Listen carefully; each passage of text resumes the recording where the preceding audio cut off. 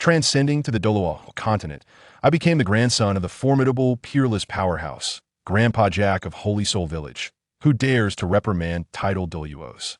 While this opening is quite promising, however, my ancestors for 3 generations were merely ordinary individuals with awakened scythe or wooden stick martial souls. What to do? Well, lacking in lineage, I shall rely on a golden finger. On the eve of martial soul awakening, Bai Ge finally activated the long-delayed celestial lottery system, a golden finger that had taken 6 years to materialize. Through completing tasks, I could earn opportunities for draws and extract rewards from myriad realms. All right, I can finally breathe a sigh of relief. Ding! Congratulations, host. You have drawn a divine martial soul, and the Douluo continent is merely the beginning. Chapter 1. The approaching martial soul awakening in the southwestern region of the Tiando Empire, within the province of Phanos, lies Holy Soul Village. At dawn, when the sky was still dimly lit and the fiery sun had yet to reveal itself in the eastern horizon, not many adults in Holy Soul Village were awake. However, in a house at the end of the village, a young boy, appearing to be merely 6 or 7 years old, had already risen, freshened up, and was prepared to leave his home.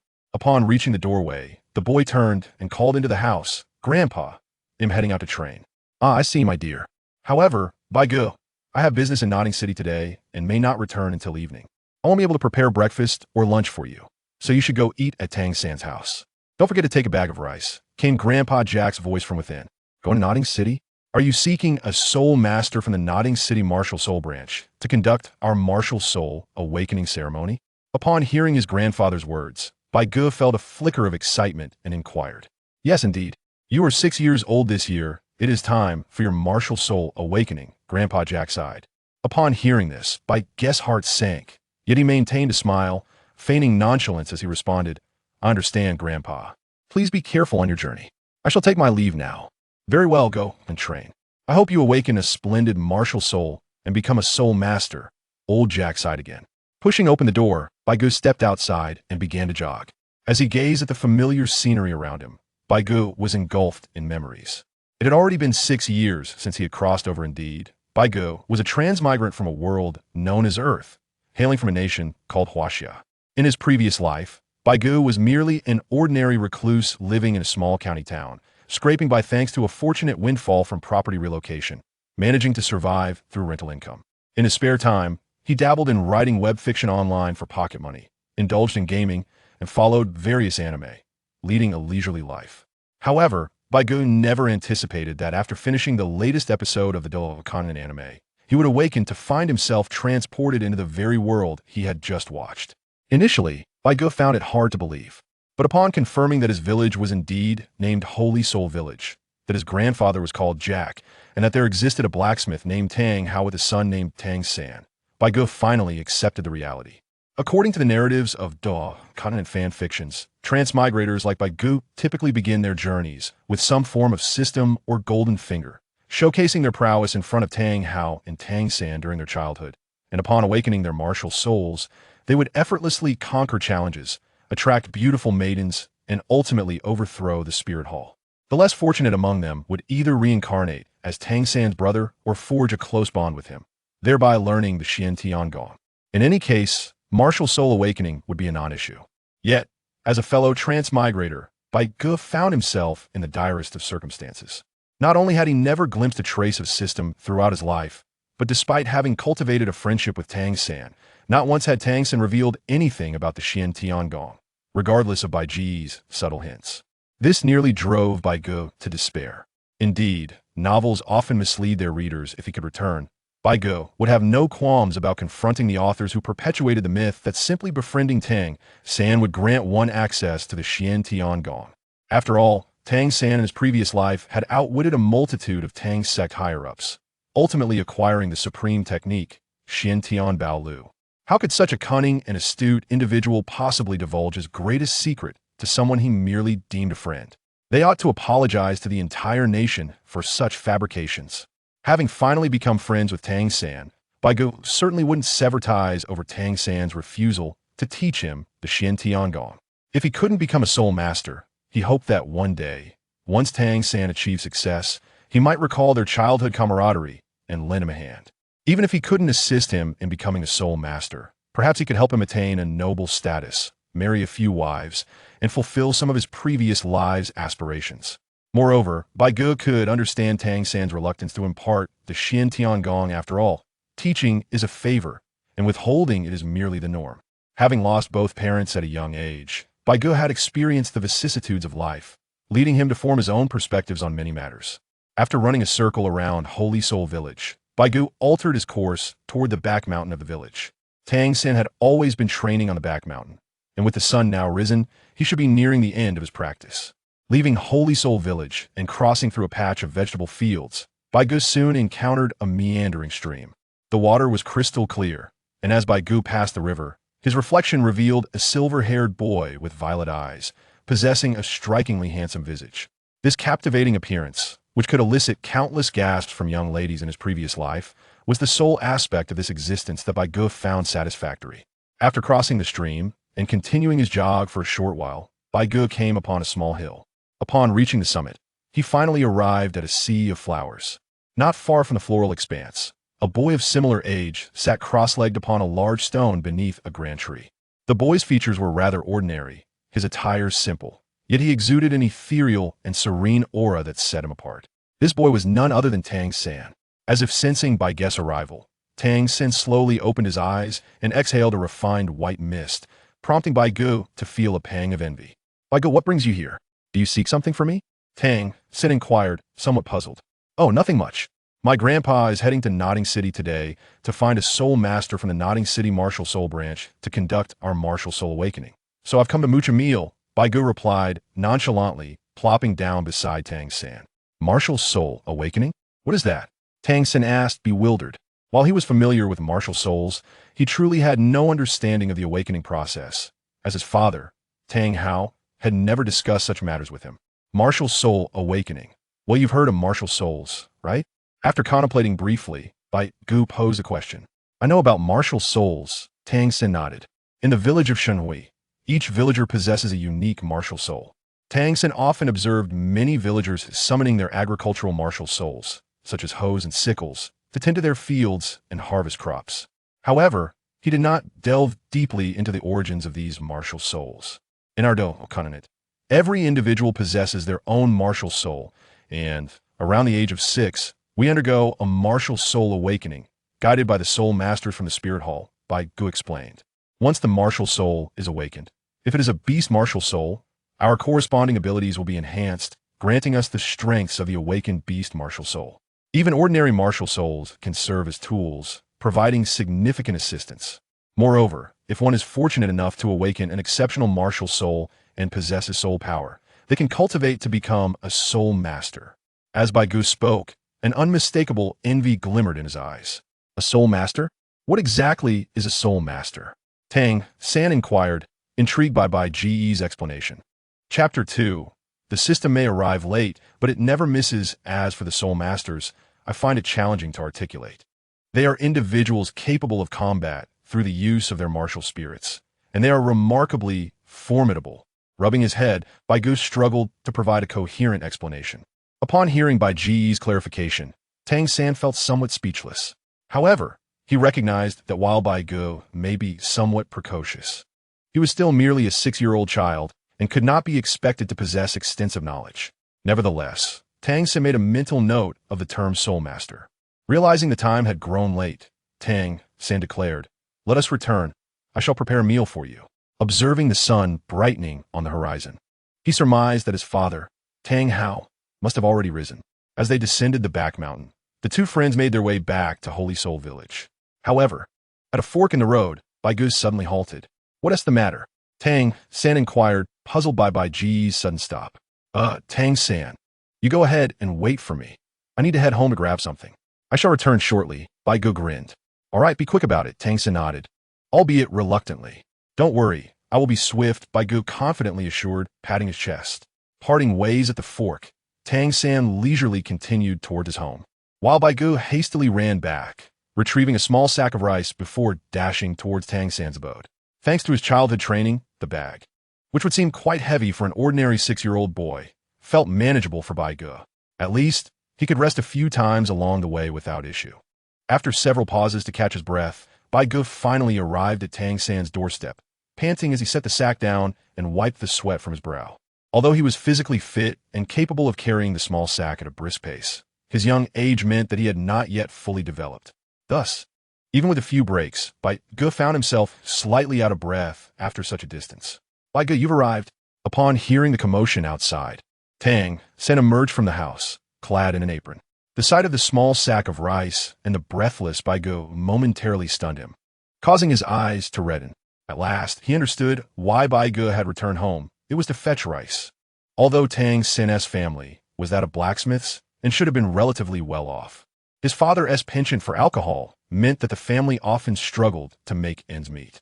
During those times, it was Old Jack, the village elder, who would provide them with rice.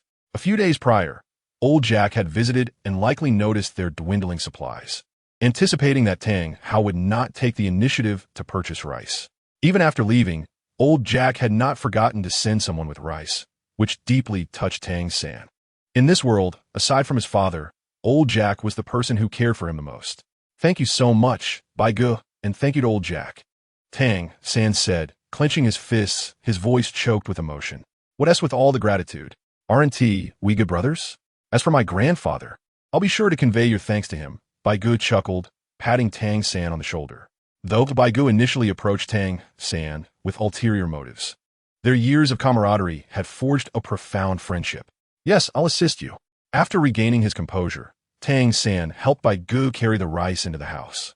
Tang San's home was a typical blacksmith-esque dwelling, consisting of 2 rooms, a small inner room serving as a bedroom, and a larger outer room that included a living area, kitchen, and blacksmith shop. Once inside, after placing the rice in the kitchen, Tang San and Bai Ge sat at the dining table in the living room. Is Uncle Tang Hao still not awake? Bai Ge inquired, noticing the absence of Tang Hao after some time. Well, my father drank yesterday, so he is bound to rise late today. I'll go wake him. Tang San responded, just as Tang Hao emerged from the inner room. No need to call. I'm already up, he said, waving his hand dismissively as he yawned and rubbed his sleepy eyes. Hello, unso Tang Hao, Bai Ge greeted politely. Although nearly everyone in Holy Soul Village looked down upon Tang Hao, deeming him a lazy, good-for-nothing drunkard, Bai Ge understood that he was a revered figure. Thus, he had always treated Tang Hao with respect. Tang Hao acknowledged Bai Ge's greeting with a nod before heading outside to wash up. Observing Tang Hao's disheveled appearance, his clothes riddled with holes and patches, his hair a chaotic nest, and his greasy face, Bai Ge couldn't help but feel a sense of melancholy. This was far from the once mighty Hao known throughout the Douluo continent.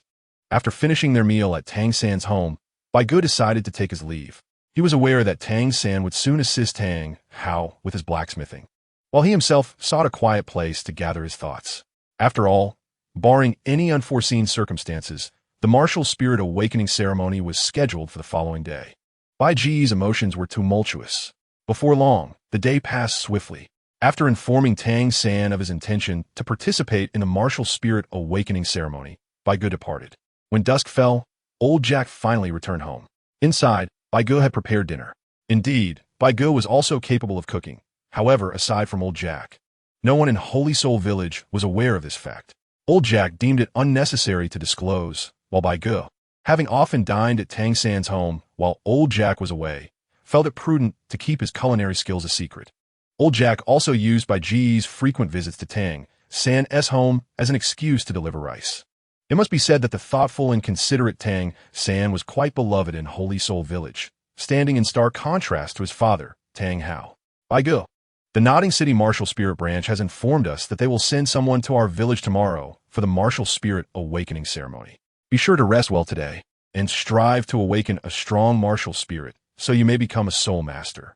Of course, if you do not succeed, I shall not hold it against you. After all, it is fate, and I am not unreasonable, Old Jack said with a sigh toward the end of his speech. Old Jack had long harbored the wish that Holy Soul Village would produce another soul sage. However, after all these years, they had seen neither a soul sage nor a single soul master emerge, which left Old Jack feeling disheartened. Do not worry, Grandpa. This year, our Holy Soul Village will surely produce a soul master. In response to Old Jack's concerns, Bai Ge offered words of comfort. Yet internally, he too felt a pang of anxiety. Tomorrow would be the day of the martial spirit awakening. He fervently hoped not to awaken a scythe or a wooden stick as his martial spirit. However, if he were to awaken something like a death scythe or the golden cudgel, Bai Ge would certainly find that appealing. But alas, such hopes seemed unrealistic. Hope so. Well, it's time to rest early today. Don't rise too early tomorrow either. Rejuvenate your spirit. In response to his grandson's words, old Jack could only shake his head. After finishing dinner, lying in bed, Bai Ge found it hard to sleep, for tomorrow marked the day of his martial soul awakening. He gazed out at the starry night sky, lost in thought. Tomorrow would be the moment of his martial soul awakening, the decisive turning point of his fate. Did the novels not often proclaim that those who traverse worlds would always possess a golden finger? Yet here he was, 6 years later, without even a hint of such a boon. Oh, my revered golden finger, tomorrow is the day of the awakening. If you do not reveal yourself now, it will be too late. As he stared at the night sky, Bai Ge couldn't help but clench his fists, internally shouting. As if in response to Bai Ge's call, a mysterious voice suddenly echoed in his mind. Beep. System loading complete. The Multiverse Lottery System is now activated. Would you like to bind it? Chapter 3. The Multiverse Lottery System and the Beginner's Gift Package. The Multiverse Lottery System. Could it be that my system has finally arrived? A voice abruptly resonated in his mind, causing Bai Ge to leap from his bed, his face alight with excitement. What had he just heard? A system. Could it be that the golden finger he had awaited for 6 long years had finally made its appearance? The thought brought him to the brink of tears. Having lived in this world for 6 years, Bai Ge had never ceased to worry, fearing that he would awaken a worthless martial soul, unable to become a soul master and destined to lead an ordinary life. While he could still live well with his knowledge and capabilities, even without becoming a soul master, how could Bai Ge accept being just an ordinary person after traversing worlds? In this realm where martial souls and bloodlines were intrinsically linked, a poor bloodline often led to a fate akin to that of a certain character from a neighboring tale.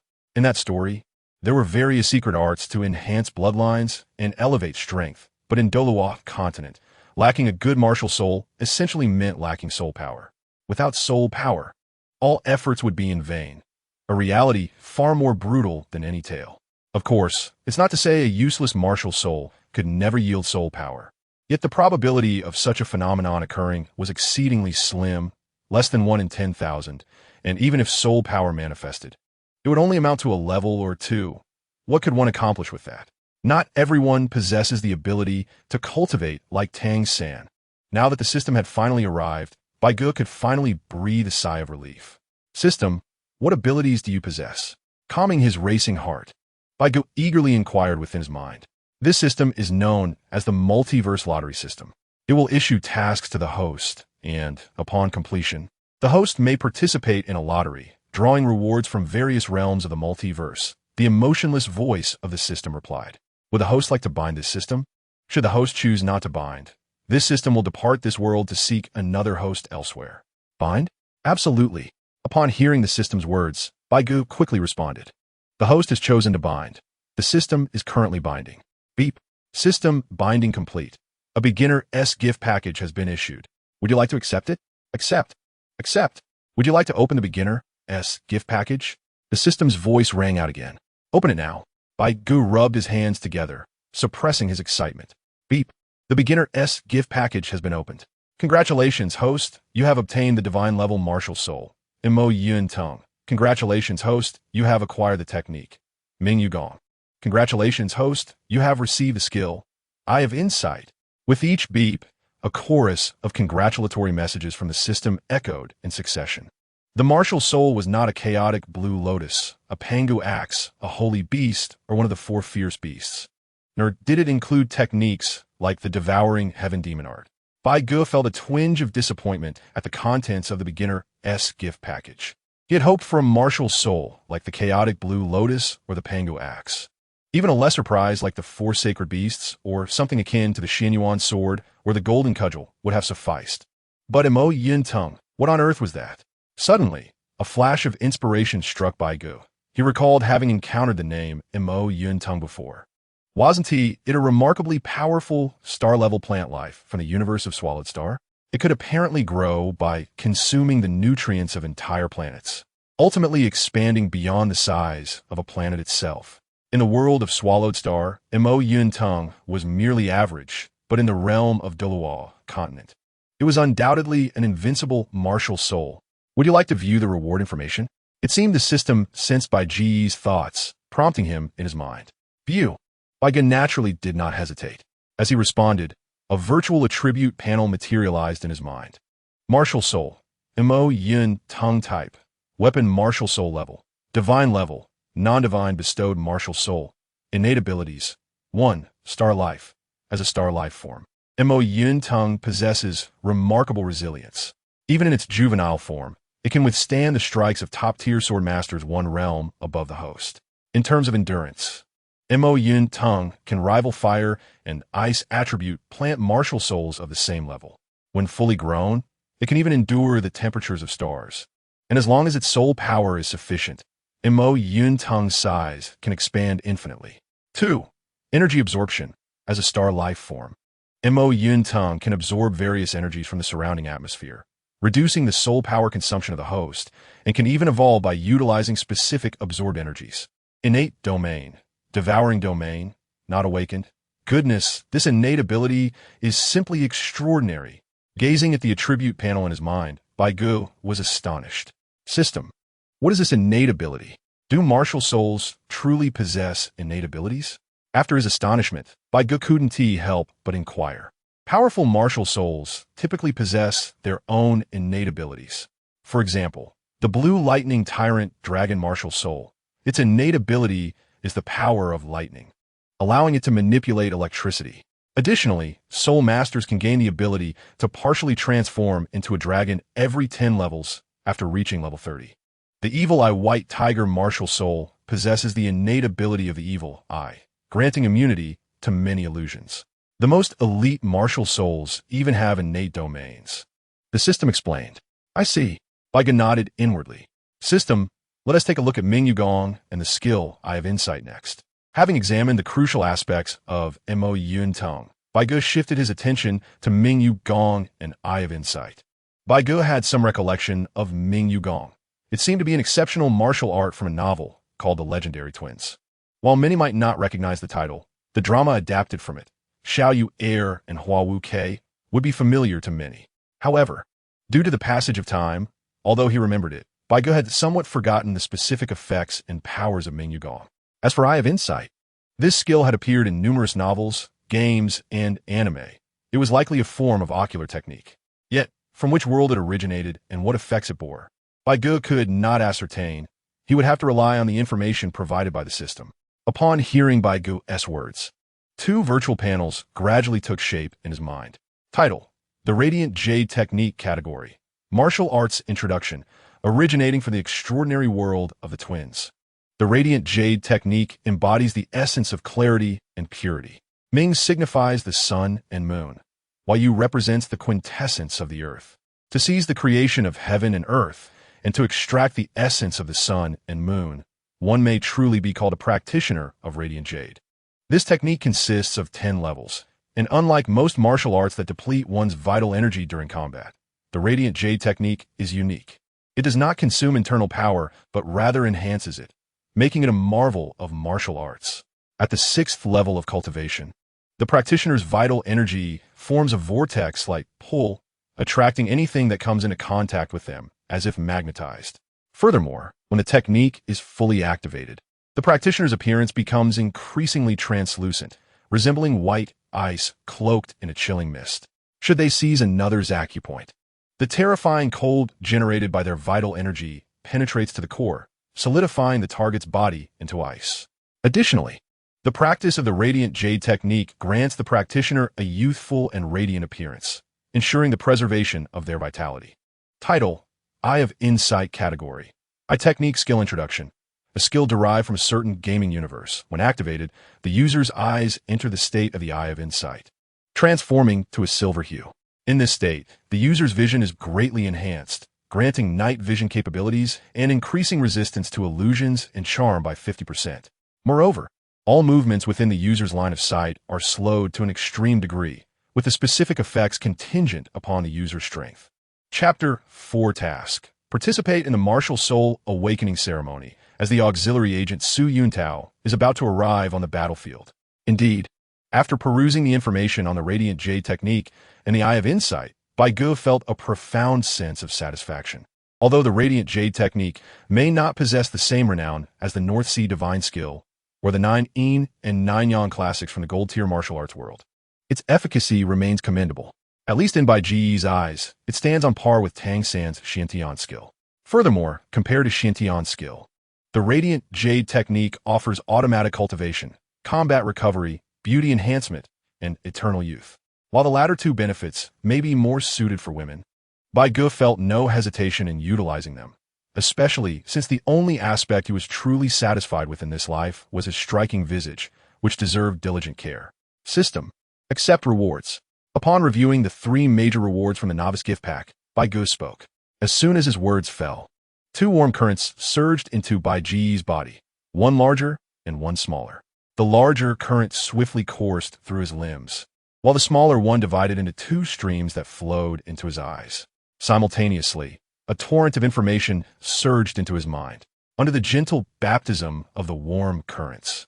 Bai Ge felt as if he were soaking in a hot spring, a sensation of comfort enveloping him. However, the sudden sharp ache in his head caused him to groan softly, instinctively rubbing his temples. So this is the Radiant Jade technique? Truly wondrous, though the method of memory transmission is rather harsh. Ding! The novice gift pack rewards have been distributed. It has been detected that the host is about to undergo a martial soul awakening. A task has been issued. Please participate in the martial soul awakening ceremony. Successfully awakening your martial soul grants 1 silver-level lottery opportunity. The system's prompt echoed in Bai Ge's mind once more. Ah, this is indeed a freebie task. However, my head aches. Perhaps I shall address it tomorrow. Rubbing his temples, Bai Ge sighed. Perhaps it was the first time receiving knowledge-based rewards that caused the sudden influx of memories to overwhelm him, leaving his head feeling swollen.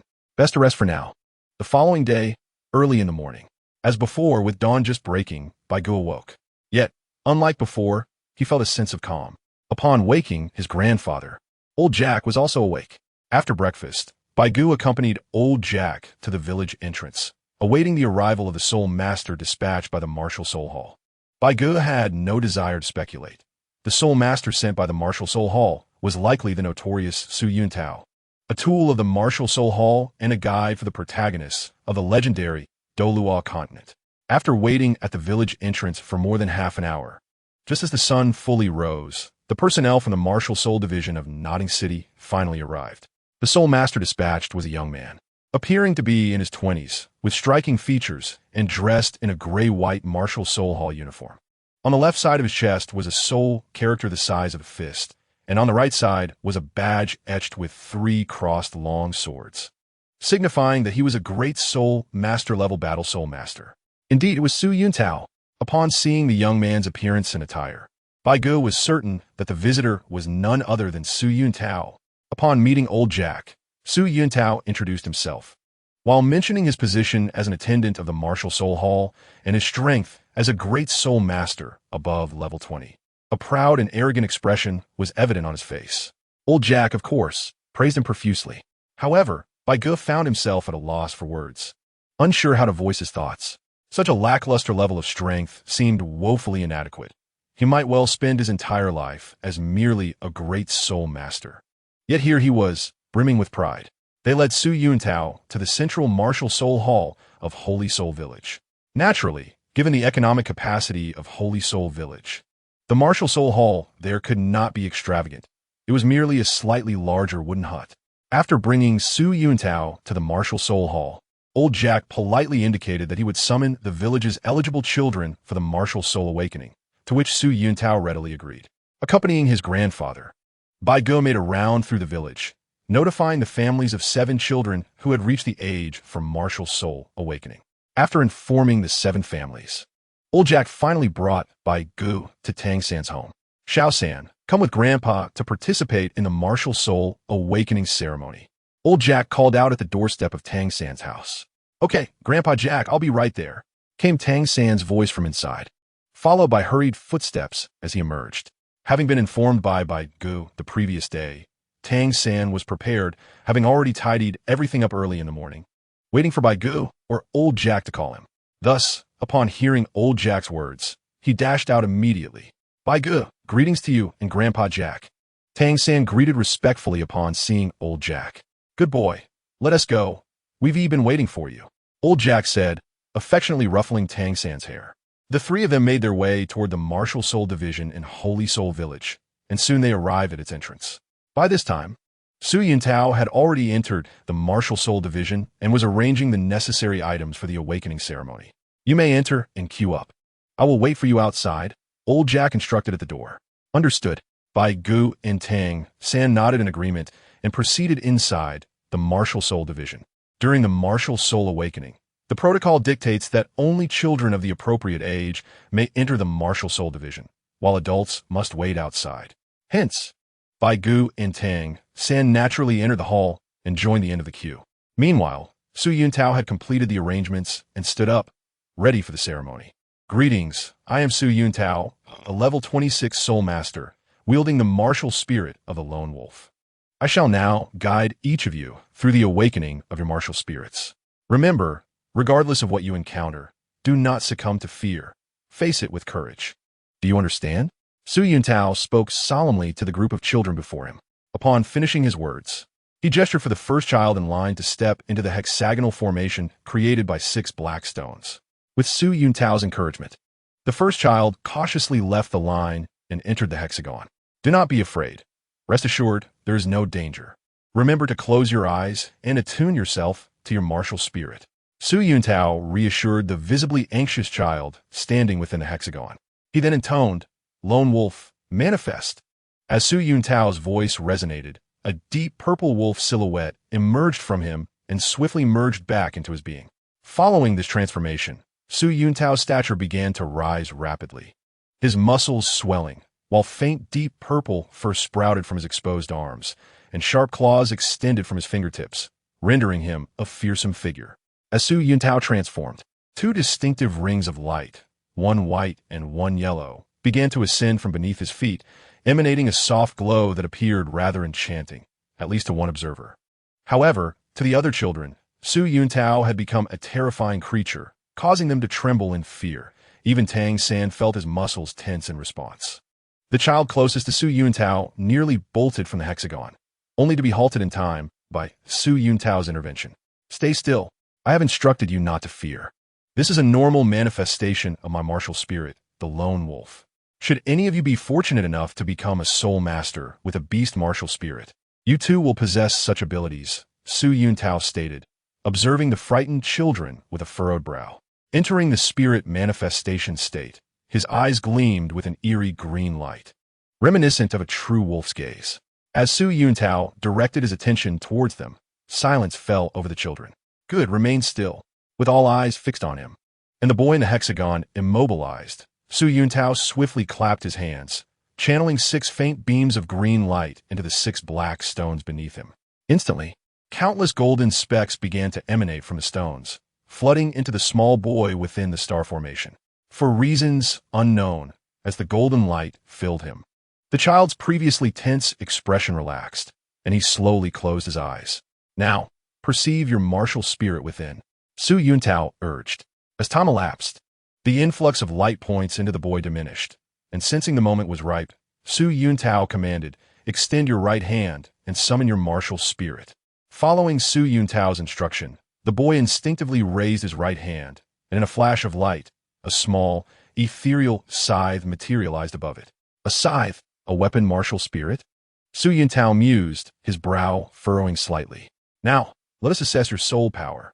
He retrieved a cerulean crystal ball from a nearby table and handed it to the boy. Place your hand upon it.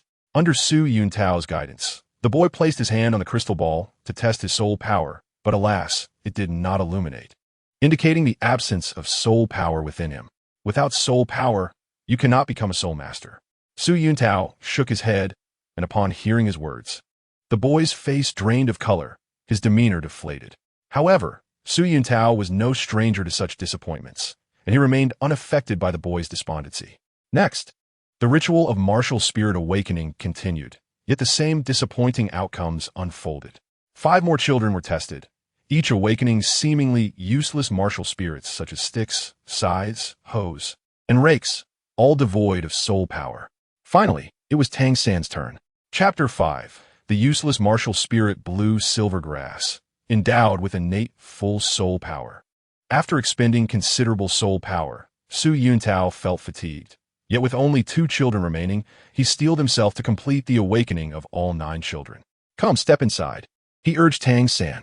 All right. Having observed the previous 7 children's demonstrations, Tang San was well acquainted with the process of martial spirit awakening. Upon hearing Su Yuntao's command, he promptly stepped into the hexagonal formation. The procedure unfolded as before, after Su Yuntao infused the 6 green beams of light into the black stones. Golden lights surged into Tang San's body. As Tang San extended his right hand, a flash of light revealed a small, azure-hued grass sprouting gently from his palm. Blue-silver grass again. This useless martial spirit is unlikely to possess any soul power, Su Yuntao thought, disappointment welling within him. Recalling that a girl before Tang San had also awakened the same martial spirit, but tragically lacked soul power. Yet, despite the precedent, Su Yuntao did not skip the soul power assessment. Now, place your hand on the crystal ball. With a sigh, he offered the crystal ball to Tang San. Gazing at the cerulean orb, Tang San nodded and placed his hand upon it. Su Yuntao had not been paying much attention to the crystal ball, but the sudden brilliance emanating from its core caused him to widen his eyes in astonishment, for it emitted an extraordinarily radiant glow. But isn't blue silvergrass deemed useless? How could one possibly possess innate full soul power with such a martial spirit? Su Yuntao's mind raced with disbelief, a whirlwind of thoughts overwhelming him. This is innate full soul power? He gazed at the luminous crystal ball, utterly flabbergasted. Uncle, is there a problem? Tang San inquired, perceiving the astonishment etched on Su Yuntao's face. Innate full soul power? That must be remarkable. Why does this uncle look so perplexed? The notion of innate full soul power was coveted by all soul masters, yet one possessing such a gift typically wielded a formidable martial spirit. However, Tang San's martial spirit was universally recognized as worthless, leaving Su Yuntao thoroughly baffled. He managed a wry smile. Then, Uncle, can I become a soul master? Tang San pressed on, his concern lying not with the martial spirit itself, but with the possibility of continuing his cultivation of a Shintian art. One can become a soul master simply by awakening their martial soul and possessing soul power. Your innate soul power is at its peak, which should indicate exceptional talent. However, your martial soul is the utterly useless blue silvergrass. Even if you can become a soul master, your combat prowess will be severely limited. Su Yuntao shook his head with a hint of regret and explained, That's all right, as long as I can become a soul master, Tang San replied nonchalantly, shaking his head in indifference. Ah, it seems you are unaware of what this truly signifies, Su Yuntao thought to himself, attributing Tang San's nonchalance to his youthful age and lack of understanding. Out of concern for Tang San's talent, Su Yuntao spoke extensively, and after hearing his explanation, Tang San departed from the hexagonal formation encircled by 6 black stones, as it was now time for Bai Ge. All right, it's your turn, young one, come forth, Su Yuntao said, feeling a renewed sense of anticipation. Although Tang San had awakened the blue silvergrass, the existence of innate full soul power still ignited a flicker of hope in Su Yuntao's heart. Perhaps the last child might surprise him? As a level 26 Great Soul Master, Su Yuntao was regarded as one of the few powerful individuals in Nodding City. He was not obliged to oversee the awakening of ordinary people's martial souls. His involvement stemmed from a desire to discover a genius with innate soul power above level 7 and recruit them into the Spirit Hall, thereby reaping substantial rewards. This ambition drove Su Yuntao to undertake this task. Upon hearing Su Yuntao's words, Bai Ge calmly approached the hexagonal formation. Following Su Yuntao's action, 6 beams of green light shot into the black stones on the ground. Instantly, countless golden specks of light emanated from the black stones, surging into Bai Ge's body. Close your eyes and feel it carefully, Su Yuntao instructed, observing Bai Ge closely. As the golden lights continuously flowed into his body, Bai Ge felt an intense warmth coursing through him. A vague sensation suggested that something within him was on the verge of emerging, instilling a glimmer of hope. Outside the hexagon, Su Yuntao murmured to himself, noting that the golden specks swirling within were far more pronounced than those of the previous children. Extend your right hand. Sensing the opportune moment, Su Yuntao called out to Bai Ge within the hexagon. Upon hearing Su Yuntao's command, Bai Ge opened his eyes and extended his right hand. With a flash of light, a long, straight black-violet vine materialized before him. What martial soul is this? Su Yuntao was momentarily taken aback by the vine in Bai Ge's hand. It resembled a ghost vine, yet wasn't ghost vines typically black? If the color were lighter, it might resemble wisteria. This thought caused Su Yuntao to furrow his brow in contemplation. Wisteria, known for its ornamental beauty, would be nearly as ineffectual as blue silvergrass, qualifying as a useless martial soul. However, recalling the multitude of golden specks that had surged into Bai Ge's body, Su Yuntao felt a sense of reluctance. It may not necessarily be wisteria. Perhaps it is a mutated ghost vine? He mused. Here, let us measure your soul power. With a hint of disbelief, Su Yuntao gritted his teeth and retrieved the blue crystal ball he had previously set aside, handing it to Bai Ge. Okay, Bai Ge nodded, accepting the crystal ball and placing his hand upon it. The moment he did so, an intense suction emanated from the crystal ball. Under this force, Bai Ge felt a warm current surge from his limbs and converge into his right hand, ultimately infusing the crystal ball. In an instant, the crystal ball erupted in a dazzling display of golden light. Is this yet another innate, full soul power? Su Yuntao's eyes widened in astonishment at the brilliant golden radiance emitted by the crystal ball. Chapter 6. Another useless martial soul, Blind Douluo Su Yuntao. Innate full soul power is exceedingly rare across the entirety of Douluo continent. Never did Su Yuntao anticipate encountering two such instances in a single day. Realizing Bai Ge possessed innate full soul power, Su Yuntao became increasingly convinced that Bai Ge's martial soul was a mutated ghost vine. Nevertheless, out of an abundance of caution, he resolved to conduct further tests. Young one, can you summon your martial soul? Su Yuntao approached Bai Ge and inquired. Is it done this way? Bai Ge pondered. And suddenly, the vine in his hand, which had only appeared as a mere shadow, rapidly solidified and grew into a long, black-violet vine adorned with oval green leaves. Yes, just like that. Maintain it, Su Yuntao urged as he observed Bai Ge summon the vine. I understand, Bai Ge affirmed with a nod. Let me see precisely what you possess. Gritting his teeth, Su Yuntao reached out to touch the vine, preparing himself for the possibility of poisoning. However, a second passed. Then 2, 3, 4, and even a full minute elapsed, yet Su Yuntao felt entirely normal, devoid of any signs of poisoning. While not being poisoned was typically a positive outcome, Su Yuntao felt a wave of despair wash over him. Cursed fate! This is not a mutated ghost vine, but rather a darker variant of wisteria. Su Yuntao's expression darkened. An innate full soul power blue silvergrass, followed by an innate full soul power wisteria. Encountering two unprecedented instances of such useless martial souls left Su Yuntao at a loss whether to consider himself fortunate or unfortunate.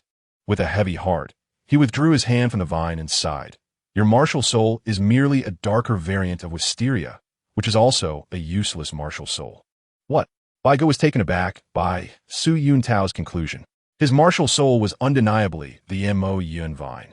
How could it be reduced to the status of a useless wisteria? However, recalling the myriad fanfiction tales from Douluo continent, where Su Yuntao had consistently misjudged martial souls and earned the derisive title of Blind Douluo for the Spirit Hall, a mix of amusement and exasperation welled up within Bai Ge. Unaware of Bai Ge's thoughts, Su Yuntao assumed he was simply stunned by the unexpected revelation. Respected Battle Soul Master, are you leaving? Outside the Spirit Hall, after all the other children had departed, old Jack noticed Su Yuntao packing up and hurriedly approached him, inquiring. Yes, I must take my leave. After awakening the martial souls of 9 children, I find myself quite fatigued.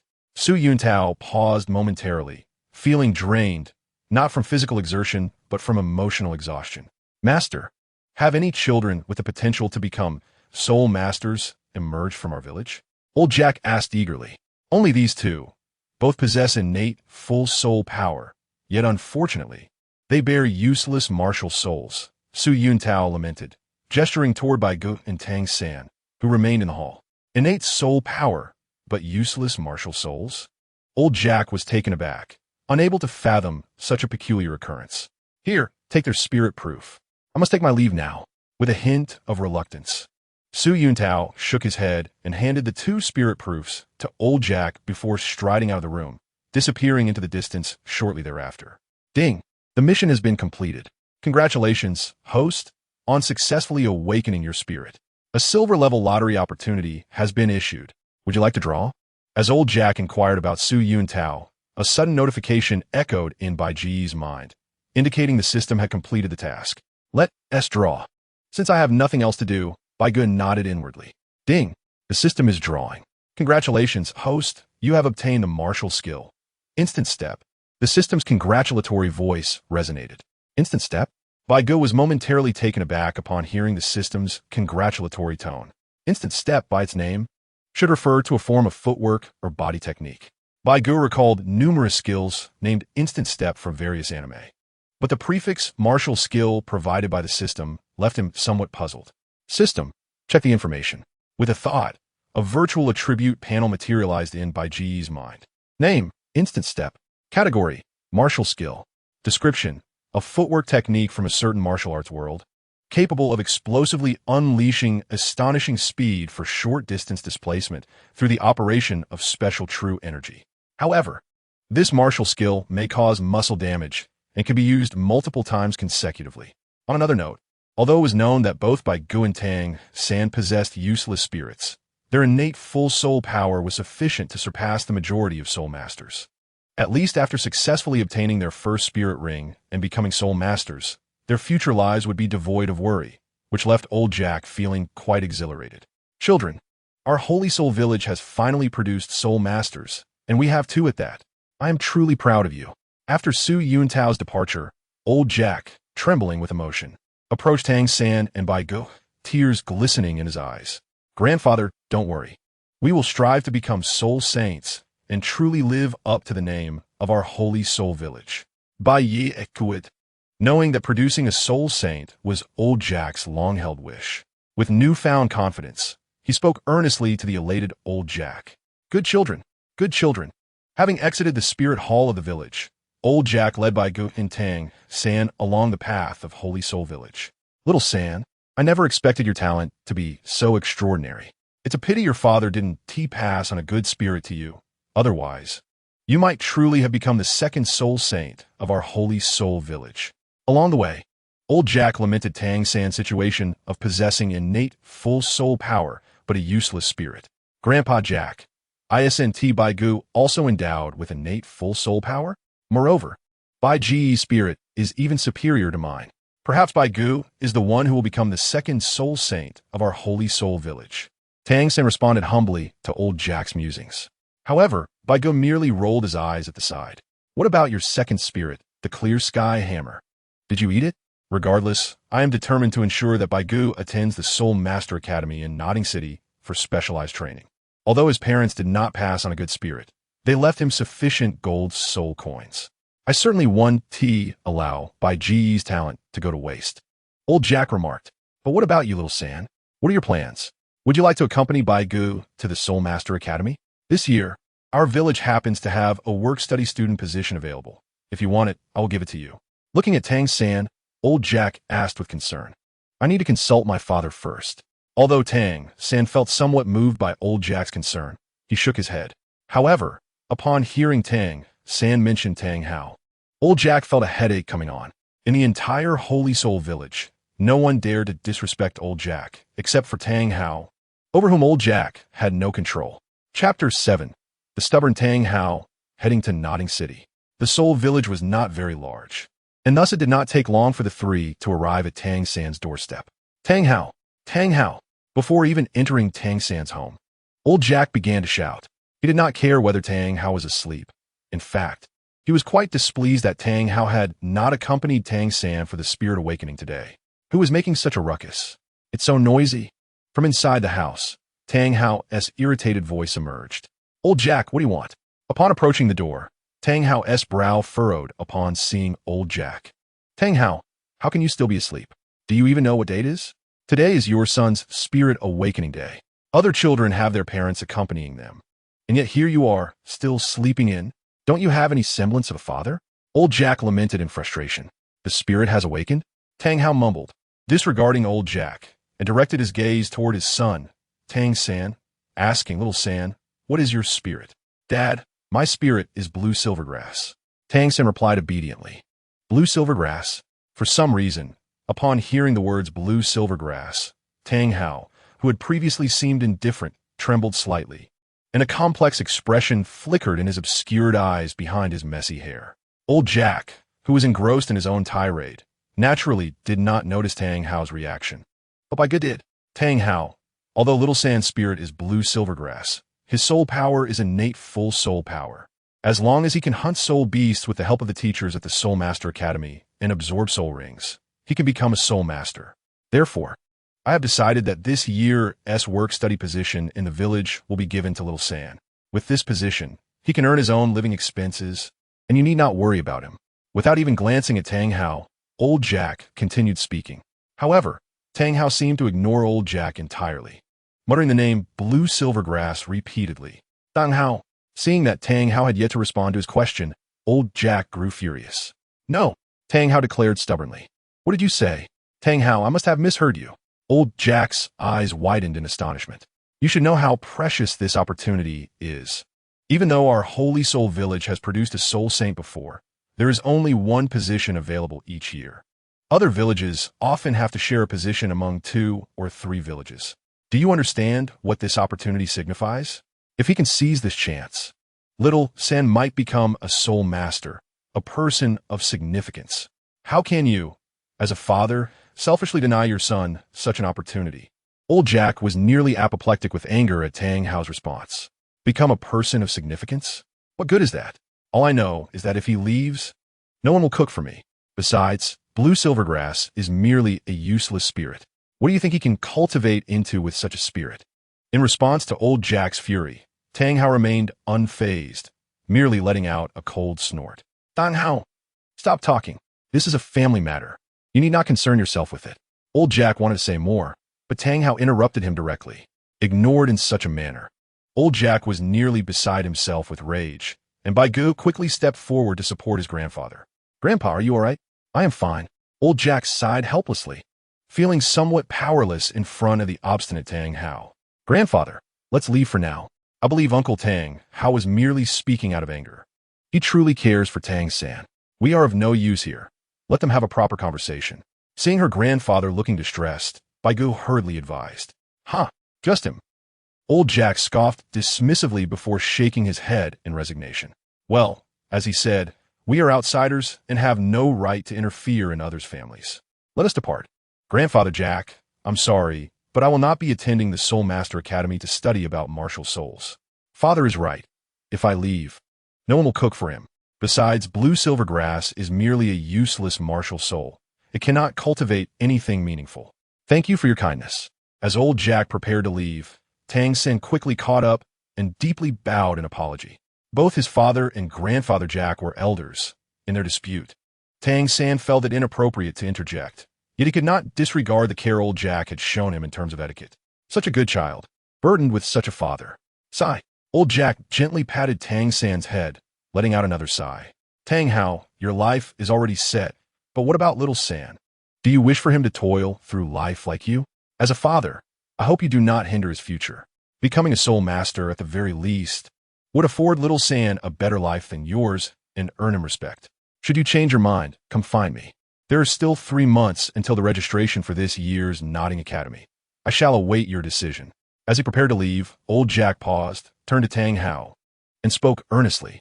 After finishing his words, he disregarded Tang Hao's response and turned, taking Bai Ge with him. He had said all that needed to be said. Now it was up to Tang Hao. 3 months swiftly passed.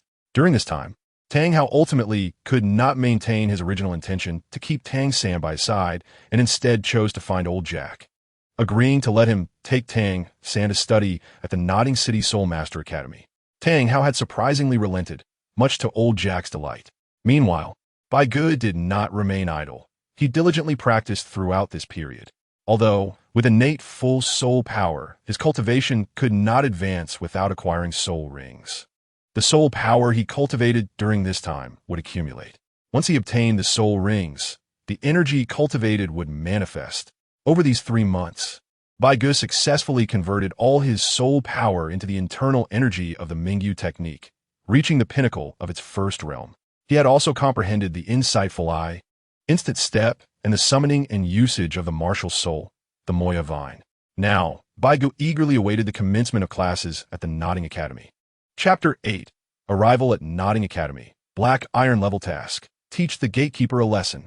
3 months flew by, and finally, the day of registration at the Nodding Junior Soul Master Academy arrived. The weather was splendid, a perfect day for travel, and Old Jack woke up early.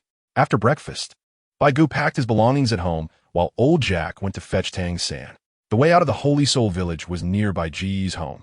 One had to pass through here to leave the village, so Bai Ge did not follow but instead took his time packing. In truth, Bai Ge did not have much to bring. There was little of value at home. Thus, he packed only a few changes of clothes. Soon, Old Jack returned with Tang San. Perhaps due to their journey to Nodding City, Old Jack had donned a new outfit today, and Bai Ge had done the same. Typically, Bai Ge wore pure white clothing, but today he wore white adorned with purple patterns, complementing his silver hair and purple eyes. Grandfather, isn't Uncle Tang Hao coming along? Although Bai Ge knew Tang Hao likely would not show, he feigned curiosity. Him? He is too lazy to bother. Letting little San go is already a stretch. Expecting him to send you is a mere dream. Old Jack scoffed. All right, no more discussion on that. Children, let us go. We must arrive early for your registration. Shaking his head, Old Jack spoke. The distance from Holy Soul Village to Nodding City was not far. The trio walked for half a day, pausing only briefly to eat some dry rations, and by afternoon, they could see the distant city walls. Nodding City was not particularly large, but due to its proximity to the border of the Tiando Empire, the walls were quite sturdy. Having visited once before, Old Jack seemed experienced as he guided Bai Ge and Tang San to line up to enter the city. After undergoing the same checks as the passing pedestrians, the three soon entered Nodding City. Bai Ge and Little San, once grandfather takes you to the academy, I must return. You must listen to your teachers at the academy and never leave without permission. When the semester ends, which will be around the new year, grandfather will come back to fetch you. Walking through Nodding City, Old Jack expressed his reluctance. Although he wished to stay longer with the two children, if he delayed, he would not return to Holy Soul Village that day, and the inns in Nodding City charged over 10 copper soul coins per night, which was beyond the means of an ordinary family. Grandfather, please be careful on your way back. Although Bai Ge had visited countless prosperous modern cities far beyond Nodding City in his previous life, it had been over 6 years since his reincarnation, and his memories of the past had faded. This was his first time leaving home and parting from the familiar Old Jack, so he felt a pang of reluctance. However, Bai Ge understood that by giving his spot as a work-study student to Tang San, even with his parents' pension, attending the Nodding Junior Soul Master Academy would still be a financial strain. Hence, it was reasonable for Old Jack to avoid unnecessary expenses, given that their family was not affluent. Fortunately, Bai Ge possessed innate full soul power. As long as he could quickly advance to become a soul master and register with the Spirit Hall, he would receive a monthly allowance of 1 gold soul coin, which would suffice for living expenses and prevent burdening Old Jack. Nodding Junior Soul Master Academy was located to the west of Nodding City. After Old Jack asked several passers-by for directions, he finally brought Bai Ge and Tang San to the entrance of the academy. Standing before the imposing archway, which was 20 meters wide and over 10 meters high, constructed from solid rock, they saw 2 closed iron gates beneath it. In the center of the arch, elegantly inscribed in large characters, were the words, Nodding Junior Soul Master Academy. We have finally arrived. Gazing at the Nodding Junior Soul Master Academy, Old Jack let out a long breath and led Bai Ge and Tang San forward. Who are you, and what is your purpose here? Just as the trio approached the grand gates, a young man suddenly blocked their path. Judging by his attire, he appeared to be the gatekeeper of the academy. This young lad, allow me to explain. We hail from the village of Shenghan, and this year, the children from our village are all qualified to become soul masters. I have come to escort them here for registration. Could you kindly inform us of the necessary procedures? With a forced smile, Old Jack addressed the gatekeeper. Upon hearing Old Jack's words, a flicker of skepticism passed through the gatekeeper's eyes. He then replied in a sarcastic tone, Oh, a grass hut can produce a golden phoenix? You mean to say that a small village like yours has two individuals qualified to become soul masters? Surely, you are not attempting to deceive us? Furthermore, even if you truly possess such qualifications, do you country folks have the means to attend our nodding academy? With this, the gatekeeper's expression revealed a hint of disdain. The gatekeeper's mocking and contemptuous remarks ignited a surge of anger within old Jack, causing him to clench his fists tightly. Beside him, Bai Ge and Tang San exchanged glances, both frowning in disapproval. Bai Ge had a faint recollection of this gatekeeper. He had despised this character while reading the Douluo continent novel. Now, having entered the real world of Douluo continent, with old Jack as his grandfather, he found it intolerable that this gatekeeper dared to ridicule his grandfather in front of him. Ding! The system has detected that a minor character is mocking the host. A task has been issued. The host must teach the gatekeeper a lesson. Upon completion, the host will receive one opportunity for a black iron level draw. As if anticipating Bai Ge's thoughts, the system issued a task, further solidifying Bai Ge's resolve. Do you doubt our qualifications to become soul masters? Bai Ge stepped forward, addressing the gatekeeper, who seemed poised to continue his mockery. Naturally, in all my years, I have never heard of a village producing two children qualified to become soul masters. The gatekeeper maintained his arrogant demeanor, as if he had seen it all. Your perspective is limited. Grandfather, let him see our soul master credentials. With a disdainful huff, Bai Ge turned to old Jack. Here, old Jack, upon hearing his grandson's words, retrieved two soul master credentials from his pocket and handed them to the young gatekeeper. I shall see whether you are genuine or not. The gatekeeper's eyes flickered with doubt as he muttered to himself while accepting the credentials. Upon inspecting the seal on the documents, the gatekeeper expressed surprise, but his expression shifted to one of uncertainty as he read the contents. Soul master credentials can be forged. Blue silvergrass and wisteria as soul spirits, both possessing innate full soul power. I say, old man, even if you're fabricating credentials, at least do it with some skill. Two worthless soul spirits claiming to have innate full soul power. This is clearly a fraudulent document. Although the gatekeeper recognized the authenticity of the credentials upon seeing the seal, his jealousy compelled him to retort without hesitation. Indeed, we are country folk, but we would never lie or forge soul master credentials. These are the documents issued by the Spirit Hall's Battle Spirit Master, who conducted the soul awakening ceremony for our village. Old Jack's face flushed with indignation at the gatekeeper's slander, his white beard trembling with rage. Grandfather, please do not be angry. Allow me to handle this. Bai Ge quickly reassured old Jack, who was visibly furious. If you believe these credentials to be fake, why not confront the Spirit Hall? Bai Ge suggested to the gatekeeper. Why should I go? The gatekeeper, who had been basking in his self-importance, suddenly broke into a cold sweat at Bai Ge's challenge. But with the situation escalating, he felt compelled to maintain his obstinacy. Bai Ge merely smirked at the gatekeeper's stubbornness. You should know better than us whether these credentials are false. Considering your position as the gatekeeper of Nodding Academy, you have undoubtedly encountered numerous soul master credentials. Do not deny it, otherwise. I shall take these documents to the Spirit Hall, where the master who conducted our awakening ceremony should recognize us. It would then be too late for you to realize your mistake. As Bai Ge spoke, the gatekeeper was drenched in cold sweat, his expression stiffening. He understood that both documents were indeed genuine. If the Spirit Hall discovered that he had dared to question their authority, losing his current position would be the least of his worries. In severe cases, it could even lead to his execution. The thought filled the gatekeeper with dread. Had he truly intimidated this old man? How could this child be more formidable than the elder? Was this really the behavior of an unrefined country bumpkin? The gatekeeper felt a sense of desperation. Now, what do you intend to do? Will you accompany us to the Spirit Hall? Or, Bai Ge observed the gatekeeper, who was now sweating profusely, and chose to remain calm and composed. What else? The gatekeeper asked nervously. Or will you engage in a little spar with me? Bai Ge's lips curled into a slight smile. You wish to fight me? The gatekeeper's face twisted in disbelief. A mere child wanting to challenge an adult? Was he seeking punishment? Bai Ge, think this through. Old Jack interjected, grabbing his grandson. He was well aware of Bai Ge's capabilities. Bai Ge, let me handle this. Tang San added. Grandfather, I am no longer the same as before. You need not worry. Trust me, I can manage. Bai Ge insisted, a hint of determination in his voice. Very well. Sighing, Old Jack relented, knowing that Bai Ge had always demonstrated maturity and wisdom, and thus nodded in agreement. Come forth. Slowly, Bai Ge positioned himself opposite the gatekeeper, beckoning him forward. Are you serious? The gatekeeper gritted his teeth. He feared that Bai Ge was attempting to deceive him into making a move, only to feign injury and report him to the spirit hall, which would lead to severe consequences. Yet, given the current circumstances, he found himself with no other option. Of course I am serious. I swear by my soul spirit that if I am lying, I shall never attain progress in my cultivation. Bai Ge raised his right hand solemnly. Upon hearing Bai Ge's oath, the gatekeeper finally relaxed, though a surge of resentment bubbled within him. It was infuriating to be threatened by a child. Since Bai Ge had offered this opportunity, he resolved to teach him a lesson. After all, he had asked for it. Are you ready, little one?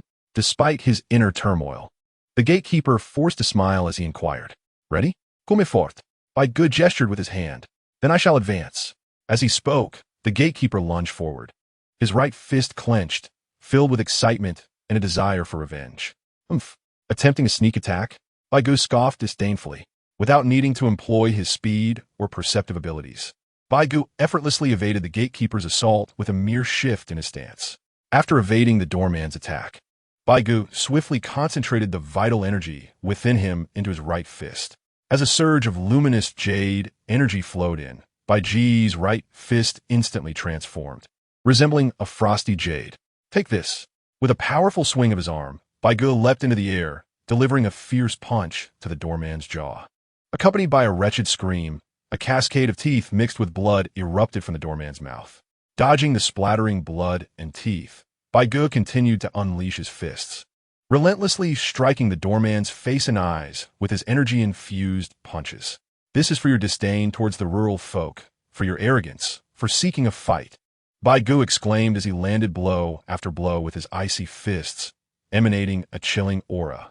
In no time, the doorman's eyes were blackened. His face transformed into a bruised mass, swollen like that of a pig, with shattered teeth strewn about and blood everywhere, wailing in agony. Tang San, observing from side, felt a twinge of discomfort. When did Bai Ge become so violent?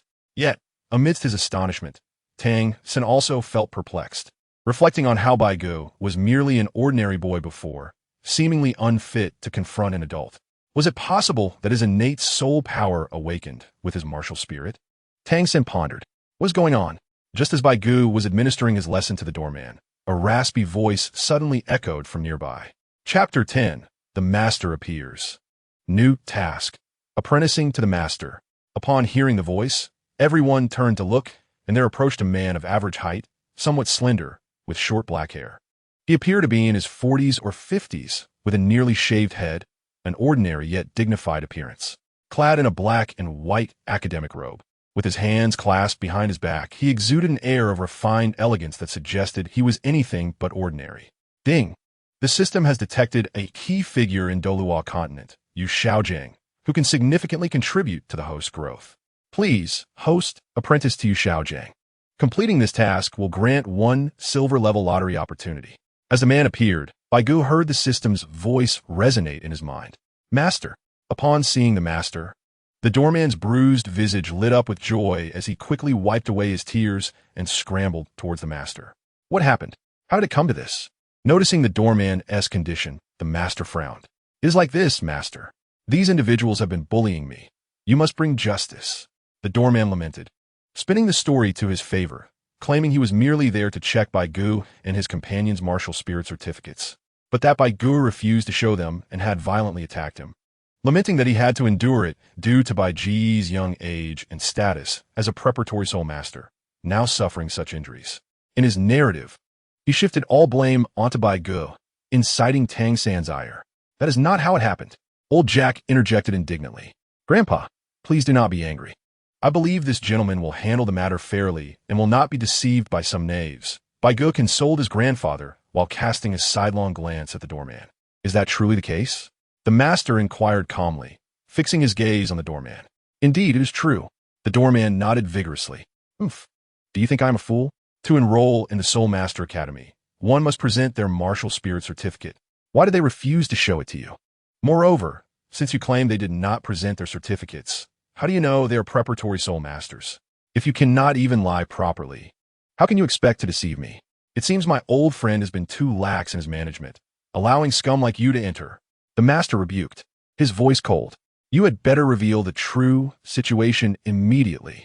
Realizing his deceit was unraveling, the doorman, drenched in sweat, fell to his knees and began to recount the true series of events.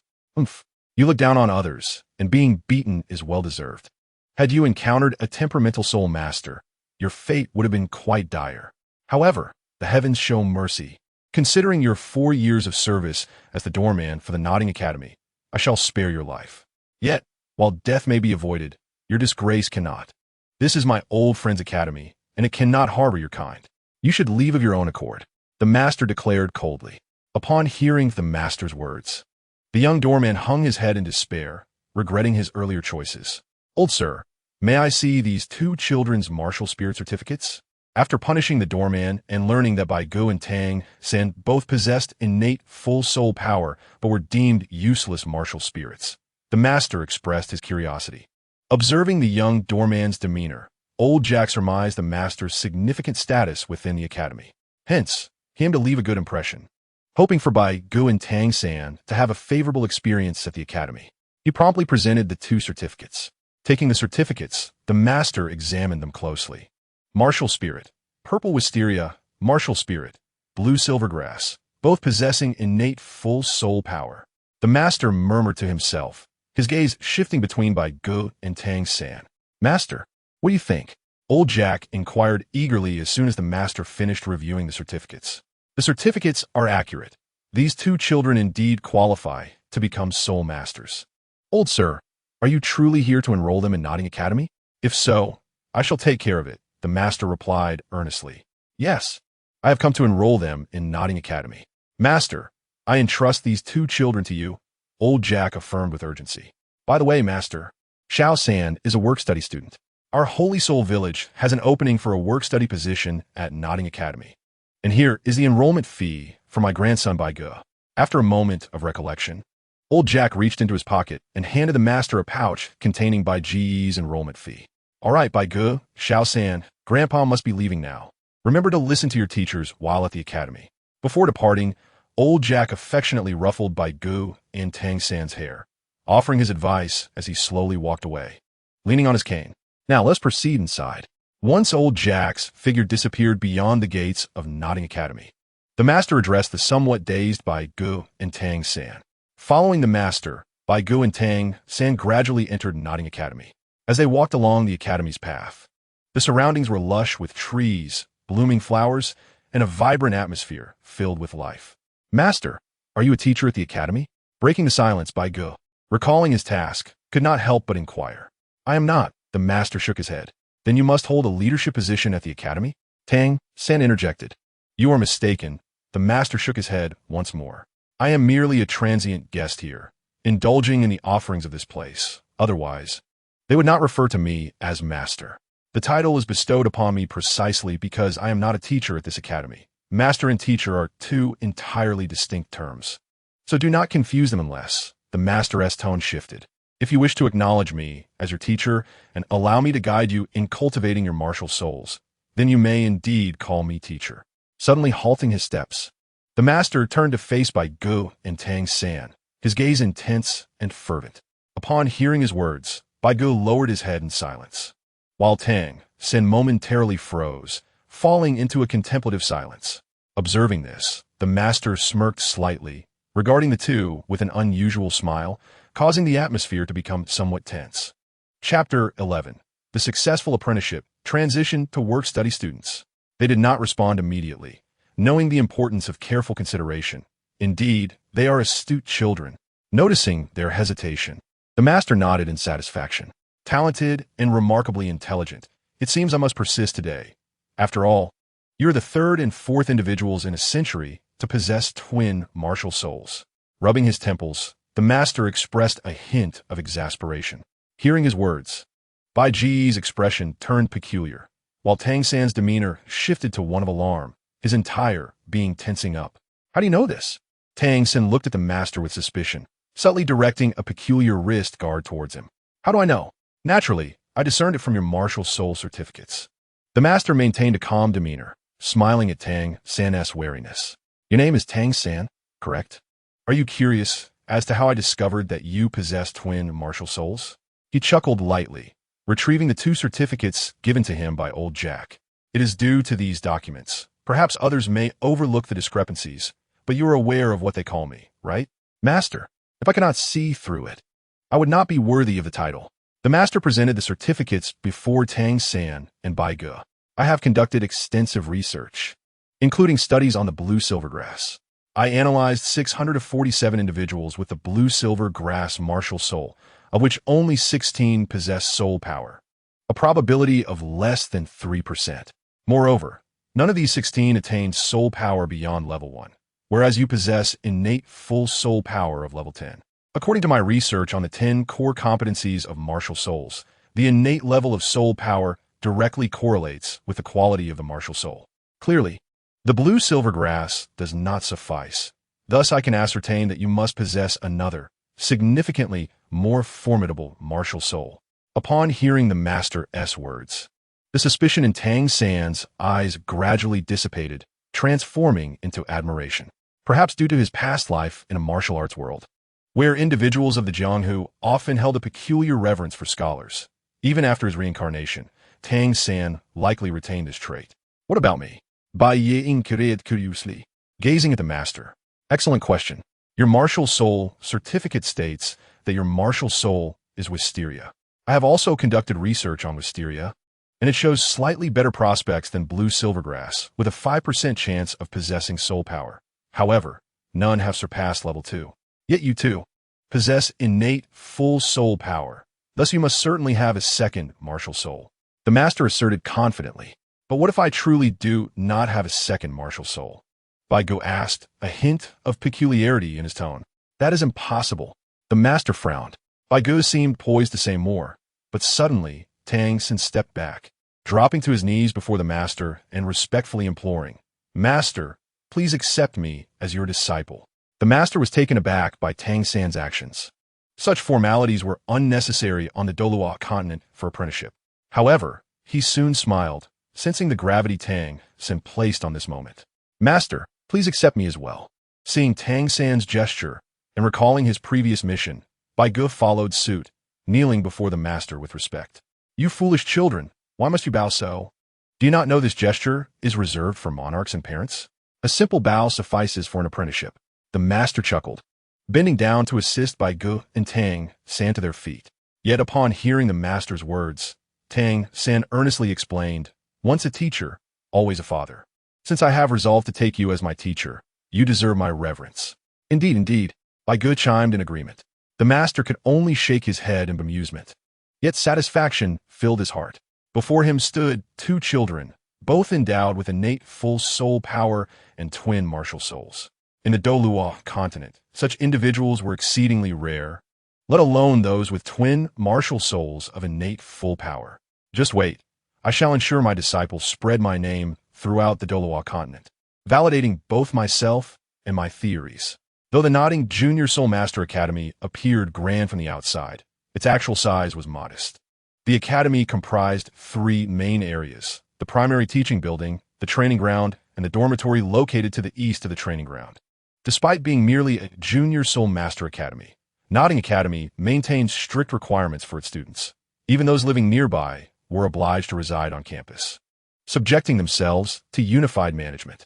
After accepting Bai Ge and Tang San as disciples, the master led them to the administrative office located on the 1st floor of the main teaching building.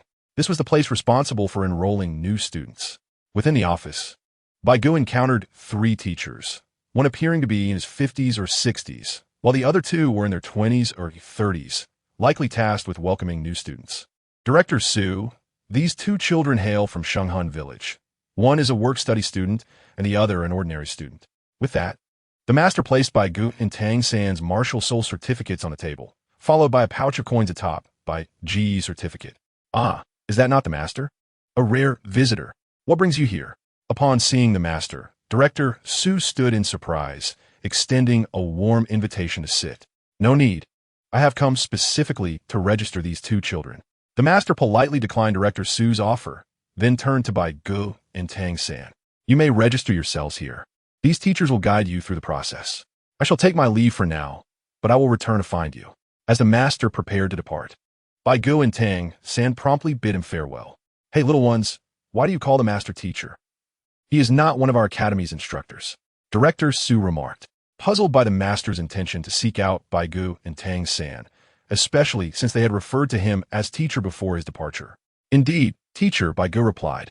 "We are aware that the master is not an instructor at the academy. However, both Tang-san and I have taken him as our mentor."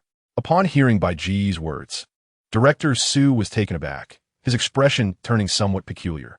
Bai Ge understood the underlying thoughts of Director Su, which were likely due to the master's relatively modest abilities.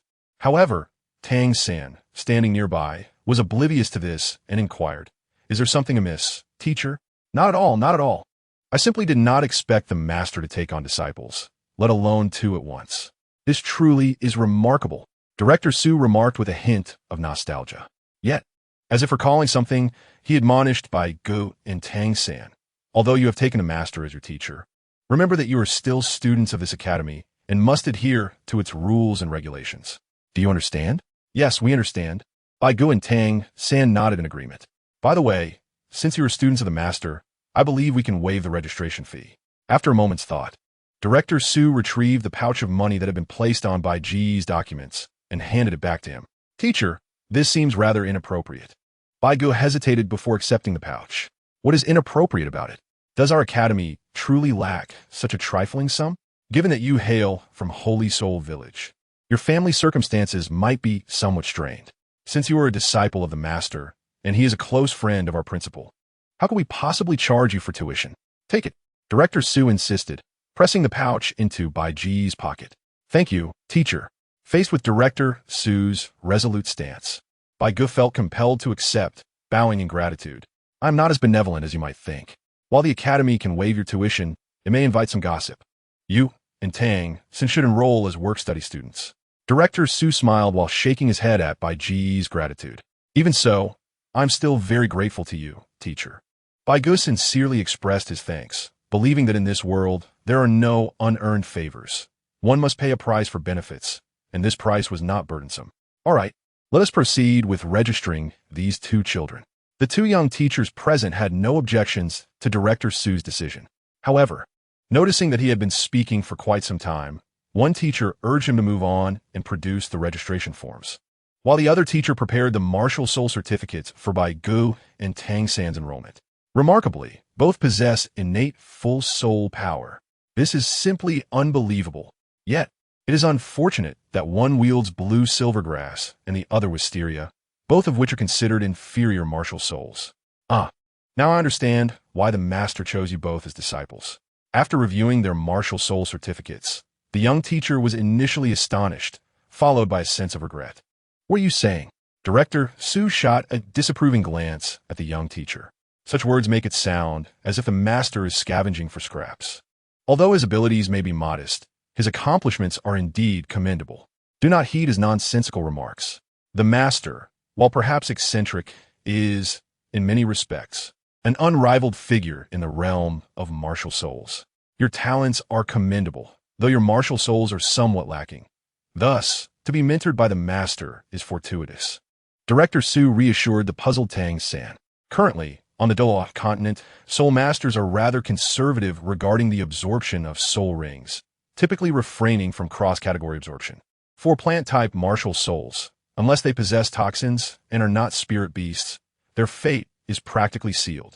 However, under the master's guidance, there may be a chance to transform the mundane into the extraordinary. Director Su's words were heartfelt. "Very well, this is your equipment. It is provided free of charge. You will be accommodated in room 7 of the dormitory, where the responsible teacher will arrange your work-study assignments. Off you go." He handed 2 packages to Bai Ge and Tang-san. "Thank you. We shall take our leave now." Exiting the administrative office, Bai Ge and Tang-san made their way toward the main teaching building, their packages in hand. As they walked through the corridor, faint sounds of laughter and chatter could be heard from the administrative office. The master is indeed impressive, a theoretical master, unmatched in theory. Yet those theories must be realizable. However, were these so-called 10 core competencies of martial souls. The content is simply laughable. Indeed, it absurdly claims that martial souls can absorb soul rings from different categories. This implies that plant-type martial souls can absorb soul rings from animal-type spirit beasts. This is utter nonsense, and would only lead to a soul master's demise. Enough. The master is a friend of the principal and a renowned figure in the soul master community. How dare you judge him? Though no one has proven the master's theories correct, neither has anyone disproven them. Come now, director, a renowned figure? More like a notorious jester. Everyone merely regards him as a source of amusement. Hearing the commotion from the administrative office, Bai Ge and Tang sent exchanged glances, both unable to suppress a hint of disdain and mockery. Bai Ge, aware of the larger narrative, understood the profound impact that Master Yu Shaojing's theories could have on the Douluo continent. The perception of these theories as laughter was likely due to powerful factions wishing to keep ordinary soul masters in ignorance regarding the secrets of martial soul inheritance and soul ring absorption. On the other hand, Tang San's unwavering trust in the master stemmed from his astonishment at the master's ability to discern his twin martial souls, followed by the compelling hypotheses derived from extensive investigations and profound martial soul knowledge. In this world, two types of individuals command the highest respect: the strong and the scholars. The strong conquer the world through might, while scholars captivate all with knowledge. Although the master may not be a powerful figure, he is a respected scholar. As for those who ridicule him, they are neither strong nor scholars, merely individuals who can only speak derisively behind his back. Chapter 12. A Lesson from Wang Sheng. Handsome and mistaken. Since the administrative office was located on the first floor of the main teaching building, Bai Ge and Tang San quickly exited the building. Not far from the main teaching building lay the dormitory area. With only one dormitory building, it was easy to locate, and Bai Ge and Tang San soon arrived at their destination. The dormitory was not particularly tall, comprising only 5 stories with 3 rooms per floor, each spacious enough to accommodate many individuals. In fact, the academy constructed each dormitory room to be large for the sake of accommodating numerous students for easier management. Bai Ge and Tang San were assigned to room 7, the first dormitory on the 3rd floor, which was officially referred to as 7 room by the teachers, while students preferred the more casual term 7 dorm. Carrying their packages, Bai Ge and Tang San approached the entrance of 7 dorm. Remembering the narrative, Bai Ge was aware that they were about to face a challenge, so he deliberately lagged behind Tang San by a few paces. The system did not issue any tasks, which offered no advantages, and Bai Ge was not inclined to seek unnecessary attention. However, Tang San was unaware of Bai Ge's thoughts. Having advanced ahead of Bai Ge, Tang San approached the door of the 7th dormitory first. Upon reaching the entrance, he did not hesitate, but pushed the door open and entered, with Bai Ge following closely behind. Standing before the door, the two could already hear the raucous noise emanating from within. As they entered, the scene unfolded before Bai Ge's eyes. A remarkably spacious room, nearly 300 square meters, filled with numerous beds. Bai Ge counted over 50 beds, yet only 11 were adorned with bedding. Inside, a group of 7 or 8 children, aged between 8 and 12, were engaged in playful antics. Upon hearing the door creak open and noticing Bai Ge and Tang San's entrance, one notably larger boy among them stood up and approached the duo. "Are you the new students?" he inquired, sizing them up. "Yes," Tang San nodded in affirmation, despite Bai Ge's efforts to diminish his presence. He noticed that the boy's gaze was predominantly directed at him. There was no escaping the fact that Bai Ge's striking silver hair and violet eyes were far more eye-catching than Tang San's ordinary appearance. Though Bai Ge did not recognize this boy, he surmised that he must be Wang Sheng, the one who intimidated Tang San in the original narrative. Yet, it was perplexing why this boy would fixate on him instead of Tang San, who seemed to naturally command authority. Bai Ge found this peculiar, pondering whether his striking looks were the cause. "I am Wang Sheng. My martial soul is the battle tiger. I am a leader here. What is your name and martial soul?" After appraising Bai Ge, Wang Sheng shifted his focus to Tang San, introducing himself. "I am Tang San. My martial soul is blue silvergrass, and this is Bai Ge, whose martial soul is wisteria," Tang San replied, also introducing Bai Ge. "Why is this lad silent? He seems rather delicate. Could he be a coward?" Wang Sheng mused, casting another glance at Bai Ge after hearing the introduction. "Wisteria is acceptable, but blue silvergrass? Surely you jest. That common weed cannot possibly be cultivated. Wang Sheng's expression shifted to one of incredulity, prompting laughter from the other children, who regarded Tang San with derision. Could you please step aside?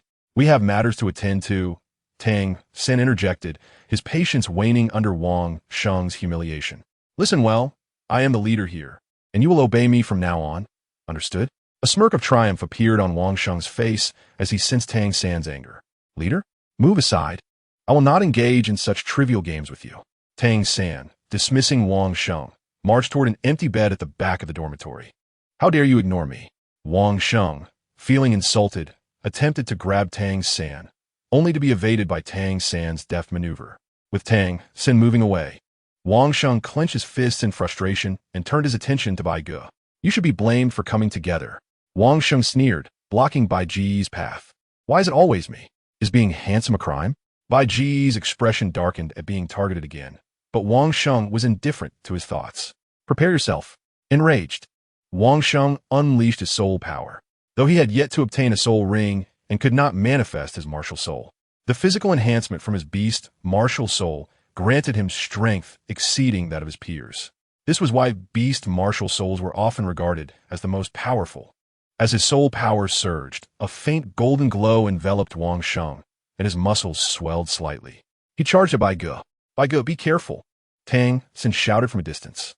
However, the gap was too great, and Wang Sheng was too close to Bai Ge for Tang San to intervene in time. Bai Ge had to rely on himself. How unfortunate, Bai Ge thought, assessing Wang Sheng's approach. Wang Sheng was several years older and more robust, possessing a beast martial soul that undoubtedly granted him superior physicality. Although Bai Ge had trained in the Mingyu skill, which enhanced his strength, it was unwise to engage directly in a contest of brute force. His greatest advantage over Wang Sheng lay in his agility. With a plant-based martial soul, specifically the resilient and durable Mo Yun Tongue, his optimal strategy would be to evade and control the distance, using his long-range capabilities to subdue Wang Sheng. In a flash, Bai Ge devised a plan. Blink! He activated his internal Mingyu energy, skillfully dodging Wang Sheng's attack and swiftly creating a safe distance of nearly 3 meters. Tang San watched in astonishment as Bai Ge executed a maneuver reminiscent of the Ghost Shadow Misty Steps. Mo Yun Tongue, maintaining his composure, Bai Ge summoned the Mo Yun Tongue. With a mere thought, a thick black-purple vine materialized from his hand, hurtling towards Wang Sheng. Watch out! Wang Sheng rolled away to avoid the incoming vine, but Bai Ge was quicker, closing the gap with another use of blink. Unaware of Bai Ge's approach due to his evasive maneuver, Wang Sheng found himself within Bai Ge's reach. Bai Ge swiftly swung his right hand, and with a whoosh, the Mo Yin Tongue ensnared Wang Sheng firmly. Chapter 13. Defeating Wang Sheng. Tang San, it's your turn. Let go of me, you brat. Wang Sheng protested, struggling against the binding vines, prompting Bai Ge to furrow his brow. Still struggling? With a decisive motion, Bai Ge yanked the Mo Yin Tongue, sending Wang Sheng airborne before crashing him to the ground. Although the height was not significant and Wang Sheng was in a state of activated soul power, thus sustaining no serious injuries, the impact was still painful. The other children in the dormitory were astonished to see the larger, more robust Wang Sheng being tossed by Bai Ge. Are you all right? As he observed the unfolding situation, Tang San could not help but hasten to Wang Sheng's side, expressing genuine concern. Although he harbored no particular fondness for Wang Sheng, the prospect of their arrival leading to an altercation with a dormitory mate was not a favorable one. Oh, I had no idea you were this formidable.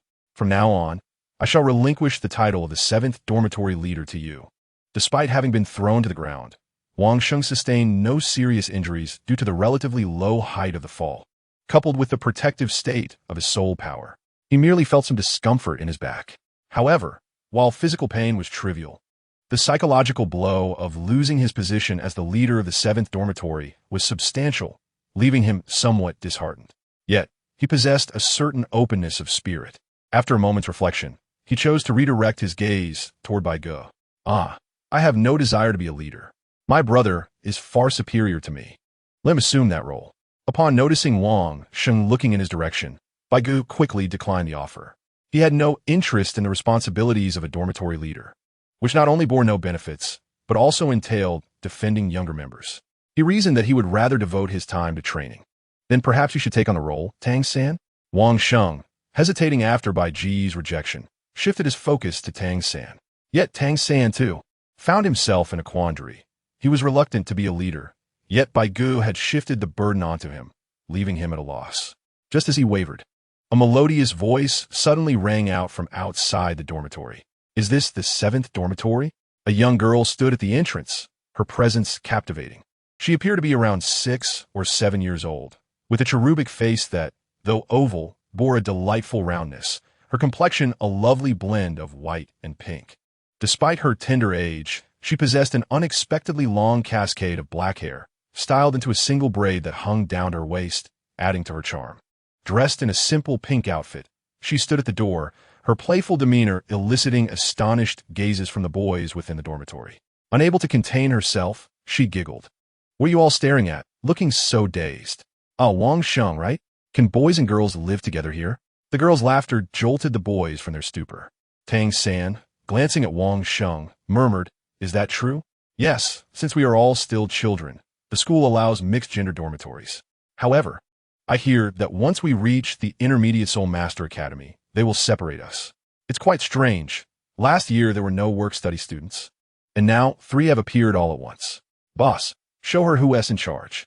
Wang Sheng nodded and explained, encouraging Tang-san to assert his authority over the girl. Wang Sheng, you truly are destined for solitude. Giving you the battle tiger martial spirit is a waste. You should have been given a husky. Bai Ge remarked, exasperated. Though he had never met the girl, he deduced that she was indeed Xiao Wu. It was amusing to see Wang Sheng so captivated by her beauty, only to then urge Tang-san to confront her. It seemed he was still very much a child, resorting to the juvenile notion that bullying a girl would leave a lasting impression. Hey, Bai Ge, do you want to join in? Wang Sheng, misinterpreting Bai Ge's muttering, assumed he was also inclined to participate, as bullying girls seemed to him a way to appear impressive and attract their attention.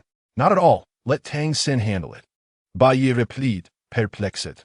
He had already expressed his disinterest in being the leader, and now was being asked to confront Xiao Wu. That was redundant.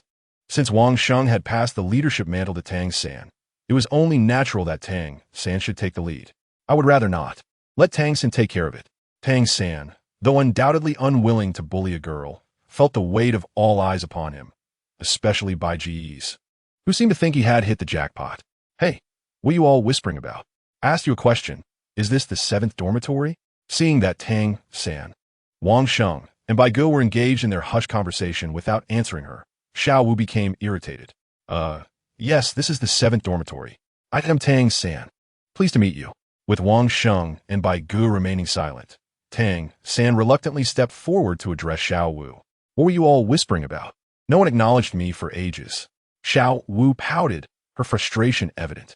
Well, we were discussing who should officially welcome you, as you're the only girl in our dormitory. It's essential to show you the proper respect on our first meeting, Tang-san explained, scratching his head. Oh, I see. I misunderstood you all. Xiao Wu's expression brightened, leaving the others feeling somewhat sheepish. How naive. You believe that so easily? By the way, my name is Xiao Wu, as in dance. Hello, everyone. The girl beamed at them with a sweet smile. Xiao Wu, I am Tang-san. As the dormitory leader, may I ask what your martial spirit is? Tang-san stammered after a long pause. My martial spirit? It's a rabbit, a very adorable little white rabbit. What about yours? Xiao Wu replied, her large, sparkling eyes twinkling with excitement. Isn't that rather fortuitous? My martial spirit is blue silvergrass, which happens to be your spirit's food. Gradually, Tang-san found his nerves dissipating, and surprisingly, he managed to engage Xiao Wu in a charming manner through their shared martial spirits, which amused Bai Ge, who observed the interaction with interest. Could this be fate's design? Having spent 3 to 4 years together, Bai Ge knew Tang-san well. Both possessed a tendency toward introversion, preferring solitude over socializing with strangers. Yet, while Bai Ge had the wisdom of past experiences, Tang-san's disposition remained that of a recluse, particularly when it came to interactions with girls. However, the fact that Tang-san was now conversing pleasantly with Xiao Wu, albeit in a simple exchange, only reinforced the notion that they were indeed destined as the protagonists of their tale. Their compatibility was evident. Chapter 14. Tang-san and Xiao Wu. The leader of the pack. Tang-san, you are quite intriguing, But aren't you going to invite me inside? Although she found conversing with humans delightful, Xiao Wu felt it was time to step inside after standing at the door for so long. Ah, you see, we have a rule in the 7th dormitory. New work-study students must demonstrate their abilities, and the most formidable among them becomes our leader. After enduring persistent prodding from Wang Sheng, Tang San finally gritted his teeth and declared his intention. Boss, hey, this is fun. I want to be the boss. Oh no. The head sister. Tang San initially believed that his words would displease Xiao Wu, considering her femininity and presumed aversion to violence. However, to his surprise, Xiao Wu's interest was piqued. Wait a moment, she exclaimed, hastily walking to an empty bed and placing her bundle down before returning briskly. All right, I'm ready. Who is the original boss here? Step forward and let us spar. I want to be the head sister. After setting down her belongings, she placed her hands on her hips and surveyed the crowd with keen interest. Excuse me. Tang San raised his right hand with a hint of reluctance. Wow, it's actually you, Tang San. What a coincidence.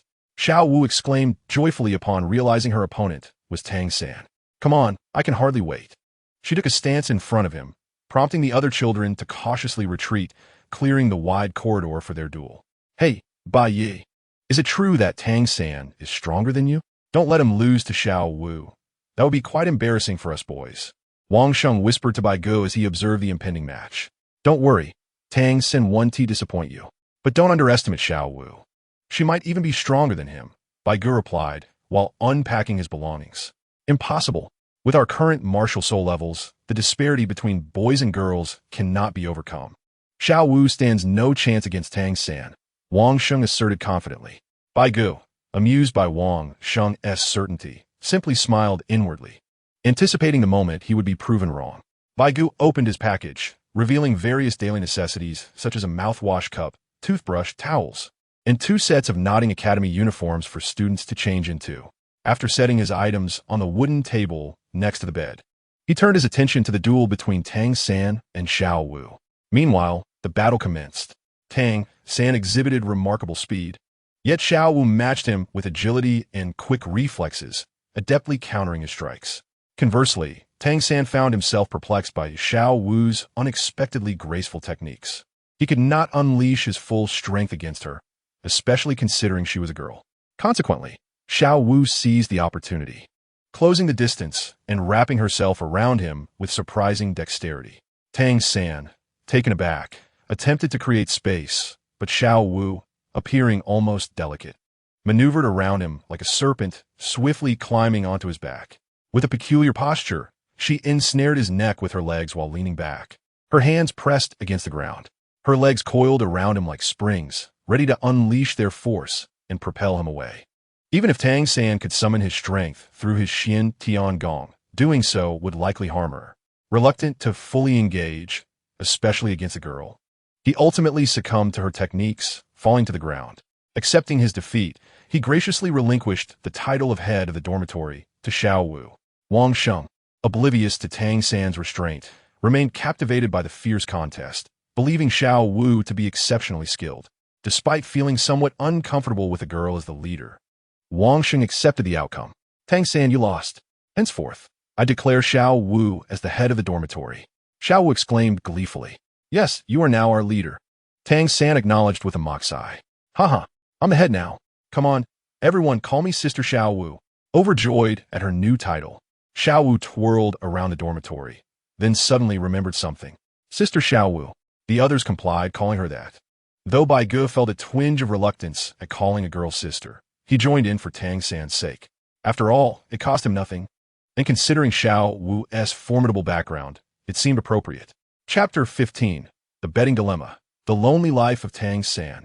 Just as the dormitory buzzed with excitement, the previously closed door swung open suddenly. A male teacher, around 20 to 30 years old with dark green hair, stepped inside, silencing the room. Are there any new work-study students here? Please step forward, he inquired, scanning the children in the dormitory. In response, Bai Ge, Tang San, and Xiao Wu stepped forward. Who among you is Tang San and Bai Ge? The teacher asked. I am. They both replied eagerly. I am Imo Hen. You may call me Teacher Imo. Tang San and Bai Ge. This bedding is provided to you by the master, he said, handing them the bedding. Bai Ge gratefully accepted it, having forgotten that the academy did not supply bedding. but was relieved that the master had sent it. Tang-san, Bai Ge Xiaowu, you are all first-year work-study students. From now on, you are responsible for cleaning the gardens south of the academy playground. You may allocate specific areas among yourselves. However, remember to clean daily, especially the clutter. It must be immaculate. In return, the academy will pay you 10 copper soul coins each day. But should you be lazy, the academy reserves the right to expel you. Do you understand? He instructed sternly. Yes, we understand. The three replied, nodding in agreement. Tomorrow is the opening ceremony, and classes begin the day after. First-year students will have classes on the ground floor of the teaching building. Be punctual for your lessons. Starting from the day after tomorrow, you shall resume your regular duties. I will conduct periodic inspections. Very well, you may take your rest now. Wang Sheng, you hold the highest authority here. Please convey the rules to them. I have other matters to attend to, so I shall take my leave. With that, Mo Hen waved his hand and departed. Goodbye, teacher, the children in the dormitory chorused. As Mo Hen's footsteps faded away, the children in the 7th dormitory became lively again. They were intrigued to see someone delivering bedding to Bai Ge and Tang-san.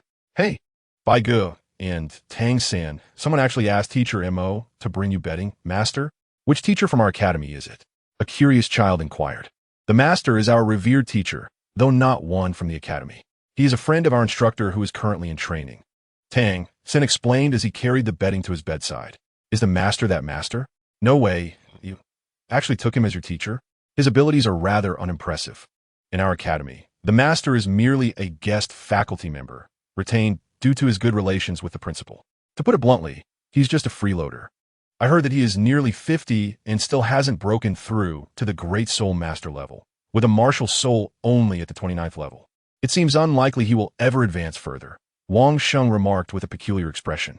Wang Sheng, if you wish to avoid a humiliating fall, it would be wise to refrain from continuing down this path. We are well aware of the Master's capabilities. Although he may not hold a favorable image in your eyes, to Tang-san and me, he is the finest and most formidable teacher, Bai Ge said, casting a disapproving glance at Wang Sheng. Bai Ge knew far more about the Master than these others did. While he may not idolize him as much as Tang-san, he would sincerely regard the Master as his teacher, having taken him as a mentor. Tang-san's expression also darkened. All right, I was wrong. I truly apologize. Wang Sheng said sheepishly upon seeing the stern expressions of Bai Ge and Tang-san. I hope this is the first and last time. Tang-san replied earnestly. Unlike Bai Ge, who was often forgiving, Tang-san found it particularly intolerable when others spoke ill of the Master. I promise, this will definitely be the last time. Wang Sheng, seeing the sensitivity of Bai Ge and Tang-san to his words, could only helplessly vow, enough about the Master. The pressing issue is that I've noticed you all have bedding, yet I do not. Suddenly, Xiaowu stomped her foot in frustration. Ah, big sister. We all brought our bedding from home. The academy does not provide any. Wang Sheng scratched his head. What should we do then? Xiaowu pouted. Boss, you can use my bedding for now. I can manage with half a quilt. A clever child quickly suggested. Boss, you can use my quilt as well. I can manage just fine, another child chimed in. Seeing the shabby patches on the bedding offered, Xiaowu hesitated. Please stop calling me boss. It makes me feel old. From now on, either call me big sister or Xiaowu Jia, understood? She asserted, attempting to change the subject while looking at the two hopeful children. Okay, we'll call you big sister from now on. Big sister sounds impressive. Calling you Xiaowu Jia is more pleasant. The two children began to argue over what to call her, and Xiaowu sighed in relief at the distraction. How about we measure our bedding, Tang-san? Xiaowu's gaze wandered around the dormitory before resting on Bai Ge and Tang-san's bedding. Compared to the other children's patched and tattered bedding, she preferred the new bedding of Bai Ge and Tang-san. However, Bai Ge had been quiet and somewhat aloof towards her, making Xiaowu hesitant to approach him or impose on him. Thus, her gaze ultimately landed on Tang-san. Upon hearing Xiaowu's suggestion, Tang-san quickly understood that she was eyeing the bedding he held. He was not stingy. He would have gladly given away a common quilt. But this bedding was a gift from the Master, and he felt a twinge of reluctance to part with it. Don't worry, I won't snatch your bedding, Xiaowu pouted, sensing Tang-san's hesitation. But I see your bedding is quite large. It should be fine for two people to share. How about we push the beds together, and we all can use it? She proposed. Share a bed? Tang-san was taken aback, his mouth agape. Isn't it inappropriate for a boy and girl to share a bed? Would you really have me sleep on the cold floor? Xiao Wu retorted, placing her hands on her hips in annoyance. That's not what I meant. How about this? I'll give you my quilt, and I'll sleep alone while you and Bai Ge can share, Tang San suggested, suddenly spotting Bai Ge and feeling as if he had found a lifeline. He proposed this new arrangement without considering Bai Ge's feelings. However, upon hearing Tang San's words, Bai Ge appeared bewildered. Why would Tang San choose to squeeze in with him instead of Xiao Wu? Wasn't that a bit strange? Xiao Wu, while claiming it was inappropriate, was secretly delighted. Although she didn't know Bai Ge well enough to voice her thoughts, she felt comfortable with Tang San's proposal. It's no trouble at all. Bai Ge and I grew up together and are very close friends. Sharing a bed is perfectly fine, Tang San replied cheerfully to Xiao Wu. With that, he looked at Bai Ge expectantly, as if sharing a bed with Xiao Wu was a daunting challenge. Bai Ge sighed softly. Tang San, our relationship is quite good, and sharing a bed is not an issue for me. However, you might be destined for a life of solitude. Chapter 16, The Cafeteria Conflict. A fortuitous encounter with a master destined for solitude? What does that mean? Tang San asked, perplexed. Nothing much. I simply meant that your future might be rather lonely. Bai Ge replied with a resigned shake of his head.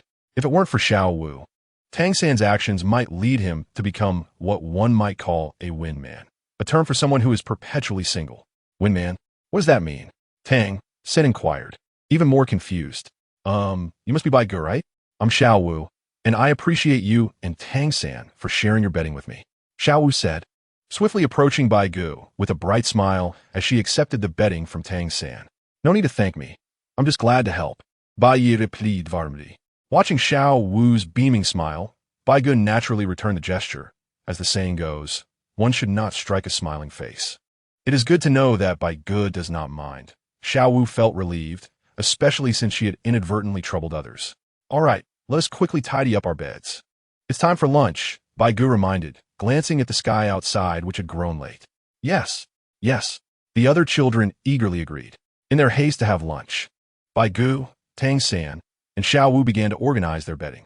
The bedding provided by the master was quite ample, nearly twice the size of the dormitory beds, thus transforming the originally shared bed of Tang San and Xiao Wu into a shared bed between Bai Ge and Tang San.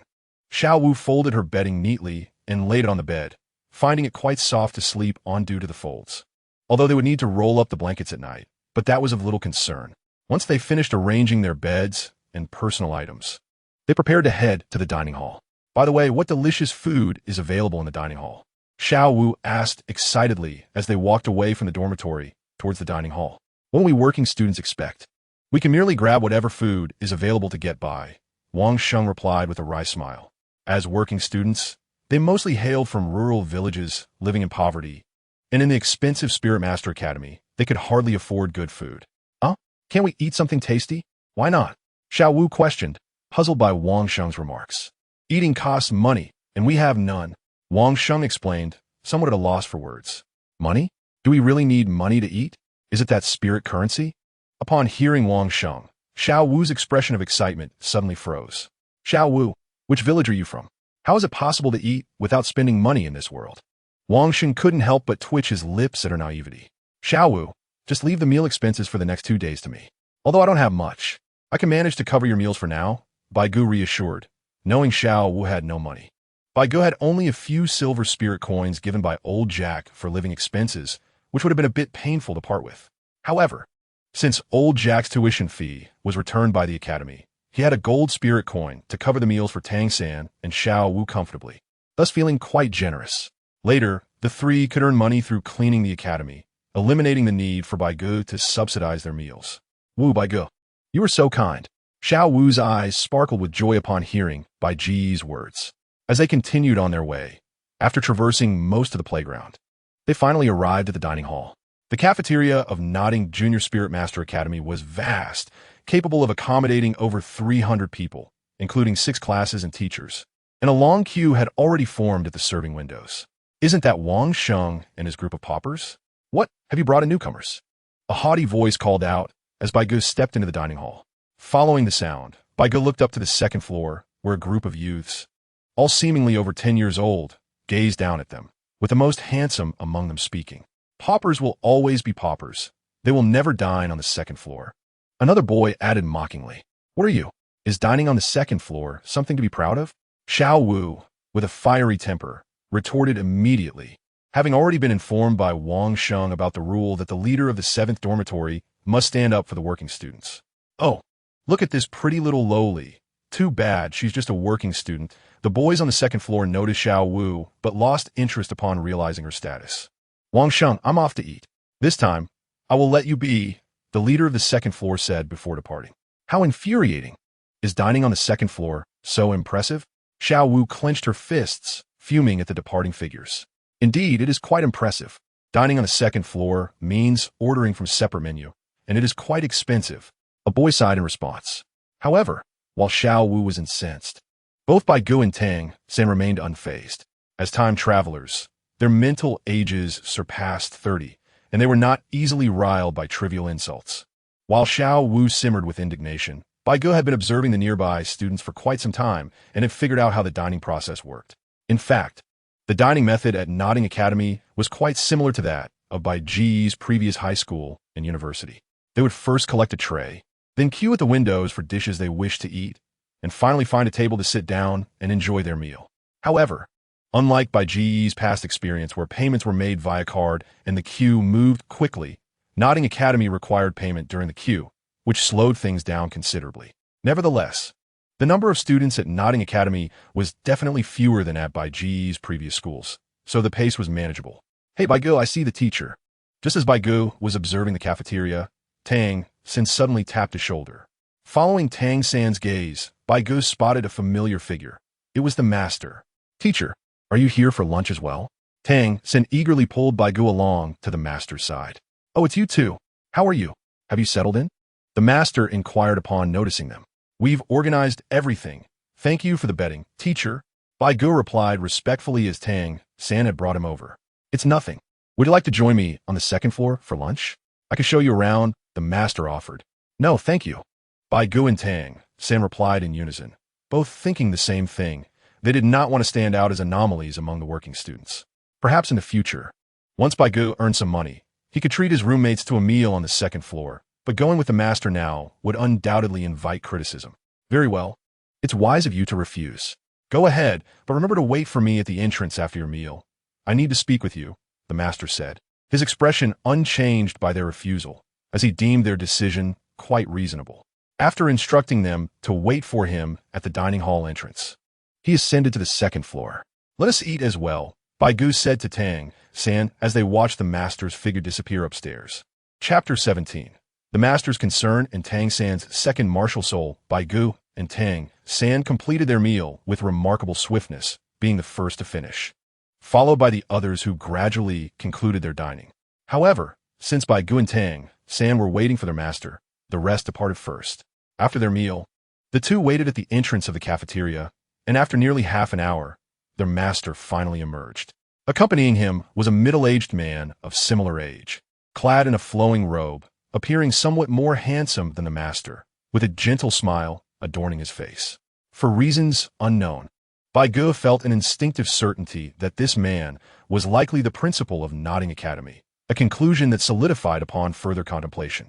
This was due to the fact that the younger faculty members at Nodding Academy generally exhibited a less than favorable attitude towards the master.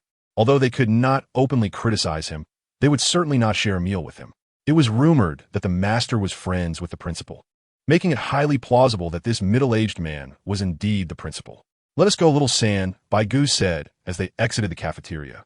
Upon noticing Bai Ge and Tang San at the entrance, the master greeted them warmly. In truth, the master had first noticed Bai Ge, his striking silver hair impossible to overlook. However, in an attempt to appear endearing, he nearly called Bai Ge little Ge, but stopped himself, quickly altering it to little San to salvage the situation. This was precisely why old Jack, Bai Ge's grandfather, consistently referred to him by name rather than adopting the affectionate little Ge as he did with Tang San. Is this the disciple you have taken? The middle-aged man inquired, glancing at Bai Ge and Tang San. Indeed, the master replied with a nod. They appear quite promising. Best of luck to you. The middle-aged man patted the master's shoulder before departing in another direction. Follow me, the master instructed once the middle-aged man had left. As they traversed a significant portion of the playground, the trio eventually arrived at the faculty dormitory building. The teacher's dormitory was situated within the same structure as the student's dormitory, occupying the 4th and 5th floors. However, in a bid to distinguish their status, the school had intentionally placed the entrance to the teacher's dormitory in a different location, at the rear of the student's entrance. Furthermore, while the student's dormitory was located on the 1st to 3rd floors, access to the teacher's dormitory from the student area was impossible unless one could fly. Upon entering the teacher's dormitory area, the master led Bai Ge and Tang San to his quarters. His residence was a modest room in the corner of the top floor, measuring approximately 30 square meters, furnished simply with a bed, a desk, several chairs, and a bookshelf occupying 2 walls, filled with an array of books. However, a large silver box on the desk intrigued Bai Ge. "Very well, have a seat," the master said, settling onto the bed while gesturing for Bai Ge and Tang San to sit. Without hesitation, they each took a chair beside him. "Please eat. You are at a crucial stage of growth, and a poor diet will not suffice." As Bai Ge and Tang San seated themselves, the master unexpectedly retrieved 2 paper bags from within his robe, handing one to each of them. Inside the bags were 2 chicken legs and a bun. "Thank you, teacher," Tang San said, feeling somewhat moved upon seeing the chicken leg and bun. Bai Ge, though accustomed to lavish meals in his previous life, had been born in Holy Soul Village, where conditions were not particularly favorable. Although his grandfather, Jack, was the village chief, indulging in meat was a rarity, especially outside of festivals. The sight of the chicken leg made Bai Ge swallow hard. "Thank you, master," he expressed gratefully, shifting his gaze from the paper bag to the master. The master's pride in taking the trouble to pack food for them was a testament to his genuine concern. "Now, hurry and eat. We have important matters to attend to afterward." The master remained nonchalant in response to their gratitude. Understood. Although both had eaten at the cafeteria, their meal had been rather meager, lacking in nutrition, given that they were both still growing and practicing their cultivation. The sight of the chicken leg and bun reignited their hunger. With the master mentioning the need to complete their meal promptly, they wasted no time, finishing the contents of their paper bags within mere minutes. "Tang San, you are 6 years old, possess innate full soul power, and have twin martial souls. Please unleash your other martial soul so that I may observe it," the master instructed after they had finished their meal, rising from the bed and retrieving a notebook and quill from his robe. "All right," Tang San replied, nodding. Since both the master and Bai Ge were aware of his twin martial souls, he had nothing to conceal.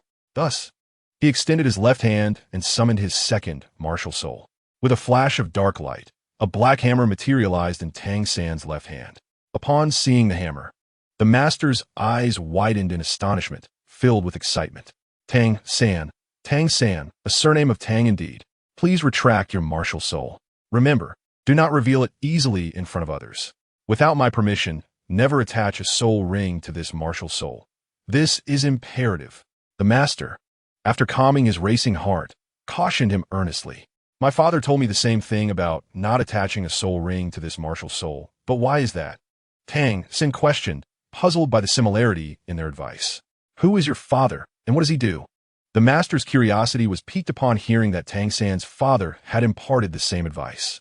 "My father is Tang Hao, the blacksmith in the village," Tang San replied. "Tang Hao." The master's astonishment deepened at the mention of the name. "Do you know my father, master?" Tang San asked, perplexed by the master's reaction. "I do not know him," the master responded, regaining his composure. While he was indeed familiar with Tang Hao, the fact that Tang Hao had not disclosed his true identity to his son meant that the master could not recklessly divulge what he knew. "Today, I have come to discuss a few matters with you. The opening ceremony is tomorrow, and classes will commence the day after. However, you and Bai Ge both possess innate full soul power, and the urgent task at hand is to ensure that your martial souls can continue to be cultivated. After taking you both as disciples this morning, I contemplated the matter thoroughly. Today, let us deliberate on the development direction of your martial souls. Early tomorrow, you will accompany me away from the academy as I take you to find a suitable soul ring, allowing you to advance to the rank of soul master. This way, you will also be able to quickly receive the support from the spirit hall." As Tang San sought to continue his inquiries, the master swiftly diverted the conversation. "We understand, master. However, what is the developmental direction of the martial soul?" Upon hearing the master's words, Tang San's focus was instantly redirected. Chapter 18. The developmental direction of martial souls and the advantages of blue-silver grass. The direction of martial soul development must be addressed through its classification. It is widely acknowledged that martial souls are primarily divided into two categories: beast martial souls and weapon martial souls. This classification is not based on their species, but rather on their manifestation and their functional impact on soul masters. Martial souls that augment a soul master through an attachment are categorized as beast martial souls, whereas those that operate independently as weapons are classified as weapon martial souls. For instance, your plant-based martial souls are categorized as weapon martial souls, the master explained. Yet you still haven't addressed the developmental direction of martial souls. Tang Sen interjected. Do not rush, the master replied with a gentle smile.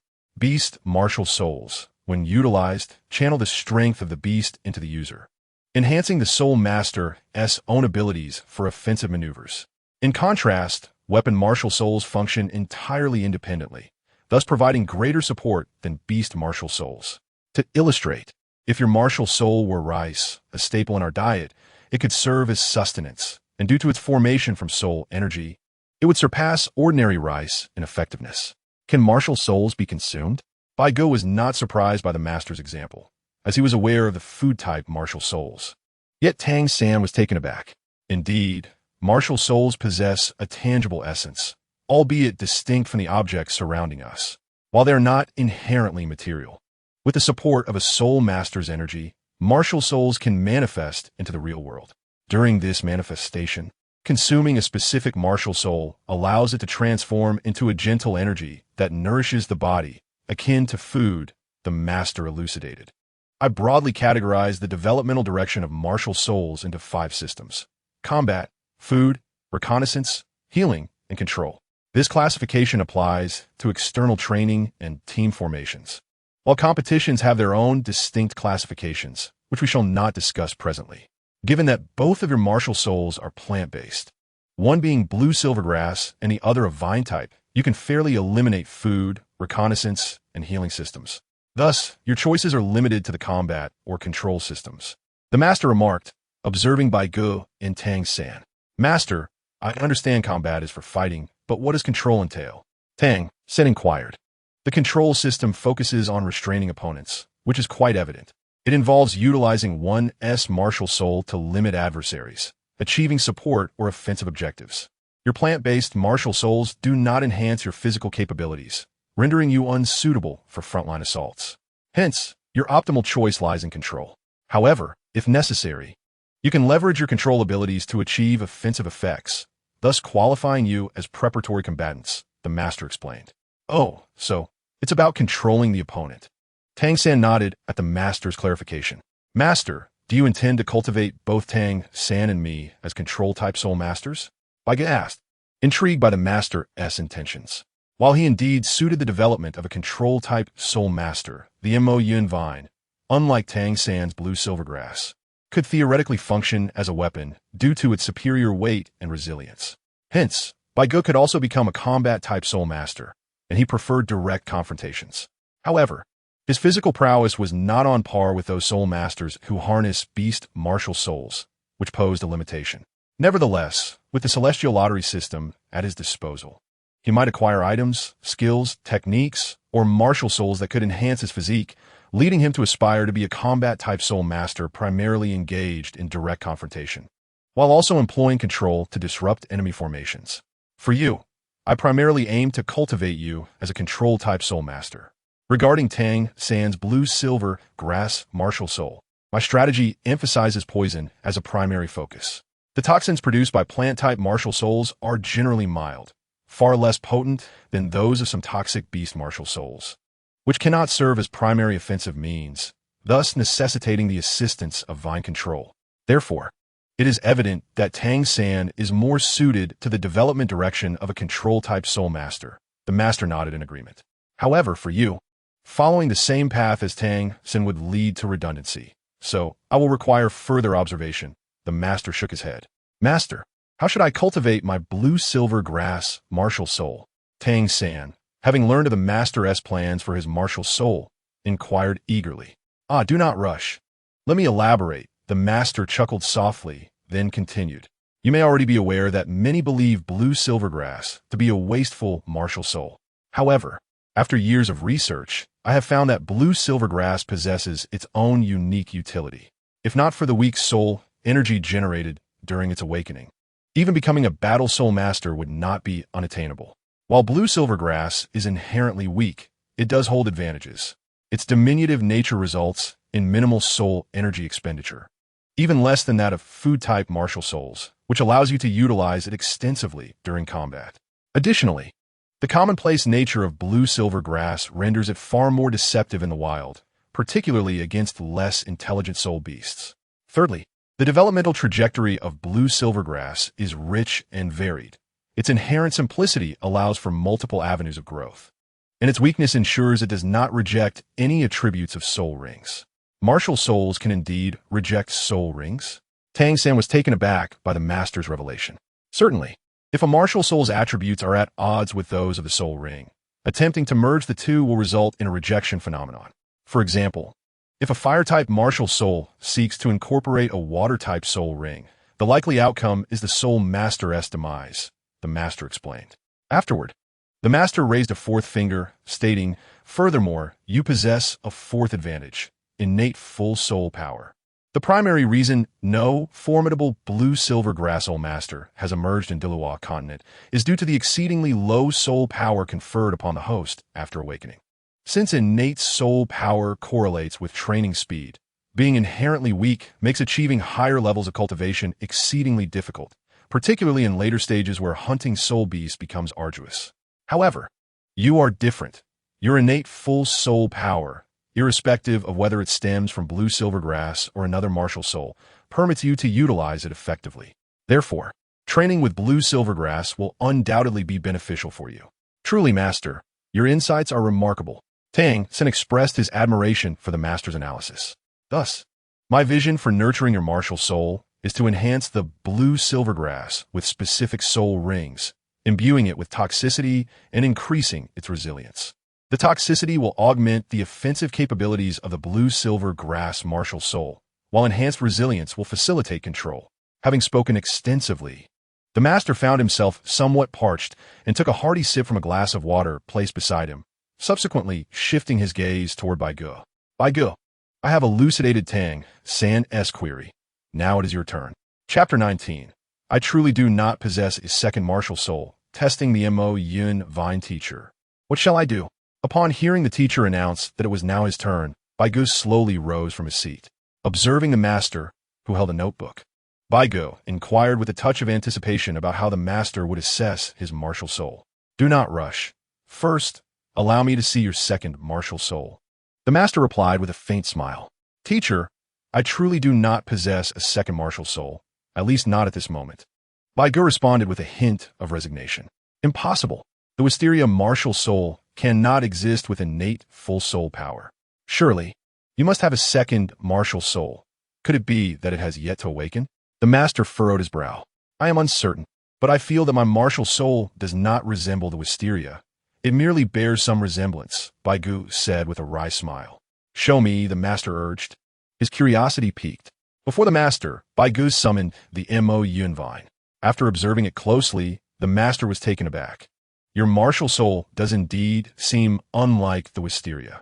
Although the vine's color is similar, the Wisteria is deep purple, while yours is a dark purple. Moreover, the leaves of the Wisteria are pointed, whereas yours are oval. There are indeed distinctions.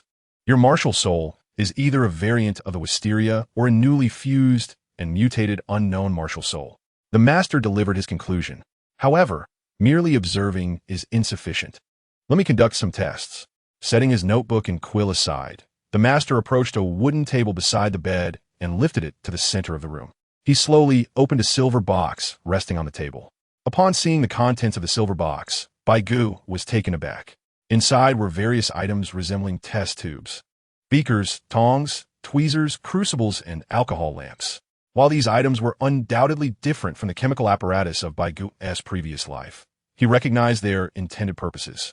These are experimental tools I have employed in the past, capable of measuring certain data regarding martial souls. Based on my years of research on plant-type martial souls, There are primarily four factors that determine their quality. The master began, extending his first finger. First, toxicity.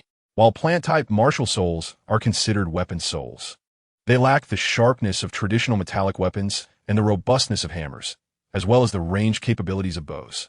In comparison to chain-type martial souls, plant-type souls also fall short in terms of binding strength. Their only distinct advantage lies in their potential toxicity, making it a crucial factor in determining the strength of plant-type martial souls. Second, resilience. Although plant-type martial souls are far less durable than metallic ones, their structural properties grant them superior flexibility. However, the resilience of most plant-type martial souls pales in comparison to that of similarly ranked ropes, making it challenging to restrain powerful beast-type martial souls of the same rank. Furthermore, they are easily severed by sharp weapon souls, such as blades and swords, and thus are often overlooked. Third, resistance. The primary threats to plant-type martial souls arise from ice and fire attacks, and different types of plant souls exhibit varying levels of resistance to these elements. Therefore, I will test your martial soul's tolerance to both fire and corrosion, as I currently lack the means to assess its resistance to ice. Fourth, soul power consumption. Based on my extensive research, I categorize plant-type martial souls into three main types: trees, flowers, and vines. Among these, tree martial souls possess the highest resilience, albeit at the cost of significant soul power consumption. In contrast, flower souls are often utilized for other purposes, while grass souls exhibit the lowest resilience but also the least soul power consumption. Vines, however, strike a balance between resilience and soul power expenditure. Different types of vine martial souls also vary in their soul power consumption. Testing these four aspects will allow for a clear understanding of a plant martial soul's characteristics and quality. Through this experiment, even without knowing the specific type of your martial soul, we can ascertain its attributes and thus determine its future development direction. The master concluded, lowering his hand after extending 4 fingers. Turning his attention back to the array of experimental instruments within the silver box, the master instructed Bai Ge, Xiao-san, "Please step aside. Many of the substances in these test tubes contain hazardous reagents, so be cautious not to injure yourselves." He gently ushered Bai Ge and Tang-san aside, donning rubber gloves as he began extracting the experimental apparatus from the silver box. Perhaps due to his previous experience with such experiments, the master demonstrated remarkable dexterity, quickly arranging the tools on the table until only a few test tubes containing unknown substances remained in the box. Bai Ge, summon your martial soul. After preparing for the experiment, the master turned to Bai Ge, stating solemnly, "Certainly, teacher." Nodding in agreement, Bai Ge summoned the Mo Yun vine martial soul, watching as dark purple vines gracefully emerged from his hand, swaying in the air. "Do not move. I'll be taking a small segment from your martial soul. Do not be alarmed. This will not harm you." The master reassured Bai Ge as he drew a sharp silver dagger before the Mo Yun vine and made a decisive cut. To the master's astonishment, the Mo Yun vine did not sever as anticipated, but emitted a sound reminiscent of blades scraping against one another. Upon closer inspection, he realized that only the outer layer had been breached, revealing a dense array of golden fibrous strands beneath the surface. Witnessing this phenomenon, the master was taken aback. He had never encountered such a scenario before. He had seen many plant-type martial souls, yet none had withstood the full force of a sharp blade's cut. "Teacher, what is the matter?" Tang-san inquired, observing the master's astonished expression with curiosity. "Your martial soul is quite extraordinary. I have never seen such resilience in a plant-type martial soul. It appears the likelihood of your martial soul being a variant of the wisteria is very low," the master remarked with a wry smile, gazing at the silver dagger in his hand. In the realm of Douluo continent, there are instances of ordinary fowls transforming into phoenixes, as well as lizards and serpents evolving into dragon martial souls. However, the concept of a plant martial soul undergoing such remarkable mutation had yet to reach Bai Ge's ears. Thus, it is more probable that Bai Ge's martial soul is a novel fusion variation. Although the possibility of mutation exists, it certainly cannot be the wisteria. The blades I utilize for experimentation are already the sharpest ordinary tools available on the continent, yet despite exerting considerable force, I merely managed to pierce the superficial layer of Bai Ge's martial soul. This was merely the initial state of Bai Ge's martial soul. I can scarcely imagine how resilient it will become as Bai Ge's strength amplifies in the future. Observing Bai Ge's calm demeanor, the master could only exclaim, "The youth is formidable." With such remarkable resilience, this plant-type martial soul stands at the pinnacle of its category. Even a soul master wielding a weapon-type martial soul of the same rank might struggle to sever Bai Ge's plant martial soul with ease. Although Bai Ge possesses only a single martial soul, and despite Tang San also being endowed with innate full soul power, the master perceives Tang San's dual martial souls as inherently superior to Bai Ge's. However, it is now apparent that Bai Ge is not significantly inferior to Tang San. This plant martial soul, exhibiting such resilience, not only possesses formidable control capabilities, but also wields great destructive potential as a weapon. After this reflection, the master resumed his cutting. After sawing back and forth with a silver short knife on the exposed surface of the Mo Yun vine, he finally succeeded in detaching a small segment. Although the toxicity of your martial soul may have been tested previously, for the sake of thoroughness, I have decided to conduct another test. Addressing Bai Ge, the master explained while retrieving a piece of paper that resembled silver foil, glimmering with a faint silver light. This paper is a toxin detection strip, crafted from the shed skin of a soul beast known as the poisonous silver toad, which is known for its ability to absorb toxins. Any toxic substance that comes into contact with this paper will cause it to turn black. Regrettably, this reaction is unidirectional, and thus the paper can only be used once. Rubbing the severed Mo Yun vine against the toxin detection strip, the master lamented, "It hasn't turned black. It appears to be genuinely non-toxic." After a considerable duration of rubbing, the detection strip remained pristine, showing no signs of discoloration. The master felt no regret, as he believed it to be far simpler for a plant-type martial soul to possess toxins than to enhance its resilience.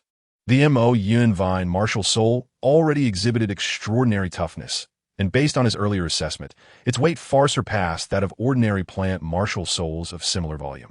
The substantial weight contributes to high offensive power, and combined with its remarkable resilience, the Mo Yun vine martial soul is poised to excel in both control and attack. Now, the master was primarily interested in discovering the soul power consumption of the Mo Yun vine martial soul. Chapter 20. The most powerful plant martial soul, named Mo Yun vine. After completing the toxicity test, the master removed his rubber gloves, picked up the notebook and quill resting on the bed, and began to diligently record the data. Once he documented Bai Ge's toxicity assessment results, he returned the notebook and quill to their place and instructed Bai Ge, "Bai Ge, summon your martial soul once more." "Certainly, master." Slowly extending his right hand, Bai Ge summoned the Mo Yun vine martial soul again, the black-purple tendrils unfurling once more before the master. As this was a subsequent summoning, the Mo Yun vine was now in pristine condition. The master gently secured the tip of the Mo Yun vine with his gloved hand and once again employed the sharp silver short knife for cutting. After nearly 10 repetitive cuts, the master procured another experimental sample. In truth, the previous sample was still usable. However, to avoid any unnecessary complications, the master opted for a fresh specimen.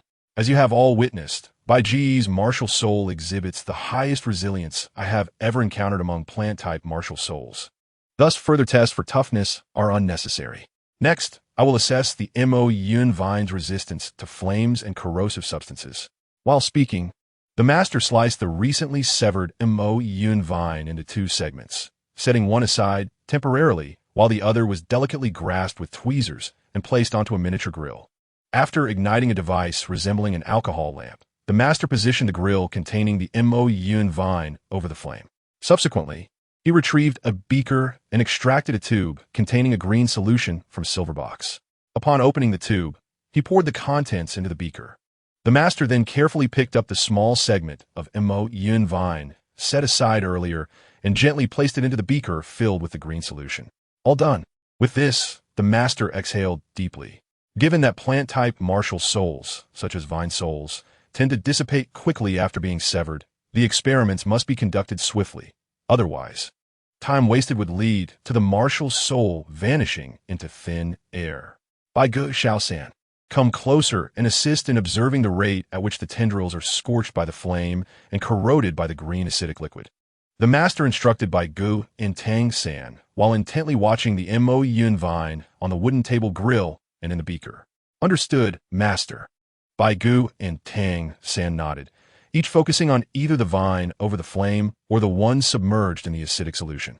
Although Bai Ge was aware that the Mo Yun vine, being a stellar-level botanical entity, would ultimately be impervious to flames and harsh environments when reaching its full potential, his current Mo Yun vine martial soul was still in its nascent stage. Thus, Bai Ge remained uncertain about the various metrics of his martial soul, rendering him highly attentive to the master's experiment.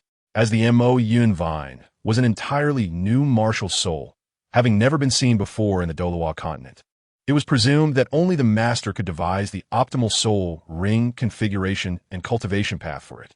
According to my research, plant-type martial souls, once severed from their core, can sustain existence in the external environment for approximately 2 to 3 minutes without the intervention of a soul master before beginning to dissipate. Therefore, I need you to observe when the tendrils and the flames ignite, when they begin to vanish, and the extent of corrosion observed in the tendrils submerged in the acidic solution within 1 minute. The master continued to scan between the Mo Yun vine and the flames and that in the acidic solution while issuing further instructions. Yes. Bai Ge and Tang San nodded and began their silent observation. Half a minute passed, then a minute, then 3.5 minutes, and 5 minutes elapsed. Yet the Mo Yun vine showed no signs of dissipating. Master, it has been 5 minutes. Why has Bai Ge's martial soul not yet vanished?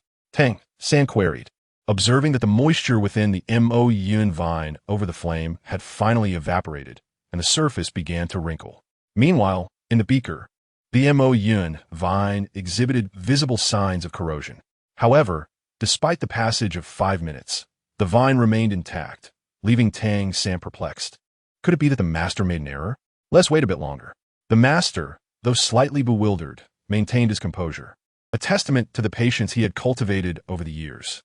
As the master continued to observe the Mo Yun vine amidst the flames and acidic liquid, his mind was engulfed in contemplation.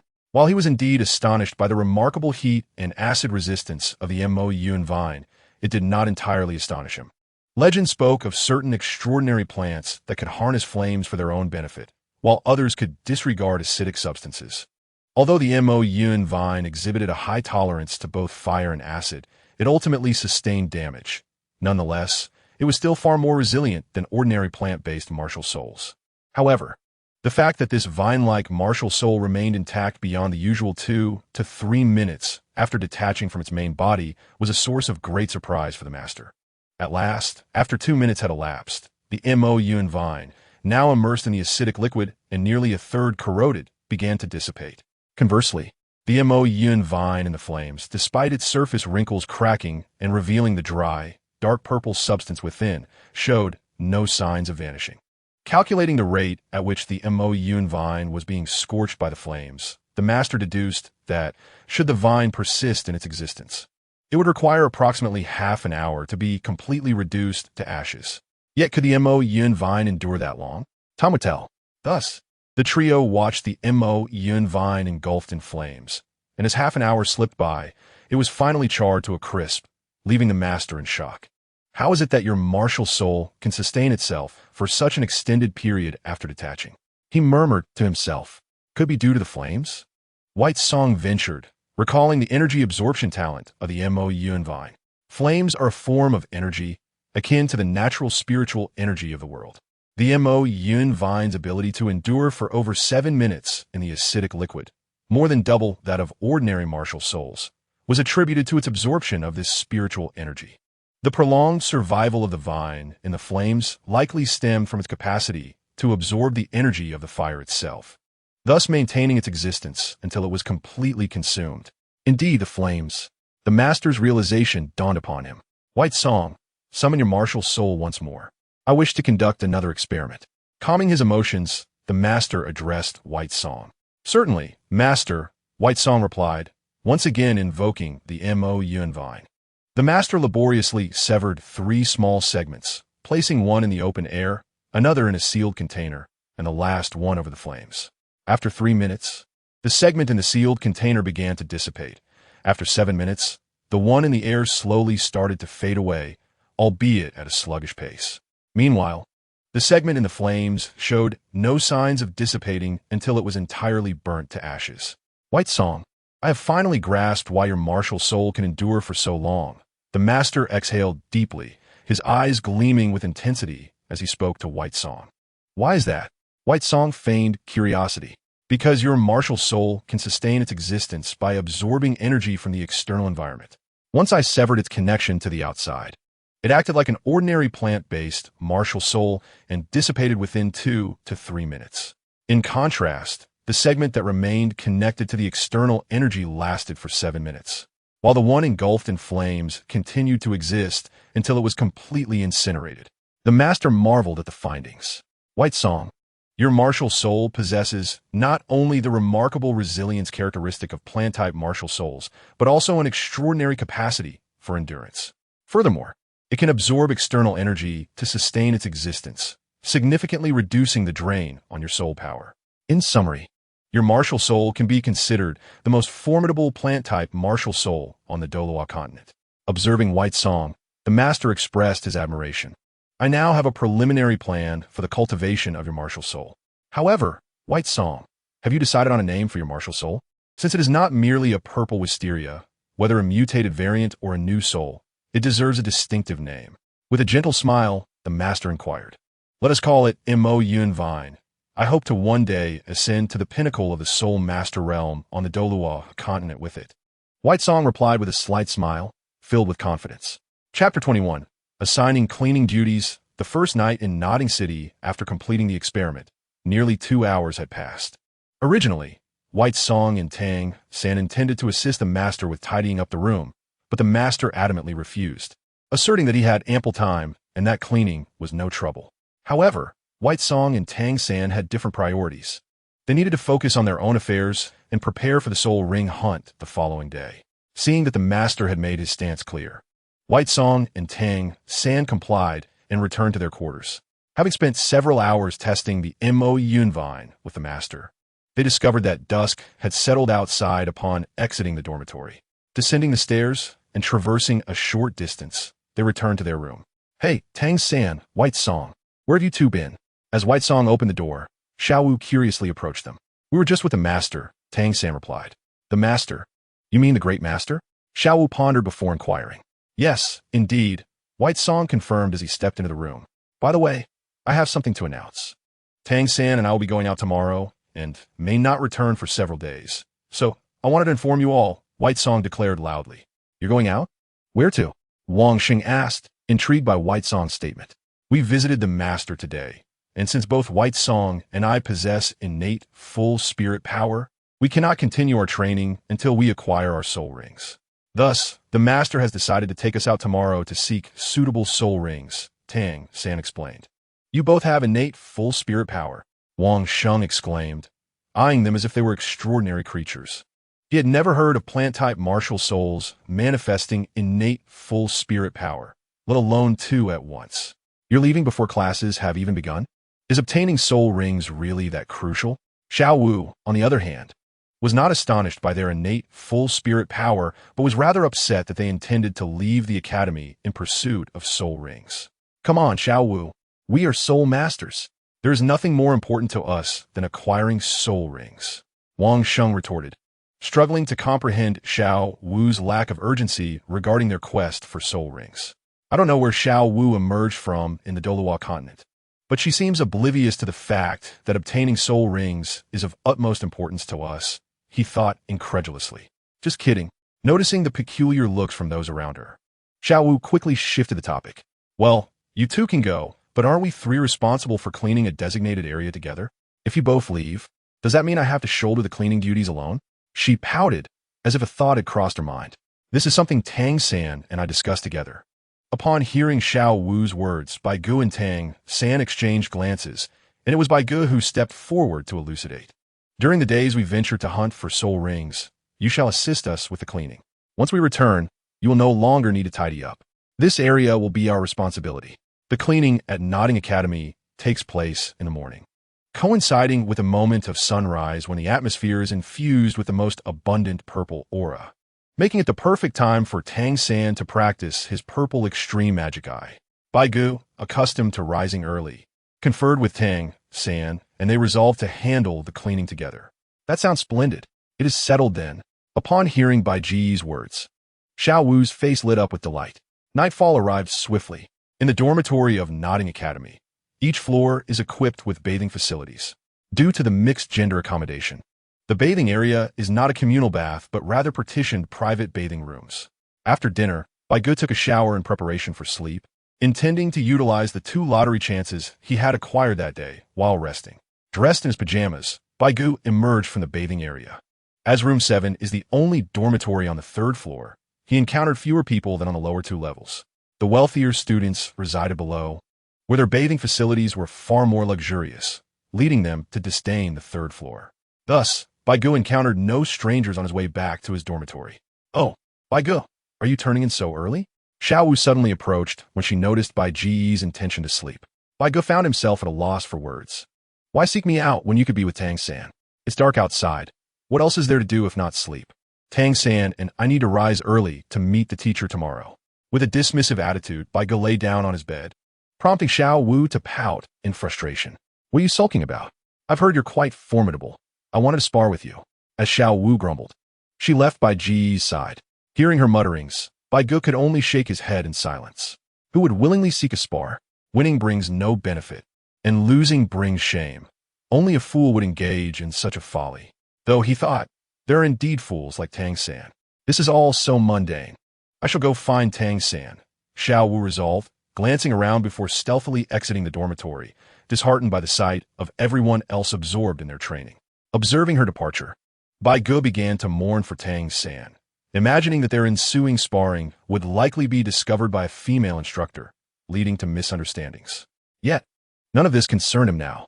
It was time for his lottery draw. Remembering the 2 lottery chances he had yet to use, he felt that after his shower, though not a ceremonial cleansing, he had surely rid himself of any impurities, and thus, he hoped for a more rewarding outcome. In his heart, he silently prayed, "Heaven above, earth below, grant me a stroke of luck." Chapter 22. Double Draw, Master-Level Culinary Skills, and Dragon Elephant Prajna, Skill. The night had deepened, and the luminous full moon ascended into the sky, adorned by a tapestry of twinkling stars. In the dormitory of Nodding Academy, Room 7, Xiao Wu had yet to return since seeking out Tang San. Based on her earlier mutterings, Bai Ge surmised that she had gone to spar with him.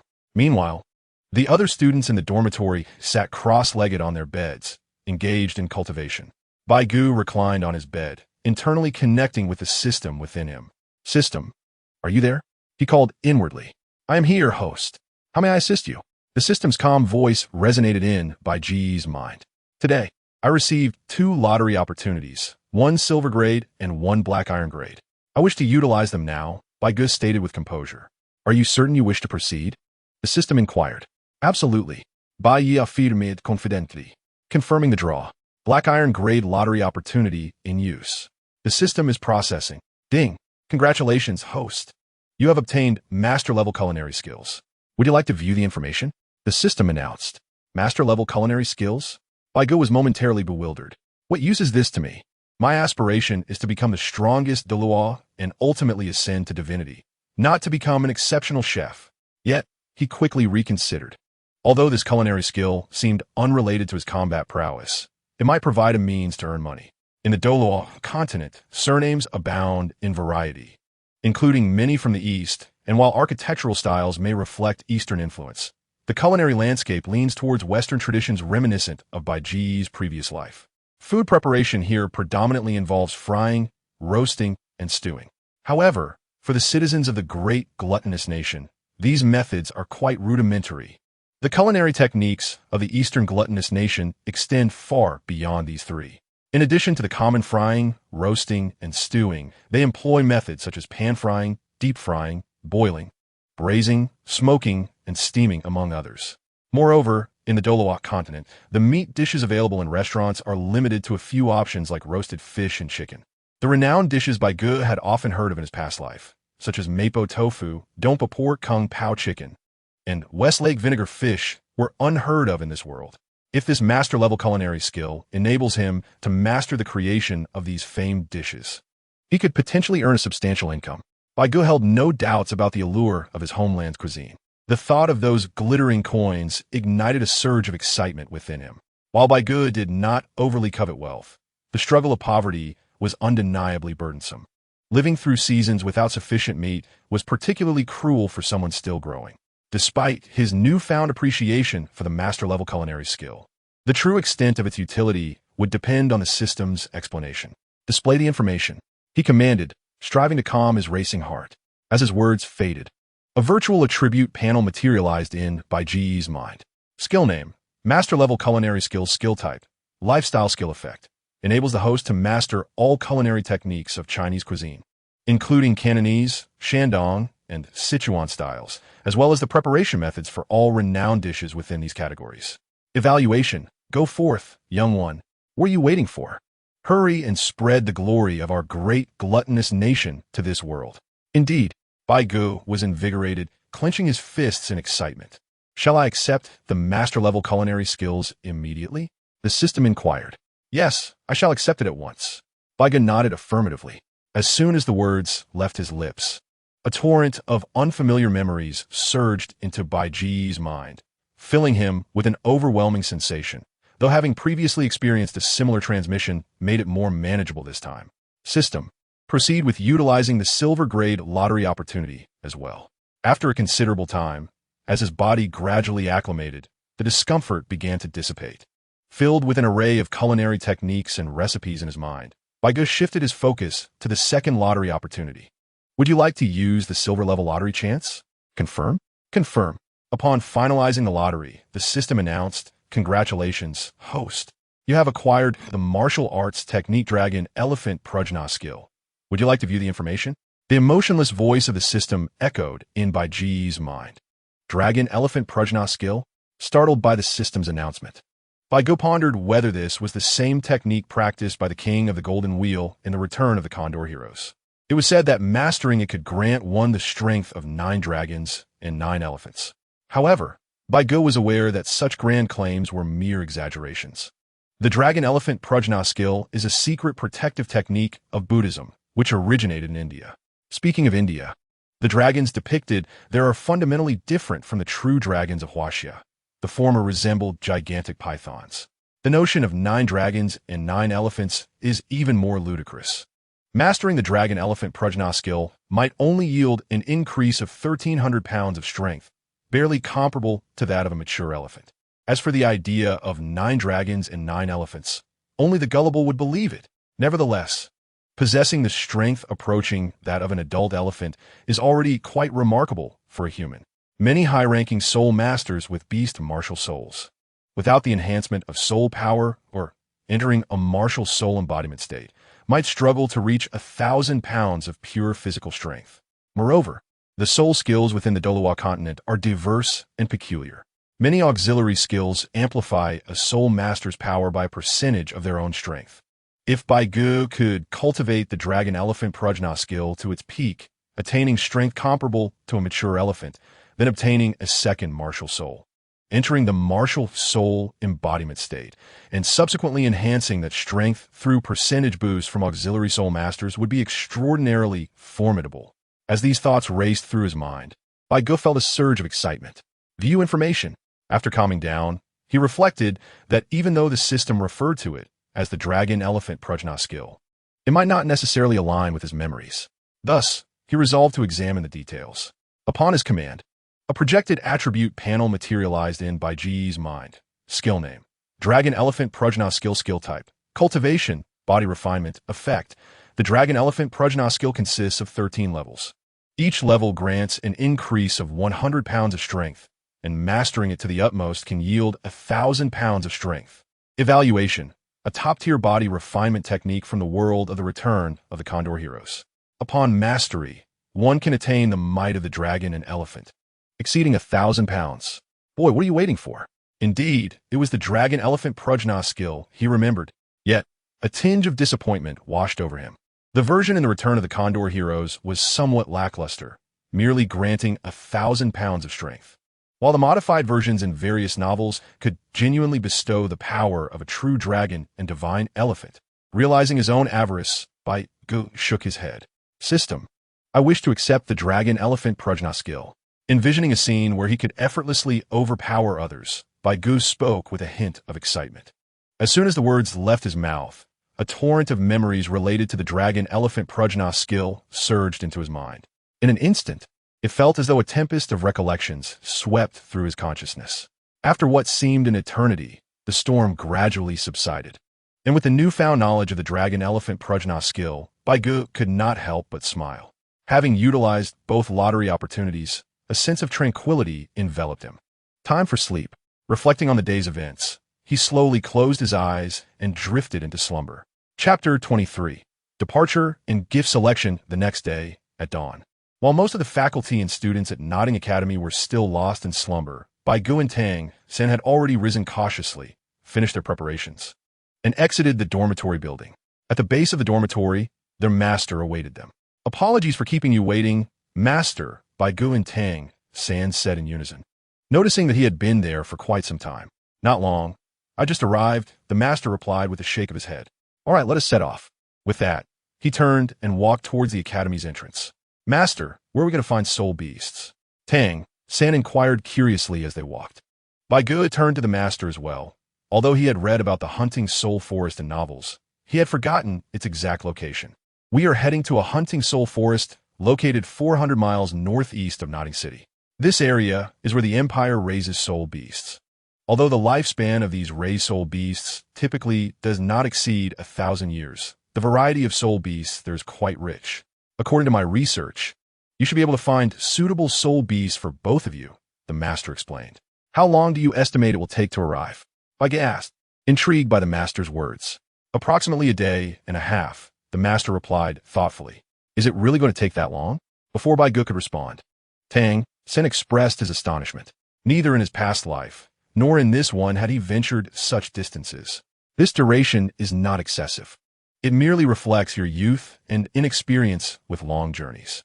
As you grow, you will undoubtedly encounter even greater travels, the master said, his expression tinged with nostalgia, as if recalling his own past. Since we are embarking on such a lengthy journey, Master, would you share some knowledge about soul masters and soul beasts along the way? Although Bai Ge was knowledgeable about many secrets of the Douluo continent, he realized he was still a novice regarding the fundamental principles of the soul master realm. Seizing the opportunity, he made the suggestion. Certainly, I'll start with the basics. Once we are on the road, I will elaborate further. Since we are headed to the hunting soul forest, where encounters with soul beasts are inevitable, I will first explain the knowledge regarding soul beasts. Firstly, regarding the strength of soul beasts, unlike humans, soul beasts do not cultivate or absorb soul rings. They can only accumulate power over time. Therefore, in the realm of soul masters, soul beasts are categorized into 10-year, 100-year, 1,000-year, 10,000-year, and 100,000-year soul beasts. The definitions are straightforward. A soul beast with 10 years of cultivation is a 10-year soul beast. 100 years corresponds to a 100-year soul beast, and so forth. However, it is important to note that a soul beast with 100 years of cultivation does not necessarily mean it has lived for 100 years.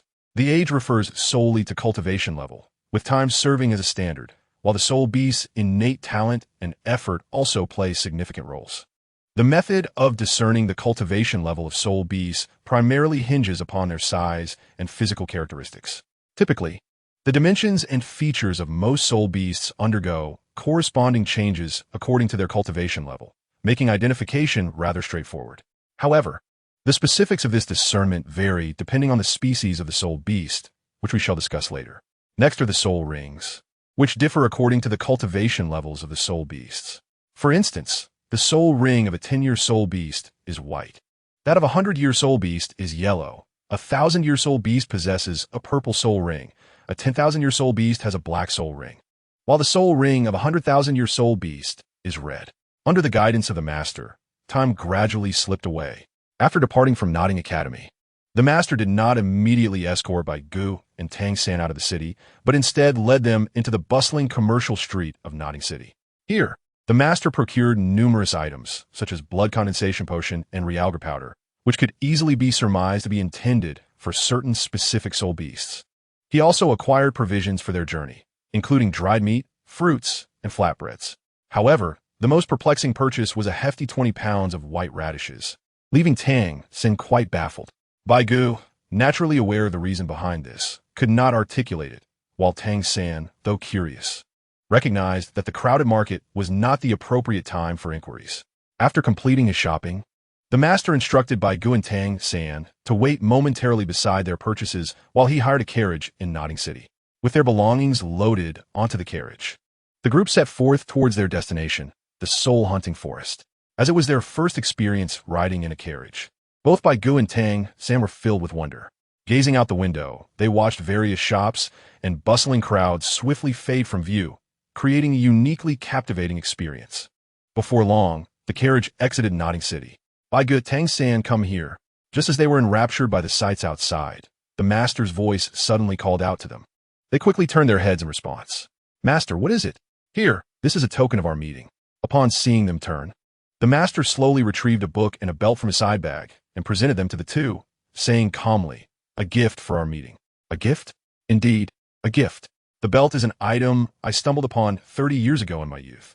While it may appear ordinary, it is, in fact, a top-tier soul guiding device, capable of storing items. By infusing it with one's soul power, each jade stone could provide 1 cubic meter of storage space for various belongings.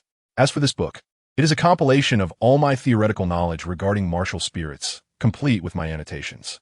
Though it may not bear significant value, it encapsulates the essence of my knowledge.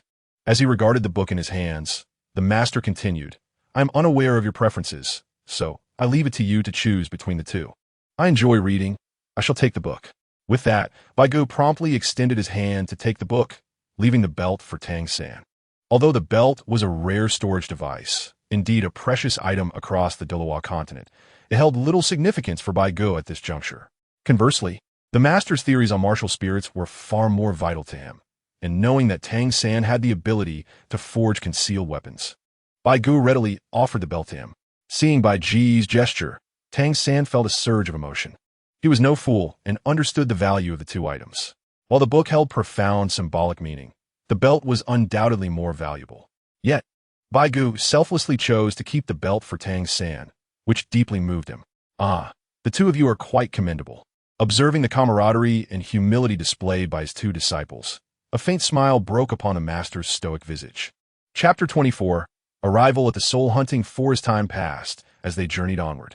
After a full day and night of travel, the carriage finally reached its destination, the soul-hunting forest, by midday the following day. Upon disembarking, they were met not with an endless expanse of forest, but rather a bustling marketplace, which was quite normal given that while it is called a forest, the soul-hunting forest is essentially a hub for soul rings. In the Douluo continent, the wealthiest individuals are soul masters. However, successfully acquiring soul rings is no simple feat. It requires preparation and assistance. Consequently, many related professions have emerged. These professions rely on the soul masters, yet there are relatively few of them on the continent, which means those who choose such careers must often wait in key locations, like the marketplace outside the soul-hunting forest. Where there are individuals, opportunities arise, hence the existence of this marketplace at the outskirts of the soul-hunting forest. After all, people need to make a living, and marketplaces are inherently products of convenience. Let us proceed. With a determined stride, the master led the way into the marketplace. As they walked among the myriad shops, the variety of goods on offer was far more extensive than that of Notting City, albeit at much higher prices, often double, which left one astonished. Not far from the marketplace, numerous voices called out for groups to hunt soul beasts, which, according to the master's explanations, were unprofessional hunting teams. True hunting teams cannot simply be formed at will. They must consist of at least 5 roles: defensive, offensive, agile, food, and supportive soul masters, who must have built trust and bonds over years of collaboration.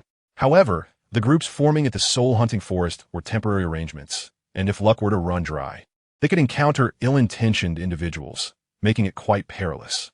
Having traversed the marketplace, the true soul-hunting forest finally unfolded before the trio. Bai Ge stood in awe at the vast, seemingly endless expanse of forest before him. This was merely the lowest tier of the soul-hunting forest. It was difficult to fathom the enormity of the Stardow Forest and the Sunset Forest, which were even larger. As they approached the entrance of the soul-hunting forest, The master produced a token and led by Go and Tang San briskly towards the entrance. Surrounding the forest was a tall, iron fence. Given the vastness of the soul-hunting forest, it was hard to imagine how such a formidable and extensive fence was constructed. Beyond the fence, squads of well-equipped soldiers patrolled with a stern demeanor, maintaining vigilant vigilance. The master approached the entrance with the token in hand. Upon being stopped by the captain of the soldiers stationed there, he presented the token. After examining it closely, the captain's eyes shone with reverence, and he quickly returned the token to the master, cordially instructing the soldiers to clear the pathway, personally opening the entrance to the soul-hunting forest to welcome the master inside. Upon entering the soul-hunting forest, Bai Ge felt as though he had stepped into another realm. The clamor of the marketplace faded entirely, leaving only the tranquil sounds of birds and insects in his ears. Surrounded by towering trees, the forest floor was adorned with clusters of unfamiliar flora. Among these plants, there were surprisingly few shrubs. Instead, most resembled flowers yet stood significantly taller than ordinary blooms. The dense canopy of the soul-hunting forest obscured sunlight, casting a dim light throughout the woods, where these enigmatic floral-like plants emitted a faint, ethereal glow, creating a dreamlike atmosphere. Despite successfully entering the soul-hunting forest, the master wore a grave expression rather than one of joy. Bai Ge, Tang San, be vigilant. This forest is not safe. Stay close to me and do not wander off, he cautioned, surveying the surroundings with care. Understood, Master. Bai Ge and Tang San nodded, aware of the necessary precautions in such an environment. Come forth, Luo San Pao. After instructing them, the master did not immediately proceed into the forest, but slowly extended his right hand, whispering. As his voice faded, a purple light emerged from the master, landing on the ground, revealing an unusual purple creature before Bai Ge. This peculiar being, approximately 1.5 meters in length, bore a dog-like appearance, with soft lavender fur, drooping large ears, and bright blue eyes. Its stout body resembled that of a small pig, evoking a sense of oddity, yet undeniable cuteness. Upon seeing the master, the creature expressed immense excitement, scampering to rub its large head against the master's leg. Bai Ge, Tang San, do not be startled. This is my martial spirit, Luo San Pao, or simply San Pao, the master explained, noticing their puzzled expressions. But master, didn't you say that beast martial spirits manifest as attachments? Tang San inquired, astonished. The master sighed with a wry smile. Indeed, San Pao is a beast martial spirit, but unlike Bai Ge's Mo Yun Tong, San Pao's mutation has taken a less favorable turn. When first awakened, my soul power was only at half level. Otherwise, I would not be limited to a lifetime of soul power that could never exceed level 30, relegating me to theoretical studies of martial spirits. Forgive me, master, for bringing up such painful memories. Tang San quickly apologized upon seeing the master's melancholy expression. It's all right.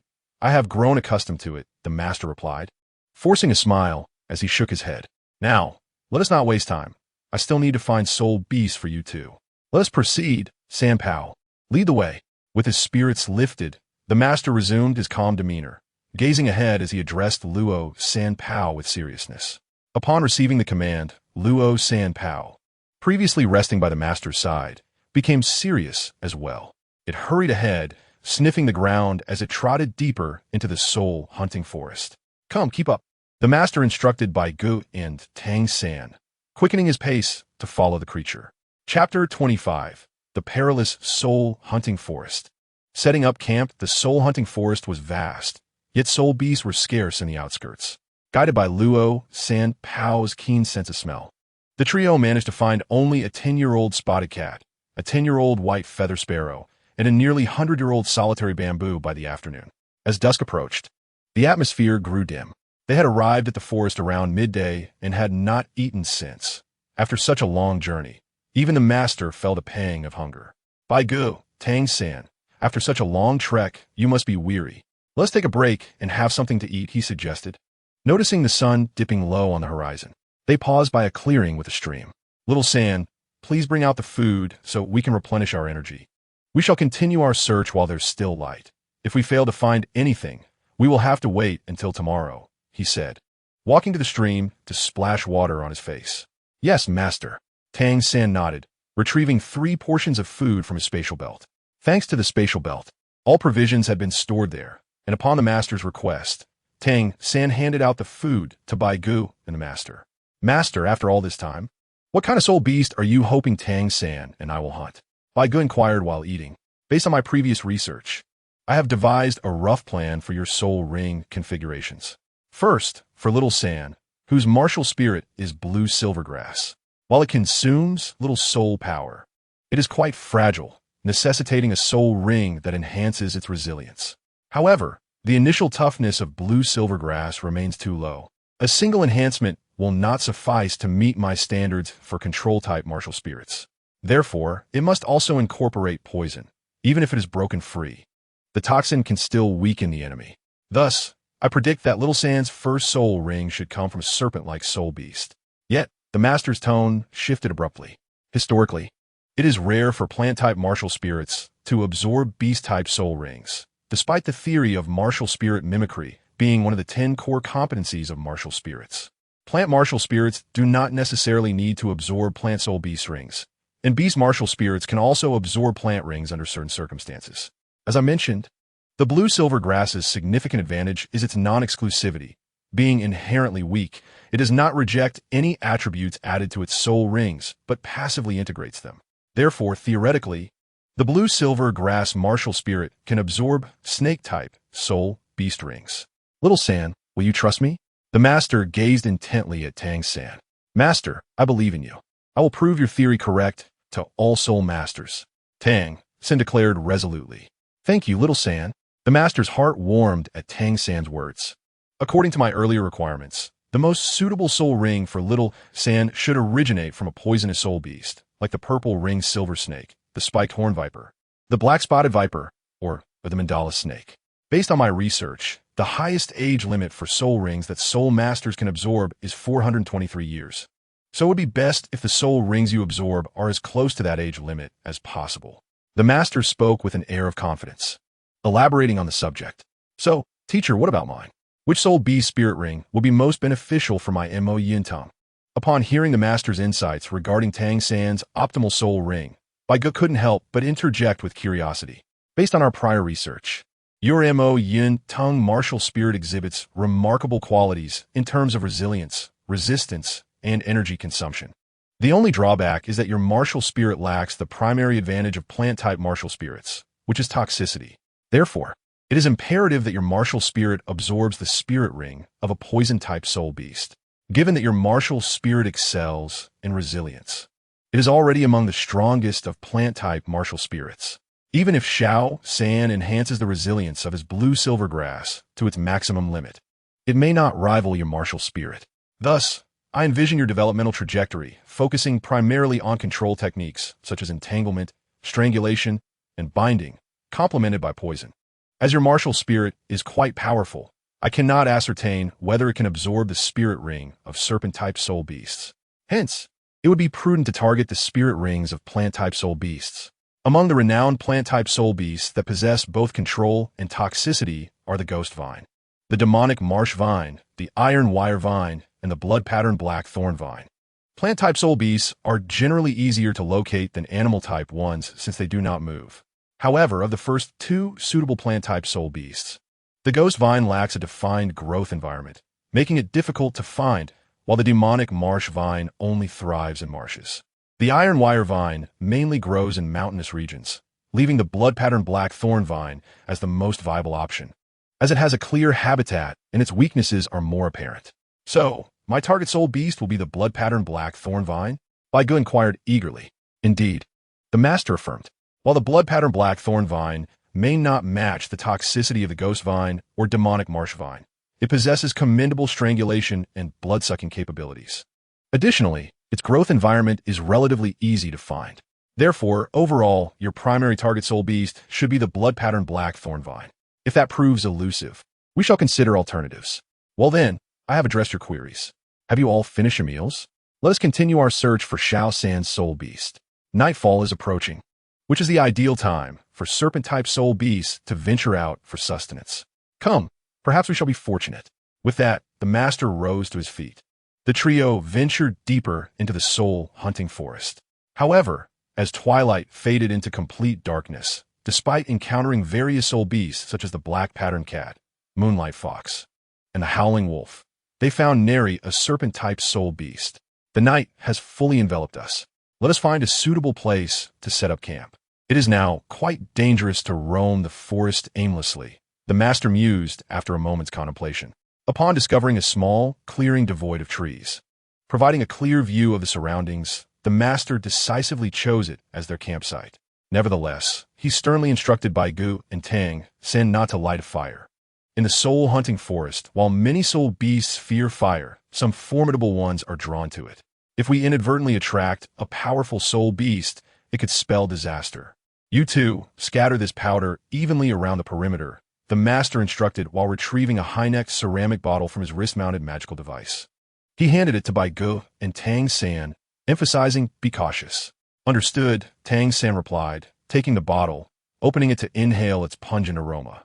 Bai Ge, even without proximity, deduced that the contents were primarily composed of realgar powder, intended to repel snakes, insects, and rodents. The two proceeded to the edge of the clearing, with Tang San on guard while Bai Ge meticulously sprinkled the realgar powder around the campsite. After their preparations were complete, the three settled down to rest.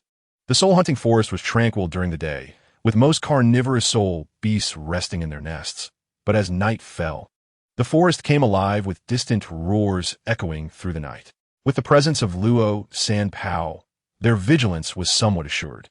Seizing the opportunity, the master began to question Bai Ge and Tang San about the soul beasts they had encountered that day. With each mention, he elaborated on their characteristics and methods of identification. Although Bai Ge remembered the names of the soul beasts encountered throughout the day, the specifics regarding their characteristics and identification methods had become somewhat muddled. The master's recap served to reinforce Bai Ge's understanding. After imparting his lessons for the day, the master urged Bai Ge and Tang San to practice diligently. Prompted by the master, the two settled into a meditative position on the ground to cultivate their soul power. Observing them, the master felt a twinge of nostalgia. While Bai Ge sat alongside Tang San, he did not engage in the cultivation of the Mingyu Gong, but rather focused on the dragon-elephant Prajna Gong he had acquired 2 nights prior. Given the precarious environment of the soul-hunting forest, Bai Ge needed to exhibit immediate strength. However, he had reached a bottleneck in his cultivation of Mingyu Gong. While further practice would yield an increase in true energy, it would manifest as inertia, rendering it unusable. In contrast, although Bai Ge would not achieve significant progress in the dragon-elephant Prajna Gong after just 1 night, employing this body-refining technique to adjust his blood flow would undoubtedly elevate his physical condition to an optimal state. Suddenly, a call from Luo San Pao snapped Bai Ge and Tang San out of their meditative state. "Teacher, is something approaching?" Bai Ge inquired, blinking awake to see a patch of green luminescence in the distance.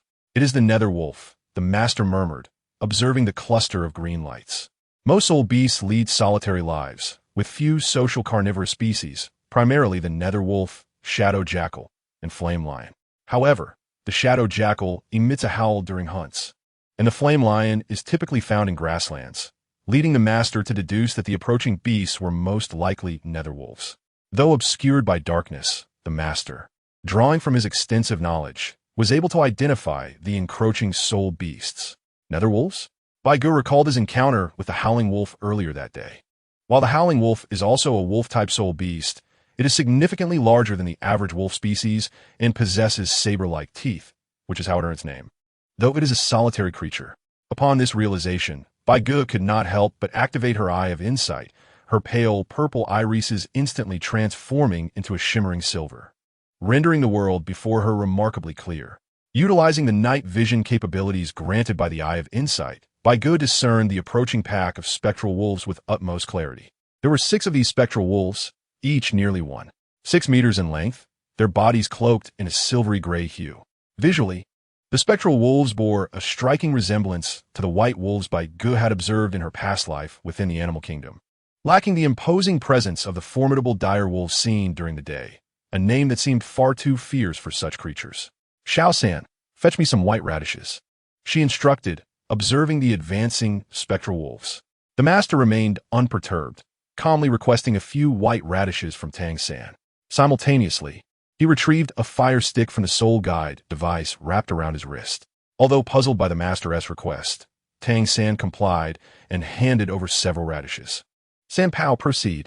The master commanded as he received the radishes from Tang San and tossed one towards Luo San Pao, while simultaneously throwing the fire stick towards the spectral wolf pack. The fire stick ignited in the wind and illuminated by its flickering light. The master was able to ascertain the true nature of the spectral wolves. To his surprise, they were merely a pack of level 10 wolf pups, daring to challenge him. San Pao, let them understand consequences. The master could not suppress a smirk upon realizing the spectral wolves were merely younglings. After consuming the white radish and hearing the master's words, Luo San Pao let out a low growl, accompanied by a sound akin to a howling hurricane. His already plump belly began to expand at an astonishing rate, resembling a balloon inflating. Fart! Thunder! Luo San Pao. Upon witnessing Luo San Pao's readiness, the master bellowed, raising his hand to summon a yellow soul ring that enveloped Luo San Pao. Once adorned with the soul ring, Luo San Pao's bright blue eyes gleamed, and as the ring rapidly spun around him, he leapt into the air, his rotund form executing a graceful flip before unleashing a thunderous explosion. Boom! Like a cannon blast. A colossal yellow energy sphere erupted from Luo San Pao, hurtling towards the spectral wolves. The impact sent the entire pack flying, scattering them into the distant forest. Take this. Put on quickly. As the massive yellow energy sphere detonated upon striking the spectral wolves, it unleashed a shockwave that surged outward. The force of the blast reached the campsite where Bai Ge and the others were situated. Realizing the urgency, the master swiftly produced 3 masks, donning one himself while offering the others to Bai Ge and Tang San. Recalling Luo San Pao's peculiar abilities, Bai Ge hastily put on her mask, and Tang San instinctively followed suit. We should be fine now, right? She murmured as the whimpering sounds gradually faded into silence, indicating the spectral wolves had retreated. Wait, do not let your guard down, the master replied sternly. We've made quite a commotion, and it's possible that other soul beasts have been attracted. Stay vigilant. With that, he suddenly produced 2 daggers, handing them to Bai Ge and Tang San. Due to the darkness and the need to remain alert for potential attacks from soul beasts, Bai Ge did not scrutinize the daggers closely, merely accepting them. I had intended to give these to you earlier, but I forgot due to wanting to test you. The soul-hunting forest is perilous, and even I cannot guarantee your safety. If any unforeseen circumstances arise, you must be able to protect yourselves, the master stated, keeping his gaze fixed on their surroundings. Teacher, it seems you were right, Bai Ge remarked, her expression suddenly turning grim as the system's alert echoed in her mind. Ding! The system has detected a 398-year-old soul beast. The mandala snake approaching. Task issued. First blood. As a transmigrator, one must experience bloodshed to gain growth. Please assist in killing or help kill the formidable mandala snake. Task reward. 1 silver-level lottery opportunity. Chapter 27. A desperate battle, united against the snake. Teacher, it seems something is approaching, Tang San said, his eyes glimmering with a faint purple light as he peered into the unknown forest, his unease palpable. Suddenly, a rustling sound echoed from afar, followed by a noise reminiscent of scales scraping against the ground, accompanied by a sweet, metallic scent wafting through the air. Poisonous substance. Tang San exclaimed upon detecting the sweet smell. Luo San Pao also began to emit urgent cries. There it is, a giant snake. In the darkness, aided by her eye of insight, Bai Ge spotted a massive triangular emerald green snake head partially concealed among the foliage, 2 scarlet points gleaming like ghostly flames. Upon hearing Bai Ge's warning, Tang San quickly retrieved a fire stick and hurled it in the direction she indicated. In an instant, flames erupted, revealing the enormous snake head before the trio. It's the mandala snake. The master gasped, taken aback by the sight of the snake's head illuminated by the firelight. Teacher, is that the mandala snake you mentioned earlier? Tang San inquired, his voice laced with concern. Indeed, but it is nighttime, and we were the ones who stumbled upon the mandala snake first. Had we discovered it first, with my preparations, we might have devised a plan to eliminate it. However, in our current predicament, it seems impossible to contend with it, the master replied, a bitter smile gracing his lips. I hope it's merely a 10-year-old one. But judging by the size of the snake head, It's likely at least 100 years old. Taking a deep breath, the master's expression grew serious once more. Xiao-san, Bai Ge, let me impart a principle to you. When one possesses numerous soul rings and bones, one should unleash their full power. When one has few, do not hesitate to flee. Here, rings refer to soul rings, and bones refer to soul bones, which I will explain later. This means that when your quantity of soul rings and soul bones significantly exceeds that of your opponent, you should utilize your soul skills and power to the fullest to crush them. Conversely, when your soul rings and bones are clearly fewer, do not hesitate. Run. The mandala snake is over 100 years old, and in the dark, we cannot hope to match it. We must take advantage of its hesitation regarding the yellow powder we spread and make our escape swiftly. Remember, once we enter the forest, we must split up to increase our chances of survival. At this point, a bitter smile crept upon the master's lips as he lamented his misfortune. Throughout his life, he had never encountered smooth sailing. What was meant to be a lesson on 10-year-old spectral wolves had instead attracted a 100-year-old mandala snake. Truly a stroke of bad luck. Teacher, we still have a chance, Bai Ge said, her heart steady as she gazed at the mandala snake. Humans cannot outrun beasts. If they separated, one would inevitably perish. In this dire situation, they could only choose to make a stand. The master's pessimism stemmed primarily from the darkness of night, which severely limited human vision. However, Bai Ge and Tang San were not ordinary individuals. Tang San possessed the purple extreme magic eye, granting him night vision, while Bai Ge had the eye of insight, also affording him the ability to see in the dark. Thus, the shadows posed little threat to them in the short term. Furthermore, both Bai Ge and Tang San were not typical children. They were martial artists who had honed their skills, and, compared to Bai Ge, Tang San excelled in the art of hidden weapons.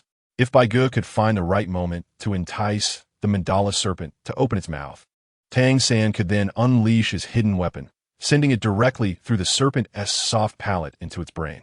Even the mightiest of mandala serpents would succumb in an instant. What do you two propose? Upon hearing Bai Ge's words, the master was taken aback. Trust us, please. Bai Ge could only respond hastily, as there was no time for further explanation. Very well, it is now in your hands. In a dire situation, the master sighed in resignation. Master, when the time comes, have Sanpao unleash a blast at the mandala serpent, then we will flee together. I will use the Mo Yun vine to ambush the serpent, prompting it to open its mouth, and finally, Tang San will drive the dagger into its brain through the serpent's mouth to kill it. This is my plan. Bai Ge spoke calmly while fixing his gaze on the distant mandala serpent. Do not push yourselves. This is far too dangerous. The master was at a loss for words. Although the plan seemed somewhat feasible, the risks in such utter darkness were exceedingly high, with a success rate likely less than 1 in 10,000. Yet, this assessment applied to ordinary children, and Bai Ge and Tang San were far from ordinary. Trust us, master, Tang San echoed Bai Ge's sentiment in support. Very well. With both disciples so resolutely declaring their intentions, the master had no choice but to acquiesce. The willingness of his pupils to face danger alongside him filled the master with a profound sense of pride, even if they ultimately failed. Tang San, here is your dagger. As the mandala serpent drew near, Bai Ge handed the dagger to Tang San. You have 2 chances. Do not worry, one will suffice. Tang San replied with unwavering confidence. Master, we are ready to commence. Bai Ge asserted. Sanpao, unleash a thunderous blast, like the roar of the heavens. As the mandala serpent approached the boundary marked by the yellow powder, the master shouted, and with his command, Sanpao inhaled deeply before leaping into the air, turning mid-flight. With a tremendous roar, a massive yellow energy orb was hurled towards the mandala serpent, who was instantly catapulted backward by the force of the blast. At that moment, the master bellowed, "Run!" The 3 of them sprinted towards the depths of the forest. However, despite being thrown back, the mandala serpent was unharmed and quickly resumed its pursuit. A hissing sound echoed behind them. The serpent moved with astonishing speed, covering several meters in the blink of an eye. Initially lagging behind, it closed the gap in mere moments. Tang San, as the serpent drew nearer, Bai Ge felt a surge of urgency. Without further ado, he called out to Tang San and abruptly halted, spinning around. Mo Yun vine, come forth, he commanded, summoning several Mo Yun vines to entangle the swiftly approaching mandala serpent. Under Bai Ge's control, the dark purple vines rapidly grew and intertwined. With the activation of his Eye of Insight, Bai Ge's violet irises transformed into a silvery hue, slowing the world around him. In that instant, all else faded from his perception, leaving only the serpent's head and its crimson vertical pupil looming ever closer. The weight of the Mo-Yun vines was significantly greater than that of ordinary vines of similar size. Once intertwined, they were as thick as a wrist and weighed as much as a comparable iron chain.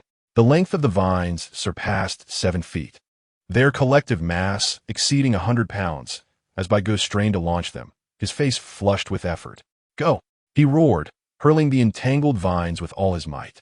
The vines sliced through the air with a piercing sound, striking the mandala serpent directly in its eyes. Bang! The sudden, excruciating pain elicited a deafening hiss from the serpent as it reared back. Tang San, seizing the opportunity, Bai Ge's eyes glistened with fervor. In tandem with Bai Ge's assault, Tang San activated his purple extreme magic eye, positioning himself perfectly for the strike. Upon hearing Bai Ge's shout, he was poised to attack. As the serpent shrieked in agony, he swiftly launched the dagger. The razor-sharp blade cut through the air with a chilling sound, precisely piercing the serpent's mouth and swiftly penetrating its soft palate to reach its brain. The mandala serpent's pained roar abruptly ceased, and its body stiffened, collapsing to the ground in a cloud of dust. Chapter 28.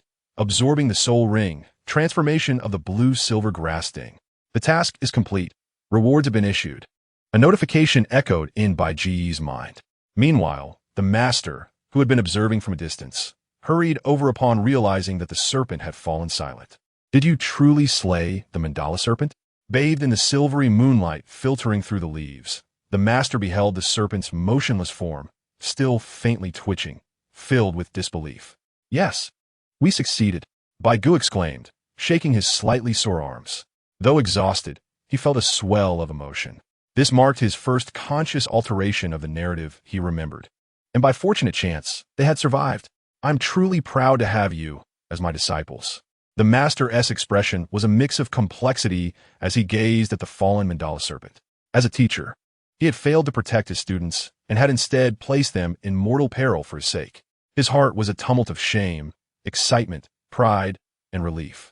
Nevertheless, the master held no suspicions regarding Bai Ge and Tang San. He was not a man given a doubt. To him, they were simply precocious children, intelligent, composed, and wise. Now, they had also demonstrated decisiveness, keen judgment, and a fair measure of luck. Indeed, the master believed that their successful defeat of the mandala serpent was largely a matter of fortune. The sparse trees allowed the moonlight to cast a dim glow, enabling Bai Ge to strike the serpent's eye with his Mo-Yun vine. As the fragile parts of the mandrake serpent's body were assaulted, it could not help but let out a pained cry, its mouth agape in agony. At that opportune moment, Tang San seized the chance to launch his dagger, which pierced through the serpent's vulnerable oral cavity and struck its brain. However, had the circumstances been different, it is uncertain whether Bai Ge and Tang San would have managed to slay the mandrake serpent, a perspective held by the master.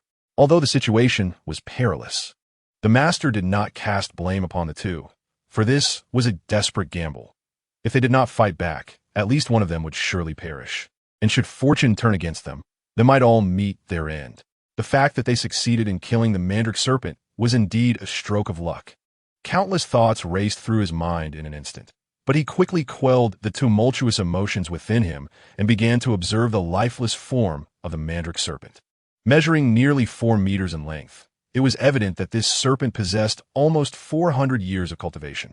Little San, this level of cultivation is nearly at the threshold for a spirit master to absorb their first spirit ring. Given your innate, full spirit power, you should have no difficulty absorbing its spirit ring. After closely examining the mandrake serpent and confirming its cultivation level, the master could not help but express his delight. "Prepare yourself, Little San. The spirit ring is about to emerge." As the convulsions of the serpent's body ceased, faint yellow light particles began to coalesce above it. Upon witnessing this, the master promptly whispered, "Teacher, what should I do?" Observing the multitude of yellow light particles that had begun to take on the shape of a spirit ring above the mandrake serpent's corpse, Tang San felt a surge of anxiety. Having never absorbed a spirit ring before, he was uncertain of the process. Use your spirit power to sense it. Since you are the one who killed the mandrake serpent, you should be able to perceive the spirit ring. Once you sense it, draw the spirit ring to yourself with your spirit power, then immediately begin to meditate and absorb the energy of the ring, the master instructed with gravity, gazing at the now distinctly formed yellow spirit ring. All right, I understand, Tang San replied, taking a deep breath and nodding. As the yellow spirit ring fully materialized above the mandrake serpent's body, Tang San summoned his blue silvergrass. A delicate, azure sprout slowly emerged from his right palm, ethereal yet seemingly tangible, swaying gently in the air. Fixated on the mandrake serpent's spirit ring, Tang San gradually closed his eyes and began to sense the ring with the spirit power emanating from his blue silvergrass. Meanwhile, Bai Ge, having expended excessive spirit power and energy, felt fatigued. Initially, he had been quietly circulating his Mingyu technique to restore his spirit power and alleviate his weariness. But upon hearing that Tang San was about to absorb the spirit ring, he promptly opened his eyes, forcing himself to focus on the unfolding event. Through Tang San's perception, the spirit ring of the century-old mandrake serpent began to undulate, eventually drifting towards him under the guidance of his spirit power. Little San, sit cross-legged and concentrate on your martial spirit, the master urged as he observed the spirit ring approaching Tang San. Heeding the master's command, Tang San immediately settled into a cross-legged position, focusing intently on his martial spirit held in his right hand. The yellow spirit ring hovered in the air before him, eventually pausing above his right palm, and without affording Tang San a moment to react, it swiftly shrank and enveloped his blue-silver grass martial spirit. A muffled groan escaped Tang San's lips. Little San, hold on. Stay conscious. Only then can you harness the power of the spirit ring to its fullest potential. The master reminded him urgently upon witnessing Tang San's pain. In response to the master's words, Tang San began a fierce internal struggle against the agony surging within him. Gradually, the blue-silver grass in his right hand began to transform. The once slender leaves elongated and widened, while the previously fragile stem thickened, approaching the sturdiness of a vine-like plant. As the color deepened from a pale blue to a profound hue, intricate patterns emerged along the broadening stem, which, nourished by the spirit power, flexibly extended and branched out, reminiscent of several mandrake serpents writhing with abandon. As time elapsed, Bai Ge initially remained intrigued by Tang San's transformation, but as the changes slowed, he succumbed to exhaustion and leaned against a tree, drifting into a deep slumber. Dawn gradually approached, and Bai Ge was awakened by the master's exclamation of delight.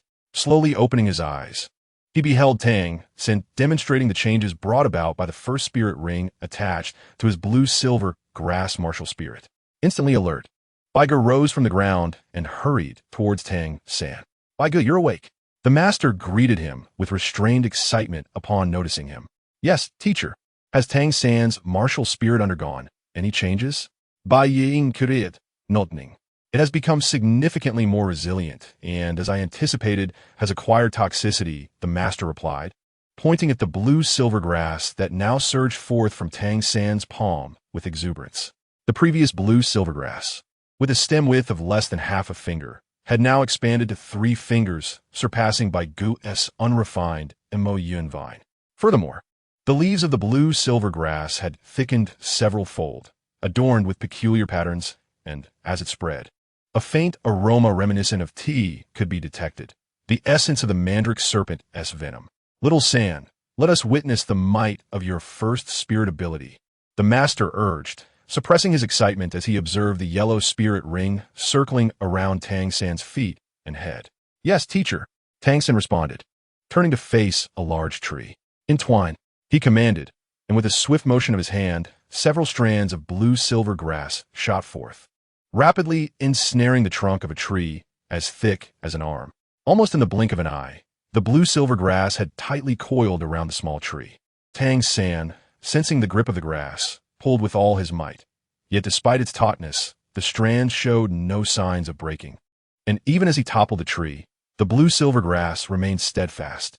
Excellent, excellent, the master exclaimed, clenching his fists in exhilaration as he observed the remarkable characteristics of Tang San's blue-silver grass. The absorption of the century-old mandrake serpent's spirit ring had manifested precisely as he had envisioned, enhanced resilience and the addition of toxicity. Although the potency of the venom was yet unknown, the increased toughness alone was sufficient to satisfy the master. After Tang, San had showcased the transformed blue silvergrass. The trio shared a quick meal before setting off deeper into the soul-hunting forest. Unlike the serpentine spirit beasts previously sought for Tang San, the master intended to find a plant-type spirit beast for Bai Ge. Animal-type spirit beasts tend to be mobile and elusive, making them difficult to locate, whereas plant-type spirit beasts are often easier to find, provided one understands their growing environment and is fortunate enough. The master's chosen target for Bai Ge's first spirit ring was the blood-patterned black thorn vine. The blood-patterned black thorn vine is a soul beast that survives by feasting on the blood of its prey. While plant-type soul beasts are also capable of consuming flesh, their inherently slow movement often leads to the decay of their victims before they can fully satiate their hunger. As a result, the environment surrounding the blood-patterned black thorn vine is typically rife with foul odors. Thus, by following the stench, one might fortuitously locate the blood-patterned black thorn vine. However, given its preference for damp, shadowy locales, one must delve deeper into the soul-hunting forest to discover it. As they ventured forth, guided by the keen sense of smell possessed by Luo Sanpao, the trio meticulously explored every foul-smelling area. Regrettably, their search yielded no sight of the elusive vine. As noon approached, they stopped to rest by a clearing in the forest, sharing a modest meal before resuming their expedition. With each step deeper into the woods, the trees grew taller, and more soul beasts began to reveal themselves. In addition to those previously encountered, Bai Ge spotted several new creatures, such as the flower-horned deer adorned with blossoms, the spiral-horned goat, the four-eared fox, and the formidable two-tailed black bull, which was as large as an elephant. It seemed that the carnivorous soul beasts had retreated to their lairs, leaving the path predominantly inhabited by herbivores and omnivores. As dusk fell, the trio arrived at the edge of a small pond when Luo Sanpao suddenly emitted a series of excited calls, having detected another source of foulness. After many fruitless attempts, Bai Ge felt little excitement. However, Luo Sanpao's enthusiasm was palpable. The three hastened towards the direction indicated by Luo Sanpao, and as they drew closer, the stench intensified. Could it be the blood-patterned black thorn vine? Suddenly, a cluster of massive vines emerged from a nearby thicket. This plant was entirely black, its tendrils bristling with sharp thorns, and distinct vascular patterns reminiscent of blood coursed across its surface. With 4 primary vines, this was a blood-patterned black thorn vine that had cultivated for over 400 years. After a careful examination, the master expressed his excitement. Ding! The system has detected a 430-year-old plant soul beast, the blood-patterned black thorn vine. Mission issued. First soul ring. The 430-year-old blood-patterned black thorn vine perfectly matched the requirements for Bai Ge's soul ring. The system urged him to slay the target to obtain the soul ring, offering a reward of 1 golden level lottery chance. As Bai Ge beheld the blood-patterned black thorn vine, the system's mission notification echoed in his mind. After several tasks, Bai Ge had discerned a pattern in the system's mission releases. While they appeared random, they were, in fact, governed by a certain logic. Each task provided Bai Ge with some benefit or commemorative significance, and the rewards varied according to difficulty. Master, how shall we slay it? Bai Ge inquired calmly, observing the formidable appearance of the blood-patterned black thorn vine. Engaging it head-on seemed unwise. He pondered if they could exploit its immobility as a plant-type soul beast. Ah, that is quite simple, the master replied with a knowing smile. Although the blood-patterned black thorn vine possesses considerable combat strength, especially one as advanced as this, by exploiting its inability to move and targeting its weaknesses, even the mightiest plant-type soul beast can be subdued. With a gleam of confidence in his eyes, the master instructed, Bai Ge, you and Tang Sen go and capture prey, anything will suffice. Understood, Bai Ge responded, sensing the underlying strategy. Accompanied by Tang San, he scoured the area until they chanced upon a solitary, flower-horned deer. After considerable effort, Bai Ge managed to injure the creature's leg and carried it back. Alive? Even better. The master expressed surprise, but felt a surge of confidence. He instructed Bai Ge to restrain the deer by its neck while he retrieved a substantial syringe from his soul-guiding device, filled with a crimson serum that resembled blood. This is a coagulant designed to solidify blood, commonly employed against blood-sucking soul beasts, such as the golden pattern vampire bat or the night phantom bat. I will inject this coagulant into the flower-horned deer and then toss it beside the blood-patterned black thorn vine. Once the vine consumes the deer's blood, it will meet its demise. After injecting the entire syringe of coagulant into the deer's neck, the master forcefully hurled it beside the blood-patterned black thorn vine. Now we wait. In the distance, the wounded flower-horned deer struggled to rise, but was hindered by its broken leg, unable to flee as the thorn-laden black tendrils inched closer. "We've succeeded, master," Bai Ge exclaimed as he witnessed the blood-patterned black thorn vine ensnaring the deer with its serpent-like tendrils, the crimson liquid flowing into the vine's dark vascular patterns. A surge of elation coursed through him. "Patience. Soon we shall witness the outcome." The master smiled as he observed the vine absorbing the enhanced blood. If the blood-patterned black thorn vine cannot withstand the effects, you must swiftly plunge a dagger into the red area beneath its largest main vine, which serves as its blood sac, akin to a heart. A decisive strike there will ensure its demise. Do you understand? The master cautioned Bai Ge earnestly. Chapter 30. Clever Strategy to Vanquish the Poisonous Vine. Bai Ge's first soul ring initially. The blood-patterned black thorn vine showed no visible reaction to the blood of the flower-horned deer infused with the coagulant. However, as time elapsed, the coagulant began to take effect, and the vine could no longer endure. The pathways responsible for transporting blood within the vine became obstructed. Although the blood-patterned black thorn vine is a plant, as a soul beast, it possesses anatomical features akin to animals and humans. For it, the blood sac acts as a heart, while the intricate patterns throughout its body function as veins. With the coagulant's action, not only were the vine's blood vessels blocked, but the blood within its heart also began to coagulate. This induced immense suffering within the blood-patterned black thorn vine. Lacking a mouth, it could not vocalize its pain, but through the trembling of its tendrils, Bai Ge could discern its anguish. However, Bai Ge harbored no compassion, for this world is inherently one of the survival of the fittest. If he aspired to become the strongest and seize his own destiny, he must inevitably tread upon the corpses of other beings. The blood-marked blackthorn vine was merely the first, but it certainly would not be the last. Bai Ge, kill this blood-marked black thorn vine. Upon observing the vine, which had been violently trembling not far away, suddenly stiffen, the master urged. Unlike animal-type spirit beasts, plant-type spirit beasts do not possess fatal weaknesses that lead to immediate death upon the destruction of their brain or vital organs. However, due to its unique physiological structure, the blood-marked black thorn vine's blood sac serves as a vulnerability akin to the heart of an animal-type spirit beast. While it would not perish immediately upon the heart's destruction, the damage inflicted meant that the blood-marked black thorn vine would not survive for long. Upon hearing the master's words, Bai Ge promptly drew out the dagger that Tang San had returned to him not long ago and rushed towards the blood-marked black thorn vine. Although it appeared that the vine was on the brink of death, Bai Ge summoned his Mo Yun vine martial spirit for safety. Several black-purple tendrils suddenly sprouted from beneath his feet, swiftly binding the main and secondary vines of the blood-marked black thorn vine, revealing the blood-red area beneath the largest main vine. That was the blood sac of the blood-marked black thorn vine. With a swift thrust, Bai Ge plunged the dagger into the exposed blood sac. In an instant, a torrent of semi-coagulated blood erupted from the wound, and simultaneously, the entire blood-marked black thorn vine began to tremble violently once more. However, this intense shaking lasted no more than 2 seconds. In the blink of an eye, the blood-marked black thorn vine had completely ceased its life functions. Bai Ge, what is the situation? Seeing that Bai Ge seemed to have succeeded, the master and Tang San approached from a distance. It should be dead, right? Bai Ge replied uncertainly, extracting the dagger from the blood sac, watching as a considerable amount of semi-coagulated blood gushed from the wound. It's dead. The soul ring is about to appear.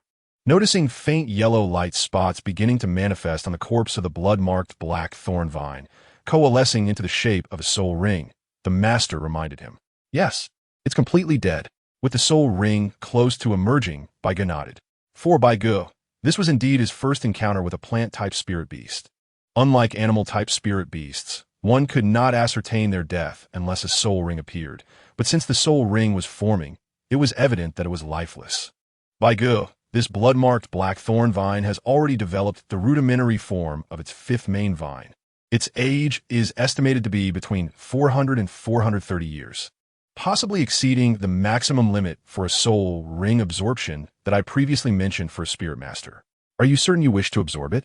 As the soul ring began to form, the master assessed the age of the blood-marked black thorn vine and realized it likely surpassed 423 years, causing him some concern. Yet, having found such a perfect target, he pondered whether he could find another suitable one if he chose to switch. Moreover, the supplies they had brought along were nearly consumed. Absorb it. After a moment's contemplation, Bai Ge resolutely declared. In truth, Bai Ge was more acutely aware than the master that the actual age of the blood-marked black thorn vine was 430 years, indeed surpassing the previously mentioned limit of 423 years for soul ring absorption. However, since the system indicated that this was the most suitable soul ring for him, he could not possibly be incapable of absorbing it. Furthermore, he was not an ordinary spirit master, but one endowed with the Dragon Elephant Prajna skill and the Mingyu skill, and merely exceeding the limit by a few years posed no reason for him to be unable to absorb it. While conversing with the master, the yellow, century-old soul ring gradually took shape atop the blood-marked black thorn vine. Upon seeing this, Bai Ge immediately emulated Tang San's previous actions, summoned his Mo Yun Vine martial spirit, and released his soul power to sense the soul ring of the blood-marked black thorn vine. As expected, Bai Ge detected the yellow soul ring floating before him, and through the gravitational pull of his soul power, the yellow ring swiftly soared towards him. Upon reaching above the Mo Yun Vine martial spirit in Bai Ge's right hand, the soul ring, initially the diameter of a human head, instantly shrank to the thickness of a wrist before encircling the Mo Yun Vine martial spirit in Bai Ge's grasp. In that instant, Bai Ge felt an overwhelming surge of heat emanating from his martial spirit, rapidly coursing through his limbs and bones.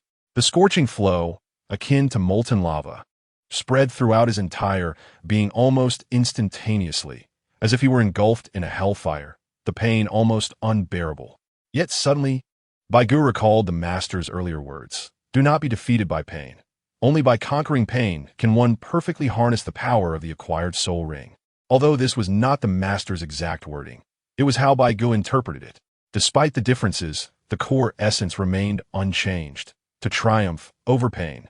Forcing himself to suppress the searing agony, Bai Ge felt his mental clarity sharpen to an unprecedented degree under the stimulus of pain. In this heightened state, he simultaneously activated the Mingyu skill and the Dragon Elephant Prajna skill. As the Mingyu skill operated, a vast amount of heat was transformed into genuine energy. However, since Bai Ge had not fully absorbed the soul ring, this energy could not be integrated into the Mingyu skill's true qi and was instead absorbed by Bai Ge's body through the workings of the Dragon Elephant Prajna skill. Thus, the power of the soul ring, the true qi of the Mingyu skill, and the vitality of the Dragon Elephant Prajna skill achieved a remarkable and harmonious transformation. As the power emanating from the soul ring was ultimately transformed into vitality through the Dragon Elephant Prajna skill, Bai Ge felt his muscles and bones continually reinforced by the warm flow, gradually alleviating the pain and transforming it into a series of invigorating currents that strengthened his body. With the power of the soul ring perfectly suppressed and utilized, Bai Ge's consciousness seemed to drift into a mysterious realm alongside the operation of the Mingyu skill. Here, blazing bright yellow flames engulfed everything, and at the center of the flames, a black-purple vine underwent a remarkable transformation akin to a phoenix's rebirth. Is this the sea of consciousness? Bai Ge pondered in surprise. Nevertheless, he remained untroubled, quietly observing the Mo Yun Vine martial spirit undergoing metamorphosis within the blazing yellow energy flames, growing sturdier, developing thorns, and the originally black-purple tendrils beginning to manifest sanguine patterns. Meanwhile, outside the sea of consciousness, Bai Ge's physical form continued, autonomously channeling the Mingyu skill and the Dragon Elephant Prajna skill. The soul ring encapsulated the essence of a spirit beast's lifetime cultivation, although this essence primarily condensed into soul energy to provide soul skills to spirit masters. A significant portion of the soul power would also be released by the soul ring. Most spirit masters only absorb a fraction of the soul power released. But thanks to the Mingyu skill and the Dragon Elephant Prajna skill, Bai Ge managed to absorb nearly every morsel of energy released by the soul ring without exception. And so, time flowed slowly by.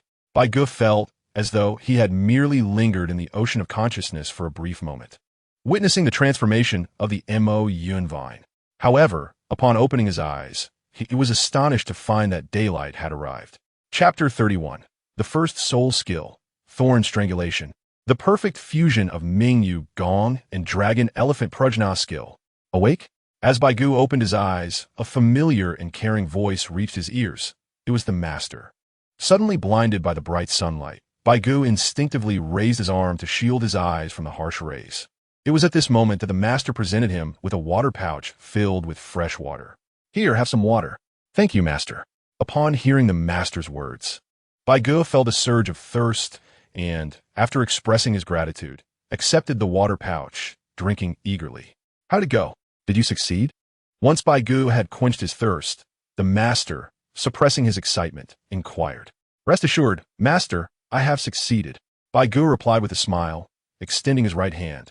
With a mere thought, several black-purple tendrils swiftly emerged from his hand, writhing as if alive and spreading outwards, soon cascading to the ground. The venomous thorns and blood markings are magnificent.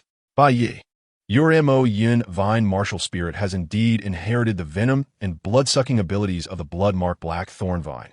My hypothesis has proven correct, the master exclaimed, observing the evolved Mo Yun vine on Bai Ge's hand, adorned with venomous thorns and intricate blood markings within the tendrils. According to his theory, when a soul master absorbs a soul ring, they only inherit the virtues of the soul beast relative to themselves. Given that the Mo Yun vine significantly surpasses the blood-marked black thorn vine in every other aspect, it could only inherit the blood-sucking and venomous abilities from it. And it seemed he was right. Bai Ge, let us now witness the nature of your first soul skill and its potency. The master gazed at the formidable Mo Yun vine in Bai Ge's hand, his eyes filled with exhilaration rather than fear. Master, my first soul skill is thorn strangulation. Its method of attack is similar to that of the blood-marked black thorn vine. I can command the Mo Yun vine to launch an assault on a target, causing it to rapidly extend towards the target and execute a strangulation attack. While ensnaring the prey, the Mo Yun vine injects toxins through its venomous thorns and simultaneously drains blood. As Bai Ge explained, he turned his gaze toward a small tree nearby, roughly the thickness of an adult's wrist. Master, look. Bai Ge pivoted, aiming his right hand at the small tree. Upon identifying his target, a multitude of spiky black-purple tendrils surged forth like venomous snakes towards the tree. Upon reaching it, the transformed Mo Yun vine swiftly coiled around the trunk and then tightened forcefully to initiate the strangulation. Crack! A distinct cracking sound emanated from the direction of the tree as the Mo Yun vine executed the strangulation. When Bai Ge recalled the vine, the tree lay in tatters, broken into two pieces on the ground, and the area where the vine had wrapped around was marked with numerous chilling puncture wounds inflicted by the venomous thorns. Gasp! Observing the scene before him, the master couldn't help but draw in a sharp breath. This level of strangulation power far exceeded that of the blood-marked black thorn vine. When the blood-marked black thorn vine hunted, it merely ensnared its prey and injected paralyzing and hallucinogenic toxins through its thorns, toxins that quickly incapacitated the prey, allowing it to drain blood without inflicting pain. Without such toxins, the prey would surely struggle desperately before succumbing, making it difficult for the blood-marked black thorn vine to extract blood. This formidable strangulation capability could indeed snap the bones of an ordinary person. The blood-marked black thorn vine lacked such an ability. Had the Mo Yun vine enhanced this strangulation strength? The master gazed at the now retracted Mo Yun vine in Bai Ge's hand, questioning him. I'm not entirely certain, but I can indeed command the Mo Yun vine to execute such a degree of strangulation. Bai Ge shook his head in response to the master's inquiry, indicating his uncertainty. However, in truth, Bai Ge was well aware of the source of such strangulation power, the potency of thorn strangulation. As he had gleaned from the information obtained after absorbing the soul ring, derived from two aspects, the innate strength of the martial spirit and Bai Ge's own capabilities. There some constituted the maximum power that thorn strangulation could achieve. After absorbing the soul ring from the blood-marked black thorn vine, the Mo Yun vine underwent evolution. its initial diameter expanding from merely the width of a finger to nearly 3 fingers. Of course, this was just the initial diameter, if desired. Bai Ge could further thicken or slim it down, though thickening would increase soul power consumption, whereas thinning would not. With a diameter of 3 fingers, Bai Ge could already ensnare prey with the Mo Yun vine and suffocate it by tightening the grip. However, achieving the same bone-snapping effect as with the small tree was still beyond his reach.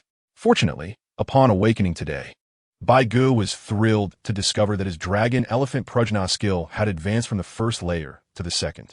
This advancement directly translated to an increase of 100 pounds in strength, and combined with his original strength, Bai Ge now possessed the power surpassing that of a robust adult male. It was precisely due to this breakthrough in the dragon elephant prajna skill that Bai Ge's thorn strangulation could easily reach a level capable of snapping an ordinary person's bones. Bai Ge felt some confusion regarding why he had managed to progress to the second layer of the dragon elephant prajna skill overnight. However, upon careful reflection, he identified the reason. Last night, while absorbing the soul ring's power, he seemed to have simultaneously activated both the Mingyu Gong and the dragon elephant prajna skill. The energy continuously surging from the soul ring transformed into the true energy of Mingyu Gong. But as he had not fully absorbed the soul ring, the true energy, although increasing, could not fully integrate. The energy that could not merge with the original true energy of Mingyu Gong had likely been converted by the dragon elephant prajna skill into vital energy, enhancing his physique. Perhaps it was precisely because a significant portion of the soul ring's power had been utilized by the dragon elephant prajna skill to bolster his body that he was able to swiftly break through to the second layer. After pondering this, Bai Ge realized that this could only be the reason. With this realization, he felt a surge of excitement. For if this were indeed the case, it would imply that he could absorb the power of soul rings more perfectly than others. With the dragon elephant prajna skill at his disposal, each time he absorbed a soul ring, he could potentially harness rings with ages exceeding the maximum theoretical limit. While others might struggle to endure the power of a soul ring, as long as Bai Ge's body could withstand it, he could absorb any ring of any age. With this thought, Bai Ge felt as though he had discovered a unique path of his own. Upon contemplating the Mingyu skill, it became apparent that this technique is unlike ordinary martial arts. The Mingyu skill possesses the remarkable ability to autonomously absorb surrounding spiritual energy during its operation. In other words, as long as Bai Ge engages in the Mingyu skill, he can effortlessly draw in the ambient spiritual energy without the necessity of meditative stillness. If he could interweave the Mingyu skill with the dragon elephant prajna skill, transforming the genuine energy accumulated from Mingyu into the vital essence needed for cultivating the dragon elephant prajna, would he not be in a perpetual state of practicing both techniques? It seems that even with the acquisition of the dragon elephant prajna, the Mingyu skill cannot be neglected, Bai Ge mused. The Mingyu skill cultivates genuine energy, which, to a certain extent, equates to soul power in this realm. Although there are inevitable bottlenecks at each stage due to the rules of the Douluo continent, the dragon elephant prajna focuses on physical development, thus alleviating such concerns. Now, even if Bai Ge has reached a bottleneck, as long as he can convert genuine energy into vital essence, he need not squander his efforts. What a tremendous gain. Chapter 30, Return to the Academy. The shock of full soul power after Bai Ge showcased his soul skill. The trio consumed some rations before preparing to depart the soul-hunting forest. 3 days had elapsed since they set out from Nodding Academy, and both Bai Ge and Tang San had successfully obtained their desired soul rings. It was indeed time to return. Having ventured deep into the soul-hunting forest, even a straight path back consumed half a day, but they finally reached the entrance they had previously entered. Exiting through the entrance, the master hired a carriage in the marketplace, and the 3 of them rode back to Nodding Academy. After an entire day of travel, they finally reached their destination, Nodding Academy, the next morning. Alighting from the carriage at the academy's entrance, the master led Bai Ge and Tang San through the grand gates. It was still early morning, and most of the teachers and students at Nodding Academy had just risen. Since Bai Ge and Tang San had rested during the carriage ride, they had no intention of catching up on sleep. Rather, they planned to join the master for breakfast in the dining hall before returning to the 7th dormitory. The reason for returning to the dormitory was that once classes commenced, Nodding Academy prohibited students from wearing casual attire within the academy. mandating the donning of the academy's uniform instead. Upon returning to the 7th dormitory, they found that the others had only just awakened. "Oh, Tang-san, Bai Ge, you're back," exclaimed Wang Sheng, yawning as he greeted them. "How'd it go? Did you obtain your soul rings?" "Indeed," Bai Ge nodded. "Wang, where's Xiao Wu?" "I don't see her," Tang-san inquired curiously upon noticing Xiao Wu's empty bed after changing into his clothes. Xiao Wu was assigned to clean the garden on the south side of the playground, which you both were supposed to do together. Since you were out hunting for soul rings, she had to clean it alone, requiring her to awaken much earlier, Wang Sheng explained. "I see. She must have worked hard." Tang-san sighed upon hearing Wang Sheng's words. "Come now, Tang-san, she only has to do this for a few days, and afterward, the responsibility will fall on us." "You're already feeling sorry for her after just one day?" Bai Ge chuckled at Tang-san's concern. "Feel sorry? Not at all. I merely expressed a sentiment." "Don't read too much into it," Tang-san quickly retorted, his face flushing at Bai Ge's teasing.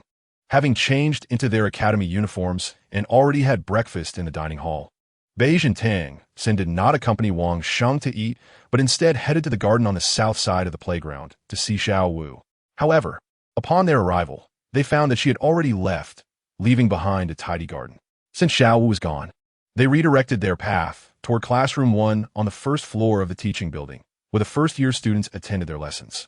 When Bai Ge and Tang-san reached the classroom, the door was already ajar. As they pushed it open, Bai Ge immediately spotted Xiao Wu seated at the back of the classroom, munching on something. "Xiao Wu," Tang-san greeted her with a smile.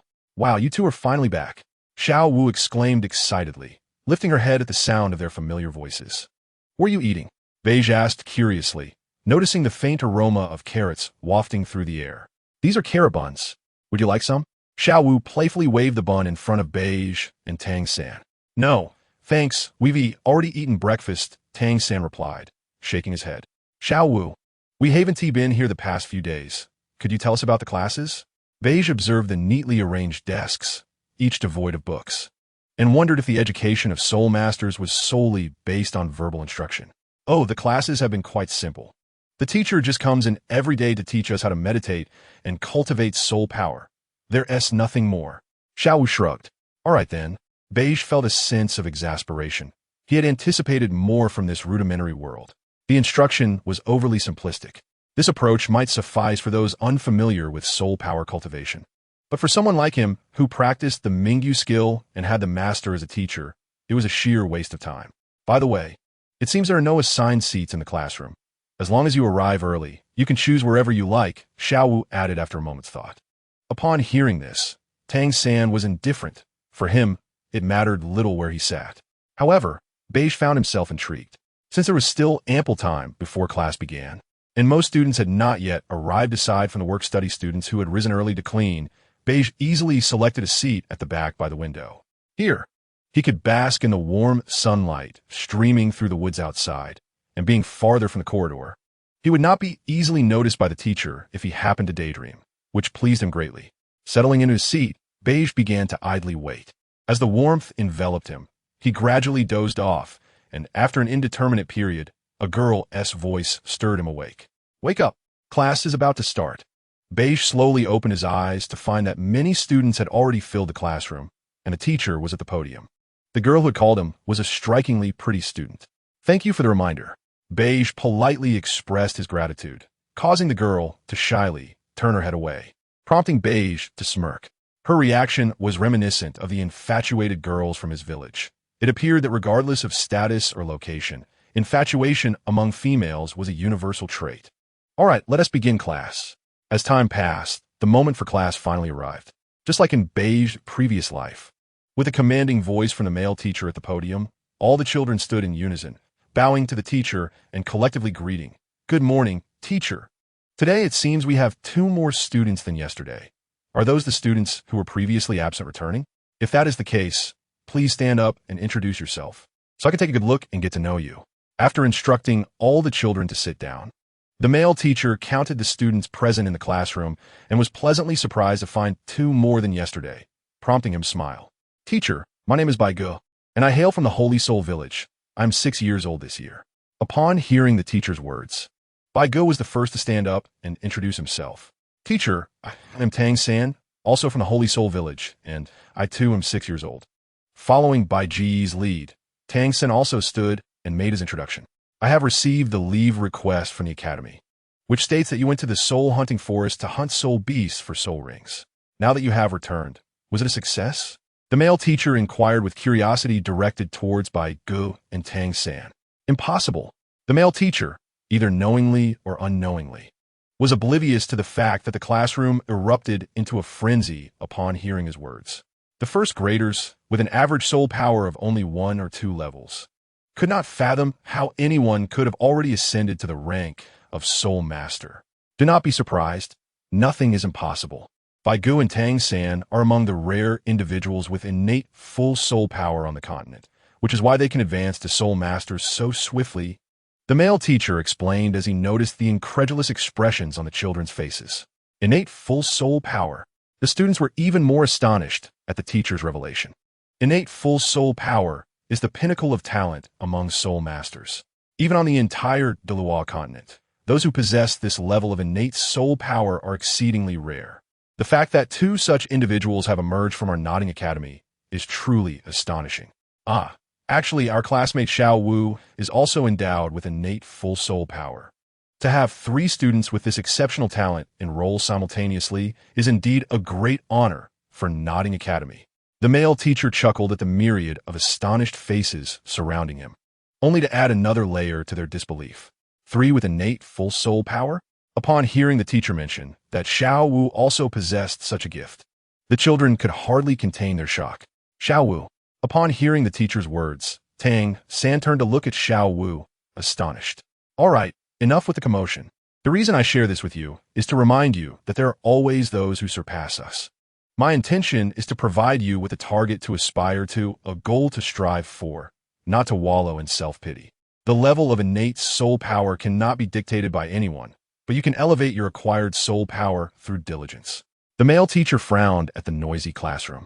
Now, let us invite Bai Ge and Tang San to showcase their soul abilities. Bai Ge was taken aback when the teacher suddenly turned to him and invited him to demonstrate his acquired soul abilities. This teacher certainly did not adhere to conventional norms. Nevertheless, Bai Ge did not decline. He agreed and approached the podium. Hello everyone, my name is Bai Ge. My martial soul is the Mo Yun Vine, and during my time in the soul hunting forest, I acquired a soul ring from a plant-type soul beast known as the blood pattern black thorn vine. The soul ability I obtained is a strangulation skill, and I will now demonstrate it for you. After introducing his martial soul, Bai Ge slowly extended his right hand. As Bai Ge extended his hand, several black-purple vines adorned with sharp thorns sprouted from it, rapidly spreading to the ground. Under Bai Ge's control, the Mo Yun vine lunged towards the leg of an unoccupied desk and wrapped itself tightly around it. Witnessing the sharp thorns of the Mo Yun vine penetrating deeply into the desk leg, and as the vine tightened, splintered wood and debris fell from the leg. The surrounding children recoiled in terror. Impressive. The power is formidable. The blood pattern black thorn vine is indeed a commendable choice for a soul ring. In stark contrast to the frightened students, the male teacher clapped appreciatively. After Bai Ge demonstrated his martial soul and soul ability, Tang San took to the stage to showcase his evolved blue-silver grass martial soul, though the reaction it garnered could not compare to Bai Ge's. Compared to Bai Ge's Mo Yun vine, now menacing with the blood pattern black thorn vine soul ring, Tang San's evolved blue-silver grass appeared far too benign. Once Bai Ge and Tang San completed their demonstrations, the male teacher proceeded with the regular lesson. However, the teacher's instruction on the meditation method for soul cultivation paled in comparison to the Mingyu technique, which left Bai Ge utterly disinterested. As the teacher lectured at the podium, Bai Ge quietly took out the martial soul theory compendium he had received from his master and began to read. Thus, the class period concluded swiftly. Nodding Academy differed significantly from the modern schools Bai Ge had attended in his past life. While the academy enforced strict management and teaching, the curriculum was surprisingly relaxed, consisting of only 2 classes each morning and evening, with each class lasting about half an hour. The morning involved a cultural lesson followed by a course on martial soul knowledge, while the afternoon was designated for self-directed cultivation, leaving the remainder of the time for students to manage freely. After class, Bai Ge and Tang San chose not to join the majority of their peers in the cafeteria. Instead, they prepared to leave the academy for the Spirit Hall in Notting City. Their visit to the Spirit Hall served two primary purposes. First, to register as Soul Masters. By registering with the Spirit Hall, they would receive a monthly stipend of 1 gold soul coin, a sum Bai Ge could not hope to earn even by toiling for a year in the academy's gardens. The second purpose was to test their soul power and, upon their return, Bai Ge intended to scout out high-end restaurants in Notting City. Bai Ge's practice of the dragon-elephant prajna technique necessitated a substantial intake of meat to replenish his energy and transform it into vital essence. Without sufficient funds to purchase meat, progressing with the dragon-elephant prajna technique would become quite challenging. If he could earn some money, Bai Ge also hoped to explore the possibility of renting a place outside. To be honest, Bai Ge felt that Notting Academy was of little assistance to him. Without the guidance of his master, he might have needed to rely on the academy to learn about soul masters. But now, with his master's teachings, Bai Ge felt no need to pursue knowledge about soul masters through the academy. Bai Ge had indeed given this matter considerable thought. In his view, the cultivation of a soul master resembled the cultivation of immortals depicted in the novels he had read in his past life, necessitating 4 essential elements: law, companion, wealth, and land. Among these, the law, referring to the methods of cultivating soul power, was paramount. However, given Bai Ge's mastery of the Mingyu technique and the dragon-elephant prajna technique, he had already achieved an extraordinary level in cultivation methods, far surpassing the meditation techniques employed by almost everyone else in Douluo continent. As for companions, they were not romantic partners, but rather fellow cultivators who could assist and support one another, akin to Tang San and Xiao Wu. Then came wealth, which held significant importance for Bai Ge. The ample spiritual energy on Douluo continent allowed Bai Ge to cultivate the Mingyu technique smoothly up to a certain point. But the dragon-elephant prajna technique was different. As a body-refining method, it demanded abundant resources. Previously, Bai Ge fortuitously absorbed the energy from the 430-year-old blood-patterned black thorn vine soul ring, which enabled his dragon-elephant prajna skill to ascend to the 2nd level. However, absorption of a soul ring is not a matter of mere desire. It can only be accomplished once every 10 levels. Therefore, relying solely on soul ring absorption for the cultivation of the dragon-elephant prajna skill is utterly impractical. In his daily life, Bai Ge must still adhere to a methodical approach to training. Yet, there's a glimmer of hope for in a state of unconsciousness. Bai Ge had previously transformed the true energy of the Mingyu skill into vitality using the dragon-elephant prajna skill. At that time, he was in a state of absorbing the soul ring, leaving him uncertain whether the energy he absorbed originated from the soul ring or was indeed the true energy of Mingyu skill. Recently, while returning by carriage, Bai Ge decided to experiment once more. To his surprise, he discovered that he could indeed convert the true energy of Mingyu skill into vitality. This revelation presented Bai Ge with a method to expedite his cultivation of the dragon-elephant prajna skill. Furthermore, he found that this approach not only diminished the difficulty of cultivating the dragon-elephant prajna skill, but also accelerated the training speed of the Mingyu skill. After Bai Ge completely transformed the true energy of Mingyu skill into vitality to reinforce his body, the total amount of Mingyu true energy that regenerated within him was astonishingly greater than before the transformation. Regarding the cause of this phenomenon, Bai Ge speculated it might be due to a rebound effect after depleting the true energy of Mingyu skill. However, he could not be entirely certain, and he would need to conduct further experiments to validate this conclusion when time permitted. Nevertheless, such consumption of soul power would lead to certain issues, notably a rapid onset of hunger. Soul power, in a sense, serves as a form of energy reserve for the human body. Converting it entirely into vitality is akin to transforming the body's nutrients into muscle. Without nourishment, the body would naturally feel hunger. Thus, if Bai Ge were to pursue this method of cultivation, he would undoubtedly become a voracious eater. The meager daily wage of 10 copper soul coins earned from tending the garden at the academy would surely be insufficient. And even the monthly subsidy from the Spirit Hall after registering as a soul master would barely suffice. Consequently, Bai Ge found himself in need of a new source of income.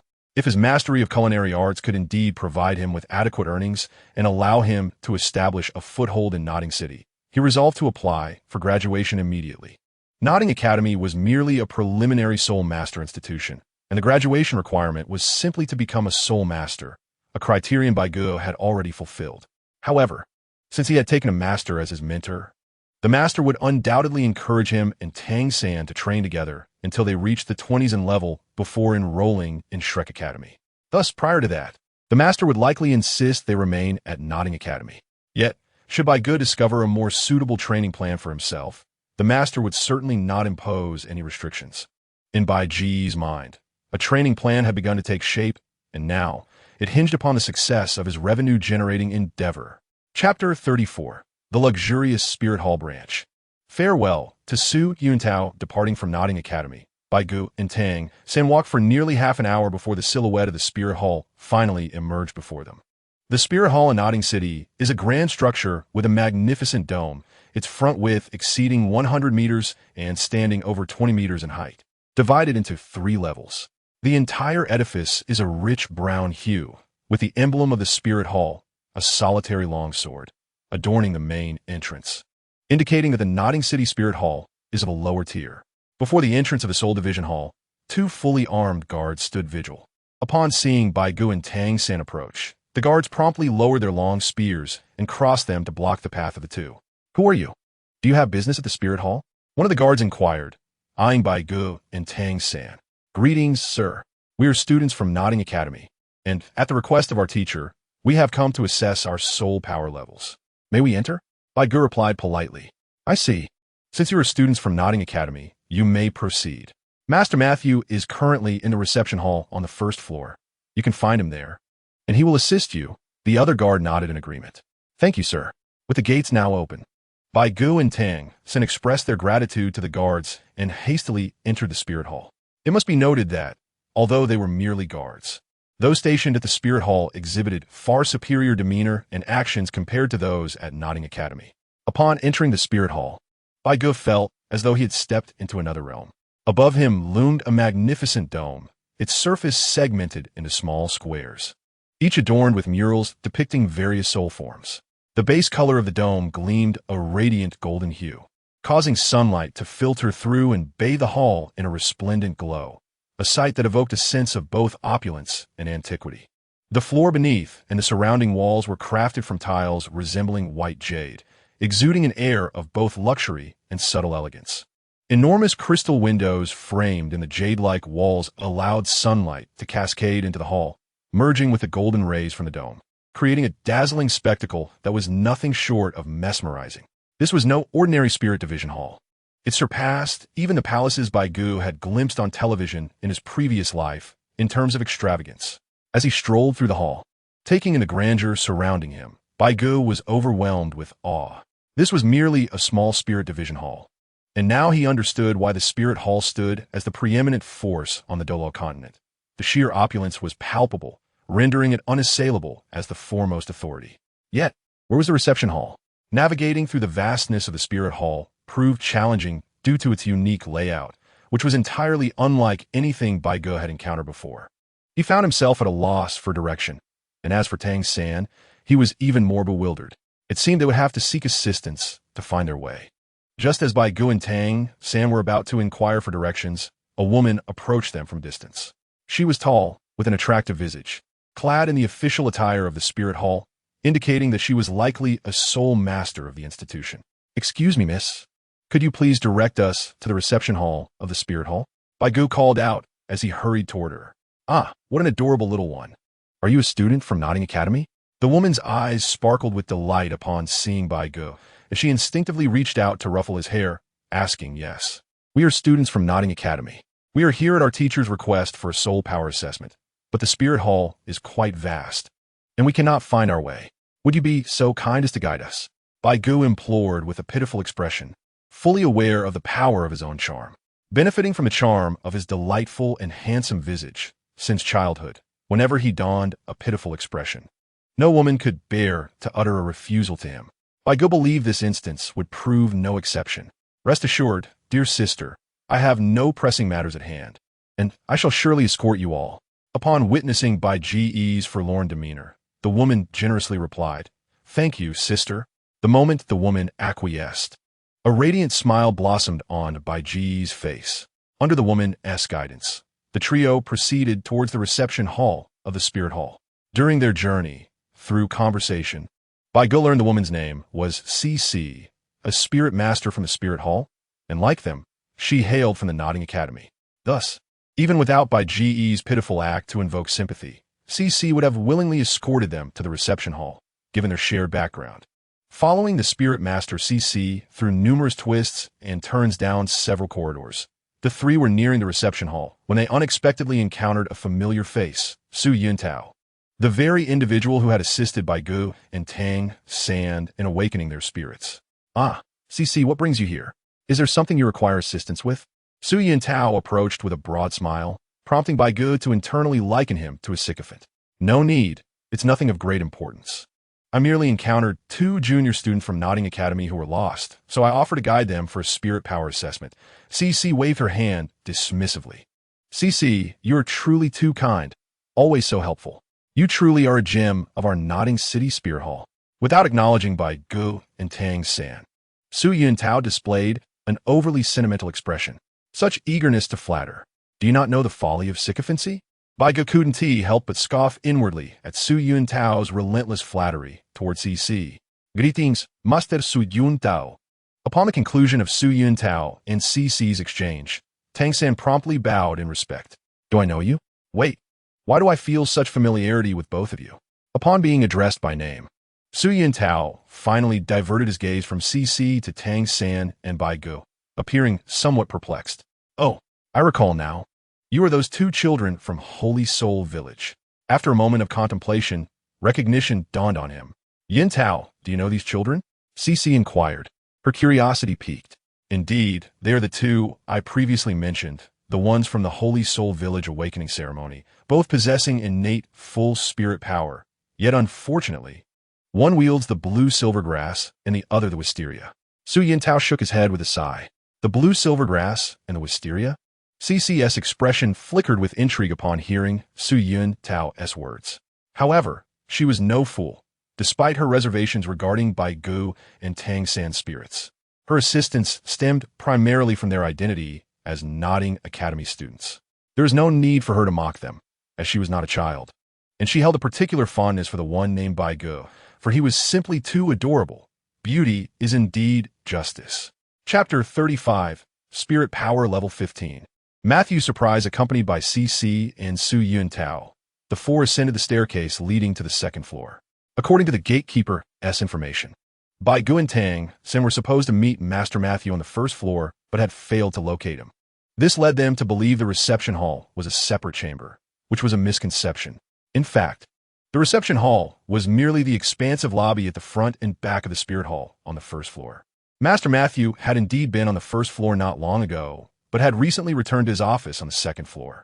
Had Bai Ge and Tang San continued to wander on the 1st floor, they would have never encountered him. Thus, CC and Su Yuntao directly guided them upstairs to seek Master Matthew for their spirit power assessment. Upon reaching the 2nd floor, under the guidance of CC and Su Yuntao, the 4 halted before a door. Master Matthew, may I enter? Su Yuntao knocked and inquired. Yuntao, come in. What brings you here? An elderly voice resonated from within. Su Yuntao opened the door, revealing a rather ordinary office to Bai Ge's gaze.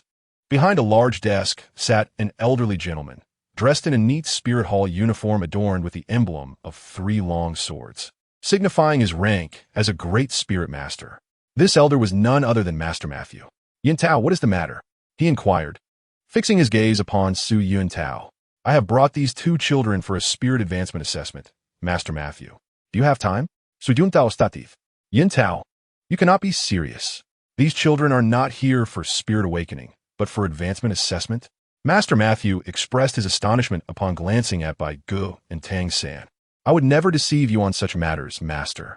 Su Yuntao replied, somewhat exasperative. You should be aware of these children. They are the 2 I mentioned, both possessing innate full spirit power, yet one wields the blue silver grass and the other the wisteria. All right, Master Matthew, I leave these 2 in your capable hands. CC and I shall take our leave. With a wave of his hand, Su Yuntao said no more. turning to depart alongside CC and closing the door behind them. Ah, a young man blinded by love. CC is not suited for you. Her heart is far too grand for someone like you to pursue. Observing Su Yun Tao's eager demeanor, it was evident he yearned for a private moment with CC. Master Matthew sighed quietly, watching Su Yun Tao's departing figure, softly muttering. Though Bai Ge did not catch all of Master Matthew's words, his expression suggested he had discerned the outcome between Su Yun Tao and CC. The fate of a sycophant and a goddess is but one. The sycophant shall never attain. Master, could you please conduct our spirit advancement assessment? Noticing Master Matthew's momentary distraction, and mindful of their pressing matters, Tang San interjected. Of course, children, but you need not call me master. I hardly consider myself one. You may refer to me as Grandfather Matthew. At 81 years of age, I am certainly old enough to be your grandfather. With a smile, Master Matthew addressed Tang San and Bai Ge. Hearing Master Matthew's amiable tone, Bai Ge and Tang San's fondness for him surged, prompting them to bow deeply in unison, exclaiming, "Greetings, Grandfather Matthew. Very good, such polite children. Now, let us proceed to your spirit advancement assessment." Pleased with Bai Ge and Tang San's respectful gestures, Master Matthew nodded approvingly. He then rose, ready to lead them to their spirit advancement assessment. As they exited the office with Master Matthew, the trio followed him down the corridor on the second floor, eventually arriving at the end where 3 grand arched doors loomed before them. This is the sole laboratory of the Spirit Hall, where advancement assessments take place. Come in, children. Matthew pushed open a door on the left and beckoned Bai Ge and Tang San to enter. Upon stepping inside, a spacious room unfolded before Bai Ge. At first glance, it appeared unremarkable, but once inside, Bai Ge felt the energy of his Mingyu skill stirring within him. All right, we can begin. Which of you will go first? Matthew inquired, observing Bai Ge and Tang San. I'll go first, Grandfather Matthew. Bai Ge stepped forward, addressing him. What must I do? Quite simple. Summon your martial soul, and then release your soul ring, Matthew replied with a smile. I understand. Bai Ge nodded and slowly extended his right hand. As he activated the energy of his Mingyu skill with his mind, several spiky, dark purple vines sprouted from his hand. Simultaneously, a circle of yellow soul rings rose from beneath his feet, swirling around his head and feet. Ah, what is this martial soul of yours? Matthew stared in astonishment at the moya vines in Bai Ge's hand. While it resembled the plant-like soul beast, blood-patterned blackthorn vine, which was typically black, this vine was distinctly dark purple. Moreover, didn't these 2 children represent the blue-silver grass and wisteria martial souls? Could it be that this vine was indeed wisteria? This is wisteria, Bai Ge responded. Wisteria? Where have you seen wisteria grow like this? Matthew chuckled at Bai Ge's assertion. However, Yintao should not be so careless. Your martial soul likely did not appear in this form initially, did it? It must have transformed due to the absorption of this century-old soul ring, correct? He pointed at the yellow soul ring beneath Bai Ge's feet. As expected of Grandfather Matthew, you are indeed correct, Bai Ge nodded. Well, it seems you have a commendable teacher at Nodding Academy. However, from what I know, it must have been quite a feat for him to assist you in slaying a century-old soul beast. May I know your name, child? My name is Bai Ge. Bai Ge replied. Bai Ge, you say? Very well, little Bai Ge. Now let us test your soul power. Matthew retrieved a yellow crystal ball from the table and approached Bai Ge, handing it to him. Just as with your martial soul awakening, place your hand upon it. Certainly. Grandfather Matthew. Bai Ge placed his hand on the crystal ball, which immediately illuminated with a brilliant yellow light. Witnessing the radiance emanating from the crystal ball, Matthew's eyes widened in disbelief. Impossible. Did you not just absorb a soul ring? Your soul power should be at the 11th level. How could it possibly reach the 15th level? Matthew exclaimed, utterly astonished. 15th level? Bai Ge was equally taken aback. While he was aware that his absorption of the soul ring's energy exceeded that of ordinary soul masters, he believed that the majority of the power from the blood-patterned blackthorn vine soul ring had been converted into physical enhancement by his dragon elephant prajna skill. How could it elevate his soul power by so many levels? Then, Bai Ge recalled the 3 months of training in Mingyu skill following the awakening of his martial soul. Could it be that this training had accumulated several levels of soul power? Perhaps the strength contained within the soul ring itself was so formidable that it facilitated such a leap? Matthew speculated. Bai Ge, can you tell me what soul beast your soul ring came from and its age? After a moment of thought, Matthew inquired. My soul ring was obtained from slaying the blood-patterned blackthorn vine, and its age should be between 400 and 430 years, Bai Ge replied. Hiss. Matthew gasped sharply upon hearing Bai Ge's words. The age of this soul ring is extraordinarily high. For ordinary soul masters, the most they could absorb would be a soul ring from a 100-year-old beast. Only a rare few might manage to acquire one from 200 to 300 years. Absorbing such a soul ring is already perilous, but a 400-year-old soul ring? Most soul masters would perish from the attempt. Yet Bai Ge somehow survived after absorbing one from 420 to 430 years. This is nothing short of a miracle. Could this miracle explain why Bai Ge's soul power level jumped from 11 to 15? Matthew wasn't entirely certain, but at present, this reason seemed most plausible. Wait, Bai Ge. Your soul ring derives from a 400-year-old blood-patterned blackthorn vine. Although it is a plant soul beast, it shouldn't be so easily hunted. Which teacher from Nodding Academy led you to capture it? Suddenly, Matthew appeared to have realized something and questioned. Our teacher is not from Nodding Academy. He is merely a guest instructor there. We do not know his exact name, but everyone calls him Master, Bai Ge explained after some thought. Master? Upon hearing Bai Ge's words, Matthew was taken aback. If he is indeed a master, then it is understandable. A blood-patterned blackthorn vine of over 400 years cultivation can only be hunted by someone of considerable skill, likely the Academy's dean. However, with the wisdom of a master, it should not pose a challenge, given the immobility of plant soul beasts is a significant disadvantage. Grandfather Matthew, do you know our teacher? Tang Sen inquired, intrigued. The master, indeed I know him. He is a renowned figure in the realm of soul masters, a distinguished master of martial soul theory throughout the Douluo continent. Since your teacher is a master, it is comprehensible that your martial souls have undergone such a profound transformation. Matthew stroked his beard, expressing admiration. I had intended to invite you to join our spirit hall, but it appears that such a prospect is improbable now. I never anticipated that a master would be present in our nodding city. But we are here to register as soul masters in the spirit hall. Does that not count as joining? Tang San questioned, somewhat perplexed by Matthew's statement. That does not constitute joining the spirit hall. If that were the case, then all soul masters across the continent would likely be members of the spirit hall. Matthew chuckled and shook his head. Registration with the spirit hall is a requirement for the vast majority of soul masters, as it allows them to receive government subsidies. However, to join the spirit hall means to become an exclusive soul master of the spirit hall, which requires training at a school operated by the spirit hall. Nevertheless, since you have already joined Nodding Academy and become students of the master, even our spirit hall would not dare to forcibly recruit from other academies. Matthew sighed. However, you must remember not to casually declare yourselves as disciples of the master in front of others. The master was once affiliated with our spirit hall, but after he published the theory of the 10 core competencies of spirit abilities, he was expelled and deemed a disgrace to the spirit hall. Many spirit masters within the organization harbor unfriendly sentiments towards him. Should it come to their knowledge that you have chosen him as your mentor, it may bring you considerable trouble. As if recalling something, Matthew could not help but reiterate his warning. The teacher was once part of the spirit hall? Upon hearing Matthew's words, both Bai Ge and Tang San were taken aback. Tang San was shocked simply because he was unaware of this fact, while Bai Ge, knowing the master hailed from the Blue Lightning Tyrant Dragon clan, was surprised to learn of his previous association with the Spirit Hall.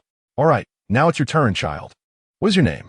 After completing Bai Ge's soul ring testing and evaluating his spirit power level, it was now Tang San's turn.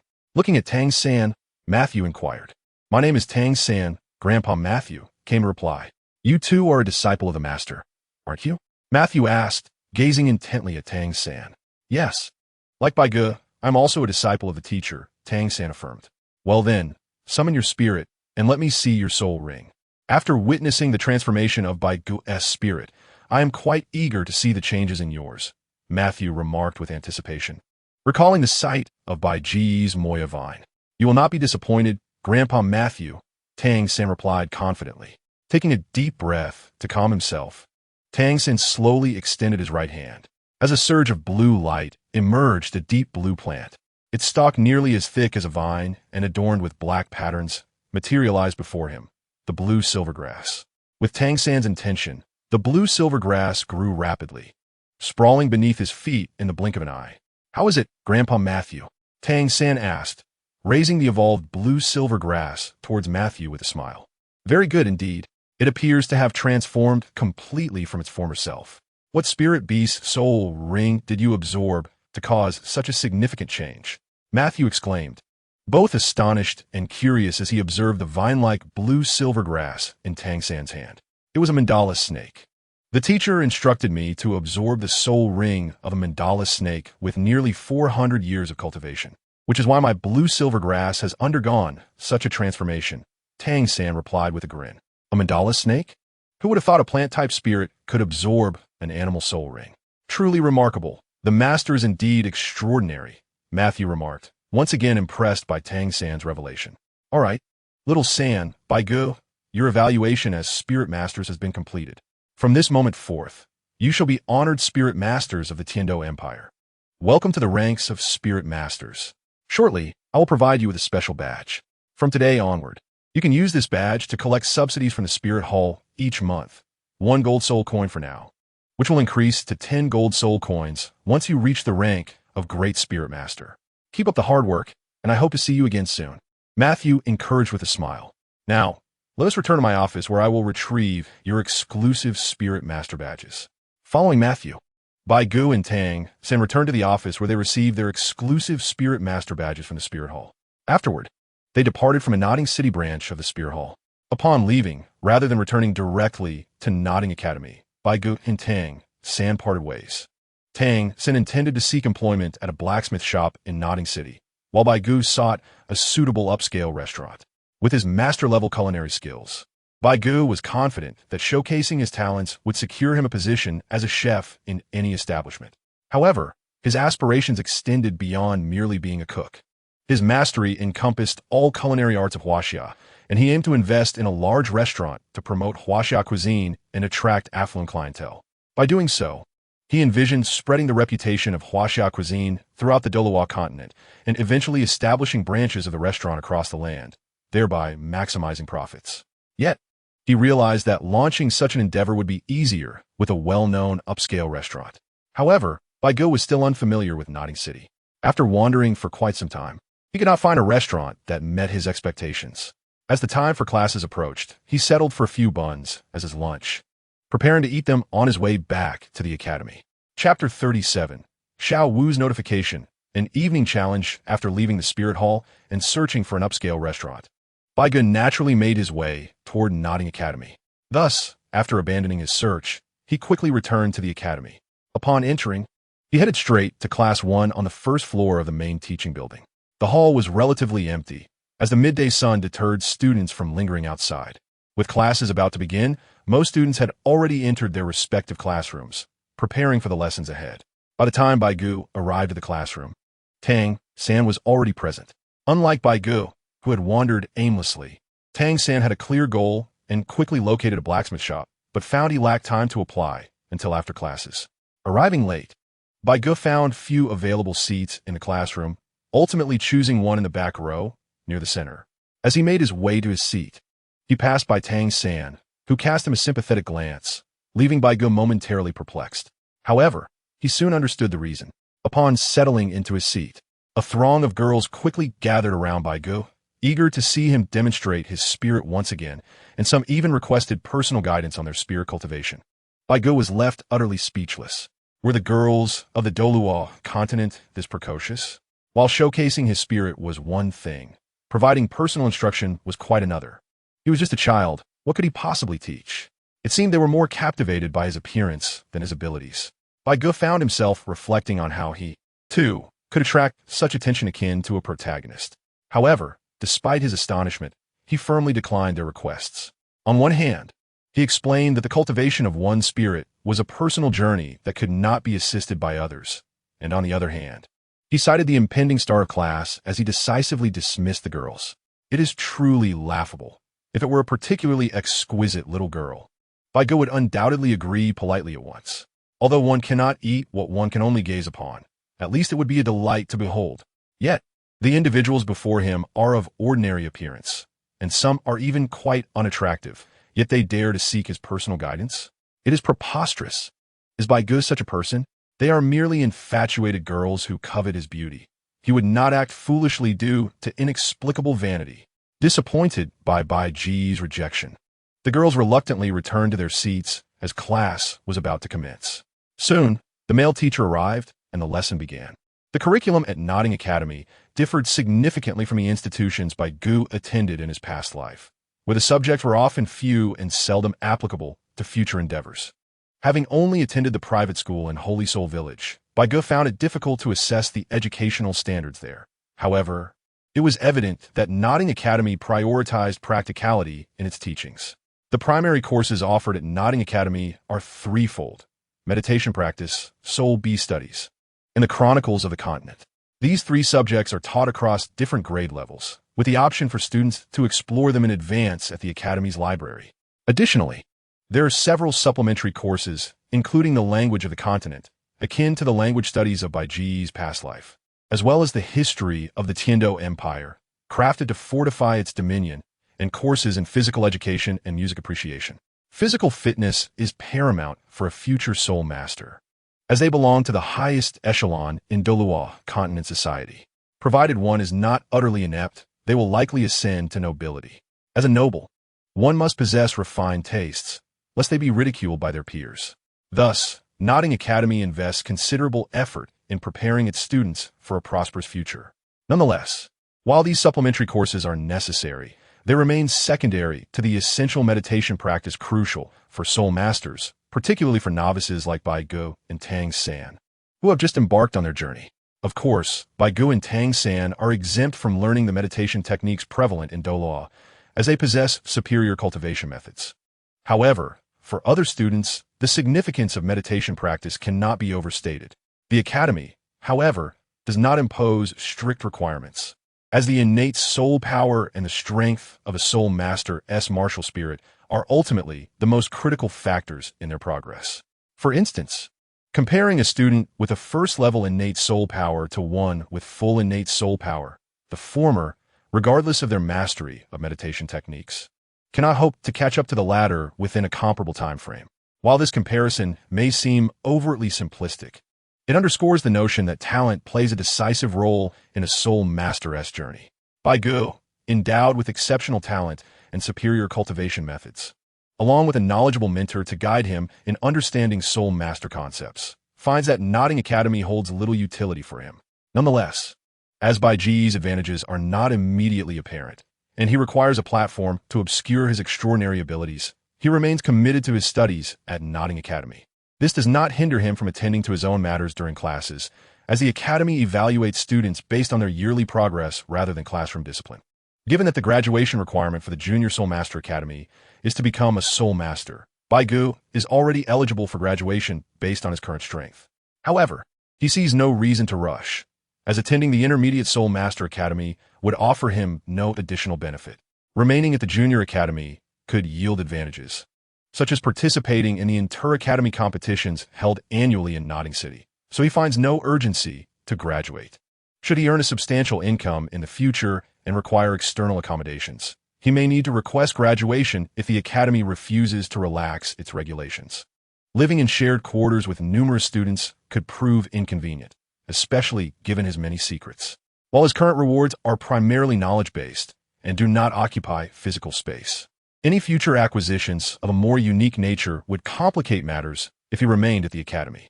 As the male teacher continued his lecture, Bai Ge focused on his book, occasionally indulging in experiments with his techniques, such as the Mingyu Gong and the Dragon Elephant Prajna Gong.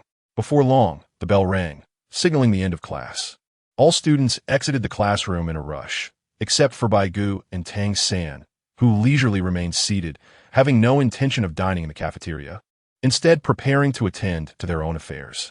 "Hey, Tang San, Bai Ge, where did you two go at noon?" As they waited for the others to leave, Xiao Wu approached them with a curious expression. "We registered at the Spirit Hall to become Soul Masters," Tang San explained. "What is the use of registering as a Soul Master?" Xiao Wu inquired, perplexed. "I cannot say whether it is beneficial for others, but it certainly is for you. Once registered, a Soul Master is entitled to receive a gold soul coin as a monthly subsidy from the Spirit Hall," Bai Ge replied with a smile. Observing Xiao Wu's confusion, "Ah, we can receive a gold soul coin?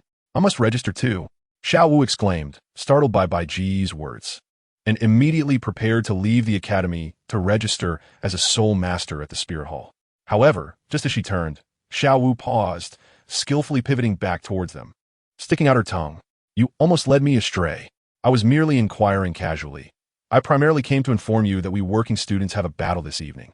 Chapter 38. New Mission. The schemes of Notting's boss, Xiao Qinyu, a challenge? Bai Ge and Tang sent exchanged bewildered glances at Xiao Wu's statement. Yes, a challenge.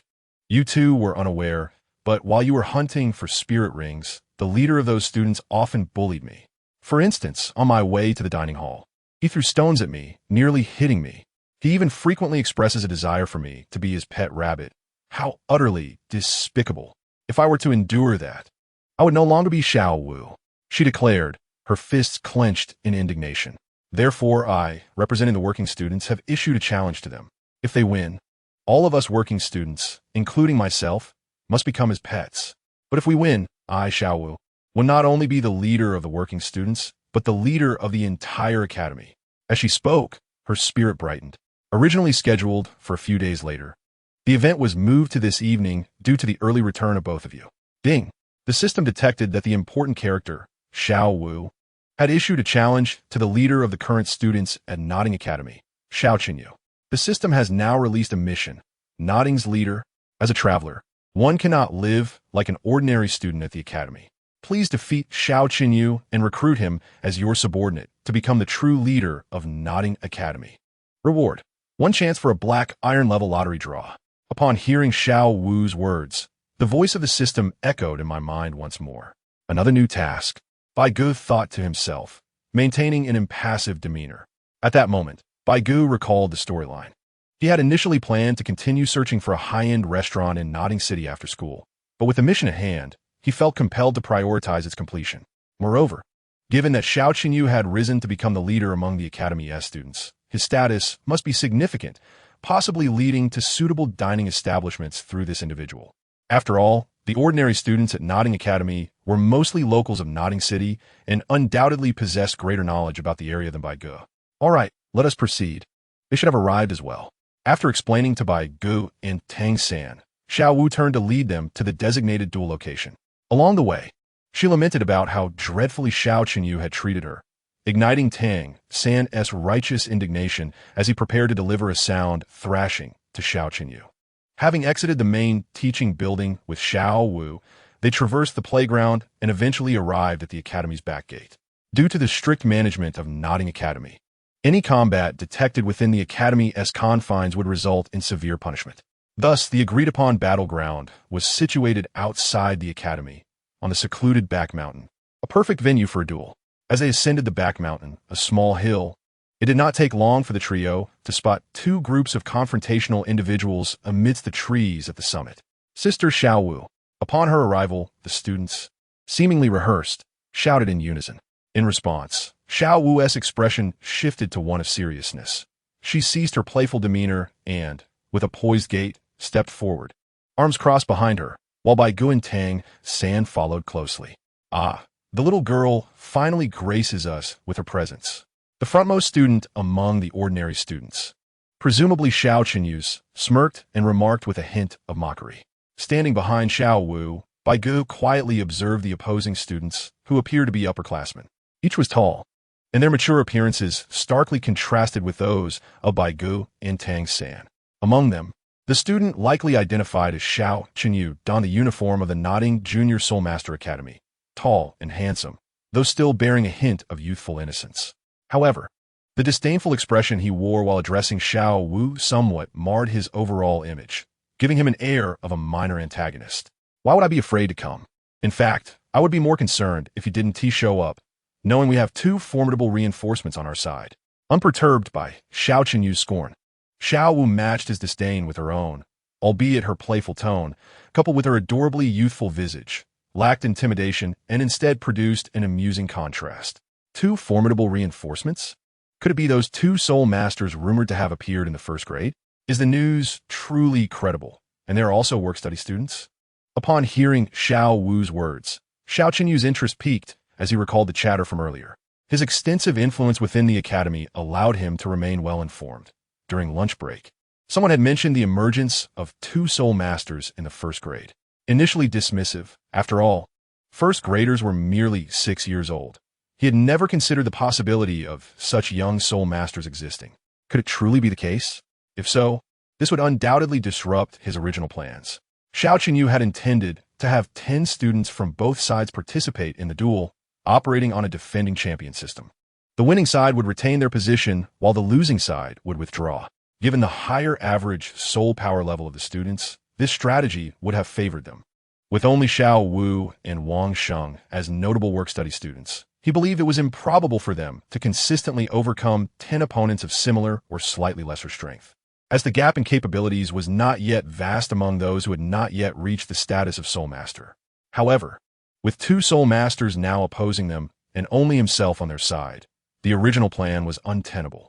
While uncertain of Bai Ge and Tang San's status as Soul Masters, Xiao Qinyu, observing Xiao Wu's enthusiasm, braced for the worst. After much contemplation, he concluded that the most suitable approach would be a full defending champion system. He had initially considered a more favorable tactic, restricting each participant to a single match and maximizing the number of duels, such as best of 3, best of 5, or best of 7. This would minimize the impact of the opposing Soul Masters, while his side, with superior average strength, would stand a better chance of victory. Yet, he knew the work-study students would never agree to such terms, as it would clearly diminish their advantages. Ultimately, after much deliberation, Xiao Qinyu settled on a strategy that, while offering a lower probability of victory, was still feasible and unlikely to be rejected by the work-study students. This would allow all students from both sides to participate, leveraging their greater overall numbers to maintain a reasonable chance of success. To secure victory, Xiao Qinyu would have to rely on his subordinates to exhaust the stamina of the two potential Soul Masters on the opposing side, ideally forcing one of them out of the match, thereby increasing their odds of triumph. Chapter 39. The duel begins. Objective: to dominate all. Hey Xiao Qinyu, what are you daydreaming about? Are you scared because we've got two formidable reinforcements? Observing the imposing figure of Xiao Laoda, Xiao Wu assumed an air of haughty superiority, resembling a petite swan with an elongated neck, and spoke with an arrogant tone. What are you blabbering about? Am I daydreaming? I am contemplating how to make your defeat more aesthetically pleasing. As for your two esteemed generals, you claim they are indeed formidable. I suspect their abilities are akin to that of Wang Sheng, such as the caliber of your work-study students.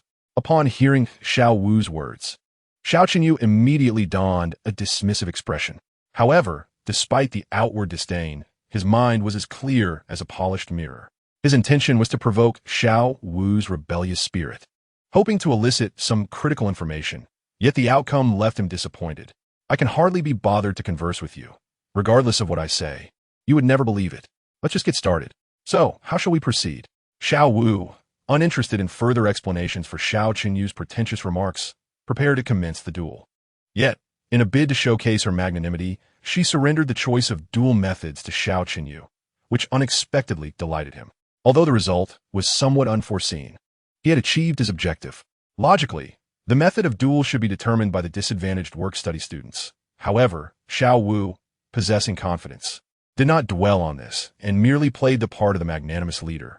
This left Wang Sheng somewhat speechless, while Bai Ge and Tang San remained unfazed, as they held their opponents in utter disregard. Very well, the method of this duel shall be determined by you. Xiao Qinyu responded eagerly, seizing the opportunity. But fret not, I shan't take advantage of you. Since this duel represents our respective groups, for the sake of fairness, let us all participate in this contest. A glimmer of cunning flashed in Xiao Qinyu's eyes. What do you mean? Xiao Wu queried, puzzled by his words.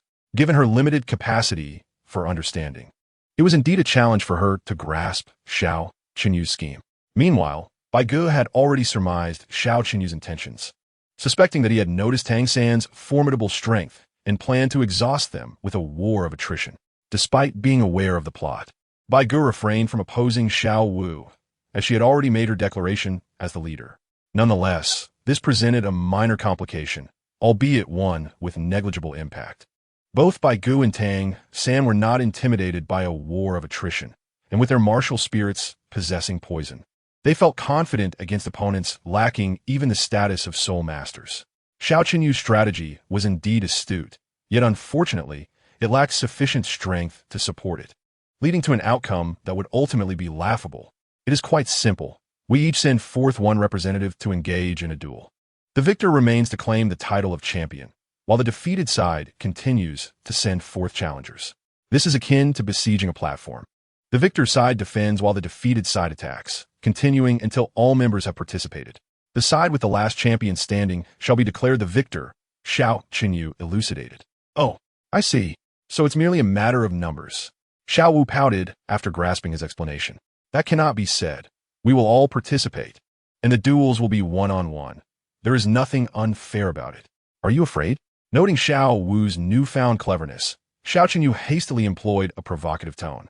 Yet, despite the obvious bait, Xiao Wu took the bait, vehemently denying any fear. Nonsense. How could I possibly be afraid? Let us fight. Whoever fears is the coward. With that, Xiao Wu turned to the work-study students and proclaimed loudly, All right, have you all understood the rules? Who wishes to go first? The work-study students exchanged glances, yet none dared to step forward. I'll go, Bai Ge declared without hesitation, perceiving the opponents as a mere collection of weaklings. In his eyes, victory was assured, and he could hardly be bothered with the details. He intended to crush the opposition with sheer strength, thereby securing victory in this duel and simultaneously intimidating Xiao Qinyu, hoping to win him over as a subordinate. Completing the task was secondary. To Bai Ge, Xiao Laoda was an individual of potential, displaying some strategical acumen, and would likely hold a significant status in Nodding City. If he could truly earn his loyalty, it would greatly aid Bai Ge's plans. Bai Ge, you're going first. Is that all right?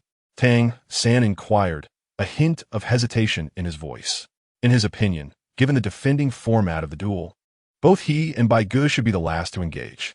The risk of being drained of stamina was considerable, especially since their work-study group was markedly inferior in both quality and quantity compared to their opponents. Relax, it's no problem. Watch me single-handedly take them down. Bai Ge waved dismissively at Tang San's concerns.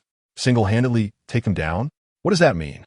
Tang San was perplexed, sensing that Bai Ge often used peculiar phrases. I mean to say that I alone can defeat them all. Bai Ge chuckled, clarifying his intent. All right, I believe in you, Tang San replied, choosing to uplift morale rather than dampen spirits. Bai Ge, go for it. Show them the prowess of our work-study group. Upon realizing that Bai Ge would be the first to enter the fray, the remaining work-study students appeared invigorated, save for Wang Sheng, who remained composed. However, with Tang San's exceptional prowess still in reserve, Wang Sheng felt little concern. Are they really sending out their ace first? Meanwhile, Xiao Qinyu was taken aback by Bai Ge's decision to step forward first. Yet, he quickly regained his composure. Though he appeared arrogant, he was not foolish. He understood a fundamental truth. One should never underestimate others, for those who consistently do often reveal themselves as true fools. To become a soul master, one must have hunted soul beasts in the soul-hunting forest and acquired soul rings. Xiao Qinyu himself had traversed the perilous soul-hunting forest and knew well that only the astute could emerge successful from such a treacherous place. Therefore, there are only two possibilities for Bai Ge stepping up first. One was that he had overestimated his opponents, believing that mere luck had granted him a soul ring and that he was invincible simply by becoming a soul master, a possibility but one of low likelihood. The other possibility was that he was entirely confident, disregarding them entirely, which, while also somewhat unlikely, was more plausible than the first. Ultimately, the true nature of the situation would hinge on the opponent's strength, which could only be assessed based on their martial spirit and soul rings. As Xiao Qinyu pondered this, Bai Ge had already advanced to an open area. Who will step up first? After pondering for a moment, Xiao Qinyu directed his gaze towards an inconspicuous subordinate of mediocre strength. Given the uncertainty surrounding Bai Ge's capabilities, it was prudent to avoid sending a strong fighter right away. If Bai Ge were not a soul master, it would be beneficial to test the waters with weaker subordinates. Conversely, if he were indeed a soul master, it would be imperative to ascertain the nature of his martial soul and the level of his soul rings. Therefore, Xiao Qinyu resolved to dispatch less significant subordinates first. Boss, me? Wang Shan was taken aback upon being chosen by Xiao Qinyu. Yes, it is you. We still remain unaware of the enemy's martial soul and abilities, and we cannot afford to send our elites in a battle recklessly. Go and probe the enemy's strength. Also, Be sure to introduce yourself when you enter the fray. We need to see if he takes the bait, Xiao Qinyu instructed. Understood, boss. Although Wang Shan was aware of his own limitations, being viewed as a mere pawn still left him feeling somewhat disheartened. Wang Shan, martial soul, wooden shield, level 40 ring soul master, slowly approached Bai Ge. Taking a deep breath, he introduced himself.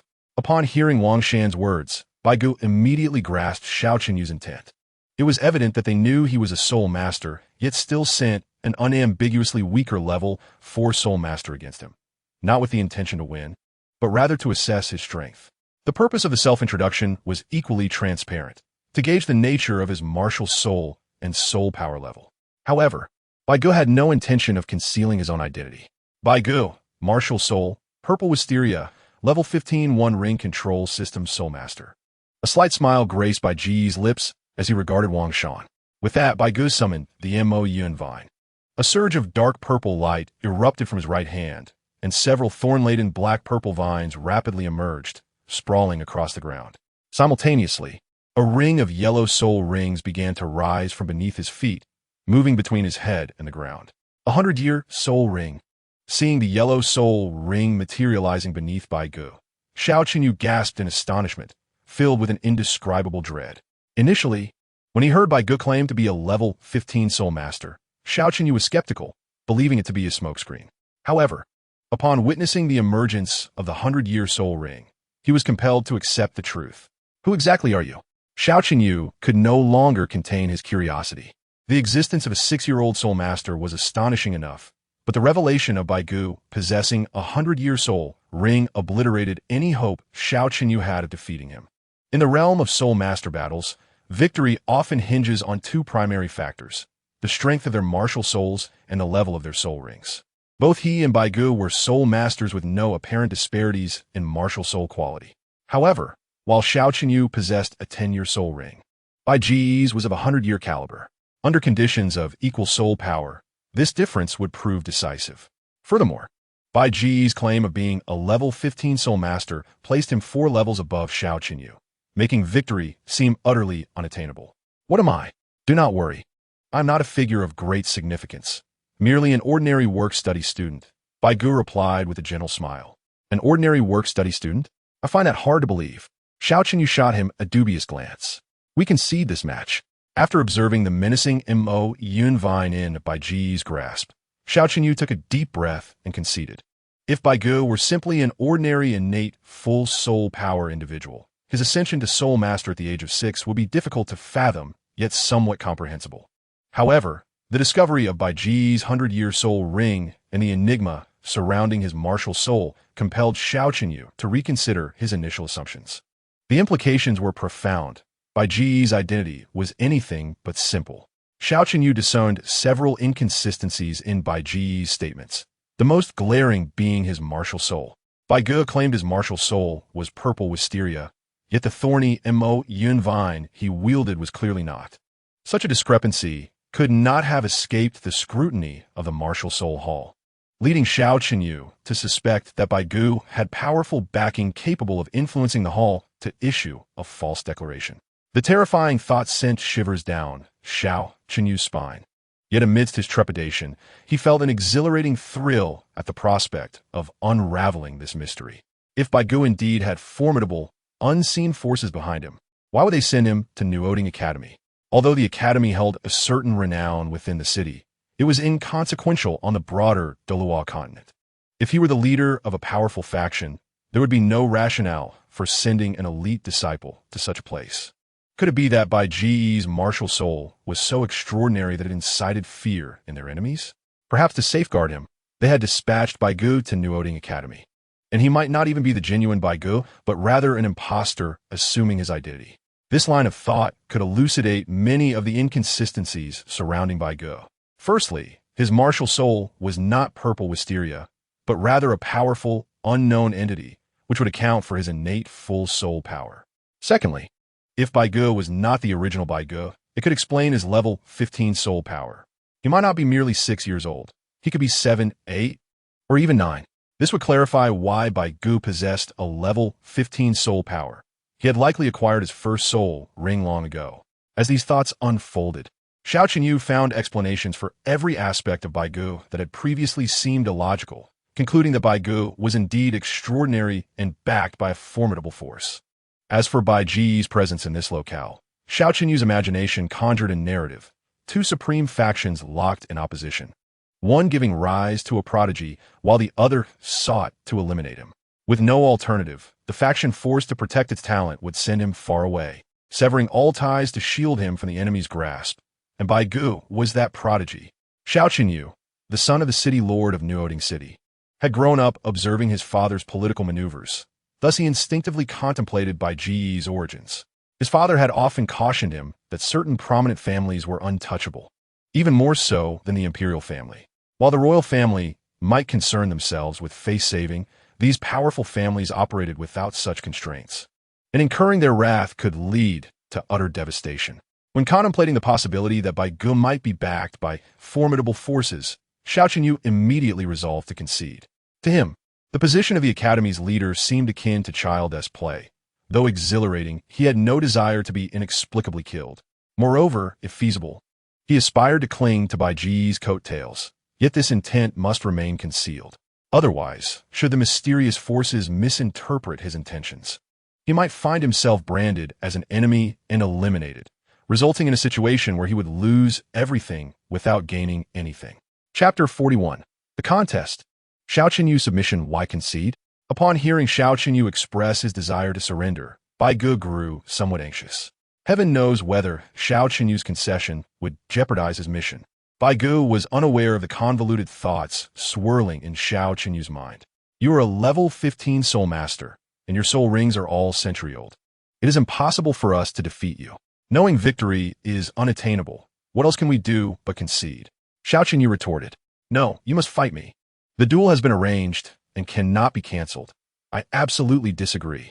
Bai Ge's expression turned frosty at Xiao Qinyu's words. The current outcome was far from what he desired.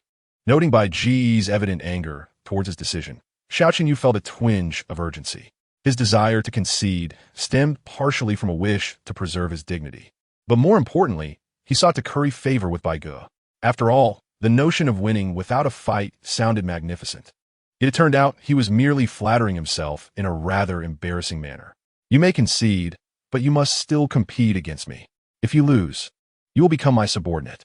Bai Ge's demeanor grew serious as he articulated his bottom line. However, upon hearing Bai Ge's stipulation, Xiao Qinyu's spirit soared. This was indeed a twist of fate, a breakthrough amidst adversity. He had been contemplating how to align himself with Bai Ge without inciting the ire of the forces behind him. Yet unexpectedly, Bai Ge proposed that he become his subordinate, a chance too perfect to miss. I agree, Xiao Qinyu replied eagerly. Yet, Bai Ge couldn't help but feel a twinge of doubt at Xiao Qinyu's swift acceptance. Was he truly conceding out of fear of embarrassment and defeat?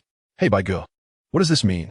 If you went against Xiao Laoda, is he my subordinate or yours? Onlookers were bewildered by the sudden turn of events. But when Xiao Wu learned that Bai Ge intended to make Xiao Qinyu his subordinate, she grew flustered. Shouldn't Xiao Qinyu be her subordinate? Don't worry, he will still be your subordinate. After all, my subordinates are also yours, Bai Ge casually reassured Xiao Wu. Oh, that makes sense. Enlightened by Bai Ge's explanation, Xiao Wu returned to her group of students, cheering, Go Bai Ge. Defeat that detestable Xiao Laoda. All right, let us begin.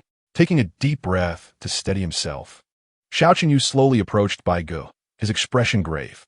Although he understood that defeating Bai Ge was beyond his capability and desperately wanted to align himself with him, Xiao Qinyu recognized that a worthy subordinate must possess sufficient strength and value. This duel represented his opportunity to demonstrate both. Xiao Qinyu, a 6th grade student, martial spirit, wolf, an 11th level one-ring soul master. Bowing respectfully, Xiao Qinyu introduced himself. Bai Ge, a 1st grade student, martial spirit, Wisteria, a 15-level control-type soul master. Bai Ge mirrored the gesture. Upon completing their introductions, the two retreated to opposite sides, with Xiao Qinyu entering the martial spirit manifestation state without hesitation. Accompanied by a distant wolf howl, a green wolf silhouette emerged from his body and swiftly integrated itself within him. As the wolf's spirit enveloped him, a layer of azure light radiated from Xiao Qinyu, causing his muscles to swell. His eyes gradually shifted to a pale green, and his nails sharpened. Simultaneously, a ring of white soul rings ascended from the ground, swirling around his head and feet. Howl! Receive my gale claw.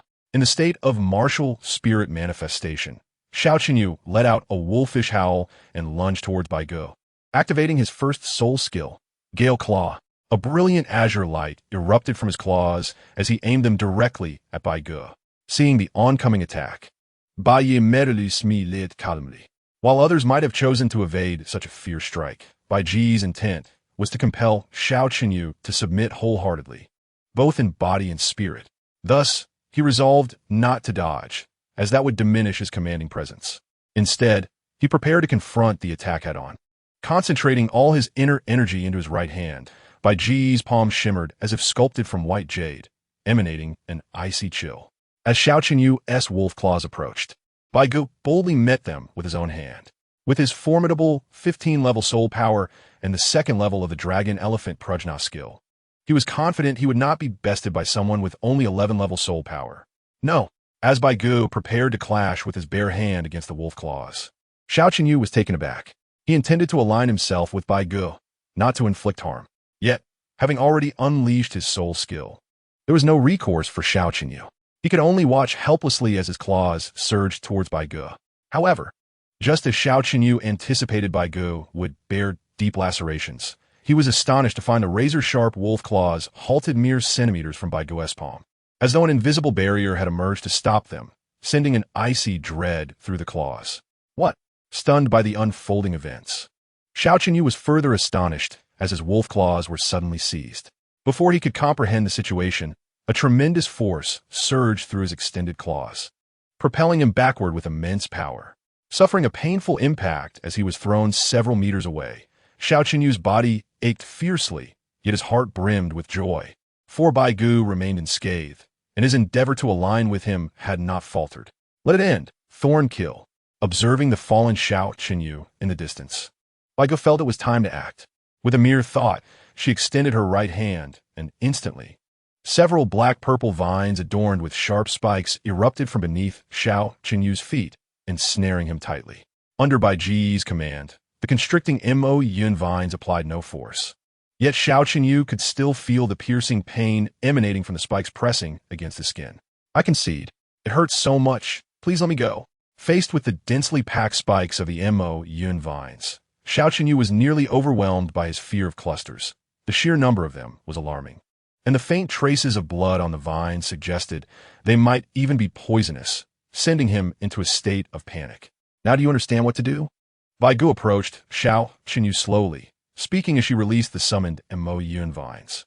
Under her control, the vines that had bound Xiao Qinyu transformed into countless black-purple specks, dissipating into the air. Boss, with the Mo Yun vines finally relinquished, Xiao Qinyu regained his composure. Upon hearing Bai Ge's words, he promptly knelt before her, cupping his fists in respect. Ding! Mission accomplished. Black iron-level lottery chance awarded. A familiar voice echoed in Bai Ge's mind, and a smile blossomed on her face.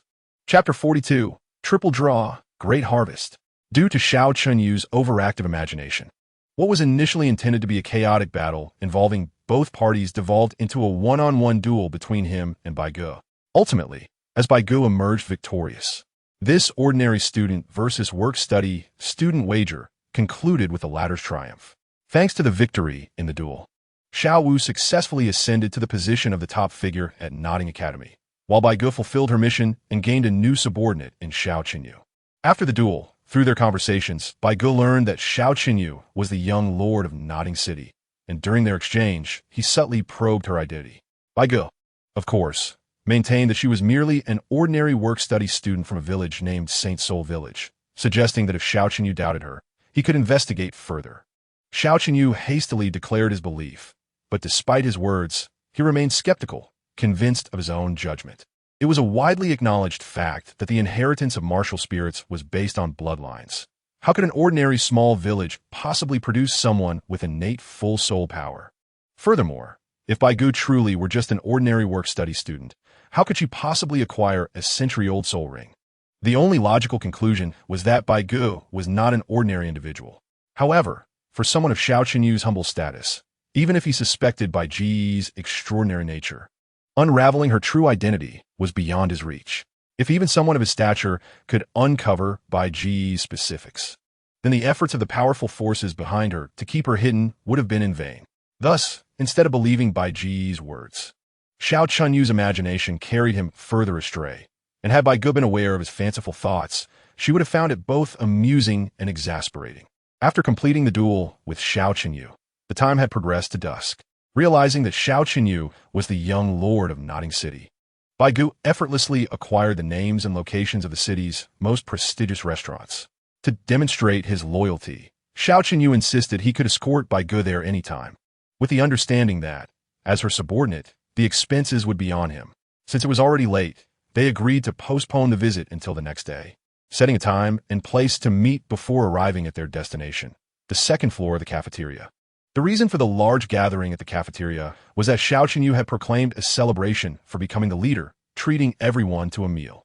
Throughout their journey, Xiao Chunyu had been eager to please Bai Ge, and his original subordinates were equally perceptive. With the students intentionally accommodating, the atmosphere remained harmonious until the meal concluded. Although Xiao Chunyu regarded Bai Ge as his superior, he did not neglect Xiao Wu and Tang San, who had also earned their positions in the agreement.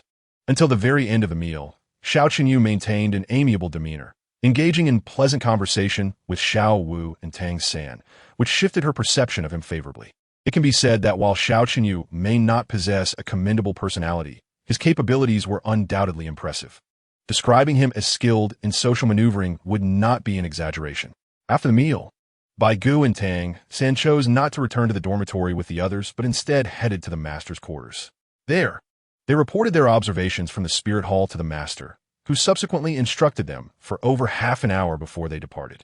Upon returning to the dormitory, they found that the other children had already bathed and begun their meditative practices. After washing up, Bai Ge and Tang San also settled onto their beds to meditate. However, unlike Tang San, who was genuinely focused on his cultivation, Bai Ge appeared to be meditating while, in reality, she was delving into her consciousness to connect with the system. The reason she bathed, the reason she washed, was to ensure she could draw luck during the lottery later and perhaps win some exceptional items. System. I wish to utilize all the accumulated lottery chances. Bai Ge suppressed her excitement as she spoke. Please confirm the order of the draws, the system responded. Let us start with the black iron level lottery chance. Bai Ge decided after a moment as contemplation. Preferring a gradual approach, she opted to utilize the lowest tier first. Black iron level lottery chance has been used. The system is drawing now. Ding! Congratulations, the host has drawn the Poison Dragon Whip Technique. The system's notification resonated. The Poison Dragon Whip Technique? Is it a martial skill involving whips? Bai Ge's mind stirred with intrigue. Do you wish to view the lottery details? Yes. Upon her confirmation, a virtual attribute panel emerged in her consciousness. Skill name: Poison Dragon Whip Technique. Skill type: Martial skill, Whip art. Description: a whip technique from a certain martial arts world. Divided into 4 forms: Spirit Snake 9 twists, Poison Dragon spitting fangs, Twin Dragons emerge from the sea, and Heaven strikes earth. This is an exceptionally powerful martial whip technique. What are you waiting for? Whip art. Quite impressive. Considering that the Mo Yun vines could also be wielded like a whip, Bai Ge nodded to herself, realizing that the system's lottery was quite attuned to her desires. System, let us use the silver level lottery chance as well. Having accepted the Poison Dragon Whip technique, Bai Ge pressed forward. Silver level lottery has been used. The system is drawing now. Ding! Congratulations, the host has received a medicinal pill gift pack, 5 of each. Herb pill, cleansing pill, fasting pill, essence pill, chi supplement pill. A medicinal pill gift pack?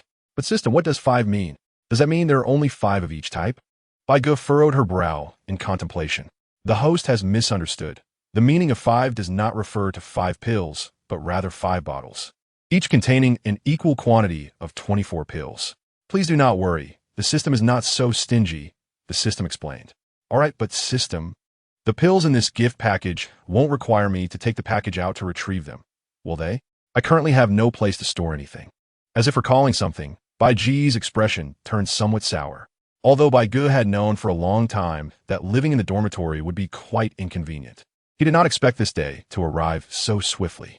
Rest assured, as long as the items are drawn from the system, You can place them in the system's exclusive reward space where time stands still, ensuring no impact on the items drawn, the system reassured.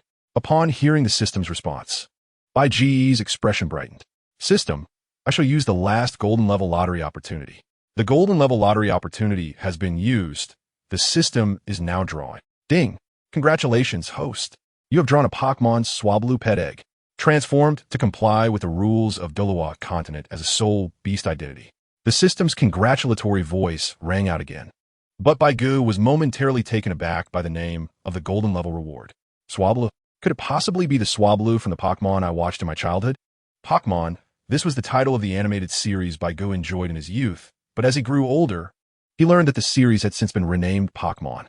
Reflecting on the battle prowess of Pokemon from the animated series, Bai Ge realized that they were surprisingly formidable, certainly stronger than most soul beasts in Douluo continent. Moreover, he remembered that Swablu could evolve into Altaria. Considering the size of Altaria from his memories, it could carry a person, which was enough to make Bai Ge elated. However, he recalled that the lottery reward indicated that Swablu's identity had been transformed to conform to the rules of Douluo continent as a soul beast.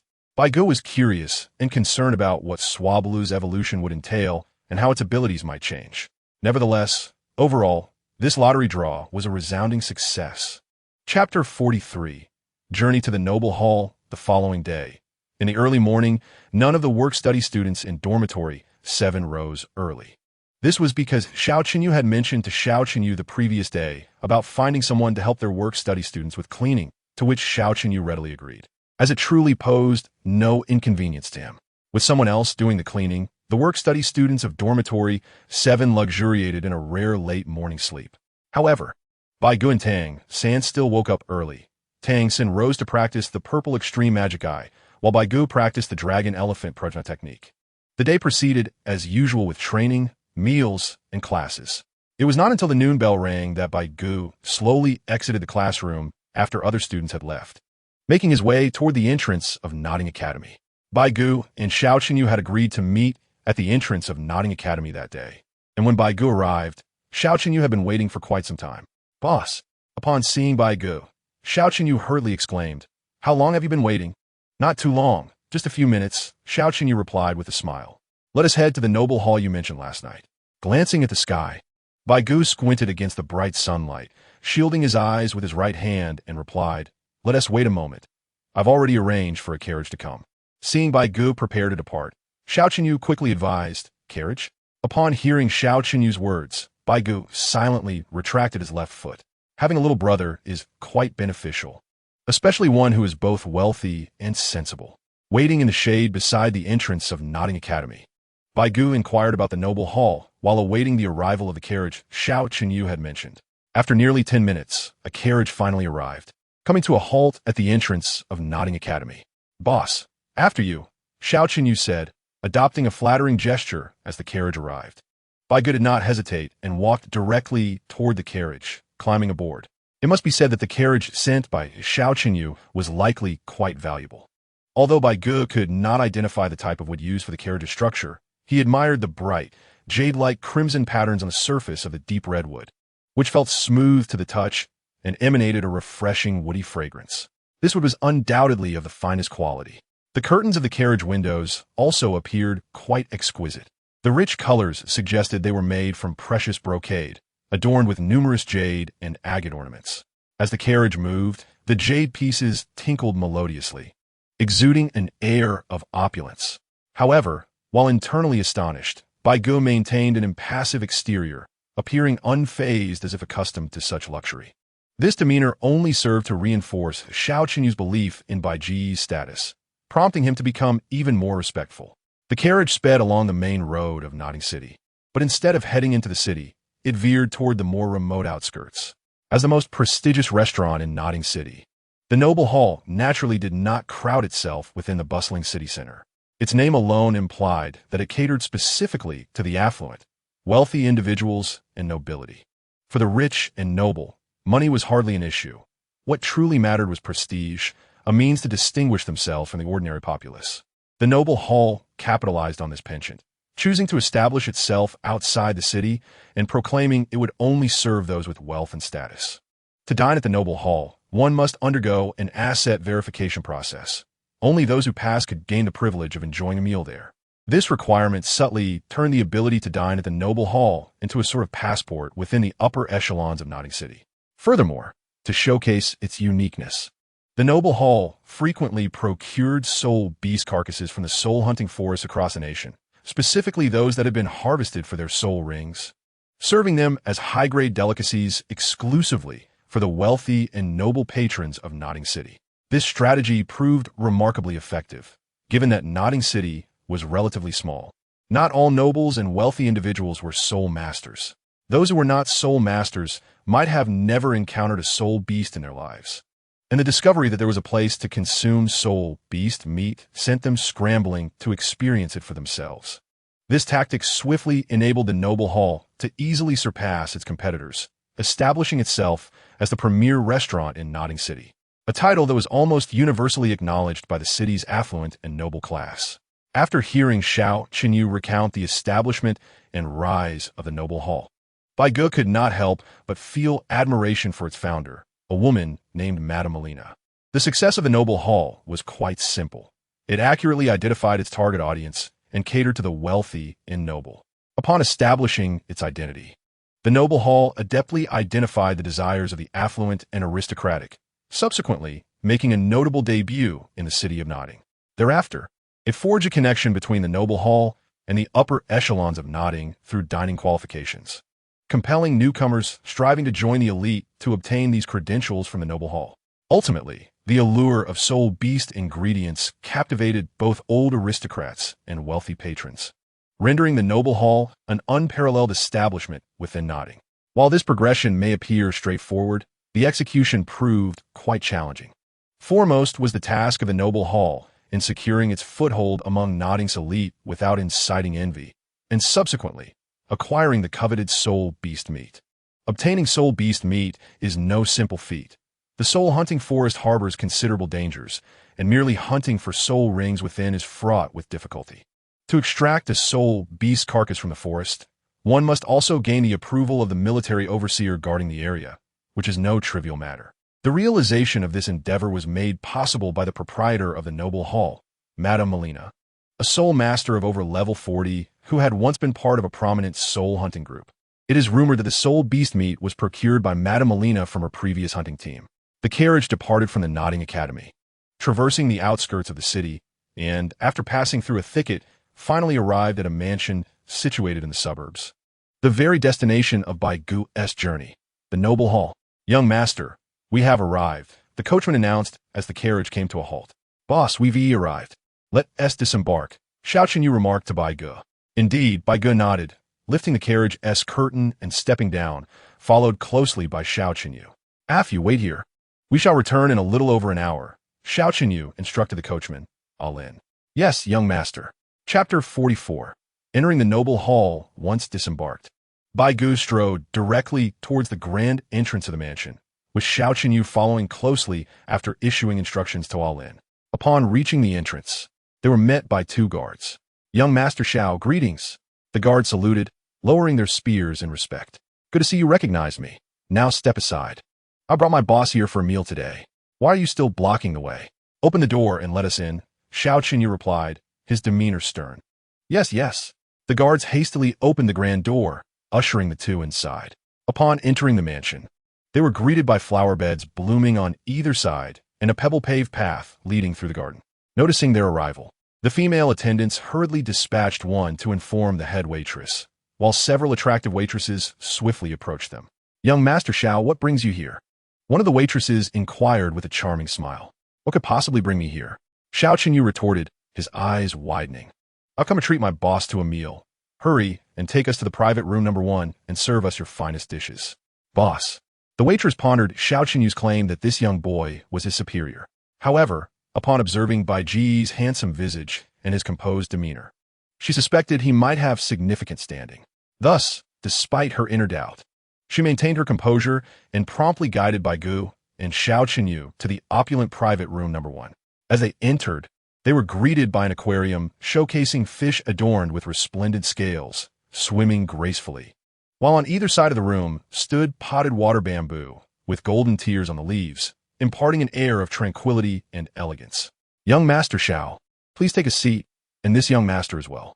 Here is our menu. Kindly peruse it and let us know your selections. As Bai Ge and Xiao Qinyu settled at the table, the waitress presented the menu. Boss, take a look at what you would like to order, Xiao Qinyu offered. Placing the menu before Bai Ge. I'll have a look. Bai Ge accepted the menu and began to scan its contents. To his astonishment, not a single dish was priced below 1 silver soul coin, with the most extravagant being a snowy golden chicken and snow silkworm cordyceps soup, costing a staggering 5 gold soul coins. A flicker of concern crossed Bai Ge's mind as he glanced at Xiao Qinyu, contemplating the implications of ordering too extravagantly. Yet, after a moment's reflection, he dismissed his worries, reasoning that younger siblings are often meant to bear the burden, and if the bill proved too steep, he could always call upon Xiao Qinyu's father to rectify the situation. Besides, regardless of the dish's quality, Bai Ge's ultimate aim was to scrutinize the culinary offerings, hoping to attract the attention of the noble hall's management, preferably Madame Melina herself, and subsequently engage in a culinary contest with the chef to showcase the allure of Huaxia cuisine. Bai Ge firmly believed that with a lucrative opportunity laid before her, Madame Melina would not turn it down. Based on the information provided by Xiao Qinyu regarding Madame Melina, Bai Ge perceived her as a shrewd and decisive woman, unlikely to overlook such an opportunity. Furthermore, Bai Ge possessed a decisive ace up his sleeve. If Madame Melina's story held true, he could not fathom why she would refuse a chance for prosperity when presented with a promising soul master. This one, and this one as well, Bai Ge declared, selecting several vegetarian dishes followed by various meat dishes, chicken, duck, and fish, culminating in the ordering of the priciest snowy golden chicken and snow silkworm cordyceps soup. After placing the order, Bai Ge couldn't help but chuckle at Xiao Qinyu's forced smile. All right, please wait a moment. The dishes will be ready shortly. The waitress accepted the menu from Bai Ge with a slight bow and then gracefully exited the private room. Hey, boss, are you really planning to stir up trouble here? Once the waitress had departed, Xiao Qinyu hesitantly inquired, what do you mean by stirring up trouble? When the food arrives, if I find it unsatisfactory, am I not entitled to discuss it with their chef and perhaps engage in a friendly competition? Bai Ge replied nonchalantly, casting a sidelong glance at Xiao Qinyu. Rest assured, from the information you provided, I have gathered sufficient insight into Madame Melina's character. I am here with sincere intentions, and I trust that she is a discerning individual. Even if I came with nothing, surely my presence alone warrants her investment, does it not? Demonstrating my culinary skills is merely a way to validate my capabilities and convey that I am genuinely interested in collaborating for mutual benefit. As for you, just focus on executing the tasks I assign. There are matters I cannot articulate myself, so you will need to be my advocate. Understood? I understand. Upon witnessing Bai Ge's confident demeanor, Xiao Qinyu could only express his acquiescence, for it was a rare opportunity to align himself with such a formidable ally. After careful contemplation, Xiao Qinyu acknowledged the validity of Bai Ge's argument. Provided that Bai Ge possessed superior culinary skills and could present exquisite dishes, Madame Melina would undoubtedly seize the opportunity. Furthermore, even if the endeavor were to falter, merely showcasing Bai Ge's prowess as a 6-year-old level 15 soul master would cause even someone as formidable as Madame Melina to tread cautiously. After all, such extraordinary talent is indeed a rarity, one that cannot be nurtured by ordinary factions. After waiting for half an hour, all the dishes were finally served. As Bai Ge and Xiao Qinyu savored the meal alongside refreshing juice, it was not long before Bai Ge had tasted every dish, prompting the two to deliberately seek fault. Ding ding ding ding. Xiao Qinyu frantically pressed the dining bell, and upon hearing the sound, the waitress who had previously attended to them hurried over, breathless. Young Master Xiao, what seems to be the problem? She inquired. Nothing much, merely that your prices are exorbitant while the dishes are rather mediocre. For instance, this lotus leaf grilled fish has absorbed the bitterness of the leaf, and the turkey is not crispy, with the fat failing to render, leaving an oily aftertaste. Lastly, this snow chicken and snow caterpillar soup, while made from fine ingredients, is overly greasy, lacking depth of flavor, and the textures are rather coarse. Moreover, both the snow chicken and snow caterpillar are EAN ingredients. Are you not aware that too much EAN can lead to coldness? How could you possibly stew them together? Bai Ge pointed out the shortcomings of each dish, unabashedly disregarding the waitress's increasingly darkening expression. Young Master Xiao, I am not authorized to resolve this matter. Please allow me a moment to fetch our head waiter to discuss with you, the waitress said, managing a polite smile despite her irritation. Very well, go find Hong Jie, Xiao Qinyu replied, understanding that a mere waitress could not engage in meaningful dialogue with them, thus preparing himself for a more significant figure's arrival. You intend to deliberately tarnish the reputation of our noble hall? After the waitress departed, a woman clad in a tailored black and white uniform, strikingly handsome with a scar adorning her face, approached Xiao Qinyu with a stern expression. Although she recognized Xiao Qinyu as the son of the city lord, her words bore no hint of deference. While the noble hall preferred to avoid conflict with the lord's estate, they were by no means intimidated. For Nodding City was merely a small, peripheral town. Furthermore, Xiao Qinyu, being only 12 years old, did not embody his father's authority in her eyes. Old master, I cannot help it. My superior instructed me to act thus, Xiao Qinyu stammered, feeling a chill under the woman's penetrating gaze. Despite being older in physical age than Bai Ge, his psychological maturity paled in comparison, and he instinctively recoiled, feeling somewhat embarrassed. Old master? The woman, Hong Jie, regarded Bai Ge with skepticism upon hearing Xiao Qinyu's words. Bai Ge may appear young, but he is a prodigious talent. He became a soul master at the tender age of 6 and is renowned for his culinary prowess, hailed as the finest young chef within 100 miles. He did not come to undermine your establishment, but rather to engage in a business discussion. The earlier incident was merely a challenge to showcase his skills, to demonstrate that his talents are no mere boast. As Xiao Qinyu fervently extolled Bai Ge's virtues, Hong Jie's attention shifted to him, her skepticism wavering. A soul master? While Hong Jie did not initially pay close attention, the mention of Bai Ge's status as a 6-year-old soul master astonished her. Such a phenomenon, if true, would indeed be remarkable, yet she pondered the veracity of the claim. In Hong Jie's eyes, this matter was trivial. Should the boy genuinely be a 6-year-old soul master, she would readily dismiss the earlier incident and strive to accommodate his requests. After all, the benefits of cultivating a genius far outweighed the consequences of stifling one. Bai Ge, aware of Hong Jie's doubts, remained unfazed, understanding the rarity of innate soul power like his in Tang San's. The most effective way to dispel skepticism was to exhibit the truth directly, so he summoned his martial soul, the Mo Yun Vine. As the yellow century-old soul ring materialized beneath him, Hong Jie stood transfixed, utterly astonished that he was indeed a 6-year-old soul master, and moreover, possessed a century-old soul ring.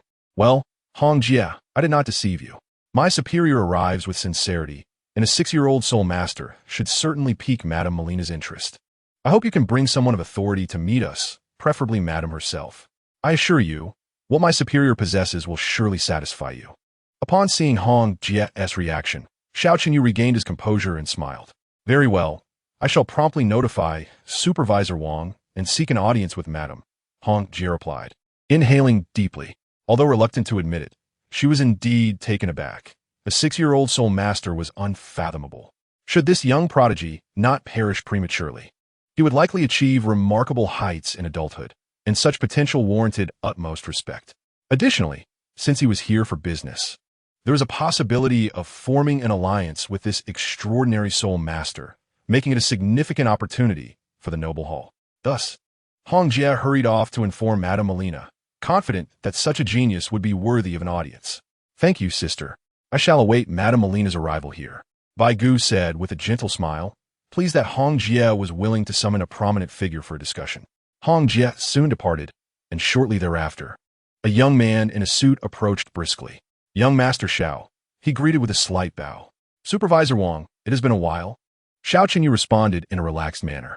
Is this young man the genius soul master that Hong mentioned earlier? After greeting Xiao Qinyu, Supervisor Wang turned his gaze towards Bai Ge.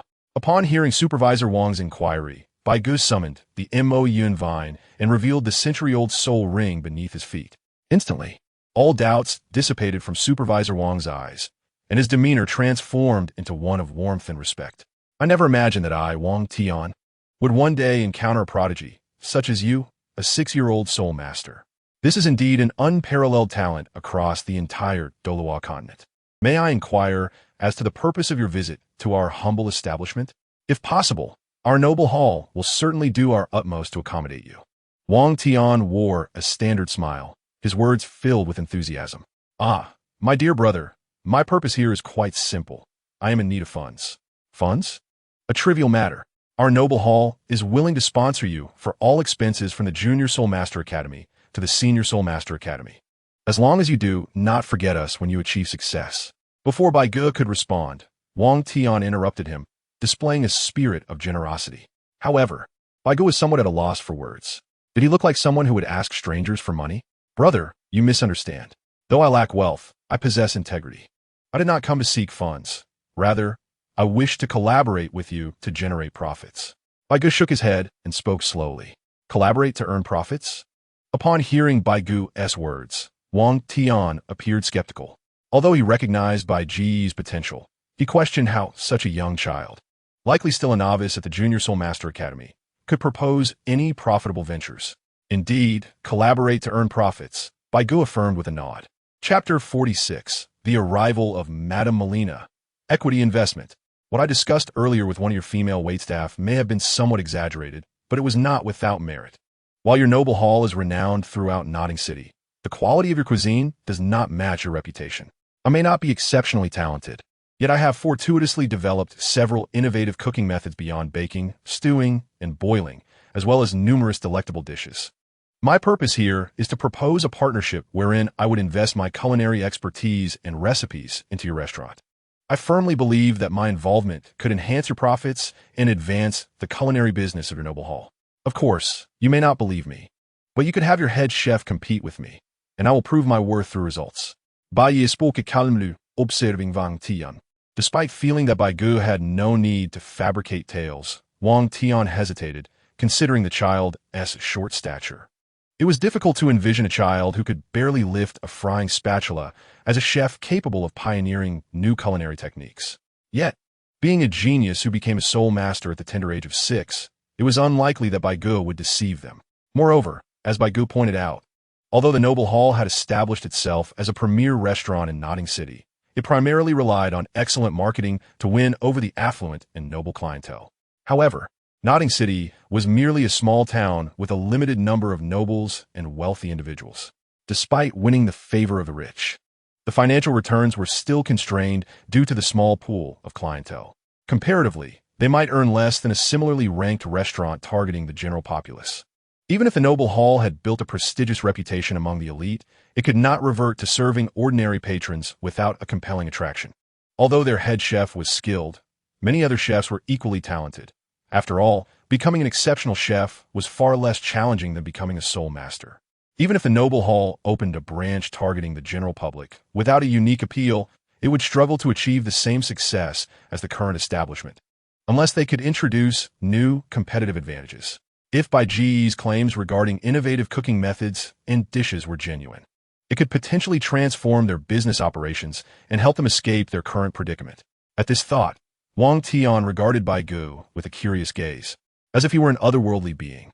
After all, a 6-year-old soul master was already astonishing, and this prodigious child was purportedly capable of developing new cooking techniques. Was there no time left for cultivation, or was he truly an anomaly? My young friend, I must apologize. I cannot make decisions regarding investments without consulting the lady. We shall have to wait for her arrival. Taking a deep breath, Wang Tian steadied his emotions and offered his apology to Bai Ge. That is perfectly fine. I have time, Bai Ge replied with a slight smile, indicating that he was unperturbed. However, as Bai Ge conversed with Wang Tian, a sudden sound of footsteps echoed in the corridor outside the private room, growing ever closer. Creak! Finally, as the door swung open, a voluptuous, golden-haired woman donned in a striking red gown swayed gracefully into the room, followed closely by Hong Jie, the waitress who had previously attended to Bai Ge and Xiao Qinyu. Xiao Hong, is this charming young lad the 6-year-old genius soul master you mentioned? The moment the woman entered the room, her gaze fixed upon Bai Ge. It was evident that this golden-haired beauty was none other than Madame Melina, the proprietor of the Noble Hall. Madam, greetings. My name is Bai Ge, and it is an honor to meet you. Upon seeing Madame Melina, Bai Ge gave a slight bow. Oh, what a polite young lad. You appear quite mature for your age. Madame Melina remarked with a playful laugh at Bai Ge's courtesy. You flatter me, madam. Bai Ge maintained a serious demeanor, not believing that Madame Melina would genuinely be cordial due to his status as a prodigy. It was more likely a facade. If she were incapable of pretense, she would have been easily taken advantage of by the nobles of Notting City and would not have established such a substantial enterprise as the Noble Hall. Haha, young man, did you come to our Noble Hall to cause trouble just to meet me? Of course, for a talent like you in the Soul Master realm, we at the Noble Hall would certainly be willing to invest, provided you are amenable to signing an agreement with us, Madame Melina said, her voice laced with temptation as she gazed at Bai Ge. Madam, you have overestimated me. Though I am young, I possess integrity, and I value freedom more than wealth. My purpose here is not to solicit your investment, but to seek a partnership where we can prosper together. Bai Ge shook his head, countering Madame Melina's enticing demeanor. Prosper together? My dear boy, I do not mean to belittle you, but you are only 6 years old. I presume you have merely entered the Junior Soul Master Academy. While I recognize your remarkable talent, as evidenced by your ascension to Soul Master at such a young age, generating profit is not as straightforward as cultivation. Madame Melina observed Bai Ge with a hint of peculiarity in her eyes. Madam, you may have misunderstood. The business I refer to differs from what you might envision. I have already discussed my proposal with Supervisor Wang. He should be able to clarify my intentions. Upon noticing the change in Madame Melina's expression, Bai Ge realized she had misconstrued his meaning. His business was merely a technical investment, not an actual venture. Wang Tian, upon hearing Bai Ge's words, Melina turned her gaze toward Wang. Observing this, Wang Tian immediately leaned closer to Melina's ear and began to divulge the details of Bai Ge's business endeavors. As she listened, the alluring smile that had adorned Melina's face gradually faded, and her demeanor transformed into one of seriousness. After Wang Tian's explanation, Melina could not help but turn her attention back to Bai Ge. Young man, is what you say true? You have actually developed a new cooking method and even created your own recipe? Looking at Bai Ge, Melina's expression was earnest. If her earlier enthusiasm had been motivated by investment prospects, her current demeanor, now in business mode, was as cool as ice. Perhaps this was the true essence of Melina. Madam, I have no reason to deceive you. It would serve me no benefit, although I am aware that my age might cause you to harbor some doubts. A genius is a genius, and I shall prove it to you, Bai Ge declared with confidence. Bring old Xing over. Upon seeing Bai Ge's assured expression, Melina began to believe him. Yes, madam. After hearing Melina's command, Hong Jie swiftly left the private room, heading toward the kitchen to summon old Xing, the head chef of the Gue Ren Hall. Madam, you cannot possibly expect me to compete with this young lad, can you? Given his height, it's questionable whether he can even reach the stove. Soon enough, Hong Jie returned with Chef Old Xing. Upon seeing Bai Ge, who barely stood over a meter tall, and was just about level with the stove, the portly, towering Old Xing could not help but laugh heartily. Old Xing, do not underestimate him. He is a soul master of your caliber, Melina interjected, frowning at Old Xing's mockery. This boy's a soul master. Old Xing's eyes widened in disbelief at Melina's words. All right, let us commence without further ado. Not wishing to explain himself further, due to Old Xing's skepticism, Bai Ge decided to let his skills speak for themselves. The truth would soon reveal itself.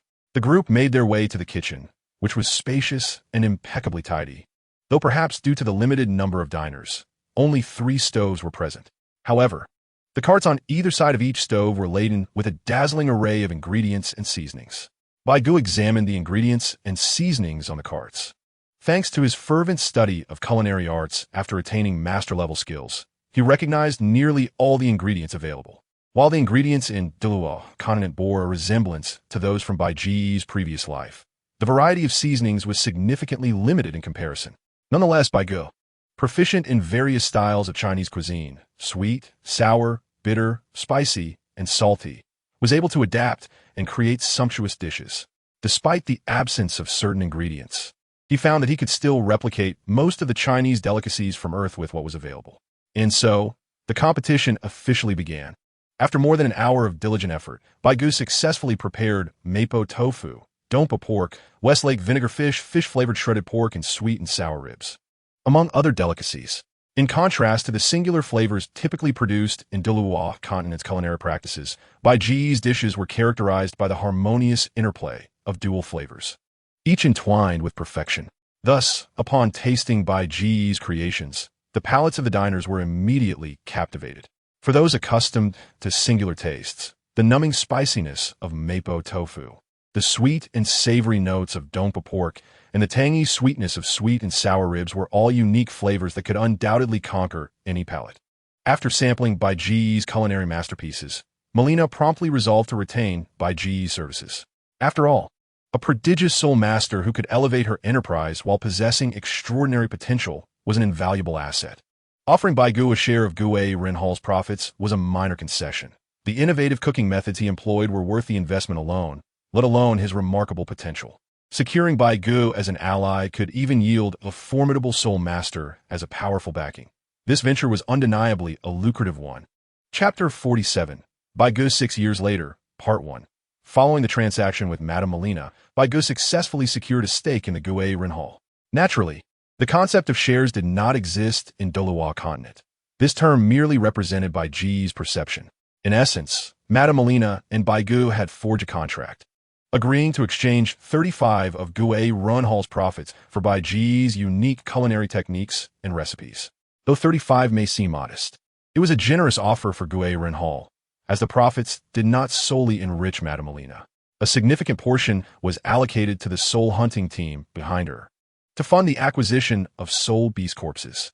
Additionally, another portion was required to bribe the commanding officers stationed in the soul hunting forest, ensuring the safe transport of the soul beast remains. Ultimately, Madame Melina's actual earnings amounted to only around 60 to 70, making her willingness to share over half of the profits with Bai Ge a testament to her sincerity. Following the agreement with Gue Rinhal, Bai Ge's daily life became rather straightforward. He found himself shuttling between Nodding Academy and Gue Rinhal. Of course, Gue Rinhal was considerate enough not to require Bai Ge to walk. They arranged for a carriage to transport him. Each day at lunchtime and after school, a carriage would arrive at Nodding Academy, waiting at the entrance. Bai Ge could choose to ride to his destination or opt to remain behind, with the driver departing once the time elapsed. Thus, Bai Ge balanced his studies and cultivation while occasionally visiting Gue Rinhal to impart culinary wisdom or offer guidance on improving business practices. Having come from a commercially advanced world, Bai Ge, though not a prominent businessman in his previous life, could provide valuable insights based on his observations in daily life, which suffice to guide this still primitive world. Notably, the introduction of a membership card system and tiered pricing packages led to unprecedented prosperity for Gue Rinhal, further solidifying Melina's regard for Bai Ge. And so, 6 years swiftly passed. During this time, Bai Ge experienced a dramatic transformation in his cultivation, rising from a level 15 soul master to a 35 level soul venerable. His skills also underwent a remarkable evolution. Over these 6 years, Bai Ge was afforded more than 30 opportunities for draws, among which there were 4 golden level chances. He acquired a trait from the Pokemon world known as Poison Boost, a manual titled Tiger Roars, Dragon Sings, Golden Bell Shield, a nuclear mushroom, and a 3-minute invincibility card. Though the poison enhancement cannot directly elevate Bai Ge's combat prowess, it grants him immunity to toxins and provides a significant boost to his strength for a brief period after being poisoned. Additionally, the Tiger Roar and Dragon Chant Golden Bell grants Bai Ge a defensive capability that rivals that of a defense-oriented soul master of equal rank. Finally, the Nuclear Mushroom, combined with the 3-minute invincibility card, provides Bai Ge with the foundation necessary to thrive in this world. Even when facing top-tier Title Douluos, unless they possess particularly unique soul skills, they too would succumb to Bai Ge's dual strike of the Nuclear Mushroom and the invincibility card. In the realm of silver-level lottery opportunities, Bai Ge was awarded 5 chances, yielding items such as a gravity chamber for physical training, a compendium of alchemical knowledge from a master of elixirs in a high martial world, a spatial ring with a capacity of 1,000 cubic meters, a skill known as ultimate absorption from the Pokemon world, and a special skill enhancement card. In contrast to the golden level lottery, the silver level rewards did not bestow upon Bai Ge the formidable abilities like the poison enhancement or the decisive skills of the Nuclear Mushroom and invincibility card, but they significantly enriched Bai Ge's foundation. Notably, the alchemical compendium from the high martial world provided Bai Ge with numerous methods to concoct martial arts-grade elixirs, including the Vitality Pill for stamina replenishment, the Chi Preserving Pill for inner strength recovery, the Cleansing Pill for purging impurities, and the detoxification pill for neutralizing poisons. Furthermore, the knowledge of various medicinal herbs and mastery of culinary arts gleaned from this compendium allowed Bai Ge to create medicinal cuisine, enhancing the cultivation of soul masters through dietary supplementation. Upon creating the medicinal dishes, Bai Ge collaborated with Malaina to establish a ranking system for the cuisine served at the Noble Hall, integrating it with the membership card system already in progress. Ordinary membership cards offered access to standard feasts, while the more exclusive golden level cards permitted consumption of soul beast meat dishes, renowned for their nourishing properties beneficial for health and beauty. Above the golden level card, the diamond level membership was restricted to soul masters and provided access to the highest tier of medicinal cuisine. The medicinal cuisine is not simply a haphazard mixture of herbs and food, but a meticulous integration of ingredients and their properties, promoting health and vitality. If crafted with sufficiently high-grade herbs and soul beast meat, it could even elevate a soul master's cultivation. However, due to the complexity of creating such dishes, requiring a chef to perfectly time the addition of appropriate herbs, only Bai Ge has the capability to prepare them. This complexity is why Bai Ge set the bar for diamond-level membership so high. If it were easily attainable, he would be inundated with requests for medicinal cuisine, leaving him little time for his own cultivation. Despite Bai Ge's stringent criteria for diamond-level membership, he still limited the frequency with which members could apply to enjoy medicinal dishes, permitting only one application per month. Nevertheless, demand for his culinary creations remained insatiable. In Notting City, Bai Ge's most significant patrons were the Dean of Notting Academy and the city's Lord, Xiao Kuang, as they were the two most formidable soul masters in the area. Alongside Malaina, who, being close to Bai Ge, frequently enjoyed his cooking, often leaving him with only half of his own creations. The success of the medicinal cuisine fostered a strong bond between Bai Ge and the Dean of Notting Academy. Shortly after the introduction of the medicinal dishes, merely 2 years later, Bai Ge relocated from the academy to a residence on the outskirts of Notting City. Due to his connection with the dean, he retained his student status at the academy, as the academy's junior soul master exchange competitions provided valuable opportunities for Bai Ge to earn lottery chances, which he was reluctant to forfeit. Chapter 48. 6 years later, Bai Ge, Part 2. The medicinal cuisine has proven to be immensely profitable for Bai Ge. This success is merely a harmonious blend of rewards from a silver-level lottery and a black iron-level lottery, enhancing Bai Ge's understanding of utilizing the rewards obtained from lottery opportunities. After investing in the Noble Hall, Bai Ge accumulated substantial wealth, and with the introduction of the membership card system and medicinal cuisine, his income reached unprecedented heights, establishing him as the wealthiest individual in Notting City. Another notable mention is the skill enhancement card. Given the unique nature of the Mingyu Gong, coupled with the wealth amassed over the 6 years, Bai Ge procured various precious herbs. During this period, Bai Ge's Dragon Elephant Prajna skill ascended to the 13th level, positioning him in terms of physical combat power on par with soul masters of the same rank. However, the Dragon Elephant Prajna skill had reached its limit. While further progress was possible, it could only be classified as a lower silver-level body refinement technique, incompatible with the Douluo continent. Thus, Bai Ge applied the skill enhancement card to elevate the Dragon Elephant Prajna to the golden level, transforming it into the 10 Dragons and 10 Elephants Prajna skill. The 10 Dragons and 10 Elephants Prajna skill is perfectly suited to the Douluo continent, comprising 10 levels, each capable of augmenting strength equivalent to the maximum increase provided by the full-fledged Dragon Elephant Prajna skill, approximately 650 kilograms, excluding enhancements from soul power and soul rings. Bai Ge has currently cultivated the 10 Dragons and 10 Elephants Prajna to the 3rd level, granting him the strength comparable to a soul master with a power-type martial spirit. After moving out of Notting Academy, Bai Ge initially intended for Tang San and Xiao Wu to relocate as well, considering that their residence at the academy was likely inconvenient. Despite Bai Ge offering to cover the costs, Tang San firmly declined.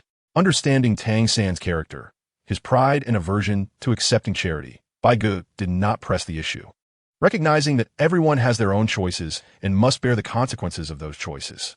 Nonetheless, as a friend, Bai Ge frequently invited Tang San and Xiao Wu to his residence to enjoy his medicinal cuisine. Bai Ge anticipated that Tang San would inquire about his culinary endeavors. Yet Tang San remained silent. This lack of inquiry upon reflection, seemed quite natural. Tang San was not one to indulge in gossip nor pry into others' secrets, as he himself harbored significant mysteries. Furthermore, his unfamiliarity with the Douluo continent likely led him to perceive Bai Ge's culinary skills as merely a result of Bai Ge's own opportunities. The aforementioned details merely scratched the surface of the rewards Bai Ge received from his golden level and silver level lottery draws. The rewards garnered from the golden level lottery bestowed upon Bai Ge the audacity to confront anyone fearlessly, while the silver level lottery significantly bolstered Bai Ge's foundation, enabling him to traverse his realm with unmatched prowess. Mastering the 10 dragons and 10 elephants prajna skill alongside the formidable physique honed through the tiger roar and dragon chant golden bell technique. Coupled with an array of martial skills and abilities, Bai Ge could stand undefeated, even against adversaries of a higher tier, and might even emerge victorious. This scenario can only be described as terrifyingly formidable. In stark contrast, the rewards from the bronze and black iron level lotteries paled in comparison to those from the golden and silver levels. Over the course of 6 years, Bai Ge had nearly 10 opportunities for the bronze level lottery. Due to the frequency, I shall refrain from detailing each one. However, one particularly memorable item was an equipment piece from League of Legends that accelerated soul power recovery, the illustrious giant quake sword from the world of Chinese Moon, and a smartphone from a place known as the Multiverse Gacha Republic, specifically a Huawei Honor Crystal tablet. Indeed, you heard correctly, it's a Huawei Honor phone. Yet, whether this model exists in Bai Ge's world remains uncertain. This device appears far beyond the technological capabilities of Bai Ge's previous existence, resembling something from a distant future or a parallel reality of Earth. The design of the Huawei Honor Crystal tablet is reminiscent of a crystalline structure, lacking any visible seams, and it charges effortlessly under sunlight without the need for a plug. It boasts remarkable features, including virtual projection, rendering it extraordinarily powerful. After the black iron level lottery, Bai Ge had received a dozen chances. Yet if the bronze level rewards were somewhat reliable, the black iron level rewards were rather disappointing.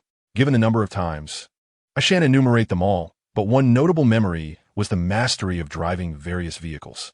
Unfortunately, in the Douluo continent, the only vehicles available seemed to be horse-drawn carriages, which was rather underwhelming. The remaining rewards comprised snack gift packs and seasoning bundles, which were mostly trivial. However, the seasoning bundle proved somewhat beneficial, as a significant portion of the included spices could be cultivated, thus providing Bai Ge with some returns. One morning, despite having moved out of Notting Academy long ago, Bai Ge continued to rise early. After settling into a meditative posture in the yard, he welcomed the dawn by absorbing the violet aura that accompanied the sunrise. Only after the morning glow dissipated and the sun had fully risen did Bai Ge rise and proceed to his room. Upon entering the kitchen, he gathered the ingredients necessary for breakfast. The main course was a substantial piece of soul beast meat. However, Bai Ge also prepared various other meats, such as beef, chicken, and fish. Naturally, he included several vegetable dishes to ensure a balanced diet. After spending nearly half an hour preparing the meal, Bai Ge set the dishes on the table. Just as he was about to take a seat, a red figure burst through the door, accompanied by a fragrant breeze, and gracefully settled beside him. "Sister Melina, could you refrain from appearing so unexpectedly?" Bai Ge remarked, somewhat exasperated, as he regarded the poised, golden-haired woman who had suddenly appeared beside him. It was perplexing how she maintained an air of decorum in public, yet transformed into a mischievous sprite in his presence, leaving Bai Ge at a loss for words. "Little Bai Ge, are you already growing up and beginning to resent your sister? Will you deny me entry when you are older?"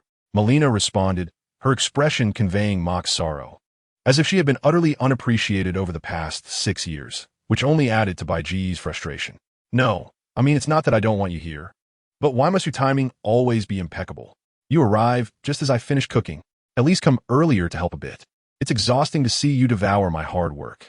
"Little Bai Ge, do you expect your sister to stoke the fire while you cook? Are you not concerned that my skin might get charred?" Melina retorted indignantly. "Forget it, let us eat. It's probably for the best that you didn't come. I was worried you might set my kitchen ablaze." Bai Ge rolled his eyes internally at the theatrics unfolding beside him, feeling somewhat resigned. "Oof, at least you have some conscience," Melina replied, a satisfied expression gracing her face upon hearing Bai Ge relent. "Little Bai, it's time for breakfast." Bai Ge stood and served a bowl of rice for Melina, then another for himself. However, Upon exiting the kitchen, he did not immediately enter the living room. Instead, he called out to a large tree in the yard.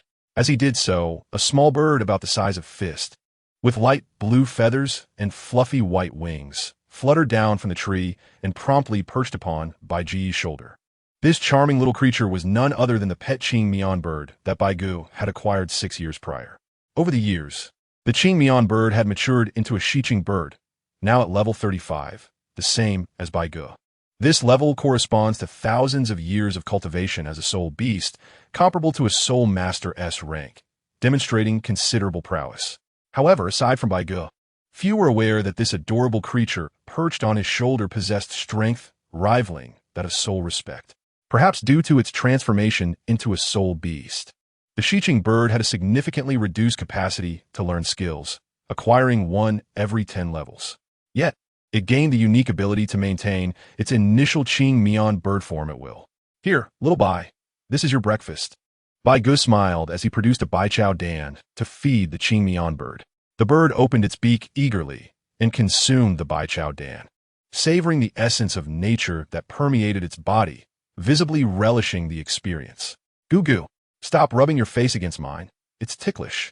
Although Bai Ge had prepared an ample spread, predominantly meat dishes, his remarkable appetite, honed through the dragon-elephant prajna skill, meant that he quickly polished off the entire meal, with Melina having consumed but a fraction in comparison.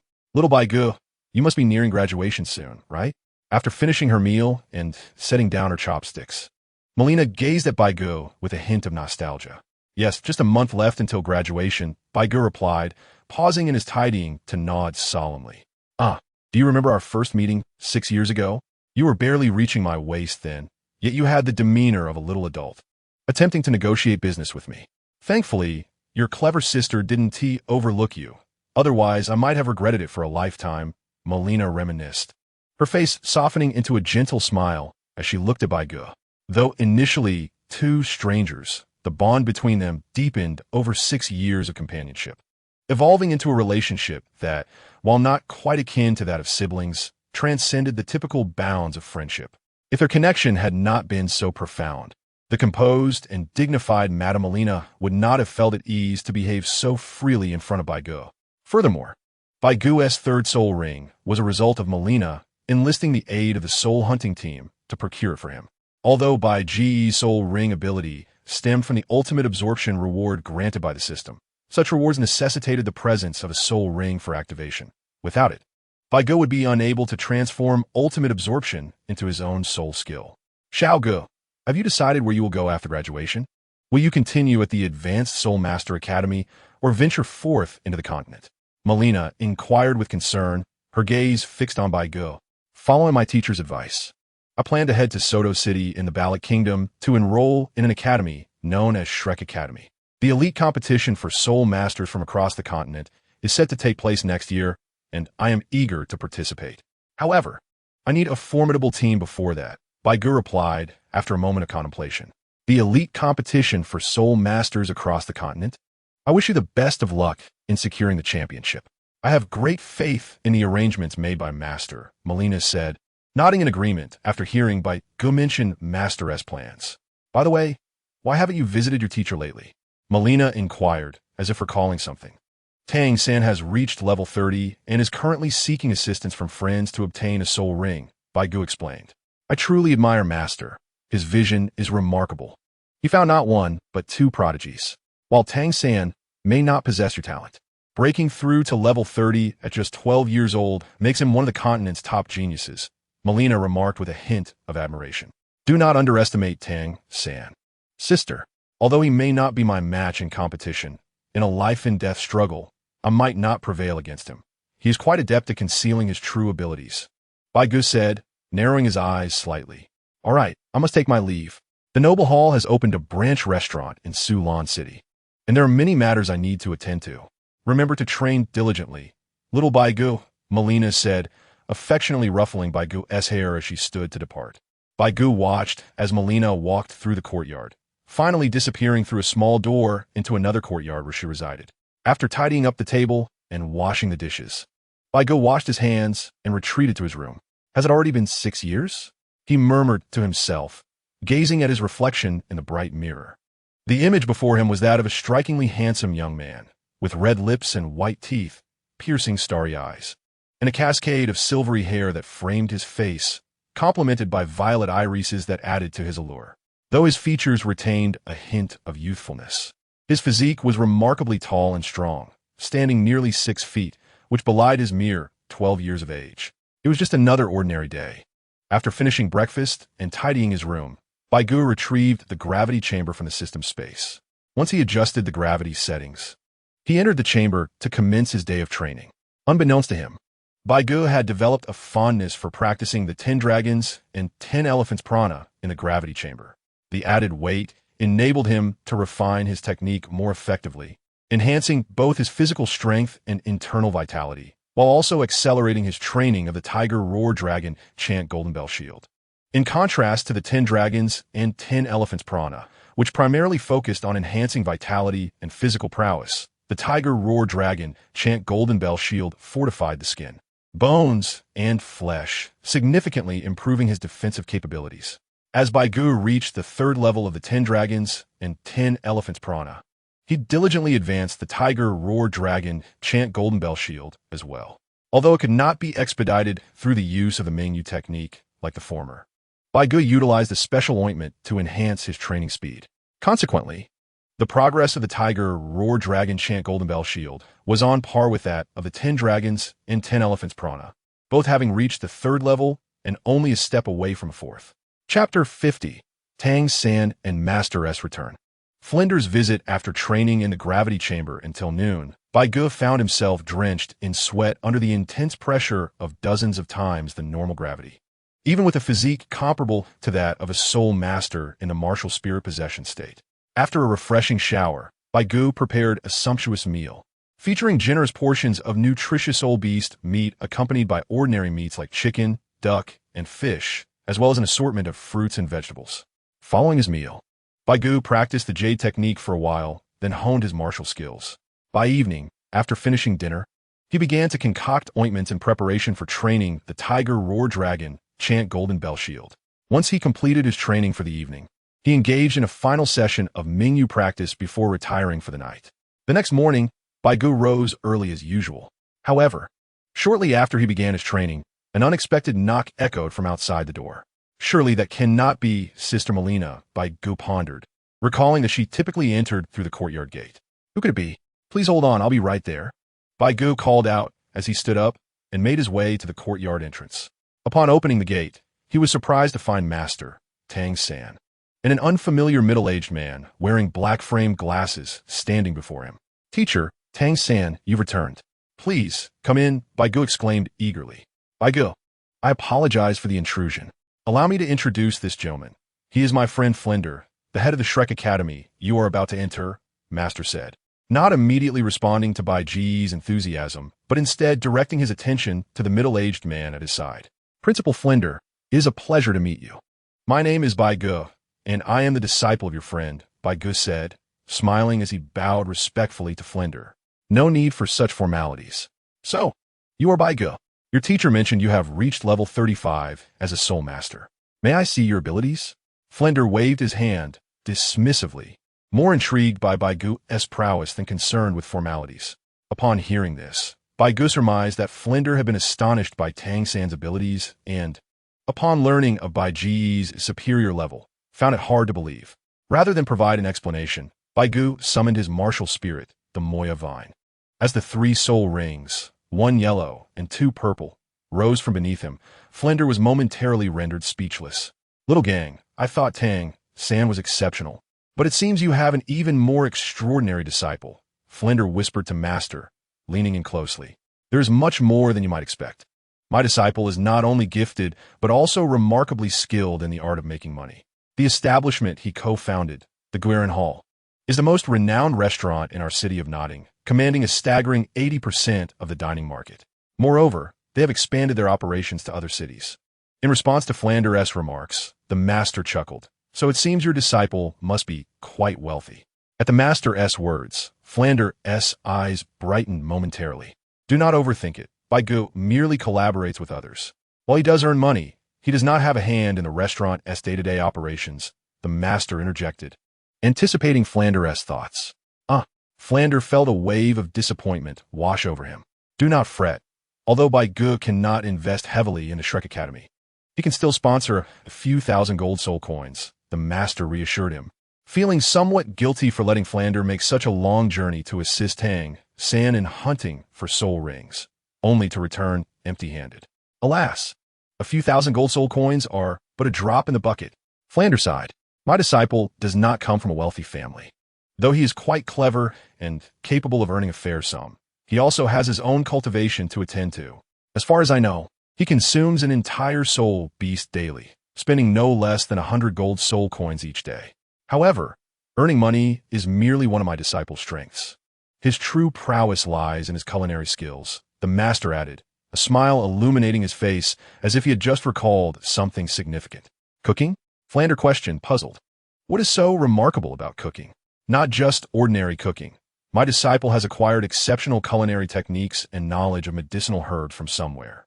By combining the properties of these herbs with his cooking, he can create exquisite medicinal dishes that not only enhance the cultivation of soul masters, but also accelerate their training speed. Anticipating Flander's surprise, the master continued. Isn't it astonishing? I was equally taken aback when I first learned of it. Yet, once you experience it, you'll understand. My disciple has become quite the sensation in nodding.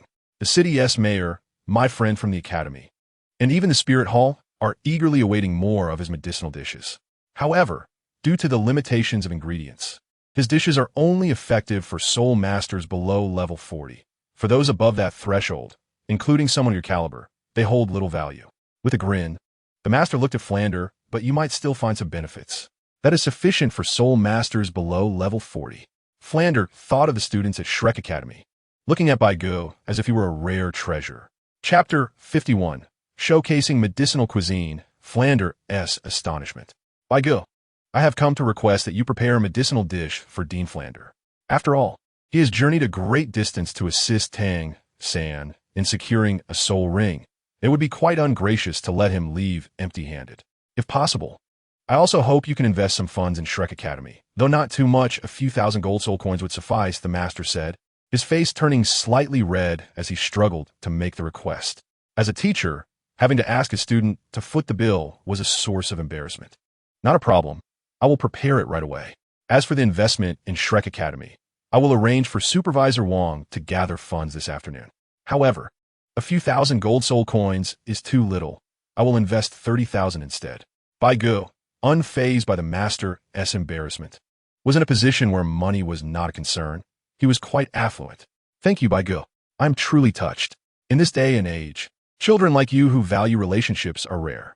The dean will be waiting for you and Tang San at Shrek Academy, Flander exclaimed, nearly moved to tears upon hearing Bai Ge's pledge of 30,000 gold soul coins. He realized he had struck gold and needed to hold on tight.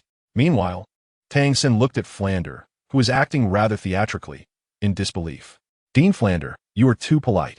Please you, Master and Dean Flander, take a seat while I prepare the ingredients. After inviting the Master, Flander, and Tang San to the living room, Bai Ge set off to gather the ingredients.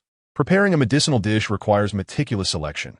Both the type of soul beast meat and the herbs must meet specific criteria. Although Douluo continent lacks refrigeration, making it difficult to preserve soul beast meat and certain herbs, Bai Ge had a spatial ring where time stands still. Thus, he had a substantial reserve of soul beast meat and herbs stored within. After selecting the appropriate ingredients from his spatial ring, Bai Ge commenced his preparations in the kitchen. As this was a special occasion for guests, he prepared a generous quantity, working tirelessly from morning until noon before finally completing the medicinal dishes. When the dishes were served on the table, Flander marveled at the array of delicacies. There was ginseng stewed with deer antlers, snow silkworm and cordyceps soup, and lotus seed treasure porridge. The ingredients, sourced either from soul beasts or premium herbs, would easily cost several hundred gold soul coins. Let us eat. Though Flander felt a pang of regret witnessing the lavish spread, he remembered his role was to savor the dishes, not lament the expense. However, once he tasted the dishes, all feelings of regret vanished. Delicious. After finishing the medicinal meal, Flander felt his soul power circulating more swiftly. Bai Ge, you're truly a genius. To achieve such effects with medicinal herbs and soul beast meat is remarkable, Flander exclaimed, unable to contain his admiration. In Douluo continent, there are indeed items that can enhance a soul master's strength. Yet these are often rare treasures like thousand-year-old ginseng or snow lotus. Bai Ge, however, was able to achieve similar results using ordinary soul beast meat and common herbs, a feat that required considerable skill. Flander even believed Bai Ge's accomplishments could warrant the title of a master in his own right. You flatter me, Dean Flander, Bai Ge replied humbly, aware that while he had developed the medicinal cuisine, the knowledge was not solely his own, but acquired from the system. Bai Ge, Tang-san, I eagerly await your enrollment at Shrek in 3 months. You two are truly remarkable talents, and I am certain you will bring surprises to the other students, Flander remarked. Flander did not linger long, nor did the master or Tang-san. As the principal of Shrek Academy, Flander had many responsibilities awaiting him, and the master, being a close friend, naturally accompanied him to see him off. Tang-san was eager to return and meet Xiao Wu, following Bai Ge's departure. The relationship between Tang-san and Xiao Wu blossomed rapidly. Although they still refer to each other as siblings, Bai Ge could sense the subtle affection developing between them. However, whether they had explicitly defined their feelings for one another remained a mystery to Bai Ge. Once Master, Tang-san, and Flinder left, only Bai Ge remained in the courtyard. Having grown accustomed to solitude over the years, Bai Ge felt no particular sentiment regarding it. Closing the courtyard gate, Bai Ge summoned the Qing Mian bird, which was resting on a tree. He affectionately patted the bird's fluffy little head and offered it a Bai Chao Dan. The Bai Chao Dan was a potion acquired 6 years ago from a silver-level reward package. With the knowledge gained from a master alchemist in the high martial world, Bai Ge had learned the art of alchemy. Despite its name suggesting an ethereal origin, the Bai Chao Dan was merely a product of the high martial world. After considerable research, Bai Ge successfully deciphered the ingredients of the potion package, allowing him to recreate the Bai Chao Dan. Relying solely on the 5 vials obtained 6 years prior would have been insufficient for the Qing Mian bird, especially since it preferred not to eat meat. Bai Ge could only feed it potions, among which the Bai Chao Dan proved to be the most effective. Months of diligent training passed, and in the blink of an eye, 3 months had elapsed. 2 months prior, Bai Ge officially graduated from the Notting City Junior Soul Master Academy. However, for him, graduation held little significance. Although Bai Ge had become a legend at Notting Academy, he no longer studied there, merely attending the annual exchange competitions while effortlessly defeating his peers. Despite having surpassed the standards of a Junior Soul Master Academy, Bai Ge still qualified to participate due to his age, much to the frustration of others at the academy. Bai Ge not only met the competition requirements with his exceptional strength, but also had numerous connections in Notting City. Notably, the city lord, Xiao Kuang, had been quietly supporting Bai Ge. Like his son Xiao Qinyu, Xiao Kuang believed Bai Ge hailed from a place of great power. After all, how could someone from an ordinary village engage in business with Madame Malina and concoct medicinal cuisine without extensive knowledge of herbs? Crafting such dishes requires a profound understanding of both the medicinal properties of ingredients and the characteristics of food. One day, 3 months later, as the registration date for Shrek Academy approached, Bai Ge initially intended to have his grandfather, Old Jack, move to Notting City. However, Old Jack adamantly refused, leaving Bai Ge with no choice but to make alternative arrangements. Once he had sorted out his grandfather's situation, Bai Ge, Tang-san, and Xiao Wu finally set off from Notting City towards Soto City in the distant Barak Kingdom, where Shrek Academy was located. The Barak Kingdom lies in the southern part of the Tindo Empire, bordering the Fasnuo province. Although it is a kingdom, its area is only 3/4 the size of Fasnuo province and is subject to the Tindo Empire, being one of the 4 kingdoms within its territory. Due to its southern border, directly adjoining the Star Luo Empire, the Barak Kingdom boasts the most formidable military force among the 4 kingdoms of the Tindo Empire, serving as the empire's gateway. Within Barak Kingdom, 2 cities stand out: the capital city, Barak City, which is the political and economic hub of the kingdom, and Soto City, located in the fertile center of the Lima Plain, known as the Granary of Barak. Soto City was the destination for Bai Ge and his companions. After a 3-day and 3-night journey by carriage, the trio finally reached Soto City by midday on the 4th day. The midday sun blazed fiercely, casting a sweltering heat. Entering through the west city gate of Soto City, the 3 were awestruck by the bustling shops and the lively streets. They had once considered Notting City a grand metropolis, but upon arriving in Soto City, they realized that Notting City was merely a remote. Wow, we finally made it to Soto City. After sitting on the carriage for 3 or 4 days, I'm utterly exhausted, but Soto City is magnificent. 2 boys and a girl strolled leisurely along the road, with the boys maintaining a calm demeanor while the girl gazed around in wonder, expressing her amazement at Soto City. These 3 were none other than Bai Ge, Tang San, and Xiao Wu, who had all grown considerably over the past 6 years. Among them, Bai Ge had undergone the most remarkable transformation. 6 years ago, he stood less than 5 meters tall as a child, but now, at 12 years of age, he had matured into a tall and striking young man. Standing at 8 meters, clad in a fine moon-white robe adorned with purple cloud patterns and wearing a blue droplet-shaped necklace, his silver hair cascaded over his shoulders, and his deep purple eyes exuded an air of elegance. Just by appearance, he was undeniably a handsome youth. Perched on Bai Ge's shoulder was the adorable Qing Mian bird, drawing attention as they walked, rivaling even Xiao Wu's charm. Beside him, Tang San, though dressed modestly and appearing around 12 or 13 years old, stood about 7 meters tall, a head shorter than Bai Ge. Despite his stature, he exuded a pleasant demeanor, always wearing a gentle smile that made him approachable. Xiao Wu, maintaining her youthful cuteness, had grown taller and more voluptuous with age, yet her innocent and cheerful personality remained unchanged. However, if one were to be less charitable, they might describe her as adorably naive. If she were not accompanied by Tang San and Bai Ge in Soto City, one might genuinely worry about her getting lost or abducted. Hey, now that we're in Soto City, don't you two feel anything? Xiao Wu pouted, noticing that only she was expressing excitement while Bai Ge and Tang San appeared unfazed. What is there to feel? It's just like any other place. A year ago, when I traversed the Do Forest to hunt for my 3rd spirit ring, I passed through the Tiando Imperial City. Compared to Tiando Imperial City, Soto City is just a younger sibling, Bai Ge replied with a gentle smile. Indeed, 3 months ago when my teacher, Flinder, and I journeyed to the Star Do Forest for my 3rd spirit ring, we also passed through the Tiando Imperial City. Compared to our capital, Soto City still falls short. However, Xiao Wu, since you spent your life in Notting City and haven't visited many large cities, Soto City must seem quite bustling to you. Do not feel shy. We will not mock you.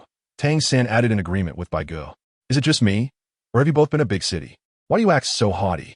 Little Dance muttered quietly as she observed Bai Ge and Tang San, who appear to be flaunting their worldly knowledge. Why does the master insist we attend that so-called Shrek Academy? There are several intermediate soul master academies that have offered us unconditional enrollment. Yet he insists you take the entrance exam for that dilapidated institution that lacks even a proper ranking system. With the scorching sun beating down on us, I can't help but feel resentful about enduring this hardship when we could have avoided it. The teacher only asked Bai Ge and me to come. You insisted on tagging along. As for Shrek Academy's ranking issue, one must not merely judge by appearances. Though Shrek Academy isn't renowned, Bai Ge and I have met its esteemed Dean, Flinder, a formidable soul sage. Clearly, Shrek Academy is far from simple. In contrast, the intermediate soul master academies that have expressed willingness to accept us typically have deans whose powers hover around levels 40 to 50. The weakest among them nearly matches Bai Ge's strength. Who would instruct us if we went there? Hence, we never considered those intermediate soul master academies. Tang San replied with a smile. Indeed, I never entertained thoughts of those intermediate academies either. Some of their deans might not even be able to defeat me. What purpose would my attendance serve? To merely exist and squander my days? If that were the case, I'd rather remain in Notting City, where at least I could earn a decent living each month. Both Tang San and I are already in our 30s. Once we reach level 40, without a formidable mentor, it will be exceedingly difficult to hunt suitable soul beasts. Thus, we are more concerned about the faculty strength of the academy than its reputation, Bai Ge added. Cuckoo. Upon hearing Bai Ge speak, the azure cotton bird on his shoulder echoed its agreement with a series of coos. How infuriating. You little white creature, all you do is support your master. I shall never play with you again, Little Dance retorted. Now, don't speak too soon, Little Dance. You've always clung to Little White. Little White never clung to you. If you continue like this, Little White might just be happier, Bai Ge teased, gently patting the fluffy creature on his shoulder. Cuckoo. The azure cotton bird chirped in agreement. I won't talk to you anymore. Little Dance exclaimed in frustration. All right, it's sweltering out. Let's conserve our energy and find a lodge to rest, Tang San suggested. Amusement evident in his tone. Both Bai Ge and Little Dance nodded in agreement, acknowledging the oppressive heat. We could roast under this sun. Everyone, keep an eye out for any lodgings nearby. If we find one, we should check it out. Once we resolve today's accommodation, we can explore Soto City. Chapter 53. The Rose Hotel. Tang San's dilemma having determined that their immediate task was to secure lodging, the trio began to survey their surroundings for any available inns. Soto City was significantly larger than Nodding City, boasting a greater population, which inevitably rendered it more bustling and prosperous.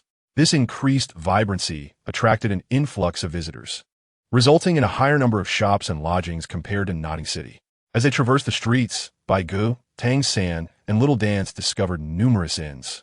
However, due to the ongoing enrollment period for various intermediate and advanced Soul Master academies, a multitude of aspiring Soul Masters accompanied by their families flooded into Soto City, filling the lodgings to capacity. Consequently, despite passing several inns, they found no vacancies, leaving the trio somewhat disheartened. With no other options, they settled for a restaurant to address their hunger before continuing their search for lodgings. After a prolonged quest, Little Dance suddenly spotted a uniquely charming hotel. The three-story establishment, while not overly large, was adorned entirely in rose-red hues, resembling a grand, blooming rose and instantly captivating the eye. Wow, this hotel looks quite special. Shall we take a look? Little Dance exclaimed, her interest piqued. Sure, Tang San nodded in agreement. Although he found the hotel somewhat peculiar, he didn't dwell on it, following Little Dance toward the entrance. After having explored several inns without success, he was eager to seize any opportunity. Wow, this must be a couple's hotel, Bai Ge remarked. Observing the rose-shaped hotel Little Dance had pointed out, his lips twitching slightly. Despite recognizing the establishment's romantic theme, he chose not to disclose this to Tang San and Little Dance, curious to witness how their dynamic, which straddled the line between siblings and romantic partners, would unfold. Thinking of the amusing scenarios that might arise, Bai Ge couldn't suppress a sly smile. Moreover, it seemed likely he would encounter Dai Mubai in this Rose Hotel. As he approached the Rose Hotel, the fragrant scent of roses wafted toward him. Looking inside, he saw vibrant rose bushes adorning both walls, their fragrance permeating the air, emanating from the splendid blooms. Please come in. Upon reaching the entrance, two attendants bowed to Bai Ge in welcome. However, upon noticing he was alone, one attendant appeared momentarily taken aback and quickly asked, "Sir, are you here by yourself?" Observing Bai Ge's striking features, shoulder-length hair, deep violet eyes, and handsome visage, all clad in fine attire, the attendant found it perplexing that such a wealthy and attractive young man would be without a companion. "Yes, I am alone," Bai Ge nodded. "But sir, this is a couple's hotel," the other attendant whispered, lowering his voice. "I am aware of that," Bai Ge replied with a gentle smile. "I understand this is a couple's hotel, but I'm not here to stay. Do you remember the couple that entered just before me? They're my classmates, and we came here to register for the Soul Master Academy. Unfortunately, all the inns in Soto City are fully booked, and after searching for quite a while, we stumbled upon your hotel. Since I find waiting alone rather dull, I thought I would come in to take a look. If you have a room available for them, I will seek out another lodging on my own. If not, we will continue our search together. So, may I enter and have a look?" Bai Ge inquired with a smile directed at the attendants. "Certainly. It is our utmost pleasure to welcome a distinguished soul master like yourself to the Rose Hotel." Upon hearing Bai Ge's words, the two attendants immediately bowed. For a wealthy and handsome youth like Bai Ge, the Rose Hotel will be delighted to host him, regardless of his status as a soul master, as he represents a valuable hidden clientele. With the attendants' permission, Bai Ge entered the Rose Hotel with a faint smile. Inside, the hotel was adorned with exquisite luxury, yet leaned more towards elegance and subtlety rather than ostentatious grandeur. The decor was limited to 3 colors, white, silver, and rose red, creating a warm and distinctive atmosphere that easily evoked a sense of comfort. As Bai Ge stepped inside, he noticed that he was the only one entering alone, prompting whispers among the female attendants standing by. Some of them cast furtive glances at Bai Ge, seemingly intrigued by him. However, Bai Ge paid them no mind and proceeded directly towards Tang San and Xiao Wu, who were engaged in conversation at the front desk. "How is it? Are there any rooms available?" Bai Ge inquired, noticing that Tang San was still speaking with the staff. There's one room left, but just one? Tang San sighed, glancing at Bai Ge with a somewhat awkward expression. Upon hearing this, Bai Ge felt a flicker of amusement. Was this a mere coincidence in the plot? Or did the Rose Hotel truly have only one room available? One room? That's sufficient. It is perfect for 2 people, so you both can stay. I shall seek accommodation elsewhere and enjoy my time in Soto City. Bai Ge responded nonchalantly. Indeed, this gentleman is correct. Our rooms at the Rose Hotel are ideally suited for 2 guests, just like this young man and lady, the attendant at the counter chuckled, nodding in agreement while casting a suggestive glance at Tang San, causing him to feel somewhat uncomfortable. Perhaps we should consider another location? Tang San suggested, feeling disinclined to stay due to the attendant's playful demeanor. However, Bai Ge interrupted him. What are you saying? Currently, it is the enrollment period for the Soul Master Academy, and all the inns in Soto City are likely nearly full. It is quite fortunate that you found a room here. If you pass up this opportunity, finding another one may prove challenging. I am indifferent to where I stay. I can manage to find a place to rest for the night. But do you really want Xiao Wu to endure a sleepless night as well? Bai Ge remarked, looking at Tang San. After contemplating Bai Ge's words, Tang San hesitated. Fine, Tang San, do not mind the opinions of others. Stay here. I shall take my leave, but remember to take good care of Xiao Wu. Before departing, Bai Ge patted Tang San's shoulder. Before Tang San could express his gratitude, Bai Ge shot him a knowing glance, leaving Tang San speechless. Return my gratitude. Here? I am sorry, but this room is reserved in my name. You both should leave, Bai Ge advised. Ultimately, Tang San decided to remain. However, just as the attendant was about to assist him with the check-in process, a sudden voice interrupted. Chapter 54. Hotel Conflict. The evil-eyed white tiger who? Bai Ge turned towards the source of the voice. Before him, a man accompanied by 2 women was slowly approaching the counter, the voice having originated from a man. I say, this room was booked in advance and rightfully belongs to me, the man stated, offering a faint smile upon noticing Bai Ge's gaze. Sengo, I fear this fellow is not a good person, Xiao Wu remarked, furrowing her brow as she observed the man, who was cradling 2 young women in his arms. These girls, adorned in vibrant attire, appear to be around 17 or 18 years old, tall and strikingly similar in appearance.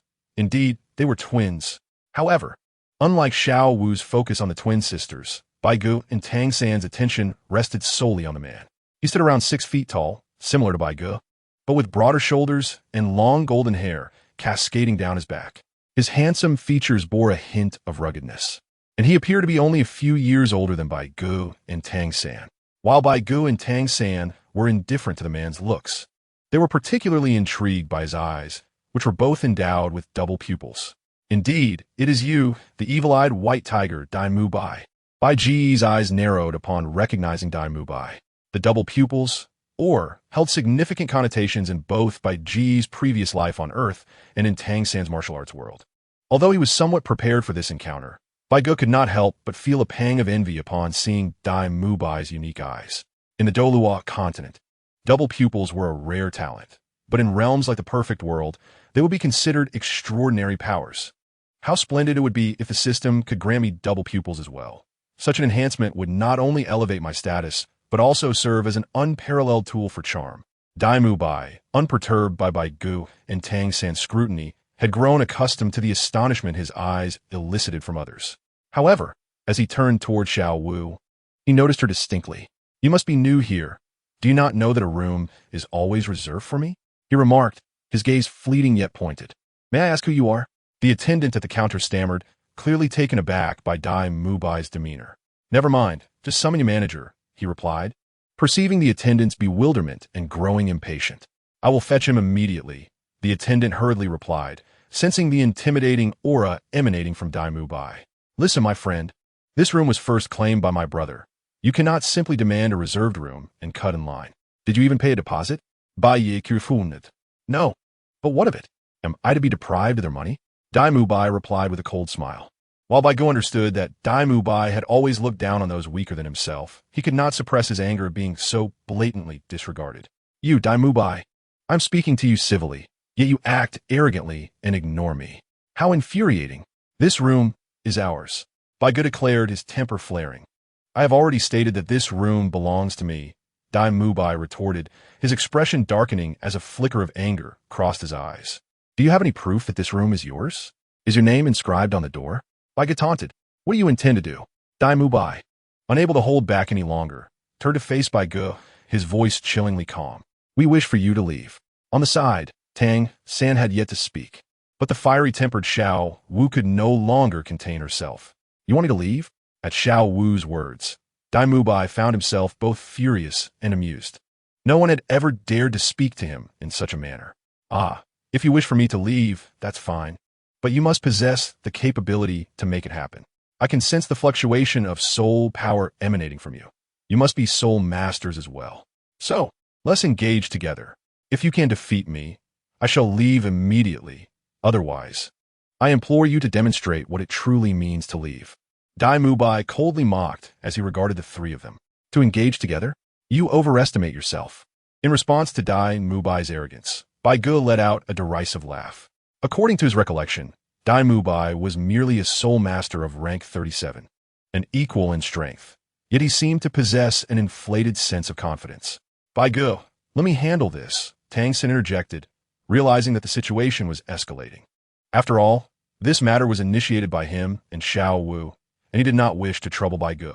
However, Bai Ge had a different perspective, for the system had once again issued a task in his mind. Ding! Detection of an important character, the malevolent-eyed white tiger Dai Mubai, has issued a challenge to the host. The system has released the task, the dignity of the strong. It is necessary for the host, as an invincible powerhouse of the same realm, to let him know what a true, strong individual is. Reward: 1 silver-level lottery chance. I shall take this on. I relish dealing with such arrogant individuals.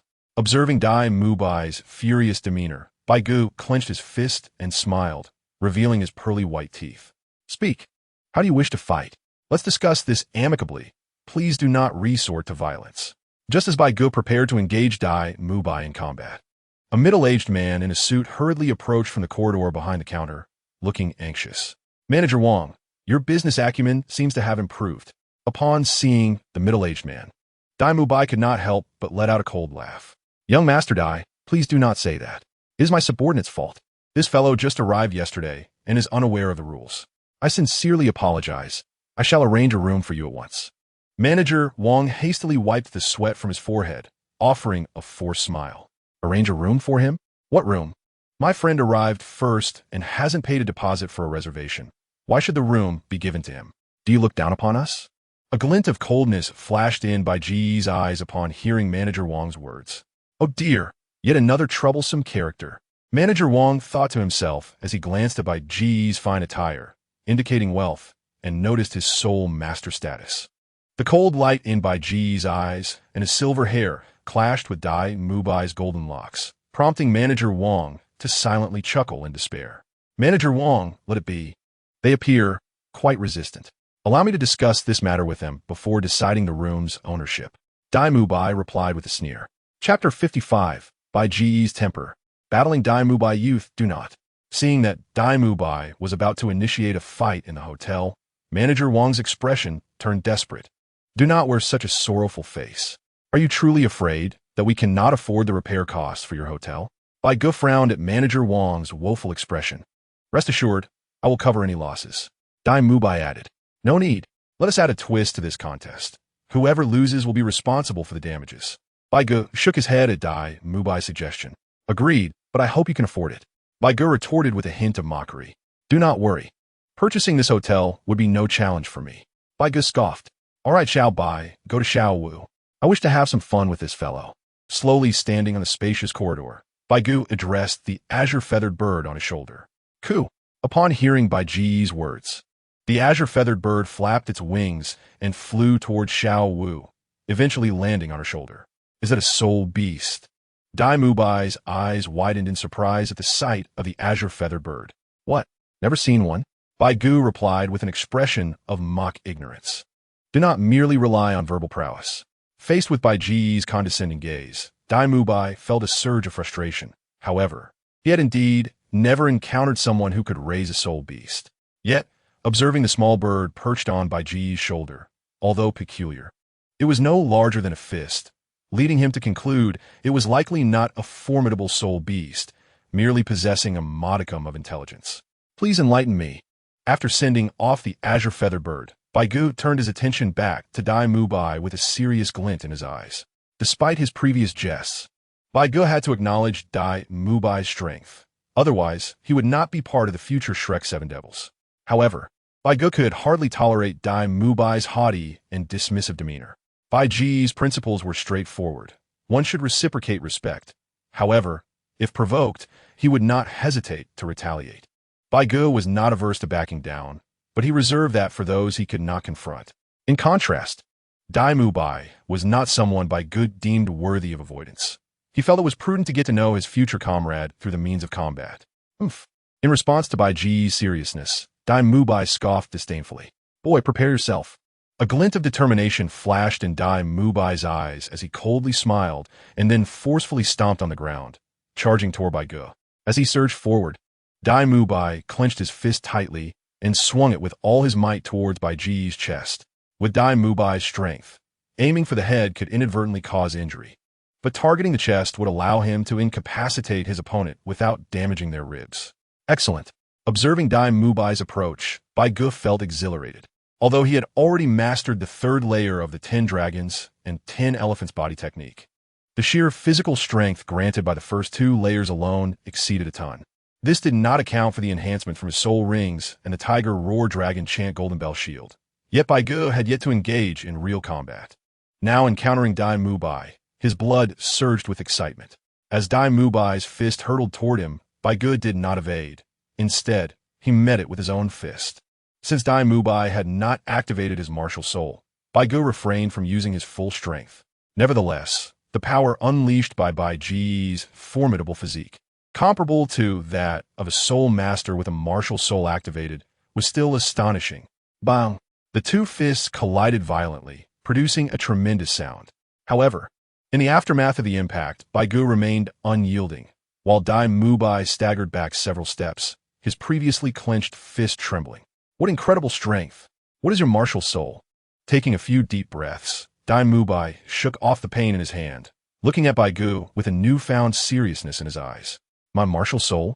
My martial spirit can be considered as wisteria. However, I prefer to refer to it as the cloud-embroidered vine. I believe that its name will one day resonate throughout the entire Douluo continent. Gazing at Dai Mubai, Bai Ge spoke softly. A plant-type martial spirit? Impossible. Your power surpasses mine. How could it possibly be a plant-type spirit? Do not deceive me. You must possess a beast martial spirit, right? Upon hearing Bai Ge's words, Dai Mubai couldn't help but furrow his brow. A beast martial spirit? No, my martial spirit is indeed of the plant type. Your perspective is simply too narrow.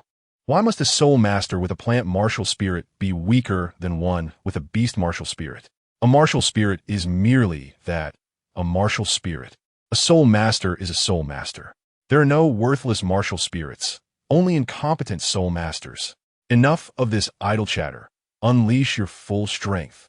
Rather than attempting to persuade Dai Mubai of his belief, Bai Ge insisted that Dai Mubai demonstrate his utmost power. Very well. Your strength is formidable enough to warrant my full effort. I hope you can bring forth your complete power as well.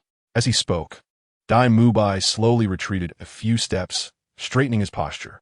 White Tiger Manifestation, Dai Mubai declared loudly while observing Bai Ge. As he spoke, a low growl accompanied by the faint sound of a tiger's roar echoed, and a white tiger silhouette rapidly emerged from within Dai Mubai's body before plunging back into him. With the entry of the white tiger martial spirit, a blinding white light erupted from Dai Mubai's being. Amidst this radiance, the bones throughout his body crackled loudly. His muscles swelled dramatically, and his hands enlarged nearly twofold, becoming covered in white fur. As he flexed his fingers, short, dagger-like claws extended and retracted from his palms, each sharp as a razor, measuring 8 inches in length and glinting with a frosty sheen. Simultaneously, Dai Mubai's golden hair transformed into a striking blend of black and white, with the white dominating. 4 faint lines appeared on his forehead, 3 horizontal and 1 vertical, forming the character for King. With the manifestation of his martial spirit, 3 gleaming rings ascended from beneath Dai Mubai's feet, 2 yellow and 1 purple, shining resplendently. The swirling soul rings emanated a pressure, akin to roaring waves, that swept outward. Bai, martial spirit. White tiger, 37th level, 3-ringed battle soul master. It is now your turn. Entering the state of martial spirit manifestation. Bai's eyes glimmered with a haunting blue light as he flexed his glistening claws, addressing Bai Ge with a grave tone. Chapter 56. 1 yellow. 2 purple. Bai's astonishment, finally able to unleash my full strength? Upon witnessing Bai enter the manifestation state, Bai Ge's eyes sparkled with fervor. Bai Ge.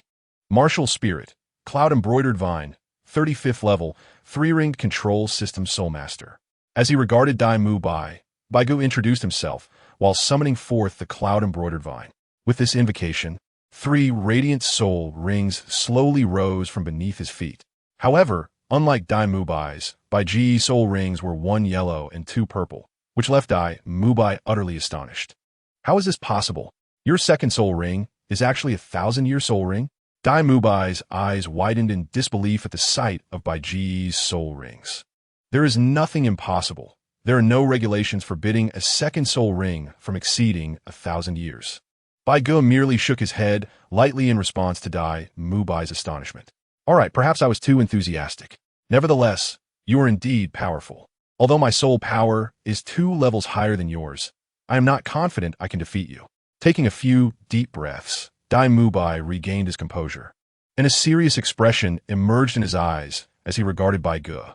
However, to Bai's surprise, Bai Ge suddenly retracted his martial spirit, and as he did so, the 3 shining soul rings beneath his feet vanished in unison. What do you mean by that? Bai frowned at Bai Ge's actions, perplexed by his intentions. It means nothing. I merely summoned my martial spirit to showcase my strength. I do not wish to battle you using my martial spirit. Although I am a control-type soul master, my combat style resembles that of a battle soul master. Enough idle talk. It is time to begin. With the cloud-embroidered vine retracted, Bai Ge clenched his fists and began to stretch his body. As Bai Ge limbered up, the sound of crackling resonated from his entire body, akin to the explosive sound of firecrackers. Bai Ge, you must teach this arrogant fellow a lesson for looking down on others. Seeing Bai Ge prepare to unleash his full strength, Xiao Wu raised her fist in encouragement. Bai Ge, be careful not to injure him, Tang Xin warned. Knowing Bai Ge's terrifying power from their previous encounters, he understood that Bai Ge's sheer physical prowess could easily suppress him, likening him to a humanoid soul beast, and thus felt compelled to offer a caution. Do not worry, I am fully aware. Bai Ge replied with a smile, concentrating the inner force of his Mingyu skill into his hands. As the energy coalesced, Bai Ge's hands became translucent, akin to cold jade, though his skin appeared slightly grayish-white. This was a manifestation of the 3rd layer of the stone skin realm from the tiger's roar and dragon's song technique.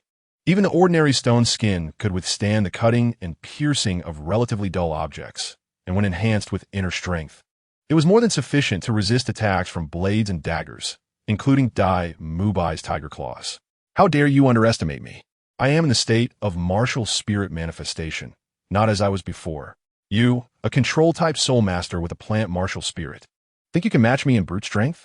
Bai's anger flared as he listened to Bai Ge and Tang San's conversation. With a roar, Bai charged fiercely at Bai Ge, embodying the essence of a saying: the dragon emerges from the clouds, the tiger from the wind. Although Bai's white tiger martial spirit did not possess the power to manipulate the wind, his strength unleashed in this state produced a chilling gale. How dare you belittle me? Receive my attack.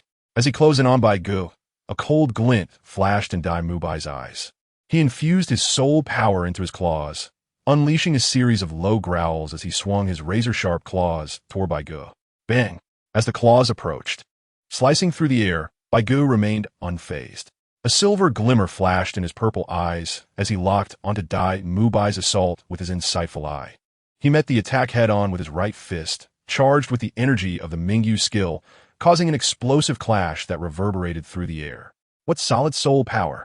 Although Bai's sharp claws struck Bai Ge's right hand, it felt as though they had encountered an impenetrable barrier, an extraordinarily refined soul power. Simultaneously, a chilling sensation swiftly spread through his tiger paw, causing it to stiffen momentarily. Bai was astonished. You are not without merit. Your strength is formidable, and your claws are indeed sharp. Bai Ge swiftly retreated, examining his right hand, which bore 5 clear white marks. As the clash with Dai Mubai's tiger claw occurred, it astonishingly broke through the barrier of Bai Ge's Mingyu true energy. However, upon breaching this defense, the force behind the tiger claw diminished by over 90%, leaving merely a few white streaks on Bai Ge's reinforced skin. Yet, had it been an ordinary individual, this residual force would likely have carved a deep gash into their flesh. What do you mean by that? Do you take pride in the notion that you could not conquer me, even without summoning your martial soul? Upon hearing Bai Ge's words, Dai Mubai felt no joy. Instead, a profound sense of humiliation surged within him. To engage in combat without summoning his martial soul or utilizing soul techniques, relying solely on his innate soul power and physical strength, and yet he still had the audacity to believe he could defeat me. With renewed vigor, Dai Mubai propelled himself from the ground, transforming into a fleeting shadow as he lunged at Bai Ge, this time employing a soul technique. White Tiger's raging light wave. Fueled by the fury within, Dai Mubai unleashed the soul skill from his second soul ring.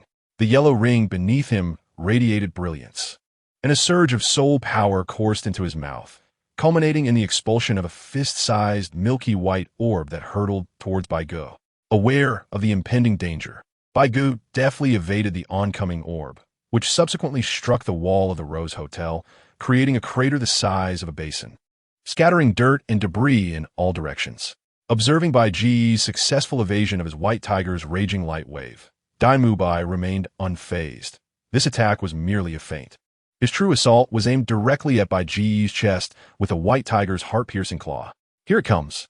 With a resounding shout, Bai Ge tightened his fists, and as he activated his Mingyu true energy, a chilling white light emanated from his clenched fists. As the tiger claw approached, Bai Ge swung his right fist, radiating the icy white light, forcefully colliding with Dai Mubai's claw. Once again, the two forces met, yet despite Dai Mubai initiating the attack, he found himself at a disadvantage in terms of strength, leading to a stalemate. However, Bai Ge's assault did not cease there. While delivering his right punch, he swiftly retracted his left fist and unleashed a powerful blow aimed at Dai Mubai's chest, capable of delivering nearly 4,000 pounds of force. The terrifying momentum slicing through the air, producing a faint tearing sound. White Tiger's protective barrier. Faced with the overwhelming force of Bai Ge's punch, Dai Mubai quickly activated his first soul technique, the White Tiger's protective barrier. A flash of white light erupted from the first soul ring beneath him, encasing his body in a luminous barrier that successfully intercepted Bai Ge's full-force punch. Nonetheless, despite halting Bai Ge's attack, Dai Mubai was still propelled backward by the sheer might of the blow, soaring several meters before crashing to the ground. As he landed, the White Tiger's protective barrier shattered. What incredible power! It rivals that of those formidable strength-type soul masters. Yet, this individual is a control-type soul master. How can a soul master possess such immense strength without entering their martial soul form? Rising from the ground while clutching his chest, Dai Mubai, stopping his twin sisters from rushing to assist him, gritted his teeth.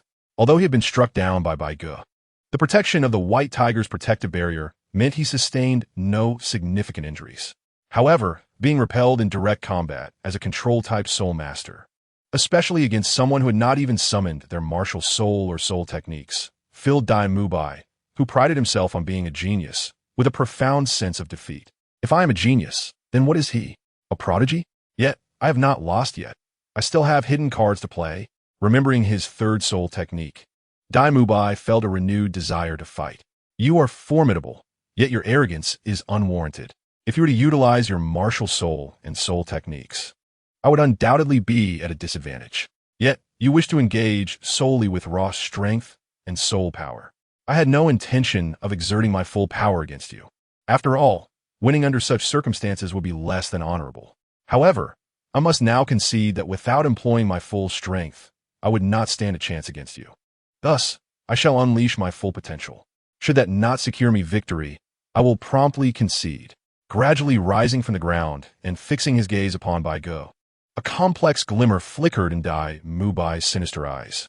After speaking, he slowly lowered his right tiger claw to his chest, gripping it tightly. as if attempting to crush his once proud heart.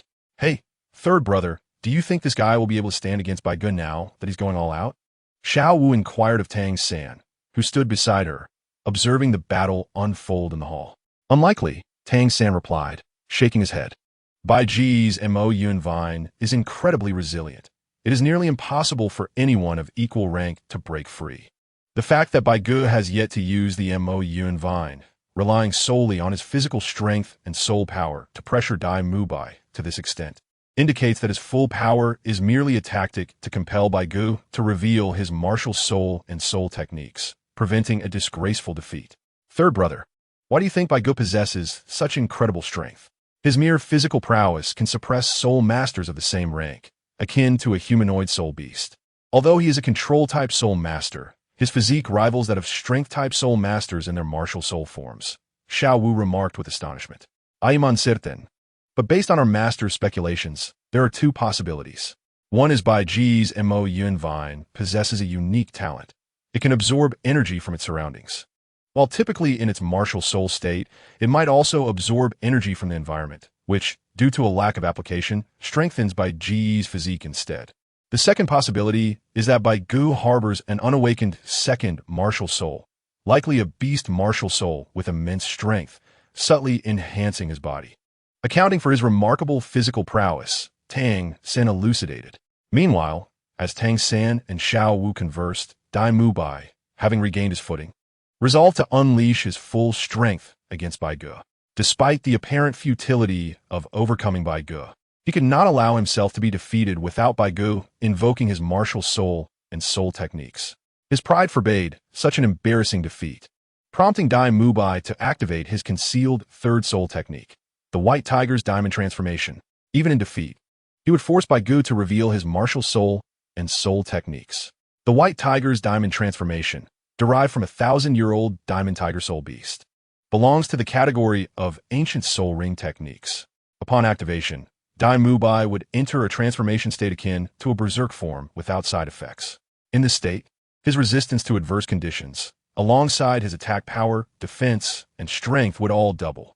Originally, Dai Mu Bai's strength in the Wuhuan possession state, enhanced by soul power, could exceed 1 ton. However, in comparison to Bai Ge, the mere power derived from his 10 dragons and 10 elephants technique surpassed 1 ton. When combined with his inherent physical strength and the augmentation from soul power, his force exceeded 1.5 tons, far surpassing Dai Mu Bai. Yet, upon entering the White Tiger Diamond Transformation state, all of Dai Mu Bai's attributes, strength, defense, and even muscle and bone density, would be exponentially amplified. In this state, his strength would soar to nearly 4,000 gene, while his defensive capabilities would double, and the increased density of his muscles and bones would further enhance the power of his tiger claws. In this transformed state, Dai Mu Bai's physical prowess would entirely eclipse that of Bai Ge. However, unlike Bai Ge, who could maintain his state as long as he wasn't exhausted, Dai Mu Bai's White Tiger Diamond Transformation could only last for half an hour. Indeed, any soul master possessing a beast Wuhuan typically opts for a soul ring that provides a temporary enhancement of strength. Although Bai Ge, through the cultivation of his 10 dragons and 10 elephants technique and the Tiger Roar and Dragon Chant Golden Bell Shield, had achieved a power and physical condition on par with that of his beast Wuhuan counterpart, he lacked an explosive skill. This deficiency meant that in combat against similarly ranked battle-type beast Wuhuan soul masters, Bai Ge would still find himself at a disadvantage if he refrained from utilizing his Wuhuan and soul skills, as was evident in the current situation. White Tiger Diamond Transformation. Dai Mu Bai shouted, instantly activating his third soul skill. As the third purple soul ring on his body erupted in brilliant light, Dai Mu Bai, already formidable due to his Wuhuan possession, underwent another transformation. His already muscular physique expanded further, with his upper garments bursting apart to reveal the terrifying contours of his muscles. Even more bizarrely, as the White Tiger Diamond Transformation activated, black stripes appeared on his skin, resembling a tiger's hide in the absence of fur. In this state, Dai Mu Bai's tiger claws grew significantly larger, nearly the size of a fan, with elongated, silver claws glinting ominously.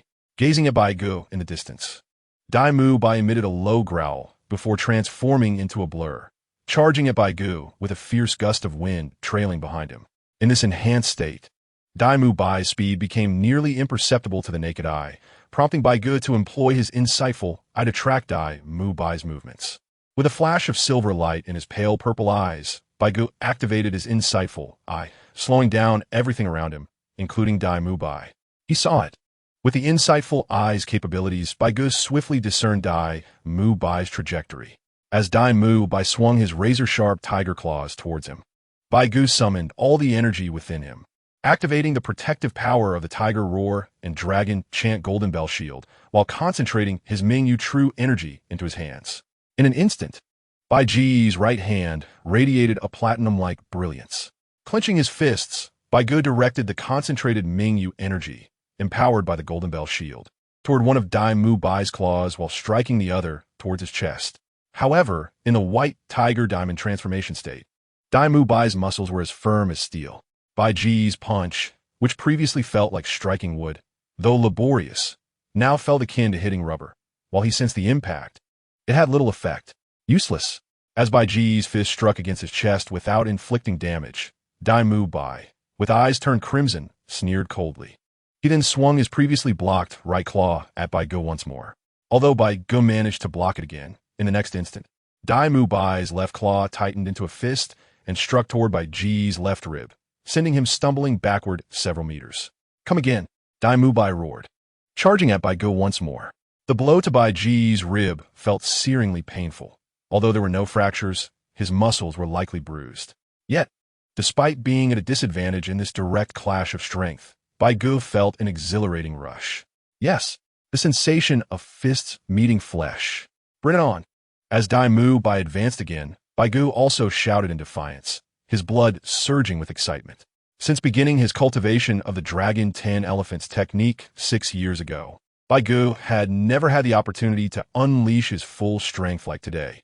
Without a suitable opponent, he often practiced on inanimate objects like stones and trees, which offered no real feedback. Only in a fierce exchange with a rival of equal caliber could he genuinely experience the visceral thrill of combat.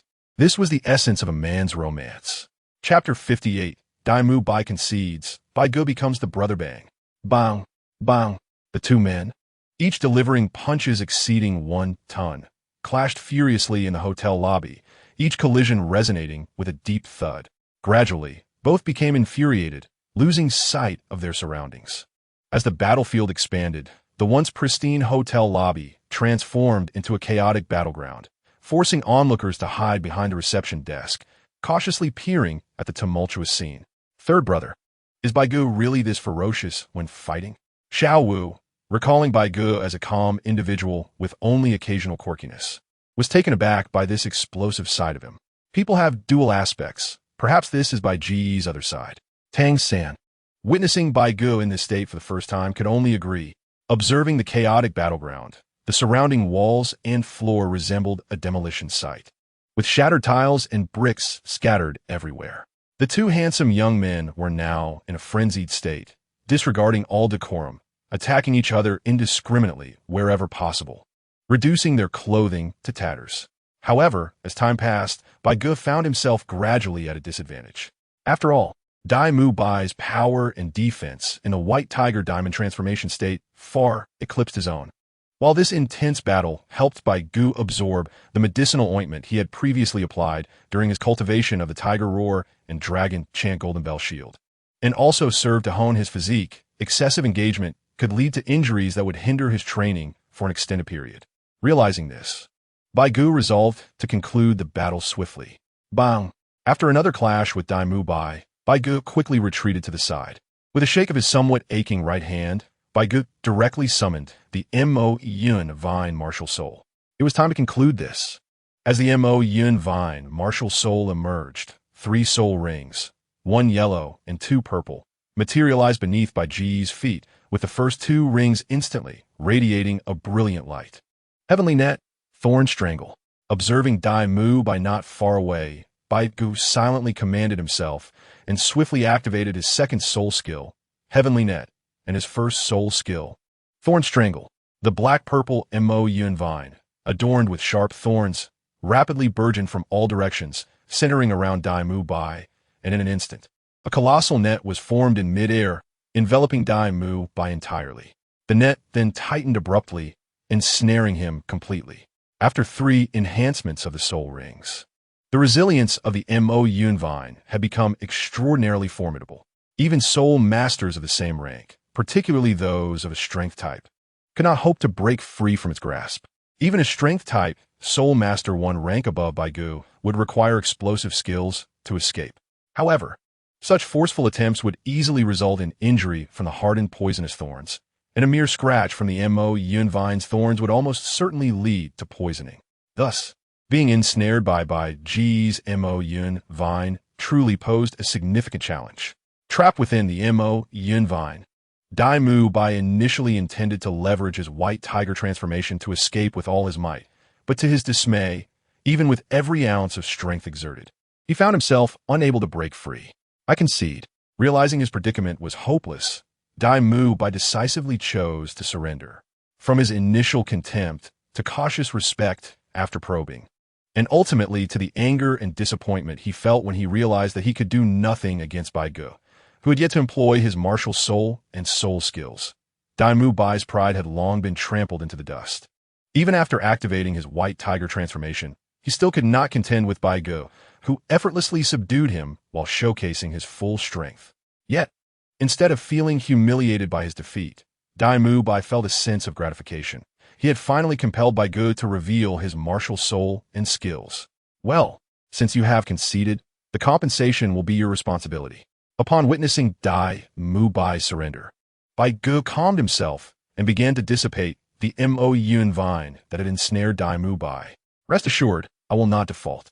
As the vines released their hold, Dai Bai also lifted the state of his white tiger transformation and martial soul possession. Consequently, his robust muscles gradually began to shrink, and the crimson light in his eyes quietly faded. However, due to the previous intense battle, his clothing had suffered varying degrees of damage. While his strong muscles had held up somewhat during the fight, they now left his attire in tatters, riddled with holes. His shirt was completely shredded, and his pants were severely torn. Moreover, the holes ripped by Bai Ge's thorny Mo Yun Vine further exacerbated the disarray, leaving Dai Bai looking like a beggar. Of course, Bai Ge was not in much better condition, as the fierce battle had tousled their previously neat long hair, and his clothing bore holes too. However, since Bai Ge had not undergone the same dramatic muscular expansion as Dai Bai, his clothes had not burst apart, but were merely torn to varying extents, revealing his fair yet robust physique, albeit still modestly concealing his form. Wow, Bai Ge, you are truly remarkable. You really taught that guy a lesson. It's so satisfying to see. Let us see how he acts all high and mighty in the future. Upon witnessing the conclusion of the battle in the hall, Xiao Wu swiftly approached, excitement radiating from her as she continued to cast disdainful glances at Dai Bai. Though Xiao Wu's incessant mockery might have irked others, Dai Bai, with his cultivated composure, was unperturbed by the remarks of a girl like her. After being released, he did not pay Xiao Wu any heed, but turned his gaze towards Bai Ge. Your name is Bai Ge, correct? You are truly formidable. I had always considered myself a genius, but today, seeing you, I realized I was merely a frog at the bottom of a well. Thank you for awakening me. Dai Bai, who had previously exuded arrogance, now offered a sincere bow to Bai Ge, prompting a shift in the impressions held by Xiao Wu and Tang San. You're here to register them for Shrek Academy, right? After bowing, Dai Bai glanced at Tang San and Xiao Wu, inquiring. Indeed. We have come to register for Shrek Academy. How did you know? Before Bai Ge could respond, Xiao Wu had already posed the question. With such an extraordinary brother, you cannot possibly be weak. For true geniuses, especially those around the ages of 12 or 13, your only plausible destination is Shrek Academy. As it is the only institution in Soto City that attracts true talent, Dai Bai remarked, casting a deep glance at Tang San and Xiao Wu. Tomorrow marks the registration day for Shrek. I hope you do not bring shame to your brother. I shall take my leave now, and I hope to see you at Shrek Academy tomorrow. Despite his tattered clothing, Dai Bai stood tall and proud. He swiftly made his way to the counter, tossed down a pouch of coins, and then departed the Rose Hotel, cradling the twin beauties, leaving Bai Ge, Tang San, and Xiao Wu in a state of astonishment. Chapter 59. Exploring Soto City, quest accomplished. King of Cuisine Hey. Did you understand what he meant? Xiao Wu remained somewhat dazed until Dai Mu Bai's figure vanished at the entrance of the Rose Hotel. He likely meant to imply that he sees me as your brother. Bai Ge pondered. Bai Ge appears older than us, so he probably thinks he is here to escort us to register for Shrek Academy. Viewing our relationship as that of an older brother to younger siblings, Tang Sin added, "Wow, that guy is utterly despicable. How can he make assumptions about our relationships without knowing the situation?" Hearing Tang San and Bai Ge's words, Xiao Wu could not help but raise her petite fists in indignation. "I have no issue with it. After all, I am the elder brother, so I'm not a loss." In contrast to Xiao Wu's anger, Bai Ge shrugged indifferently. "All right, you two, have the staff arrange accommodations for you. I will go change my clothes." Turning towards the counter, Bai Ge spoke as he approached. "Excuse me, esteemed Soul Master, where is the restroom?" Upon reaching the counter, Bai Ge inquired of the somewhat trembling attendant. "Respected Soul Master, the restroom is over there." The attendant cautiously pointed Bai Ge in the right direction. Following the attendant's guidance, Bai Ge located the restroom, changed into a fresh outfit, and tidied his appearance before pushing the door open and stepping out. Upon entering the lobby of the Rose Hotel, Bai Ge found that Tang San and Xiao Wu had not yet left. "Bai Ge, are you leaving?" Seeing Bai Ge preparing to head towards the exit, Tang San asked. "Certainly. I am off to find an inn. If I cannot find one, I will simply explore Soto City or perhaps find a restaurant to spend the night. I will come back to find you tomorrow." Bai Ge waved his hand. "All right, Xiao Bai, let us go." Upon hearing Bai Ge's words, the azure-feathered bird perched on Xiao Wu's shoulder suddenly cooed a few times. It then flapped its wings and swiftly flew over to Bai Ge, landing gracefully on his shoulder. "I shall take my leave, but remember to wait for me. I will come to find you tomorrow." After departing from the Rose Hotel, Bai Ge aimlessly wandered in search of a direction. Without Tang San and Xiao Wu accompanying him, he felt a newfound sense of freedom. Strolling through Soto City, it was evident that this bustling metropolis surpassed Nodding City in vibrancy. Although not on par with the grand cities like Heavendo Imperial City, Soto City stood as a premier locale among mid-tier cities. Having walked for several hours since leaving the Rose Hotel, Bai Ge encountered no fewer than 7 inns. Yet none had available rooms. Finally, he grew weary of the search and resolved to find a place that remained open late into the night, such as an upscale restaurant or bar, to spend the night. With a decision made, Bai Ge shifted his focus from seeking an inn to locating a restaurant. His motivation for searching was not merely driven by hunger. While he was indeed somewhat peckish, his formidable physique, honed through the 10 dragons and 10 elephants Buddha's heart technique, diminished his need for food compared to others. Thus, he always kept a substantial supply of jerky within his spatial ring, allowing him to sate his hunger without the necessity of a restaurant. Indeed, many restaurants offered fare that could not rival the jerky he crafted himself. Bai Ge's quest for a restaurant stemmed from another reason entirely. Several years prior, after establishing the Nobles Hall throughout Nodding City, a unique quest titled King of Gastronomy was issued by the system. Unlike other tasks, this particular one was an achievement quest with 4 phases. Completion of each phase granted a chance for a golden level lottery, culminating in a final reward of a divine level lottery opportunity. Thus, Bai Ge had been contemplating this special quest. But given the high rewards associated with achievement quests, the difficulty was undoubtedly considerable, and the King of Gastronomy quest was no exception. The quest unfolded in 3 distinct phases. The first required Bai Ge to establish a branch of the Nobles Hall in low, medium, and high-level cities within the Heavendo Empire. The second phase demanded the expansion of the Nobles Hall to half of the cities within the empire. The third phase tasked him with extending the Nobles Hall to half of the cities in the Star Luo Empire, with each completed phase yielding a golden level lottery opportunity. However, Bai Ge had only managed to complete 1/3 of the first phase, having established branches in Nodding City and its surrounding smaller towns. Nodding City was classified as a low-level city by the system, while Soto City was deemed a medium-level city and Heavendo City ranked as a high-level city. Presently, Bai Ge aimed to scout Soto City, seeking an appropriate upscale restaurant to acquire in order to establish a branch of the Nobles Hall. As he searched for suitable dining establishments, he was unaware that the sky had gradually darkened. Just as he was passing through a narrow alley, a voice laced with fury caught his attention. "Step aside. I did not steal your money." What was happening? Turning towards the source of the voice, Bai Ge saw a lecherous-looking man with a shoehorn face, a mustache, and buck teeth confronting a girl clad in a turquoise dress. It appeared that the man accused the girl of stealing his money and refused to let her leave. Yet, judging by the man's attire, which seemed to lack even a single gold soul coin, and the girl's exquisite silk dress, worth at least 10 gold soul coins, it was absurd for him to make such accusations. With these thoughts racing through his mind, Bai Ge quickened his pace. As a modern-day youth of virtue, he could not condone such bullying of a girl in broad daylight. "Brother, come help me. Help me drive this scoundrel away." The girl in the turquoise dress called out urgently as Bai Ge approached. "Kid, don't meddle in matters that don't concern you." The lecherous man turned to Bai Ge, issuing a warning.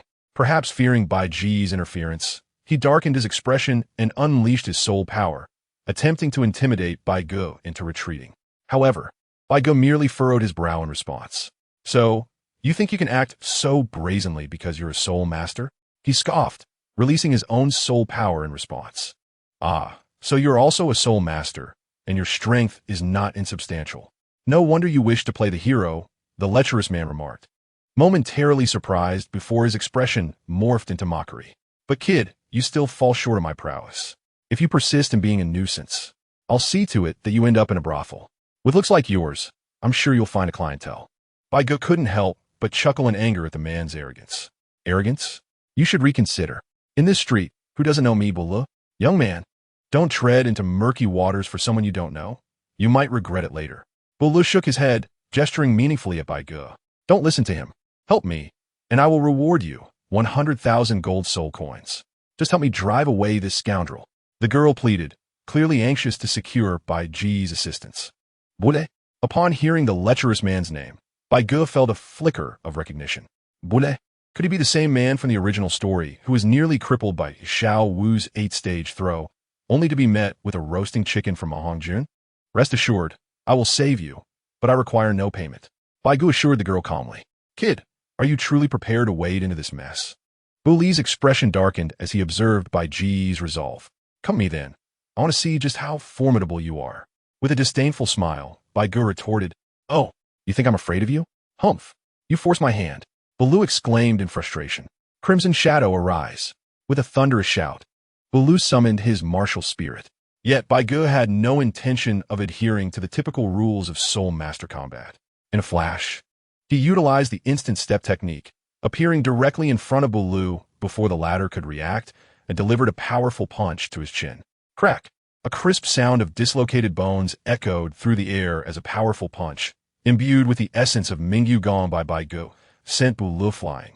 He soared 4 or 5 meters into the air before crashing into the wall of a nearby alley, the tremendous impact fracturing the wall. As he felt the immense force from behind, Buli's insides churned violently, and he coughed up a mouthful of blood, mixed with several teeth. "Cough, cough. You're not adhering to the rules of combat." He collapsed onto the ground, gazing at Bai Ge while clutching his swollen right cheek in indignation. "Against a person like you, rules are unnecessary. If you dare, go report me to the spirit hall." Bai Ge retorted dismissively, retrieving a handkerchief to wipe his hands. "You, how dare you?" Douluo stammered, feeling a surge of anger, yet he hesitated to report the incident to the spirit hall. "Moyun vine, arise." With a thought, Bai Ge summoned the Moyun vine, and, as the first soul ring illuminated around him, numerous vines rapidly sprouted from Douluo's vicinity, binding him tightly. "What are you doing?" Panic washed over Douluo as he realized he was being restrained. "Nothing much. Seeing how adept you are, I surmise you have harmed many girls. This time, I shall rid the world of your menace." Bai Ge replied coldly, a sinister smile gracing his lips. "Please don't kill me. My elder brother is a soul king. If you take my life, he will not spare you."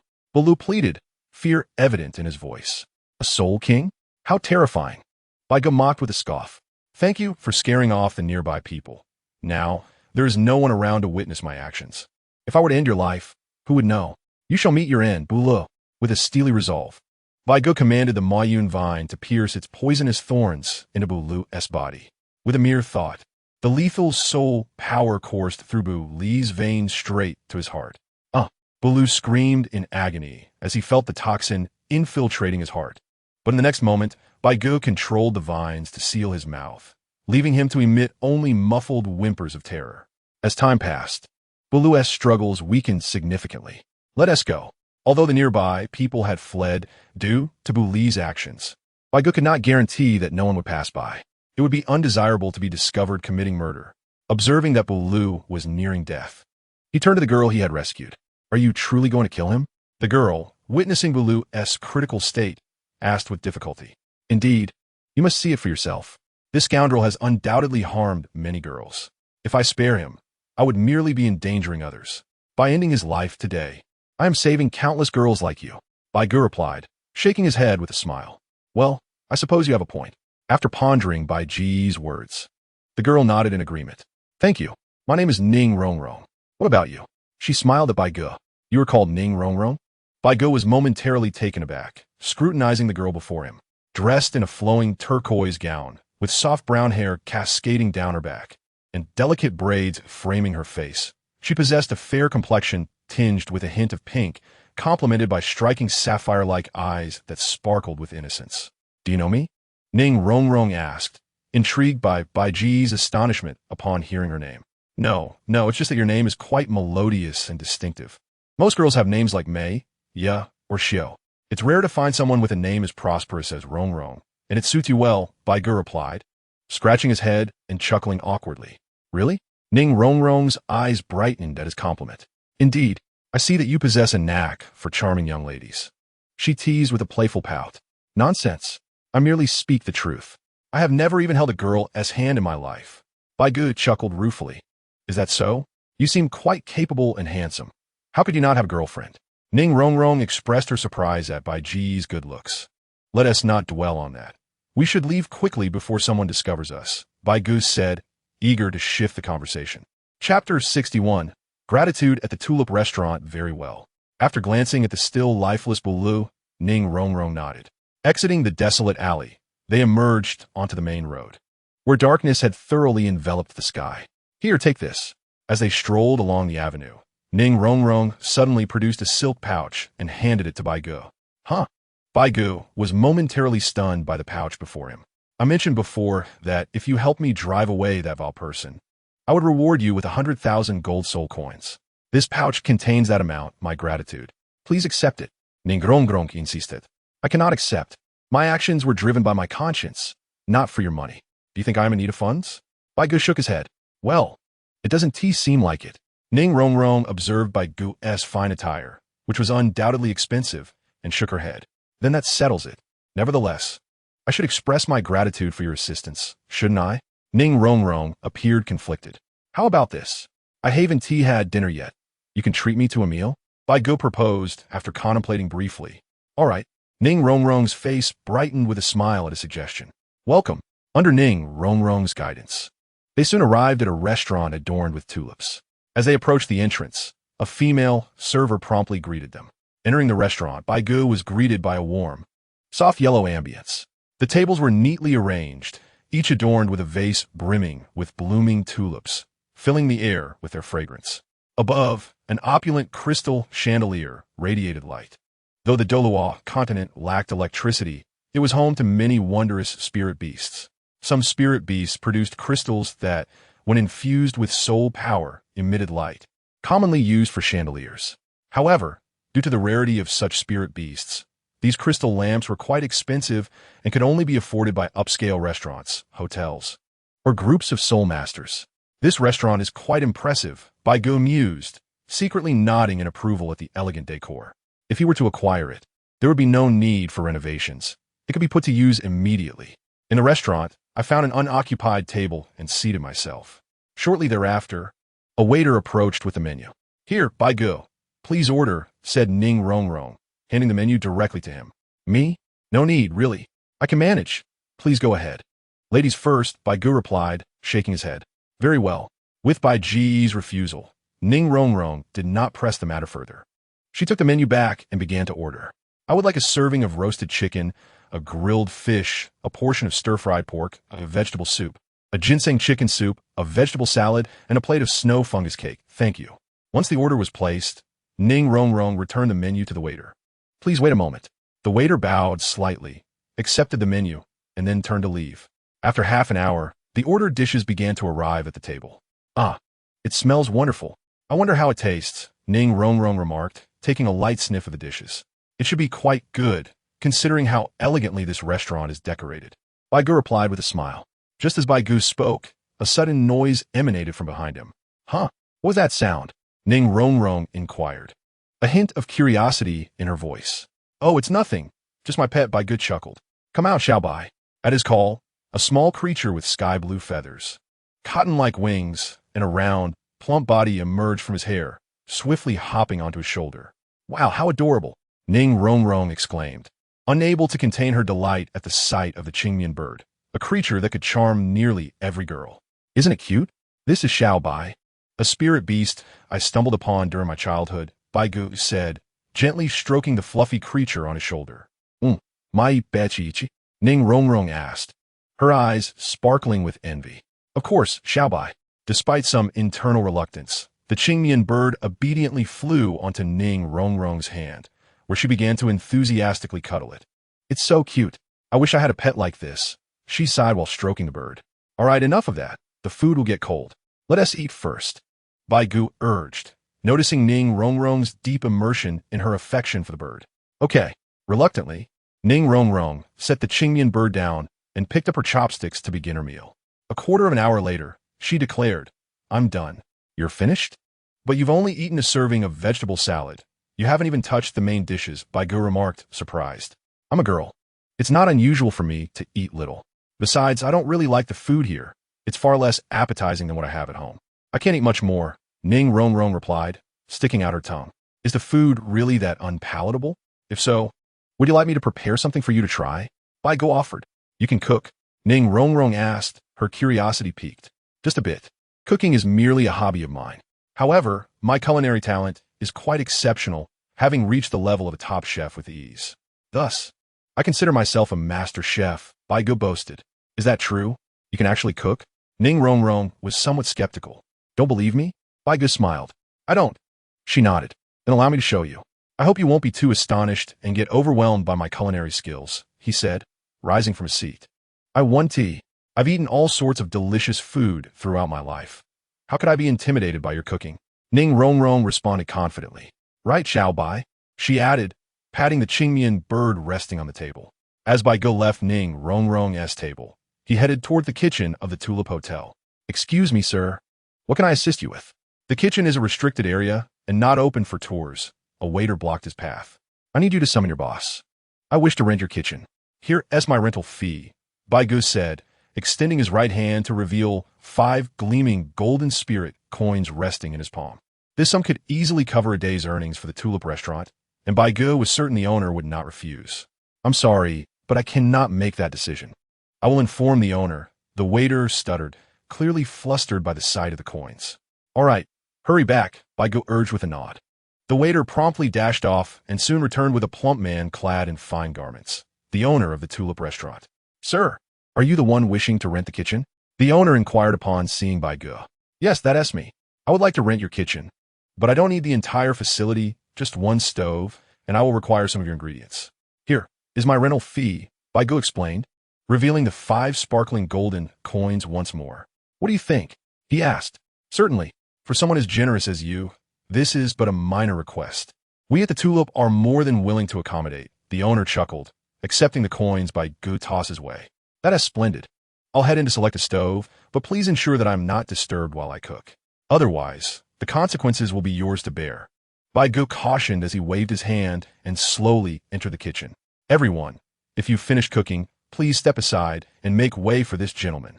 The owner bellowed as he followed Bai Ge into the kitchen, anxious to prevent anyone from delaying the arrangement. Upon hearing the owner's command, a young chef quickly vacated his station, prompting the owner to turn to Bai Ge with a smile.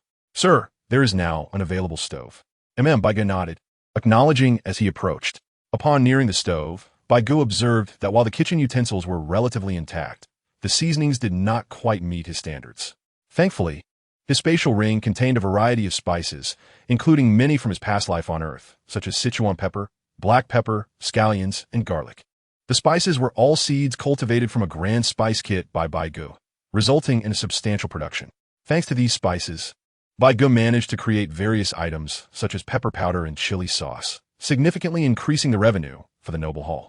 Observing the ingredients on the cart beside the stove, Bai Ge rolled up his sleeves and began his culinary endeavor.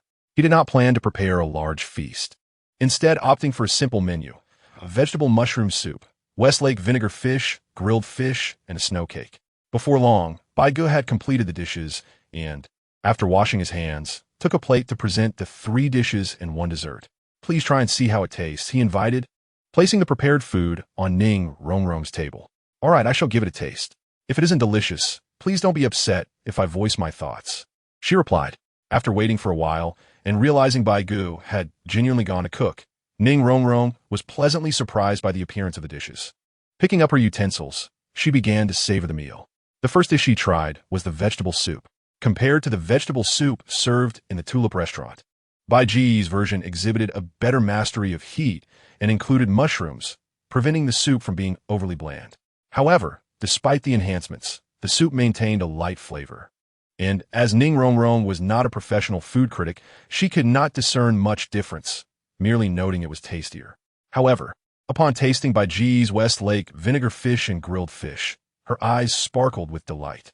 In the Douluo continent, the flavors of food typically revolved around being fragrant, spicy, salty, and sweet. This was her first encounter with Westlake vinegar fish, which offered not only a delicate flavor, but also a peculiar tanginess reminiscent of slightly unripe fruit. The grilled fish, perfectly cooked to achieve a crisp exterior without charring, was enhanced with a sprinkle of cumin powder, which captivated Ning Rongrong entirely. Delicious.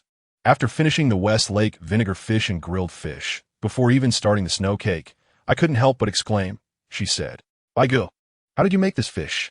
Besides the inherent freshness and tenderness of the fish, there's a strange yet delightful sour taste. Looking at Bai Ge, she inquired further.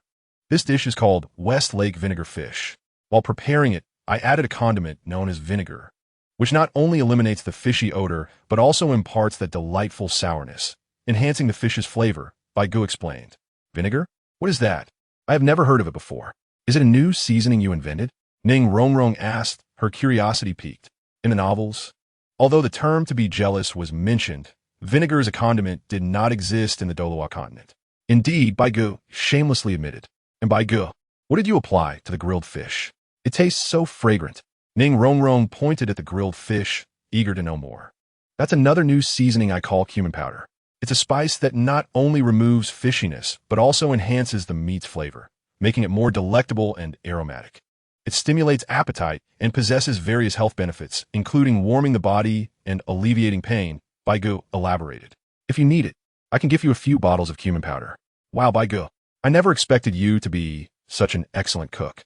This is truly impressive," Ning Rongrong remarked, her admiration evident. "Just a modest endeavor," Bai Ge humbly replied, shaking his head. "After tasting your dishes, I feel I might not be able to enjoy any other food. You've spoiled my palate. What will I do in the future?" Ning Rongrong said dejectedly. "If you ever wish to have more, I can prepare it for you specifically." Bai Ge smiled. "For me specifically?" Ning Rongrong's gaze shifted, a hint of curiosity in her eyes. "Bai Ge, are you pursuing me?" Bai Ge felt a pang of frustration. His intention was merely to express that he could occasionally cook for her once they entered Shrek Academy together. However, it seemed Ning Rongrong had misconstrued it as a romantic advance. He contemplated explaining, but found himself at a loss for words. Gazing at Ning Rongrong's charming face, a thought crossed his mind. Perhaps pursuing her wasn't out of the question. In his previous life, he had often seen posts online where people expressed a desire to abandon their struggles in search of a wealthy partner. He often jokingly commented that he too wished to find a rich little girl. Wasn't this a perfect opportunity? Chapter 63. Gift exchange and temporary farewell. "If that is how you perceive it, I have no objections," Bai Ge said, taking a deep breath. However, upon hearing his words, Ning Rongrong's face flushed. "I indeed a bit early to say that since we've only just met, perhaps we should start as friends?" she suggested, a slight blush gracing her cheeks. "Very well, then we shall be friends from now on. Should I call you Rongrong?" Bai Ge proposed, testing the waters. "That works." Ning Rongrong nodded naturally. "By the way, Rongrong, how did you encounter that troublemaker? Had I not been there, you would have been in danger." Bai Ge inquired, intrigued by the day's events. "Well, I initially intended to visit Soto Great Park, but as I was unfamiliar with Soto City, I asked for directions. The troublemaker must have overheard me and pretended to guide me there. He took me through a shortcut, which led to the alley you saw. He accused me of stealing his money and wouldn't let me leave, Ning Rongrong explained, a hint of frustration in her voice. I see, Bai Ge nodded in understanding. And you? How did you end up there? As they conversed, the night deepened, and patrons gradually departed from the restaurant. Hey, where did everyone go? Ning Rongrong noticed, suddenly parched after their lengthy chat. She picked up her teacup for a sip, only to realize they were now alone. It's getting late. Are you leaving? If so, I can accompany you, Bai Ge offered, glancing outside at the darkening sky. All right then, Ning Rongrong agreed after a moment's hesitation, as it was Ning Rongrong's treat. She took care of the bill. Once settled, Bai Ge and Ning Rongrong exited the restaurant together, heading toward the hotel where she was staying. Given Ning Rongrong's prior considerations for safety, the hotel was conveniently located just a short distance from the Tulip restaurant. Within a few minutes, they arrived at her accommodation. Here we are. This is my hotel. Thank you, Bai Ge. I'm really glad to have met you today, she said with a warm smile as they reached the entrance. No thanks necessary. It was merely a small favor, Bai Ge replied with a smile of his own. Bai Ge, this is for you. Just before leaving, Ning Rongrong suddenly handed Bai Ge a silver pouch, as if she had thought of something. What is this? Reincarnated. This is a special soul guide I acquired. It can store living beings. In the future, if you need to rest, you can simply enter it and avoid sleeping in your hair, Ning Rongrong explained with a smile. Is this a treasure pouch? Bai Ge pondered upon seeing the silver pouch in Ning Rongrong's hand. Thank you very much. Realizing how much he needed such a storage soul guide, Bai Ge couldn't help but reach out to accept it with a smile. Here, this is for you. I unexpectedly obtained this soul guide, which I call the Fairy Amulet. Wearing it can enhance a soul master's soul power recovery speed by 25%. Accepting Ning Rongrong's gift, Bai Ge felt a bit bashful. After a moment of contemplation, he retrieved a black iron-level reward, the Fairy Amulet, from his system space and handed it to Ning Rongrong. The Fairy Amulet, akin to the tear of the goddess that Bai Ge wore, was also equipment from the League of Legends universe. However, due to the differences between worlds, Bai Ge's tear of the goddess lacked the blue restoration effect found in the game. It merely provided the same recovery speed boost as the Fairy Amulet and could serve as a storage item for soul power. The blue restoration effect hadn't entirely vanished. Instead, it had transformed into a means of soul power storage, implying that the capacity of the tear of the goddess could increase along with the stored soul power, albeit with a limit. Currently, the soul power storage of the tear of the goddess had reached the total amount within Bai Ge, serving as one of his hidden trump cards. The Fairy Amulet, on the other hand, was obtained only after Bai Ge had drawn the tear of the goddess. Since it resembled a feminine bracelet, he had never used it, making it a fitting gift for Ning Rongrong now. Increasing a soul master's recovery speed by 25%? No, this is far too precious. I cannot accept it. Upon hearing Bai Ge's revelation about the Fairy Amulet, Ning Rongrong immediately recognized its value. Such an unprecedented recovery-type soul guide was far more valuable than the common storage soul guides, prompting her to decline hastily. Don't refuse. Accept it. You gifted me something, and as friends, I must reciprocate. Consider it a token of our friendship. Don't worry about its value. Seeing Ning Rongrong's hesitance, Bai Ge chuckled as he grasped her hand and placed the Fairy Amulet on her wrist. Ning Rongrong was momentarily taken aback by Bai Ge's gesture, and after a moment, her face turned crimson. It looks lovely and suits you well. Oh, thank you, she replied, a bit dazed as she touched the Fairy Amulet on her wrist. Her cheeks flushed with embarrassment. This was her first time accepting a gift from outside, and feeling the acceleration of her soul power recovery after receiving the Fairy Amulet surprised her, igniting a spark of curiosity about Bai Ge. What kind of formidable force did this young man, Bai Ge, come for to possess such a powerful soul guide? I should be on my way. After securing the soul guide Ning Rongrong had gifted him, Bai Ge said, Hey, aren't you going to ask for my contact information? Ning Rongrong inquired, noticing Bai Ge's intent to leave. At her words, Bai Ge halted, realizing his oversight. Right? While I know you're headed to Shrek Academy, you don't know that. So, Rongrong, how can I contact you in the future? Bai Ge smiled at Ning Rongrong. I came to Soto City to enroll in a Soul Master Academy. You can find me at Shrek Academy, as that is where I will be studying. Hearing Bai Ge's inquiry, Ning Rongrong responded with satisfaction. Shrek Academy? I believe we will meet again soon. Bai Ge smiled at her response. What's wrong? Do you think Shrek Academy sounds strange? I thought so too, but despite its odd name, I've heard it is quite prestigious, Ning Rongrong remarked, sticking out her tongue. Shrek Academy? Understood. Bai Ge smiled at Ning Rongrong, his thoughts swirling. Chapter 64. Onward to Shrek. Farewell to Dai Mubai. After bidding farewell to Rongrong, Bai Ge wandered around Soto City and eventually found an available room in a grand hotel. Although the room's price was akin to that of a presidential suite from his previous life, it was of little concern for Bai Ge. After checking in, he took a refreshing hot shower and sprawled on the bed. Having defeated Dai Mubai earlier and completed a silver-level task, Bai Ge decided to utilize the reward he had earned after his relaxing bath. Following a familiar sound, Bai Ge successfully drew a reward, a pet egg known as the Shadow-Winged Serpent. Bai Ge had never heard of the Shadow-Winged Serpent, but given that it was merely a silver-level reward, it likely wasn't a formidable beast, most likely just a spirit beast with lesser potential than the Azure Silkbird. Since he already possessed the Azure Silkbird, Bai Ge was in no rush to hatch the Shadow-Winged Serpent. He placed the egg in his system space for future retrieval. Time passed swiftly, and the night faded into dawn. The next morning, as Bai Ge awoke from his slumber, the sky was still dimly lit. After leaving the hotel and grabbing a bite to eat, he headed towards the Rose Hotel. Upon arriving, he found Tang San and Xiao Wu already waiting in the lobby. To Bai Ge's surprise, the lobby of the Rose Hotel, which had been left in disarray after the battle between him and Dai Mubai, had been completely restored. However, Bai Ge paid it little mind. After reuniting with Tang San and Xiao Wu, the three set off together in the direction indicated on the map to Shrek Academy. Yet, despite the map marking Shrek Academy's location, the directions were rather vague, providing only a general area without a specific route. Consequently, the trio could only inquire with passersby about the way to Shrek Academy. Thus, they continued to ask for directions until they found themselves outside Soto City, leaving Tang San and Xiao Wu bewildered.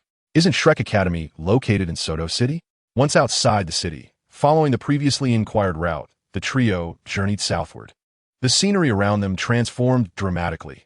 Towering buildings and various shops and inns were replaced by vast, endless fields of farmland. This sight elicited a sense of admiration, affirming Soto City's reputation as the granary capital of the Baloch Kingdom. However, after walking quite a distance, the landscape continued to consist solely of expansive farmland, with no sign of the grand buildings typical of an academy. This prompted Xiao Wu to murmur in confusion. Bai Ge, however, was aware that Shrek Academy was indeed a remote institution, far removed from urban life. Due to financial constraints, even the dormitories were wooden huts, a rather dismal situation.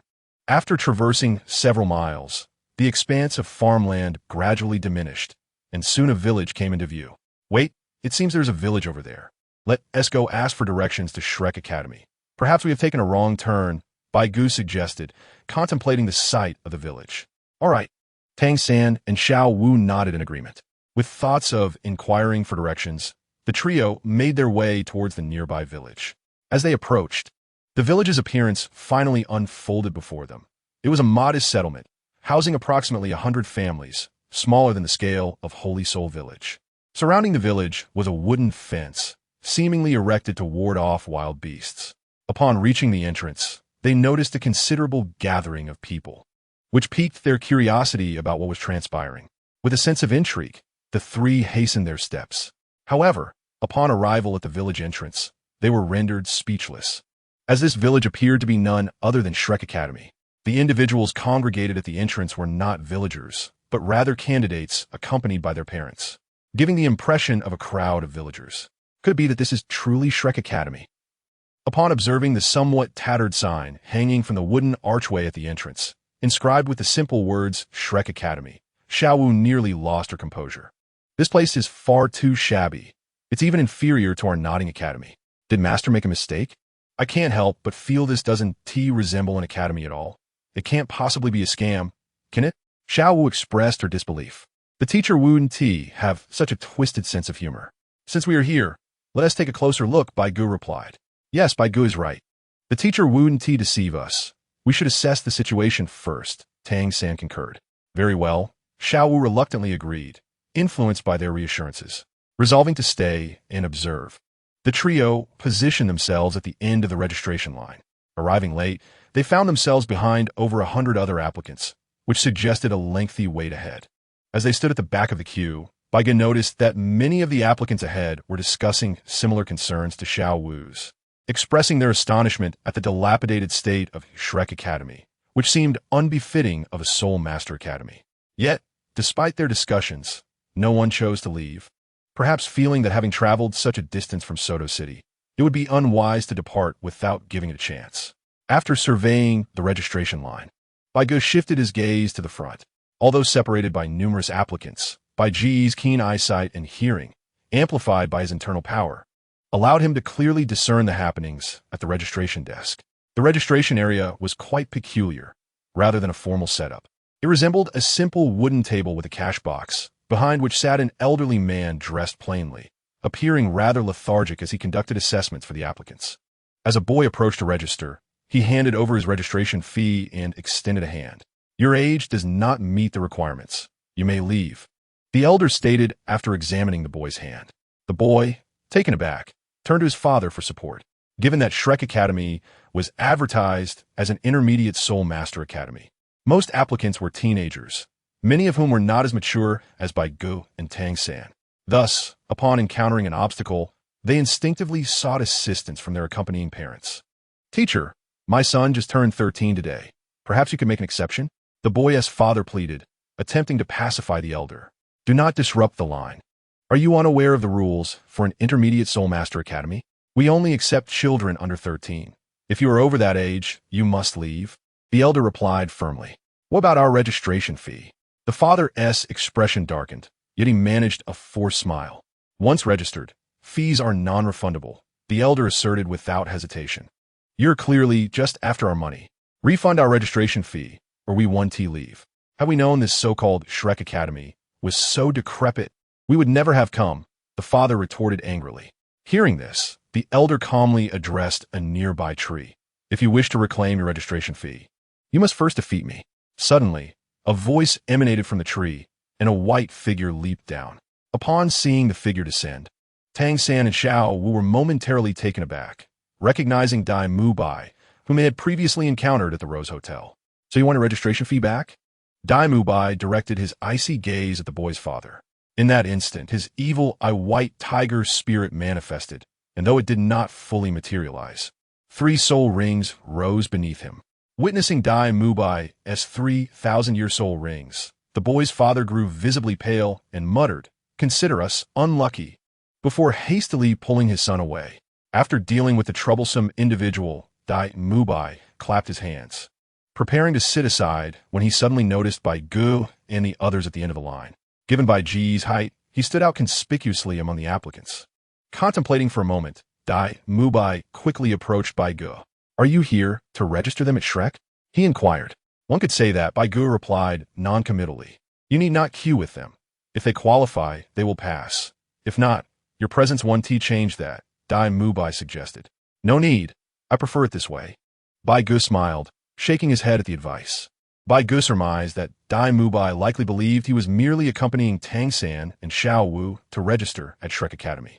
Due to his training in the 10 Dragons and 10 Elephants Prajna technique and the Tiger Roar Dragon Chant Golden Bell Shield, Bai Ge's physique was notably deceptive. Most strangers would assume he was a 15 or 16-year-old boy. At that age, most Soul Masters had already enrolled in a Soul Master Academy. Hence Dai Mu Bai had never considered that Bai Ge himself was also there to register for Shrek Academy. However, Bai Ge did not reveal to Dai Mu Bai that he, too, harbored the intention of enrolling in Shrek Academy. Instead, he was curious to see the expression on Dai Mu Bai's face when he eventually learned Bai Ge's true age.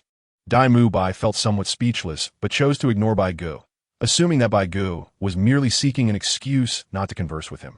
"Hey, what do you mean by that? You say he brought us to enroll in Shrek Academy, but we came together."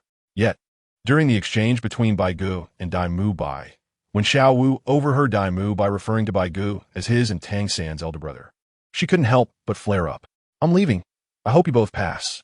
Having faced Xiao Wu's ire before, Dai Mu Bai ignored her outburst entirely and, after speaking a word to Tang San, leisurely departed, treating Xiao Wu as if she were invisible. "How dare he disregard me?" Bai Ge, witnessing Dai Mu Bai's blatant disregard, felt a mix of anger and frustration toward him, as she thought of how Bai Ge could have clarified the misunderstanding but chose not to. Xiao Wu shot him a fierce glare. He always assumes I'm the same age as him. If he finds out I'm actually only 12, what do you think his reaction will be? Bai Ge did not answer Xiao Wu's question directly, but smiled knowingly. Upon hearing Bai Ge's words, Xiao Wu seemed to grasp something, and a smile crept onto her face as she replied, "That should be quite amusing," sighing at the peculiar humor of his companions. Tang Xin could only shake his head in resignation.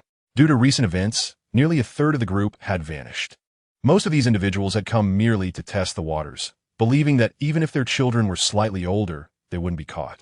However, they were astonished to discover that Shrek Academy could discern their actual ages, and with no refund on the registration fee, they hastily departed. After the departure of nearly a third of the group, the line grew considerably shorter, allowing Bai Ge and his companions to advance significantly. While Bai Ge and Dai Mu Bai conversed, another young boy approached the elder at the registration desk. After completing his payment, he confidently extended a hand toward the elder. Exactly 12 years old. Very well. Age meets the requirement. The elder nodded after inspecting the boy's hand. Release your martial soul. Let me see your soul rings. At the elder's request, the boy promptly unleashed his martial spirit, which was a vine-like plant. The dark vine lacked any thorns. As the boy activated his soul rings, 100-year soul ring rose from his feet, hovering between his head and feet. However, upon seeing the boy's soul ring, the elder's eyes flickered with disappointment. Not acceptable. You may leave. The elder shook his head and waved the boy away. Sir, my son is an outstanding student at the Junior Soul Master Academy, and his soul ring is 100 years old.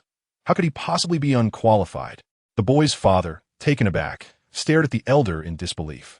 The first soul ring is indeed 100 years old, but he is merely an ordinary person, the elder replied coolly. I don't understand your point, the boy's father frowned. It's quite simple. We seek geniuses, or rather, prodigies, and your son is just an ordinary individual, far from being a genius. A hint of pride glimmered in the elder's eyes. After speaking, the elder suddenly stood up and addressed the registration queue loudly. Before you come to enroll at Shrek Academy, you should understand the rules. If you come here without proper knowledge, you're merely wasting your registration fee. If you regret it now, it's not too late. Do you know the meaning behind the name Shrek Academy? Most of the applicants looked bewildered at the elder's words. Shrek represents a kind of monster, even among soul beasts. And the meaning of our Shrek Academy is Monster Academy. This signifies that we only accept monsters, not ordinary individuals.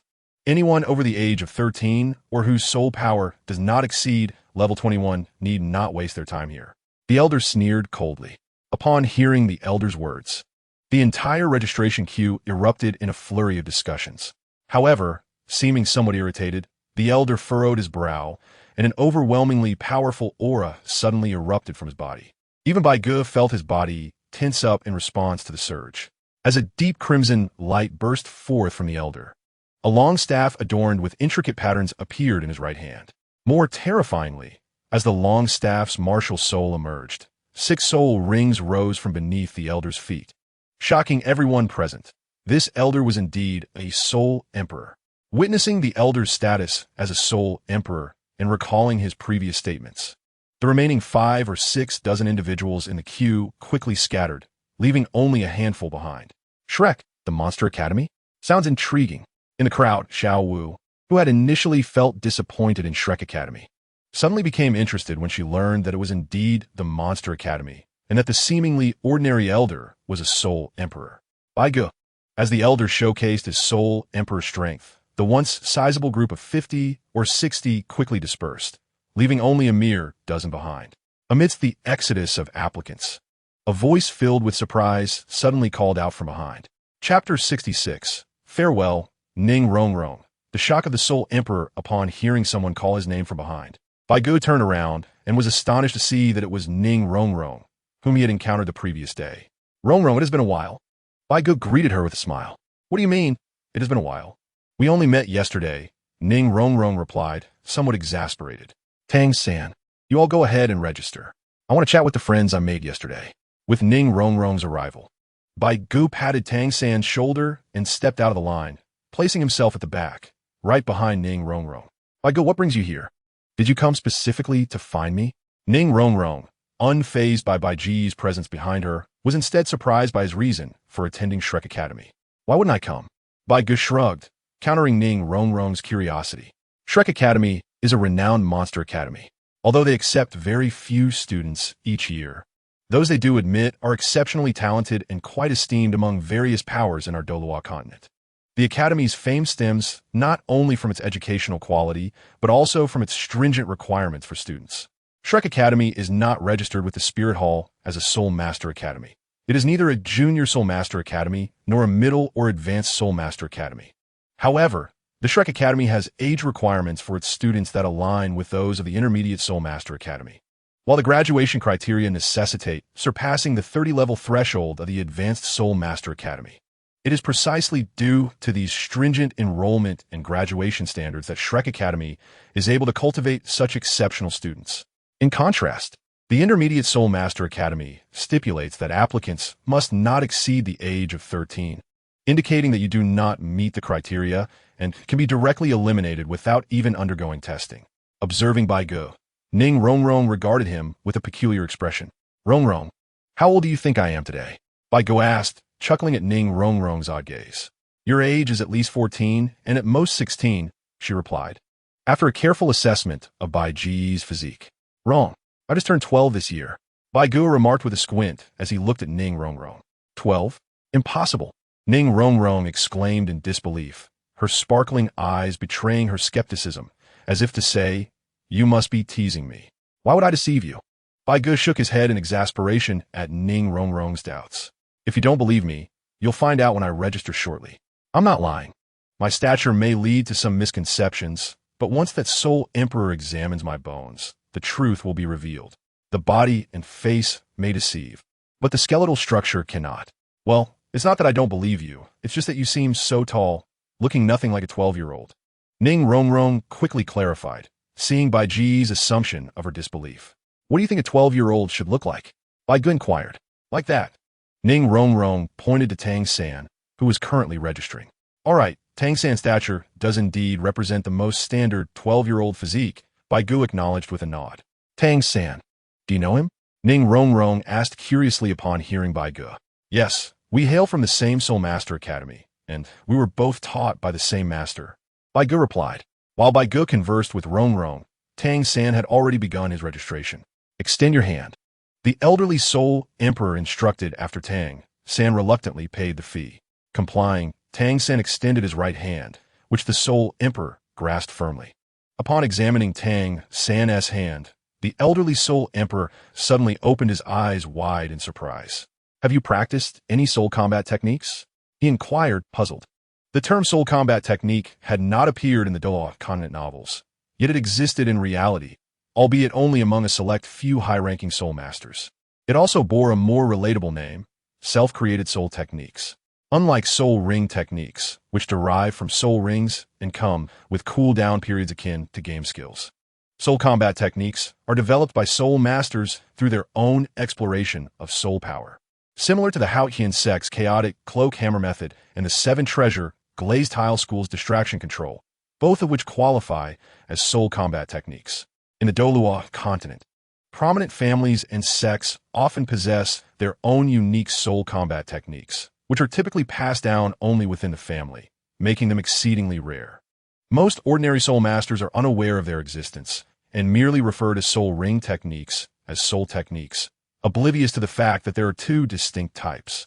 With lingering curiosity, the Soul Emperor continued to examine Tang San's hand, but he could only feel the remarkable softness of his muscles, unable to distinctly touch the bones, which left him unable to ascertain Tang San's bone age. Yes, Tang San confirmed, feeling discomfort from the Soul Emperor's persistent examination of his palm. All right, lift your calf, the Soul Emperor instructed, seeking another area to assess bone age. Due to the unique muscle structure of the calf, it was easier to touch the calf bone. Tang San complied, raising his calf as the Soul Emperor swiftly placed his hand upon it, feeling the muscle development while determining Tang San's bone age. Excellent muscle development and appropriate bone age. Now, unleash your martial soul, the Soul Emperor directed after completing his assessment.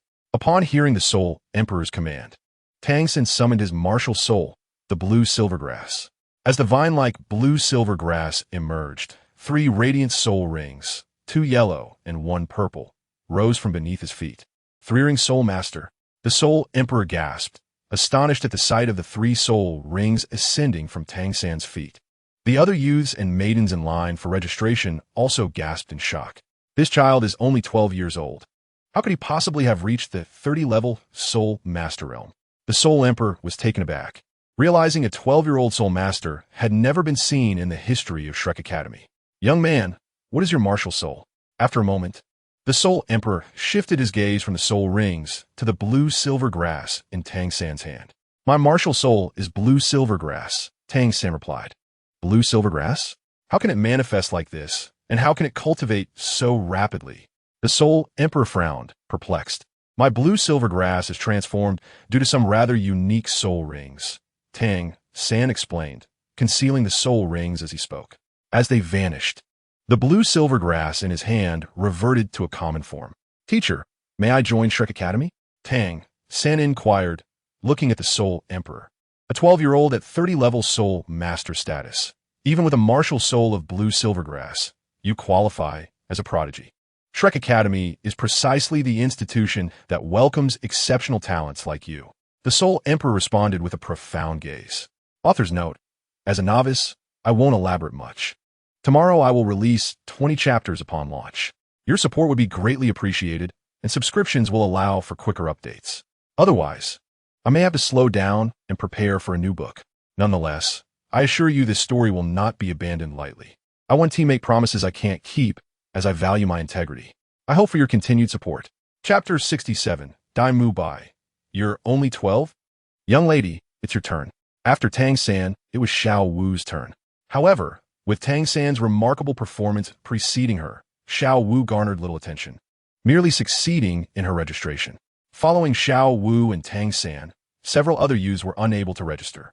After the Soul Emperor elucidated the rules, those who remained were predominantly Soul Masters under the age of 12 and possessing a cultivation level exceeding 21. However, what no one anticipated was that the enrollment criteria for Shrek Academy not only stipulated that applicants must be younger than 13 and have a cultivation level of at least 21, but also required that their soul rings must be of the optimal configuration. Otherwise, they would not be accepted. Consequently, after this rule was explained, many young boys and girls departed in disappointment, reducing the originally sizable group to fewer than 10 individuals. Yet, following a series of stringent selections, the remaining candidates largely met the requirements set forth by Shrek Academy. Soon, several students successfully completed the enrollment process, among whom a particular girl caught Bai Ge's attention. She appeared to be of a similar age to Xiao Wu, with long, flowing black hair, fair skin, and a delicate visage. However, what captivated Bai Ge's gaze was not her face, but rather her physique. Despite her youth, she possessed a remarkably ample figure, and the combination of her youthful yet serene countenance with her generous proportions momentarily left Bai Ge spellbound. Unfortunately, Bai Ge's reverie was abruptly interrupted when Ning Rongrong, noticing his gaze, playfully pinched the flesh at his waist, jolting him back to reality. Ouch, Rongrong, please don't pinch me suddenly, it really hurts, Bai Ge exclaimed, rubbing the spot where Ning Rongrong had playfully pinched him. It was astounding how she managed to avoid his solid muscles and target his more sensitive flesh with such precision. Even with his training in the Tiger Roar technique, he couldn't help but feel a twinge of pain from her playful assault. I merely pointed it out because you were lost in thought, Ning Rongrong retorted, her cheeks flushing with embarrassment. Unbeknownst to her, the sight of Bai Ge gazing at another girl had sparked an unexpected surge of jealousy within her, akin to a cherished toy being snatched away. However, upon reflecting on her reaction, she felt a pang of guilt. Their relationship was still in its infancy, merely that of friends, and she had no right to feel possessive over Bai Ge. Could it be that I've developed feelings for him? Ning Rongrong pondered, suddenly startled by the thought. Without further ado, she quickly shifted the topic, asking, by the way, Bai Ge, where is Xiao Bai? Xiao Bai? Rongrong, what are you saying? Didn't you give me a storage soul guide yesterday that can hold living beings? Xiao Bai is certainly inside, Bai Ge replied, bewildered by her sudden curiosity. Enough of that. Just show me Xiao Bai, Ning Rongrong insisted, her face slightly reddening. All right. Although puzzled, Bai Ge retrieved the Qingyan bird from the storage soul guide and handed it to Ning Rongrong. What made you so upset all of a sudden? He wondered, noticing her flushed ears as she played with the bird. A mischievous thought crossed his mind. Could it be that she's feeling jealous? It appears my charm is greater than I realized, he thought, secretly pleased. As time slipped away, unnoticed, the dwindling number of candidates meant that Bai Ge's turn arrived swiftly after Tang San. However, since Ning Rongrong was present, she went first for the assessment. Little girl, extend one of your hands, the Soul Emperor instructed. Okay, Ning Rongrong replied, as the Qingyan bird gracefully settled on her shoulder while she extended her right hand. Your bone age is acceptable. Now, please summon your martial spirit so that I may assess your soul, the Soul Emperor stated after evaluating her age. Sure. Ning Rongrong nodded and summoned her martial spirit. A magnificent 7-layered crystal tower slowly materialized from her hand, and simultaneously, 2 yellow soul rings rose from beneath her feet. Are you certain you wish to join Shrek Academy? The Soul Emperor, taken aback by the sight of the crystal tower, stood up in astonishment and inquired.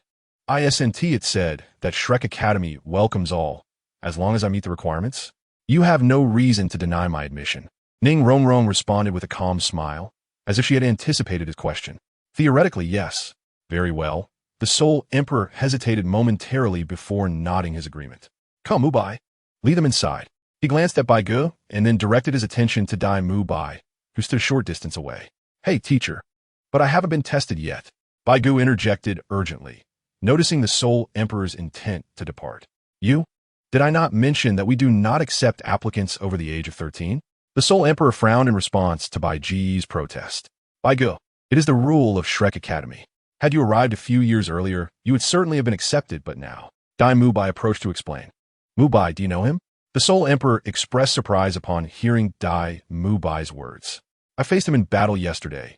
Dai Mubai hesitated before adding. But I was utterly defeated.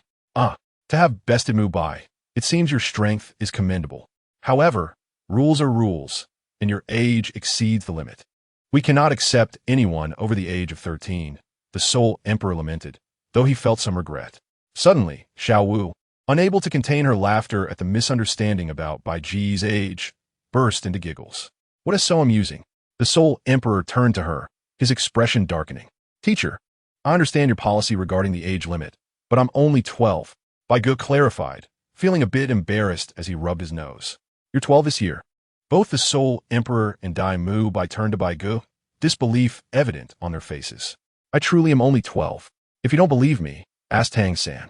We both graduated from the same Junior Soul Master Academy. The reason I appear so tall is due to my martial spirit's unique abilities and the rigorous training I've undergone, Bai Ge explained, seeking Tang San's confirmation. Indeed, Bai Ge is genuinely 12 years old.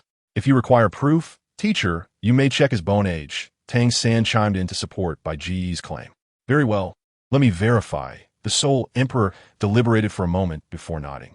If Bai Ge was indeed truthful, Shrek Academy would surely welcome another extraordinary talent. Extend one of your hands, he instructed Bai Ge. Upon hearing the words of the Soul Emperor, Bai Ge obediently extended his right hand. However, while doing so, he could not help but remind, teacher, my hand, to some extent, has also cultivated a special battle soul technique. You may find it difficult to determine my bone age. Perhaps we should change the location. Yet, the Soul Emperor paid no heed to Bai Ge's concerns. After examining Bai Ge's hand, he noted the extraordinary resilience of his muscles, making it indeed challenging to ascertain his bone age. With a hint of resignation, the Soul Emperor replied, very well, I understand. Now, please raise your calf. Complying with the Soul Emperor's request, Bai Ge elevated his calf. As the Soul Emperor placed his hand upon it, he assessed Bai Ge's leg muscles while simultaneously testing his bone age through the calf bone. Your muscle development is remarkable, exceptionally resilient, even surpassing that young man Tang San. Astonishingly, your bone age is merely 12 years. Gazing at Bai Ge, the Soul Emperor was at a loss for words. Who could fathom what this individual had consumed to grow so tall and appear so mature at the age of 12? You are genuinely only 12 years old. Beside him, Dai Mubai was both shocked and embarrassed upon hearing Bai Ge's age, culminating in self-doubt as he twisted his expression and exclaimed, You are a monster. Chapter 68. Sausages Oscar. Teacher, there is no need to continue testing. As long as his age meets the standard, he has no other issues. His martial soul is named Mo Yuntong, and he possesses a strength of 35. Classified as a 3-ring control system soul master with 1 yellow and 2 purple soul rings. Shaking his head, Dai Mubai directly addressed the Soul Emperor beside him. 1 yellow and 2 purple. Very well. I trust you, Mubai. You may proceed with the remaining tests. With no doubt in his mind, the Soul Emperor wore an expression of someone who had seen it all and allowed Dai Mubai to lead all those who had passed the registration to continue with the subsequent tests.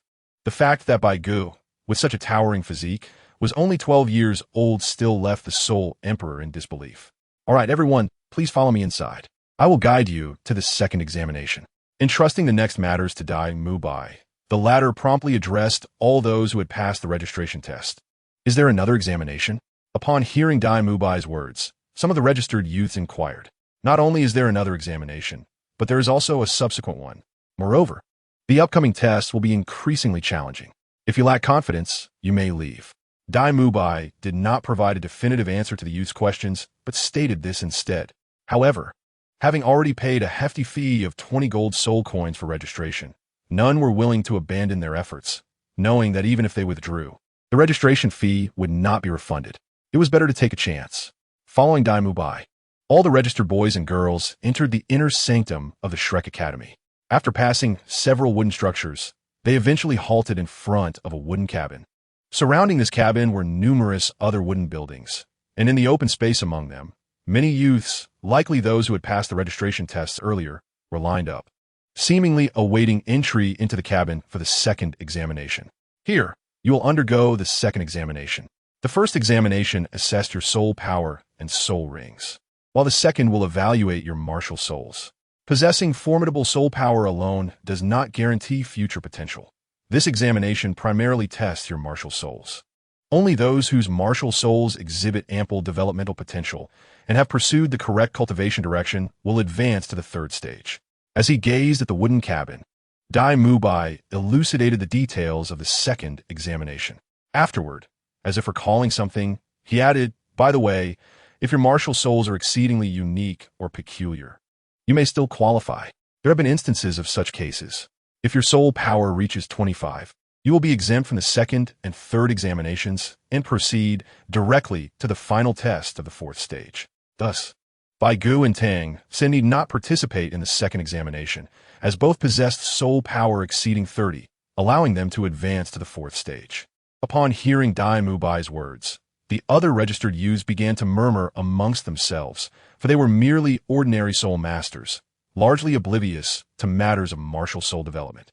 Regarding Bai Ge and Tang San's ability to advance directly to the fifth stage, no one questioned it. For in comparison to their own soul powers of merely 21 or 22, Bai Ge and Tang San's achievements as soul masters exceeding 30 were indeed monstrous. Dai Mubai, my soul power has also surpassed 25. May I proceed directly to the final stage? After Dai Mubai explained the examination rules, Xiao Wu eagerly inquired, having heard that reaching 25 allowed for direct entry into the final round. My cultivation also exceeds 25, chimed Ning Rongrong, who was beside Bai Ge, playing with a Qing Mian bird. Me too, affirmed another girl with a generous disposition that Bai Ge had previously noticed. Your soul rings, however, are still only 2. I cannot ascertain your soul power levels. Please wait while I retrieve a crystal ball for testing. Observing that 3 individuals claimed to possess soul power exceeding 25, Dai Mubai furrowed his brow. With that, he turned and departed. Shortly after he left, a soft, mellifluous voice suddenly echoed from a distance. Sausages for sale. Come one. Come all. Don't miss out. Oscar sausages are delicious and sweet, reasonably priced, and generously portioned. Only 5 copper coins each. Eating Oscar sausages guarantees you a better chance of passing the entrance exam. The crowd turned toward the voice, seeing a short man clad in gray, with a full beard, hastily pushing a cart from afar. Hey, third brother, there's someone selling sausages. I'm a bit hungry. Could you buy me one? Upon noticing the sausage vendor, Xiao Wu's appetite was piqued, prompting her to request Tang San. All right, Bai Ge, do you want a sausage? Tang San nodded and then turned to Bai Ge to ask. I'll pass. I'm not hungry, Bai Ge replied with an odd expression, well aware of the notorious reputation of those sausages. If it weren't necessary, he truly wished to refrain from consuming them. Very well, Tang San acquiesced, making his way toward the sausage cart, accompanied by several other youths participating in the second examination. Those sausages. Bai Ge sighed as he watched Tang Sen walk away. What's wrong, Bai Ge? Is there something off about those sausages? Ning Rongrong inquired. Puzzled by Bai Ge's sigh. It's not that I can't eat them. It's just peculiar, Bai Ge shook his head. Peculiar? Really? I find it quite normal. Given that Shrek Academy is rather poor, they might very well resort to selling these snacks to earn some money. Hee, Rongrong. Have you ever considered why this fellow chose to sell sausages only after Dai Mubai left? If the sausages were unblemished, he could have sold them here without needing to avoid Dai Mubai. Bai Ge chuckled and explained. That makes some sense. Upon hearing Bai Ge's explanation, Ning Rongrong found it somewhat peculiar as well. Meanwhile, as Bai Ge and Ning Rongrong conversed, Tang San had already returned with 2 sausages, handing one to Xiao Wu while keeping the other for himself. However, Tang San did not eat immediately. Instead, he smiled at Xiao Wu, intending to let her taste it first. If it proved delectable, he would offer her his as well. Don't eat it. Absolutely do not eat it. That sausage is not to be consumed. Just as Xiao Wu was about to take a bite from Tang San's hand, Dai Mubai's urgent voice echoed from distance. He was seen sprinting towards them, clutching a crystal ball. What is wrong, Dai Mubai? Why can't I eat the sausage? Xiao Wu exclaimed, a trace of irritation in her voice as Dai Mubai arrived. If you wish to eat the sausage, I shall reveal to you its true nature. Upon hearing Xiao Wu's remark, a cold smile crept onto Dai Mubai's face. Oscar, come here at once. Dai Mubai suddenly shouted towards the nearby sausage stall. Upon hearing Dai Mubai's call, a burly man in gray clothing, who had been preparing to make a hasty exit, reluctantly approached, snagging a sausage from the stall as he did. Dai Lauda, do you want a sausage? He asked with a grin. Go away. Dai Mubai shot a glare at the man, scolding, you bring shame to our academy. I believe I have warned you more than once not to sell sausages here. Do you wish for everyone to be repulsed? May I inquire what is wrong with this senior sausage? Tang Sen asked, puzzled by Dai Mubai's comments. Senior? Isn't this guy an uncle? Xiao Wu interjected, bemused by Tang San calling Oscar senior. Xiao Wu, do not be deceived by this senior's mature appearance. He is actually only 14. Much like Bai Ge, Tang San explained with a wry smile. Yes, what this junior said is correct. Despite my rugged beard, I am indeed only 14, Oscar chimed in, nodding in agreement. Enough, Oscar, no need for further explanations. Quickly prepare a sausage. It must be freshly made. Dai Mubai interrupted, clearly impatient. Dai Lauda, is that really necessary? After all, we've been classmates for several years. You're going to make the new juniors resent me, Oscar remarked awkwardly. Oscar's discomfort made Xiao Wu suddenly question the appeal of the sausage in her hand. Could there truly be something wrong with it? Contemplating this, she nearly tossed it aside. I'm merely trying to give you a warning. There are individuals here far more formidable than myself. If you keep this hidden, you might unintentionally provoke someone who may not be as accommodating as I am. Dai Mubai's gaze flickered towards Bai Ge as he spoke. Fine, Oscar replied, revealing a reluctant smile and extending his right hand. I possess a grand sausage, Oscar declared in a rather lewd and soft tone. As he uttered these words, 2 rings of colored light swiftly ascended from beneath his feet to his right hand, and a brilliant yellow light erupted, coalescing in the palm of his hand, resulting in a sausage identical to those held by Tang San and Xiao Wu. Upon hearing Oscar's lewd incantation and witnessing the sausage in his hand, Xiao Wu shrieked and flung her own sausage away. You pervert. Chapter 69. Advancing to the final challenge. How could there exist such a bizarre, martial spirit? Xiao Wu exclaimed in indignation upon realizing that Oscar needed to recite such an inappropriate spell to conjure a sausage. This is not my fault. The food-type martial spirit's incantation is dictated by the spirit itself. It has nothing to do with me, Oscar protested, looking quite innocent. Well, you might as well have mentioned that beforehand. How could you serve to someone without a warning? Xiao Wu huffed angrily. If I had forewarned you, only a fool would purchase my sausage, Oscar thought to himself. All right, Oscar, consider this a lesson learned. How many times must I remind you to sell sausages outside the academy and not to jeopardize our future juniors? Dai Mubai's reprimand ultimately put an end to Oscar's defense. Here, keep your sausage, I do not want it. Tang San, who had intended to offer his sausage to Xiao Wu, felt a mix of embarrassment and relief upon discovering its questionable origin. Thankfully, Xiao Wu had not consumed it, otherwise, it would have been an immense embarrassment. Although the sausage itself was fine, the incantation was far too suggestive and ambiguous. Please, you must not treat me this way. I simply have no choice. When using a food-type martial spirit, to change the food, one must use different incantations. This phrase is an incantation, not something I wish to shout. I merely want my sausages to be fair and square. Otherwise, I could create sausages without reciting the spell. But those would be indistinguishable from regular sausages and of no use to you soul masters. Oscar defended himself, noticing the disdainful expressions directed at him. All right, enough explanations. I still need to test their soul power. Dai Mubai interjected, cutting Oscar off. Now, this is the crystal ball for testing soul power. Who wishes to go first? Dai Mubai inquired, producing a white crystal ball for everyone to see. I'll go first. Xiao Wu eagerly volunteered. Very well, then. Dai Mubai handed the crystal ball to Xiao Wu. She took it, placed her hand upon it, and the crystal ball immediately radiated a dazzling white light. Level 29 soul power. Impressive. Dai Mubai acknowledged, somewhat taken aback by the brilliance emitted from the crystal ball. Who is next? I will. Ning Rongrong raised her hand. Xiao Wu passed the crystal ball to her, and as Ning Rongrong placed her hand upon it, the crystal ball burst forth with bright white light. Level 26. Meets the requirements. Dai Mubai noted, stroking his chin as he assessed the brightness of the crystal ball. After Ning Rongrong's turn, the previously noted icy girl with a broad frame stepped forward, taking the crystal ball and placing her hand upon it, causing it to shine with a brilliant white light. However, it appears that the chilling maiden's soul power surpasses that of Ning Rongrong by a level. When she infused her soul power, the crystal ball emitted a radiance that seemed even brighter than what was witnessed during Ning Rongrong's test.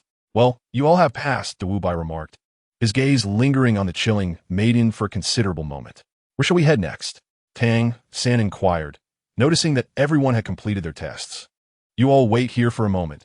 I shall inform a teacher and then guide you to the final challenge, Wubai said, patting Tang San on the shoulder before striding towards a nearby wooden cabin. After a short while, he emerged and declared, let us proceed. I have relayed the message, and I will take you to the final trial. Following Wubai, after traversing a plethora of buildings, the group finally arrived at the last obstacle. Strangely, this final challenge was entirely different from the previous ones.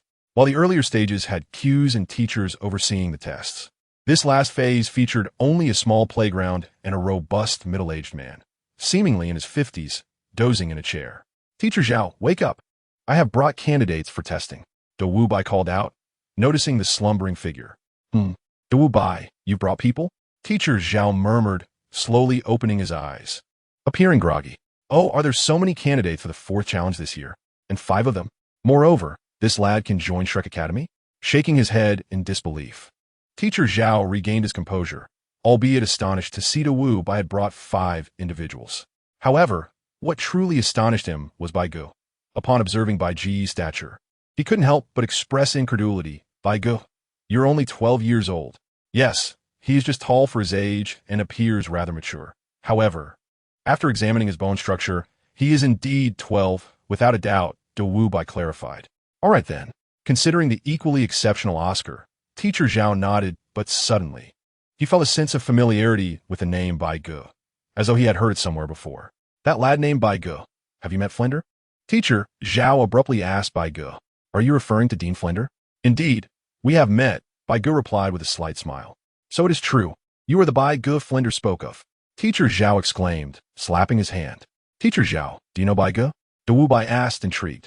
I do not know him personally. It was Flender who mentioned him. Remember 3 months ago when Flender temporarily left the academy? During that time, he was invited by a friend to assist that friend's disciple in obtaining the 3rd spirit ring. His friend had another disciple prepare a medicinal meal for Flender. According to Flender, this medicinal dish not only enhances the cultivation of lower-rank soul masters, but also aids in the cultivation of soul power. And haven't you been wondering why our academy suddenly acquired funds in recent months? It was this young man, Bai Ge, who donated 30,000 gold soul coins to our academy. Teacher Zhao pointed at Bai Ge. Moreover, Flender mentioned that his friend's 2 disciples are both prodigies, monsters among monsters, having reached the rank of soul master at merely 12 years old. Originally, he planned to inform you upon his return, to illustrate that there are always greater talents beyond our own. However, he decided that witnessing such matters firsthand would be more impactful, anticipating the arrival of his disciples at Shrek. Teacher Zhao chuckled, shaking his head. Chapter 10. Soul Sage Zhao Wujing the final test. Flinder's assumptions were indeed correct. Had he mentioned this to us 3 months ago, we would never have believed it. Now, I feel like a frog at the bottom of a well, realizing how trivial my past experiences were. At 15, I had only attained the 37th level of Soul Master, while Tang San and Bai Ge, merely 12 years old, have already achieved the same rank. Especially Bai Ge, whose prowess is at the 35th level, easily capable of overpowering me. Hearing Zhao Wujing's words, Douluo Bai couldn't help but reveal a self-deprecating smile. He can easily defeat you. Have you faced him in combat? Zhao Wujing asked, surprised and curious at Douluo Bai's assertion. We encountered each other in Soto City yesterday, and there was a minor conflict. However, it was more of a case of not knowing each other before, Douluo Bai explained. At the beginning of our confrontation, Bai Ge didn't even use his martial soul or soul skills, yet we were evenly matched. Had I not resorted to the White Tiger King transformation, I might have been defeated without even compelling him to reveal his martial soul or skills. Douluo Bai sighed. Is that so? You had to use the White Tiger King transformation to draw out his martial soul and skills. You are a 37th level Battle Soul Master, and he is only a 35th level Soul Master, correct? Zhao Wujing questioned, incredulous. It was precisely because I was so thoroughly bested that I found such admiration for him. Douluo Bai admitted with a wry smile. Ah, it seems Flinder's words were indeed accurate. This young lad is truly a prodigy, Zhao Wujing mused, rubbing his brow. By the way, Teacher Zhao, I forgot to mention that besides Bai Ge and Tang San, the others have also been exempted from the second and third challenges. Douluo Bai added, as if recalling something. Upon hearing this, Zhao Wujing's eyes brightened, and he sprang up from his chair. The quality of this year's candidates is quite impressive. The stout teacher Zhao began to circle around the group, examining them closely. As he did so, everyone scrutinized him in turn. To Bai Ge's eyes, teacher Zhao's physique was quite unconventional. Compared to the wall-like muscular build, Zhao's body appeared quite stout. Logically, if one were a martial artist, their physique should be standard, assuming they practiced a proper technique. Yet on the Douluo continent, this was not the case. Although the soul power on the Douluo continent serves as an alternative to inner strength, it derives from martial souls. These martial souls not only grant power to soul masters, but also affect their physical forms. For instance, those with avian or wolf martial souls tend to be slender, while bear or tortoise martial souls result in stockier builds. Teacher Zhao's martial soul seems to resemble a bear-type soul beast, hence his notably stout physique. Remarkably, all 5 have surpassed the 25th level of soul power, with 2 reaching the 30th level of soul master. Impressive indeed. Douluo Bai must have mentioned this to you, correct? Zhao Wujing continued, his tone shifting. This is the final challenge. As long as you can pass my test, you will officially become members of Shrek Academy. However, he added with a shift in tone, my test is not easily passed. I will assess your practical combat experience, which every soul master must possess, as it directly influences your future potential. As soul masters, becoming stronger requires more than mere cultivation at home. For you, it may seem straightforward now, but as you grow stronger, you will discover the challenges of hunting soul beasts, seeking soul bones, and enhancing your cultivation become increasingly arduous. The cultivation of a soul master requires not only diligence, but also the spirit of competition. The ability to contend with others and to surpass them ultimately hinges on your strength, or more precisely, your combat prowess. Practical assessments serve as the most effective means to showcase such prowess. Observing the crowd, teacher Zhao spoke slowly. Initially, I was merely a witness for the 4th round of tests. The true examiner should have been Mu Bai. You only needed to endure for the duration of an incense stick in his presence. However, that was in the past. Previously, only 2 individuals managed to reach this stage. Yet this time 5 of you have succeeded, 2 of whom are already soul elders. The cultivation level of soul elders is on par with Mu Bai, making it quite challenging for him to evaluate the practical experience of fellow soul elders. Moreover, with 5 of you, Mu Bai's condition is bound to deteriorate during the fight, leading to a diluted assessment. Therefore, I have decided to change the approach.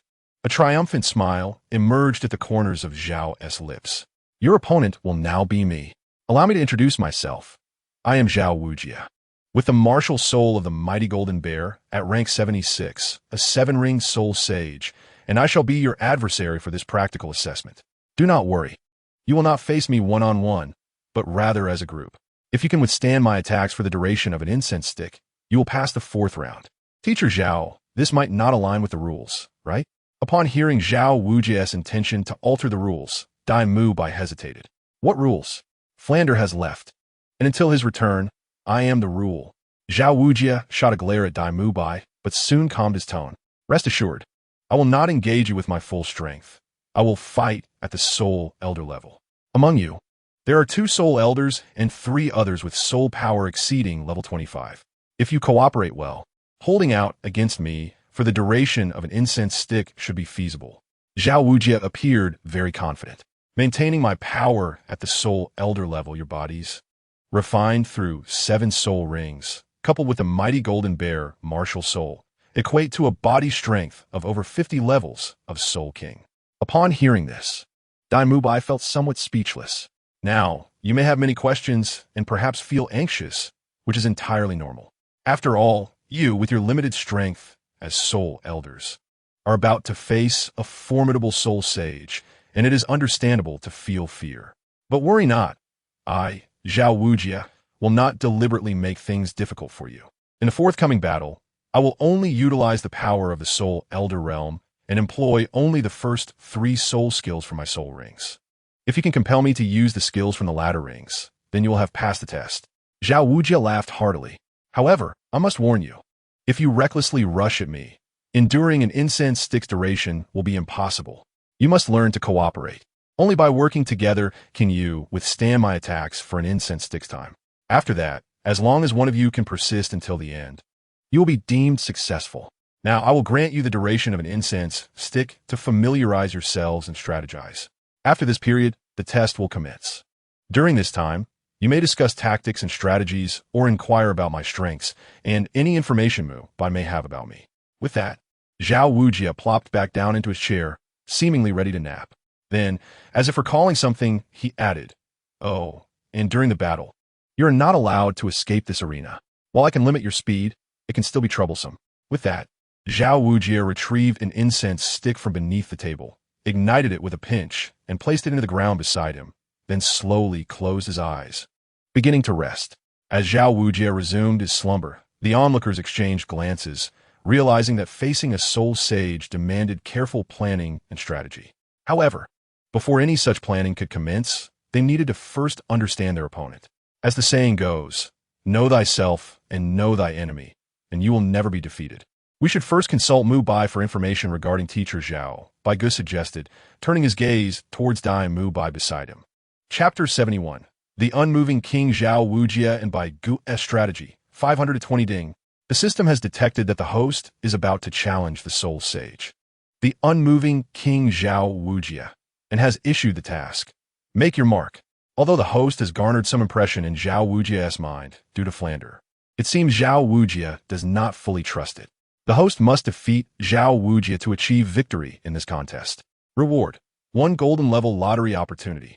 In Bai Ge's mind, the system's task announcement resonated, prompting him to ponder deeply. The condition for task completion is to defeat Zhao Wujie. But it is clear that this does not entail defeating him at full strength.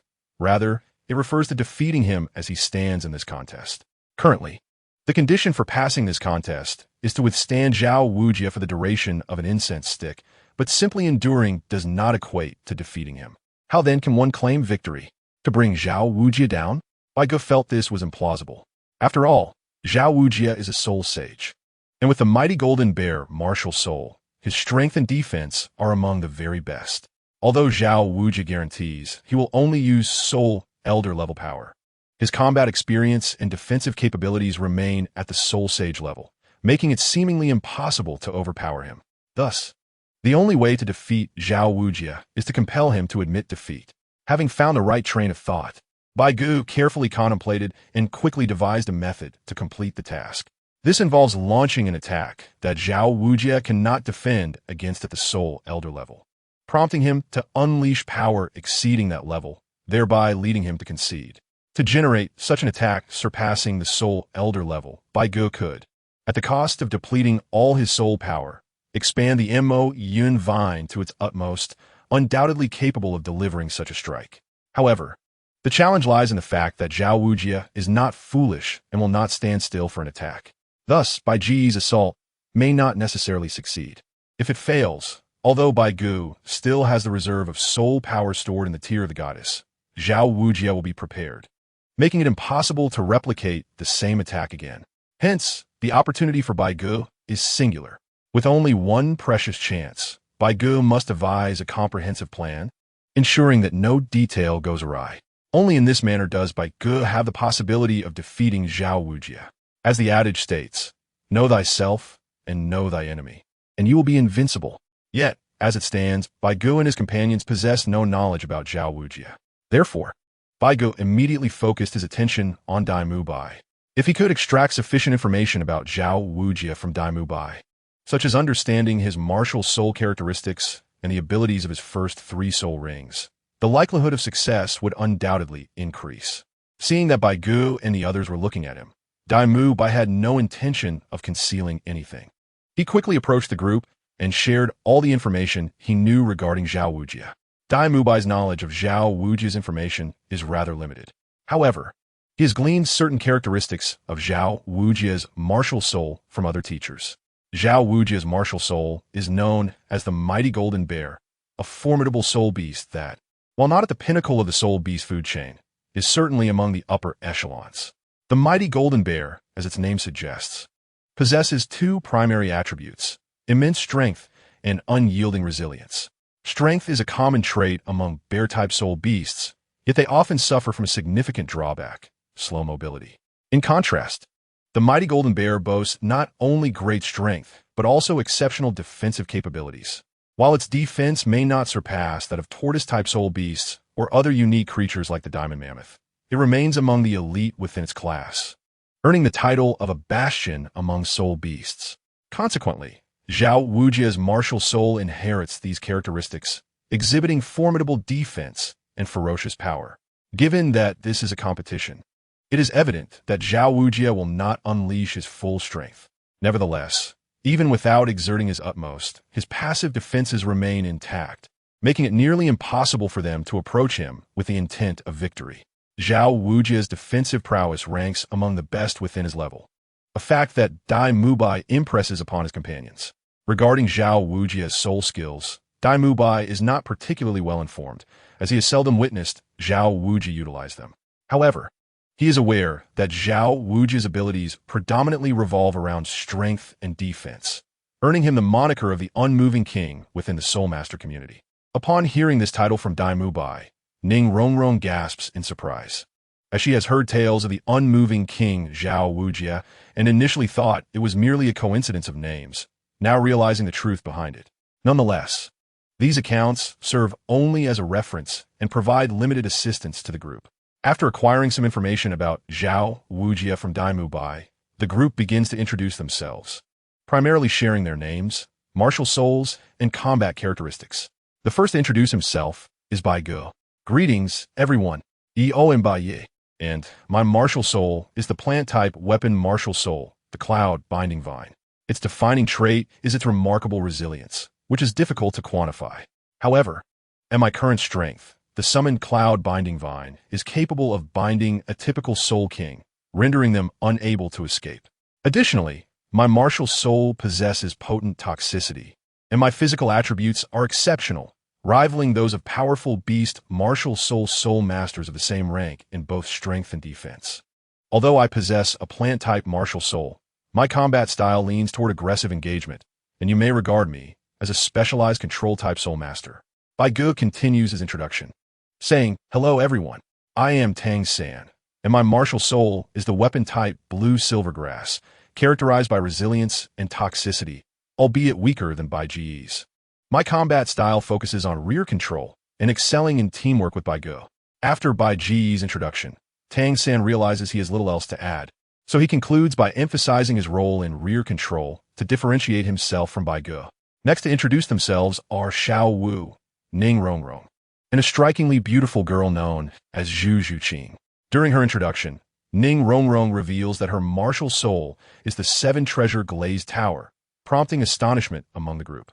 The 7-treasure glazed tower is a legacy martial soul belonging to the 7-treasure glazed sect, one of the top 3 sects on the Douluo continent, currently flourishing and holding a status second only to the Spirit Hall within the Soul Master community. As an auxiliary martial soul, its capabilities are immensely powerful. Ning Rongrong explains that at her current strength, she can enhance her companion's speed and strength attributes by approximately 30% for a duration equivalent to the burning of a stick of incense, undoubtedly boosting everyone's confidence.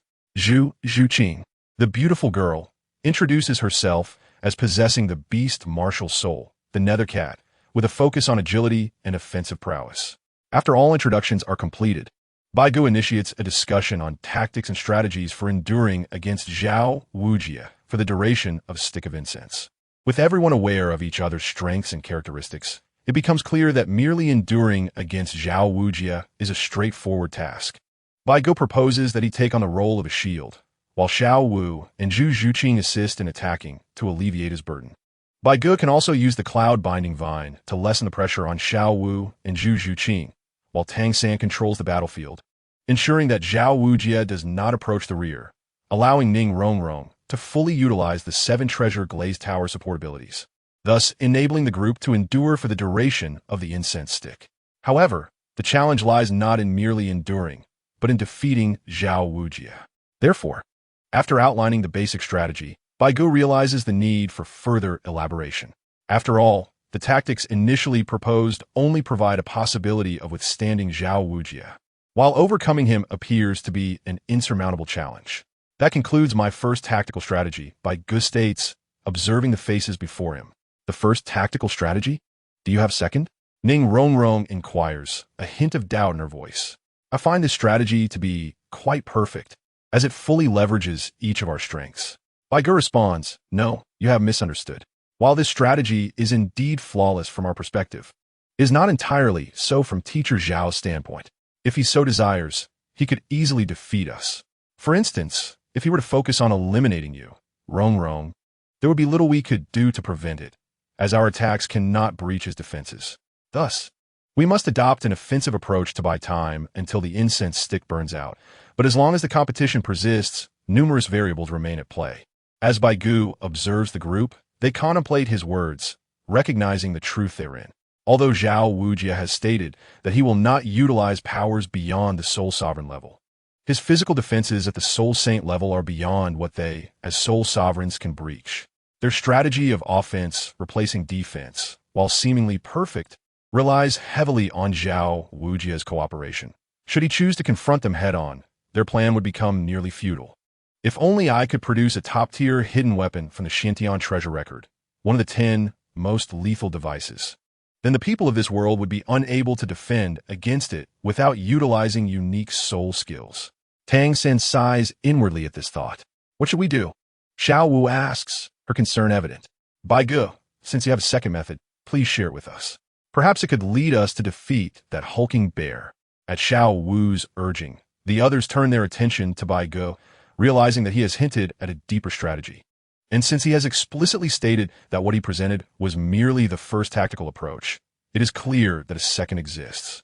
However, Bai Ge remains silent, likely because this second strategy carries its own risks. However, since it is already known that the first strategy carries inherent risks, the audience is indifferent to whether the second strategy poses any dangers. Let's first listen to what it entails. If you insist on hearing my second strategy, I must caution you that while I indeed possess one, it is fraught with significant peril, and should we misstep, you may find yourselves in jeopardy. Observing the crowd, Bai Ge spoke solemnly. You may as well share it. Let us hear it before making a decision, Ning Rongrong urged. Very well, I shall disclose it. You should have heard Teacher Zhao mention that if we can compel him to utilize powers surpassing that of a soul sage, meaning if we can force him to employ a soul skill beyond the third ring, then this contest would be deemed a violation of rules, resulting in his defeat.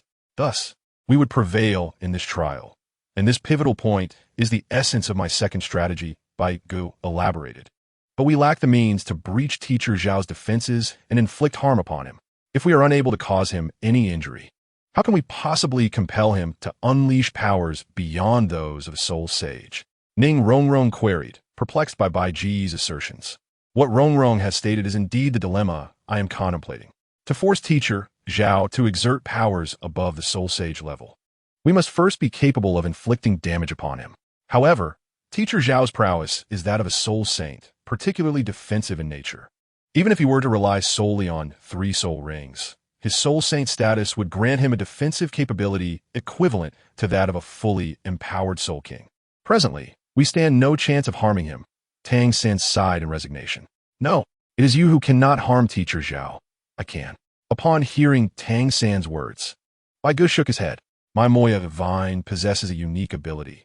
With the infusion of soul power, I can cause it to expand indefinitely. The weight of my Moya Vine is approximately half that of steel of equivalent volume. Should I expend my soul power, I could conjure a vine with a diameter exceeding 2 meters and a weight surpassing 6,000 pounds to strike at Teacher Zhao. Did not Dai Mubai mention earlier that Teacher Zhao's physical strength is akin to that of a Soul King? Certainly, bolstered by his Soul Sage cultivation. His maximum strength would surpass that of an ordinary Soul King, yet it cannot reach that of a Soul Emperor. Otherwise, we would need only to concede defeat without contesting. Based on my research, a power-type Soul Master at the Soul level possesses strength around 3,000 pounds, while a Soul King should exceed 5,000 pounds. Teacher Zhao, being stronger than an ordinary Soul King, could be estimated at around 6,000 pounds. Even if Teacher Zhao's physical strength is 6,000 pounds, the maximum size of the Moya Vine that I can summon weighs at least 6,000 pounds. Coupled with the force derived from a high-altitude strike, it would be impossible for him to withstand it at the Soul Sage level. Given Teacher Zhao's extensive battle experience, his body would instinctively break through its limits to protect itself. Should he do so, it would signify his own breach of the rules, resulting in his loss. And thus we would have succeeded in the trial. However, the issue remains, should I enlarge the Moya Vine to such a scale, my control over it would significantly diminish, limiting my ability to strike only at a fixed point without the capacity to alter its trajectory. If Teacher Zhao evades my attack, all would be lost. For summoning such a vine would deplete my entire reserve of soul power. Should I lose my combat ability, the pressure on you would undoubtedly increase, rendering this a strategy where failure equates to dire consequences. Bai Ge spoke gravely. Gazing at the assembly, Bai Ge's expression was one of solemnity. Yet he was not entirely truthful. While conjuring such a Moya Vine would indeed exhaust all his soul power, Bai Ge possessed sufficient reserves within the goddess's tier. Thus he would not lose his combat capability. Yet, he could not disclose the existence of the goddess's tier, as it was his trump card. Moreover, revealing that he might still retain fighting strength even after a setback could lead others to hold back in their efforts. I have concluded my explanation. Consider your choices carefully. Will you opt for the first strategy to pass the trial, or the second strategy one just articulated? Bai Ge stated, allowing silence to envelop the room as he awaited the verdict of others. After his words, Bai Ge ceased speaking, leaving the decision to the others. Upon hearing Bai Ge's conclusion, the group exchanged glances, yet none dared to voice their opinions, and the atmosphere grew tense with silence. Which method holds greater merit? Suddenly, a girl named Zhu Zhuqing broke the stillness. I believe the second option, for it signifies our victory over Teacher Zhao, she remarked thoughtfully. I, too, choose the second option, Zhu Zhuqing declared with a cold tone. Third brother, shall we also select the second? Xiao Wu chimed in, her enthusiasm evident. I feel the second option is far more intriguing, and it would certainly put that troublesome big bear in his place. Quite appealing. Indeed, I also find a second option more favorable.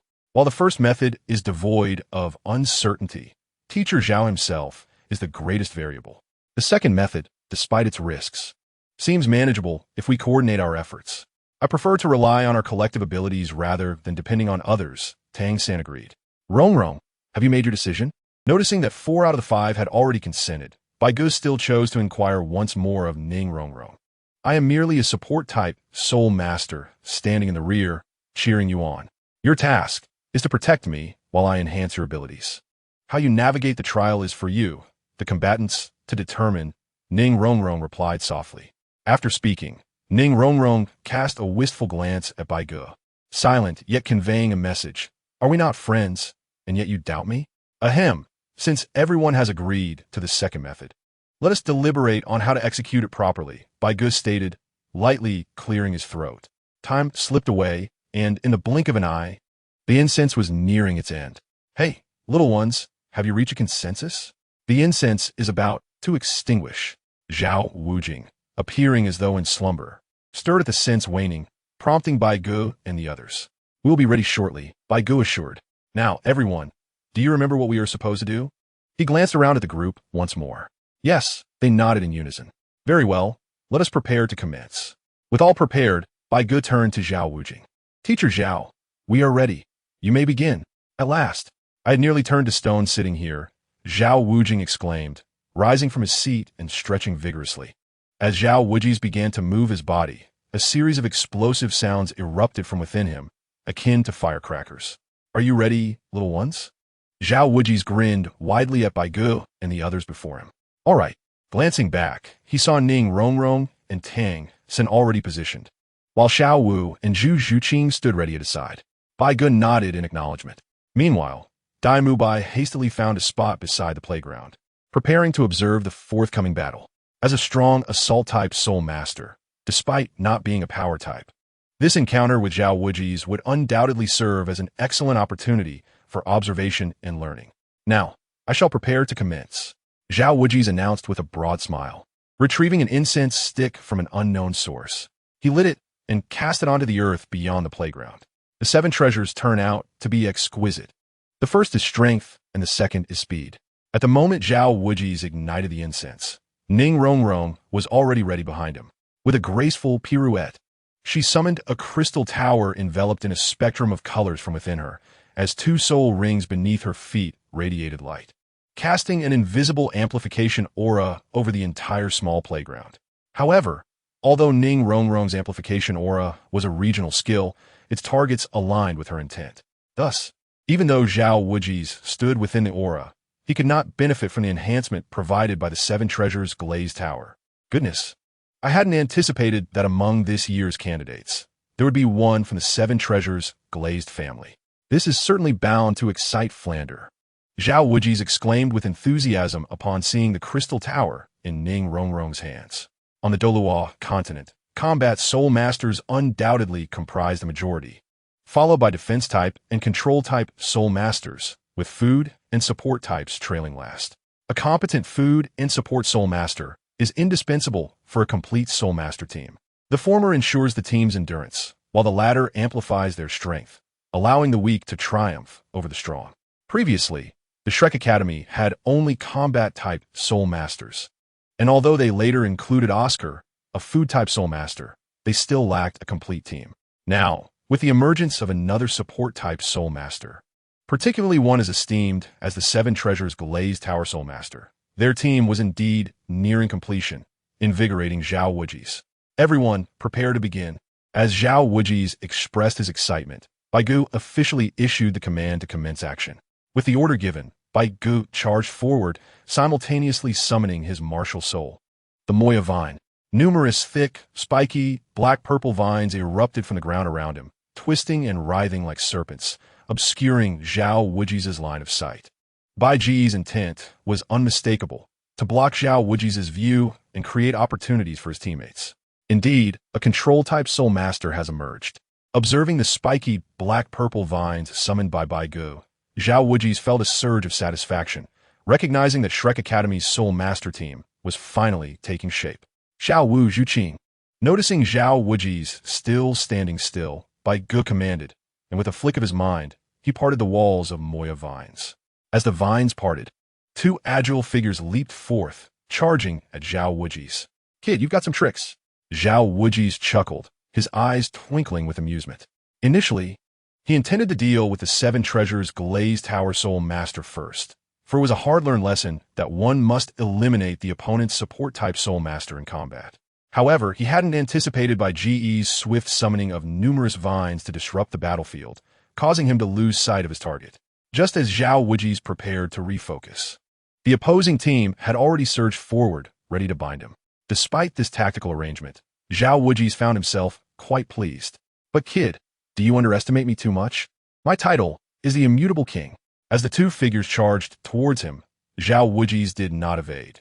Instead, he burst into laughter and braced himself, channeling his soul power. His already bronze skin gleamed with a yellow light, as though he had transformed into solid metal. The first to approach Zhao Wuji's was Zhu Zhuqing, an agile attack type soul master. Upon nearing him, she executed a rapid series of jumps, swiftly positioning herself behind him. As her martial soul manifested, her pupils transformed into a mesmerizing blend of green and blue, while a ring of yellow soul rings quietly emerged beneath her feet. With a fierce determination, Zhu Zhuqing unleashed her sharp claws towards Zhao Wuji's Phantom Piercer, she declared, activating her first soul ring ability aimed at him. Useless girl, Zhao Wuji's boomed with laughter, displaying no intention of dodging, prepared to endure the oncoming assault. True to his title, the immutable king, Zhu Zhuqing's Phantom Piercer, capable of easily piercing trees of considerable thickness, merely left a few distinct marks on Zhao Wuji's. It appeared as though Zhao Wuji's intended to demonstrate the strength of his defense to Zhu Zhuqing. Following her attack, he suddenly surged with power, unleashing a wave of soul energy that sent Zhu Zhuqing flying. Zhu Zhuqing was well aware of her own capabilities during their prior discussions. No one had intended for her to engage Zhao Wuji's directly. Her initial attack was merely a distraction to draw his attention and prepare for the next assault. Anticipating her failure, she had already planned to retreat immediately. Thus, when the wave of energy sent her soaring, she remained calm, executing a series of agile flips before landing gracefully and swiftly repositioning herself amidst the vines Bai Ge had strategically opened. Useless? Teacher Zhao, you're overestimating yourself. Your opponent is me. Hearing Zhao Wuji's laughter, Bai Ge retorted coldly, charging at him while continuously summoning more vines. Thanks to Ning Rongrong's 30-speed amplification from the Seven Treasures Glazed Tower, Bai Ge's already swift movements accelerated further. Before he finished speaking, Bai Ge had reached Zhao Wuji's, delivering a powerful punch to his chest. With a loud thud, Zhao Wuji's was unexpectedly sent stumbling back several steps. Hiss, you rascal, what immense strength! After being pushed back, Zhao Wuji's expression shifted to one of surprise as he regarded Bai Ge. No wonder Dai Mubai remarked that without unleashing the white tiger's strength, he could hardly contend with you. Your physique is truly more formidable than mine was at level 30. Are you certain you are a control-type soul master? You do not possess a hidden power-type second spirit, do you? Bang, bang, bang. Yet, despite Zhao Wuji's astonishment, Bai Ge's expression remained unchanged. After repelling Zhao Wuji, Bai Ge swiftly raised his fist again and struck. His fists, capable of shattering stubborn stones, rained down upon Zhao Wuji, who, caught off guard by Bai Ge's initial assault, found himself unable to counter and could only endure passively. Seizing the rhythm of the attack, Bai Ge transformed his punch into a palm, rapidly consolidating the icy energy of Mingyu within his hands, delivering successive strikes to Zhao Wuji's vital points. With each contact, he infused a portion of the chilling Mingyu energy into Zhao Wuji as acupoints. The frigid essence directly affected Zhao Wuji's soul power, causing it to stagnate and his body to stiffen. This was a martial technique Bai Ge had innovatively crafted based on the characteristics of Mingyu energy, named Ice Profound Force. Although the Ice Profound Force consumed some of the Mingyu energy, due to the inherent properties of Mingyu, Bai Ge's energy would soon replenish itself.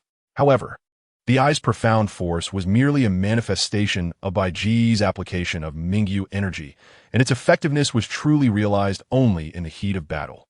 Thus, its usage remained limited. Zhao Wuji was taken aback to discover that Bai Ge was continuously injecting streams of foreign soul power into his acupoints. Upon entering, these foreign energies erupted with a chilling aura, impeding Zhao Wuji's soul power and rendering his movement sluggish, akin to being frozen.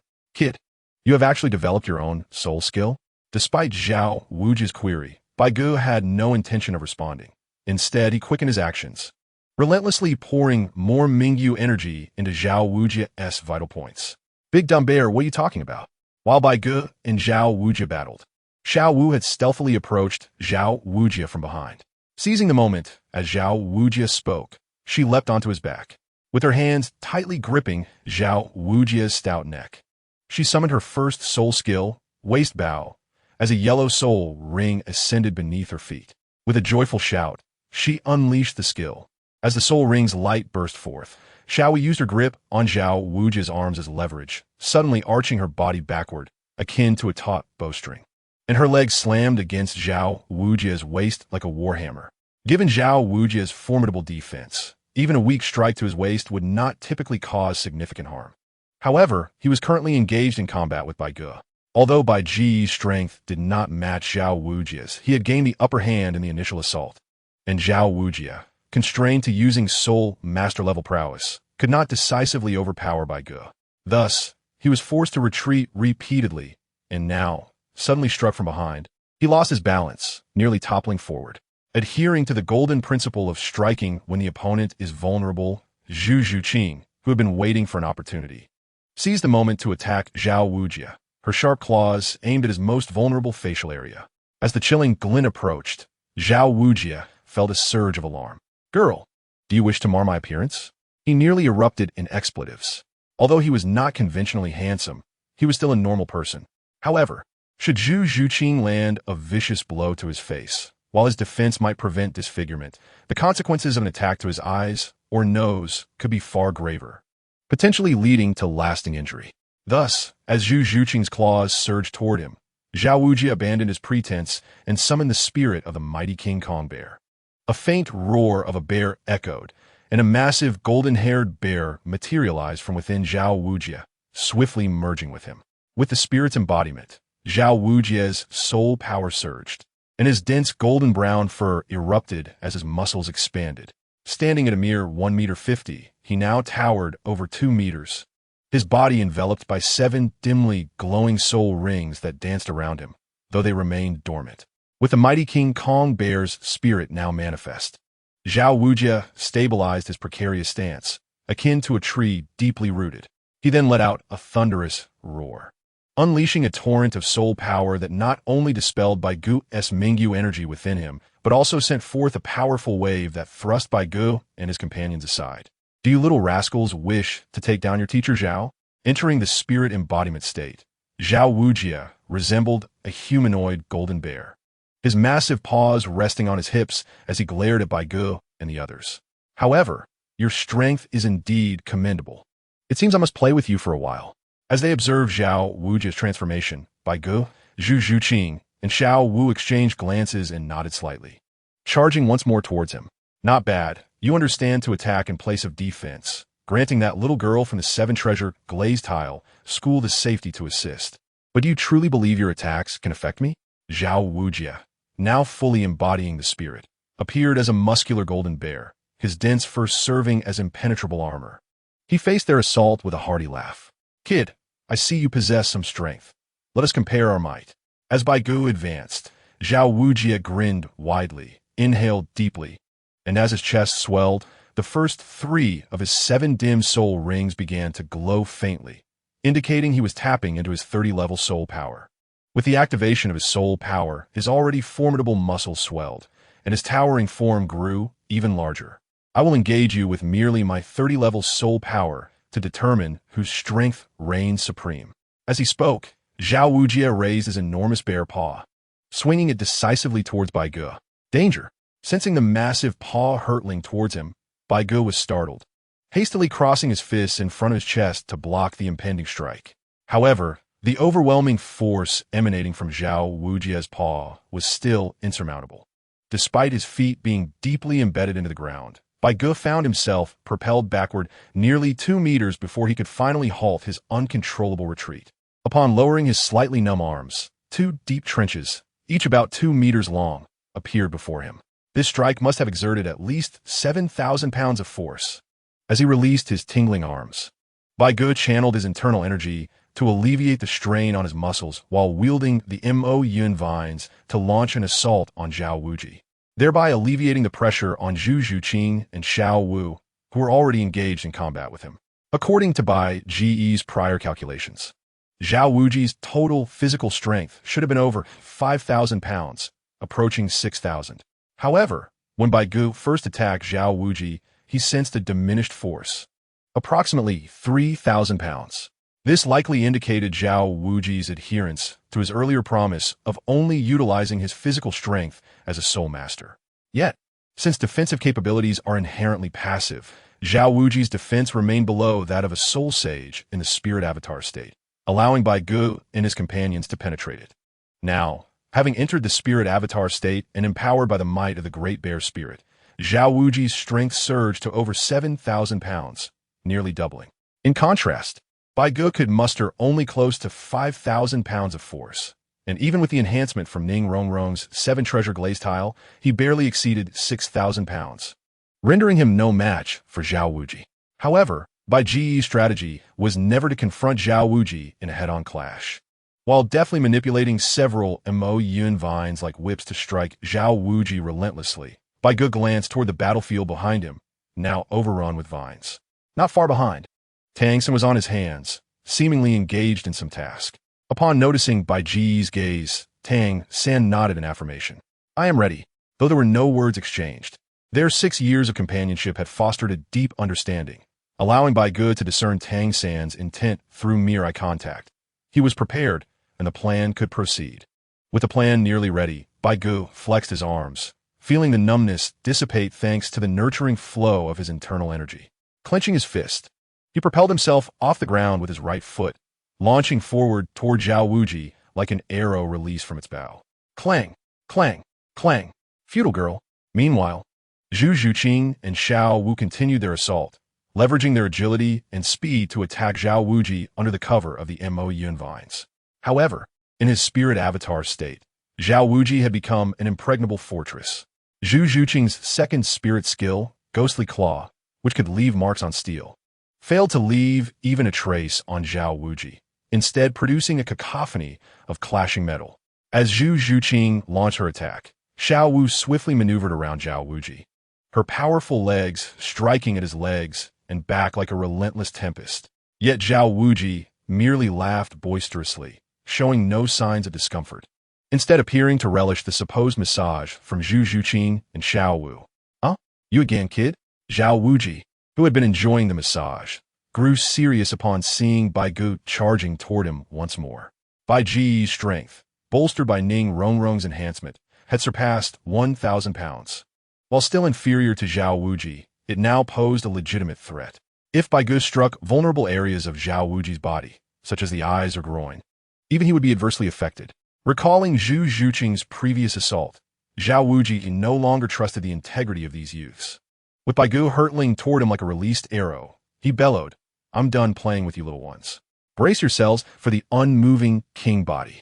With that shout, the first of the 7 soul rings surrounding Zhao Wuji erupted in resplendent golden light, a terrifying radiance surging forth like a tidal wave from his center.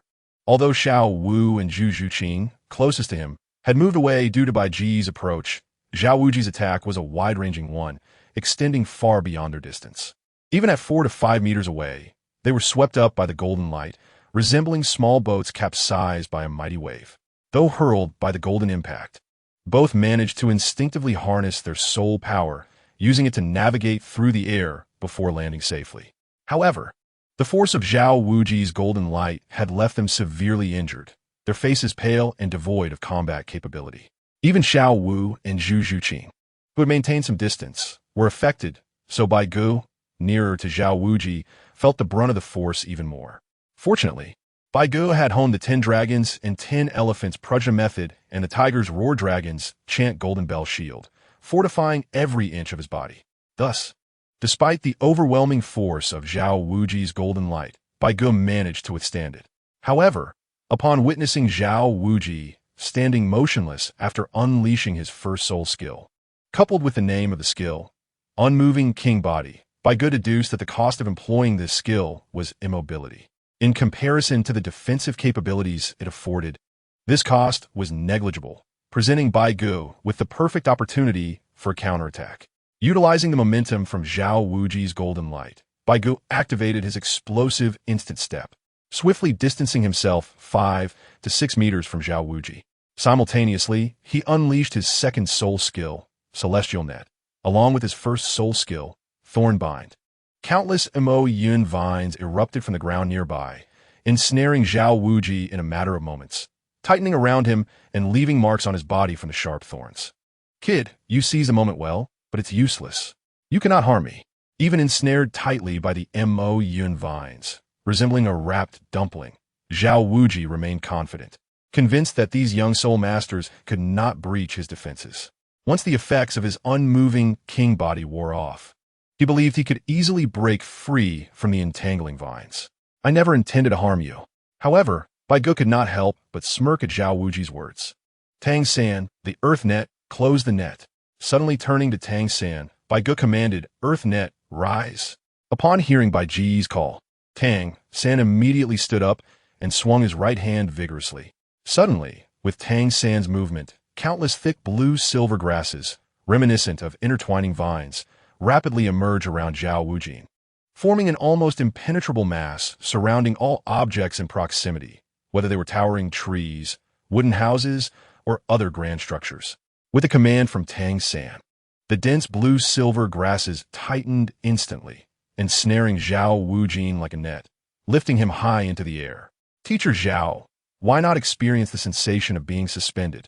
Chapter 76, Double Entanglement, Whip Heaven and Earth. The Earthly Net, a technique from Tang San's Third Soul Ring, derived from millennium-old Earth Net Spider. Despite its ancient origin, the Earthly Net possesses significant drawbacks. Unlike most binding techniques, it requires extensive preparation time, akin to a spider spinning its web. However, this limitation often correlates with substantial advantages, and the Earthly Net is no exception. Although it demands considerable time to set up, once prepared, if the stress points are sufficient and the blue-silver grass can withstand the force, it could even lift a diamond mammoth, leaving Zhao Wujin no exception. The small ones? Prepare. Impressive, but do you think binding me will delay you for even a moment? Despite being ensnared by both Bai Ge's Mo-Yun vine and Tang San's blue-silver grass, Zhao Wujin remained unfazed, attempting to project confidence. After sensing the effect of the immovable king had finally waned, he let out a powerful roar, bracing himself to break free from the Mo-Yun vine. Yet, what was this? It didn't break. His arms expanded, unleashing over 7,000 pounds of colossal force. Yet the Mo-Yun vine merely tightened further without any signs of breaking. Zhao Wujin was taken aback. Such slender vines could withstand his overwhelming strength, which would have pierced even a thick steel plate, leaving him incredulous. In truth, Zhao Wujin had little understanding of the Mo-Yun vine. This vine originated from the starry sky world, a life form capable of rooting itself in a planet's core, absorbing nutrients and continuously growing amidst extreme temperatures and pressures. Even thick steel plates would crumble under such conditions, yet the Mo-Yun vine remained resilient, showcasing its remarkable toughness and durability. Although Bai Ge's Mo-Yun vine martial soul was not the true Mo-Yun vine, it mirrored its characteristics, exhibiting extraordinary resilience and adaptability that would only grow stronger as Bai Ge's own power increased. Having previously attained the rank of Soul Master at level 35, Bai Ge's Mo-Yun vine had significantly strengthened through 3 soul ring enhancements. While still in its juvenile phase compared to its true counterpart, Bai Ge's Mo-Yun vine could withstand thousands of pounds of force without fracturing, and when multiple vines entwined, they could endure tens of thousands of pounds. Though this may seem astonishing, opponents are not naive and would not simply allow themselves to be ensnared, considering the myriad of peculiar soul techniques in the Douluo continent. There might be abilities akin to teleportation or phasing that could facilitate escape. Moreover, despite the Mo-Yun vine's resilience, it lacked a physical form, limiting its power to Bai Ge's capabilities, which could only unleash around 4,000 to 5,000 pounds of constricting force, insufficient to harm Zhao Wujin. However, if the Mo-Yun vine's innate abilities were utilized skillfully, coupled with its formidable binding capabilities, it could potentially overcome significant disparities in strength. Yet, Bai Ge paid little mind to Zhao Wujin's astonishment, for all his focus was now on amplifying the Mo-Yun vine. Unbeknownst to him, for Mo-Yun vines, each as thick as a wrist, had burgeoned before him. As Bai Ge infused his soul power, the vines swiftly thickened, transforming from wrist-sized to arm-sized, then to basin-sized, and finally to the girth of a water tank. As the 4 Mo-Yun vines approached the diameter of a meter, Bai Ge's eyes shimmered with a silvery hue, activating his insightful eye. With this ability, everything around him seemed to slow and sharpen in clarity. Fixating on the suspended Zhao Wujin, Bai Ge's gaze turned calm. He had locked onto his target. Next, whip heaven and earth. With a powerful shout, Bai Ge commanded the 4 Mo-Yun vines, now over a meter in diameter, to lash out toward Zhao Wujing. The enormous vines, combined with their incredible weight, produced a resounding crack as they struck.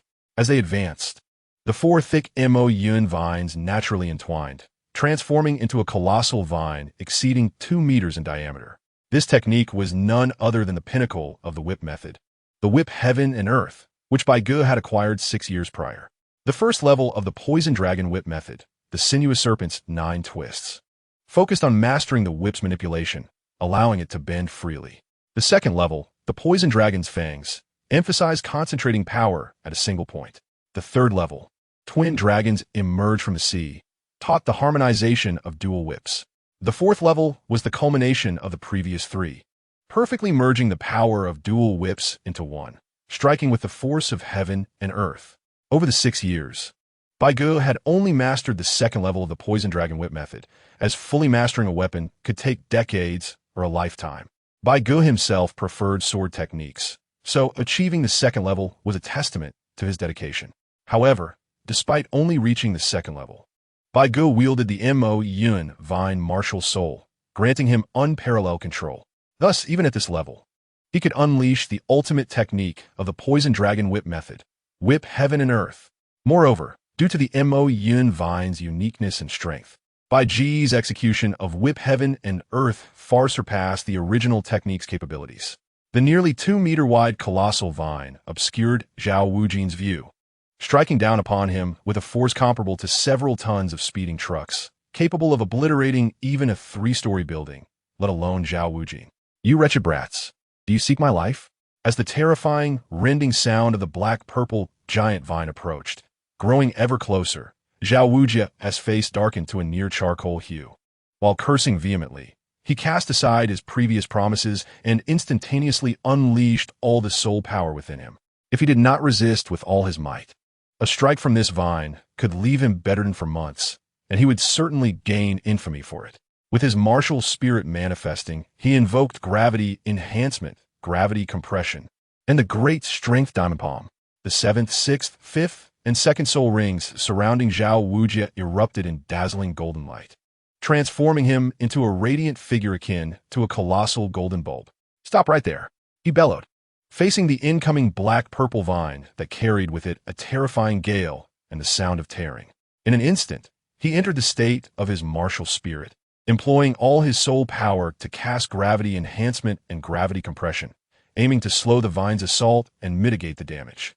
Following this, he unleashed the great strength diamond palm, positioning his 2 paws, imbued with brilliant golden light, firmly against the trajectory of the vine's strike. A thunderous boom resounded as the vine entwining Zhao Wujing shattered, disintegrating into fragments that rained down like falling rain.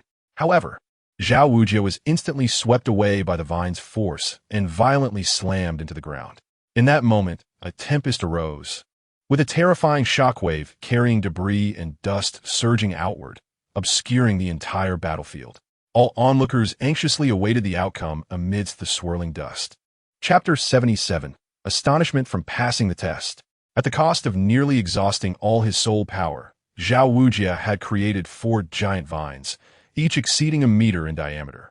He had also forcibly drained all his mental and physical energy to utilize the Eye of Insight, executing a final, earth-shattering attack. Just as the intertwined vines were about to strike him, upon witnessing Zhao Wujing reveal his martial spirit, Bai Ge's taut nerves finally relaxed. Instantly, Bai Ge felt dizzy, his vision blurred, and his limbs weakened, nearly collapsing to the ground. "Bai Ge, be careful." Just as Bai Ge was about to fall, Ning Rongrong, having noticed his unusual condition, rushed over to support him, cradling him in her arms. "Are you all right?" she asked, concern etched on her face as she held him close. "I'm fine," Bai Ge replied, shaking his head and mustering his strength to stand upright, struggling out of Ning Rongrong's embrace. "Be cautious." Observing Bai Ge's pale complexion and weak demeanor, Ning Rongrong dared not release him, continuing to support him while anxiously reminding him to stay steady, fearful he would collapse again. Yet Bai Ge was not so feeble as to succumb entirely. Sensing his own weakness, he absorbed a portion of soul power from the goddess's tear at his chest to sustain his body, while retrieving a small porcelain vial from his spatial ring. He extracted a pill from a vial and placed it in his mouth, feeling the invigorating aura of the herbs slide down his throat, coursing through his body and revitalizing his limbs. Bai Ge felt a surge of energy, his body still weak, but now able to stand unaided. Rong, distribute the pills to everyone, he instructed, handing the porcelain vial to Ning Rong. What do you mean by pills? Ning Rong inquired, puzzled. She was familiar with potions and elixirs, but this term was new to her. Before she could voice her question, the bluebird, Xiao Bai, perched on Ning Rong's shoulder, flitted to her hand, its small eyes fixated on the vial, chattering eagerly. What's wrong, Xiao Bai? Ning Rong asked, bemused by the bird's behavior. It's hungry, Bai Ge replied, shaking his head as he drew out 100-herb pill from the vial and flicked it towards the impatient Xiao Bai. Having experienced this before, Xiao Bai effortlessly caught the pill mid-air and swallowed it whole. In the realm of Douluo continent, Xiao Bai had transformed from a Pokemon into a soul beast. In the Pokemon world, creatures gained experience through battles and evolved. However, in Douluo continent, strength was attained through rigorous cultivation. In just 6 years, Xiao Bai had reached a level that would typically take other soul beasts nearly 1,000 years to achieve, largely due to Bai Ge's continuous feeding of elixirs. To Xiao Bai, these pills represented nourishment and a means to gain strength, and it craved them fervently, preferring spiritually rich fruits over meat, perhaps due to remnants of its Pokemon heritage. Xiao Bai's favorite and most effective food was indeed the 100-herb pill, which Bai Ge had just provided.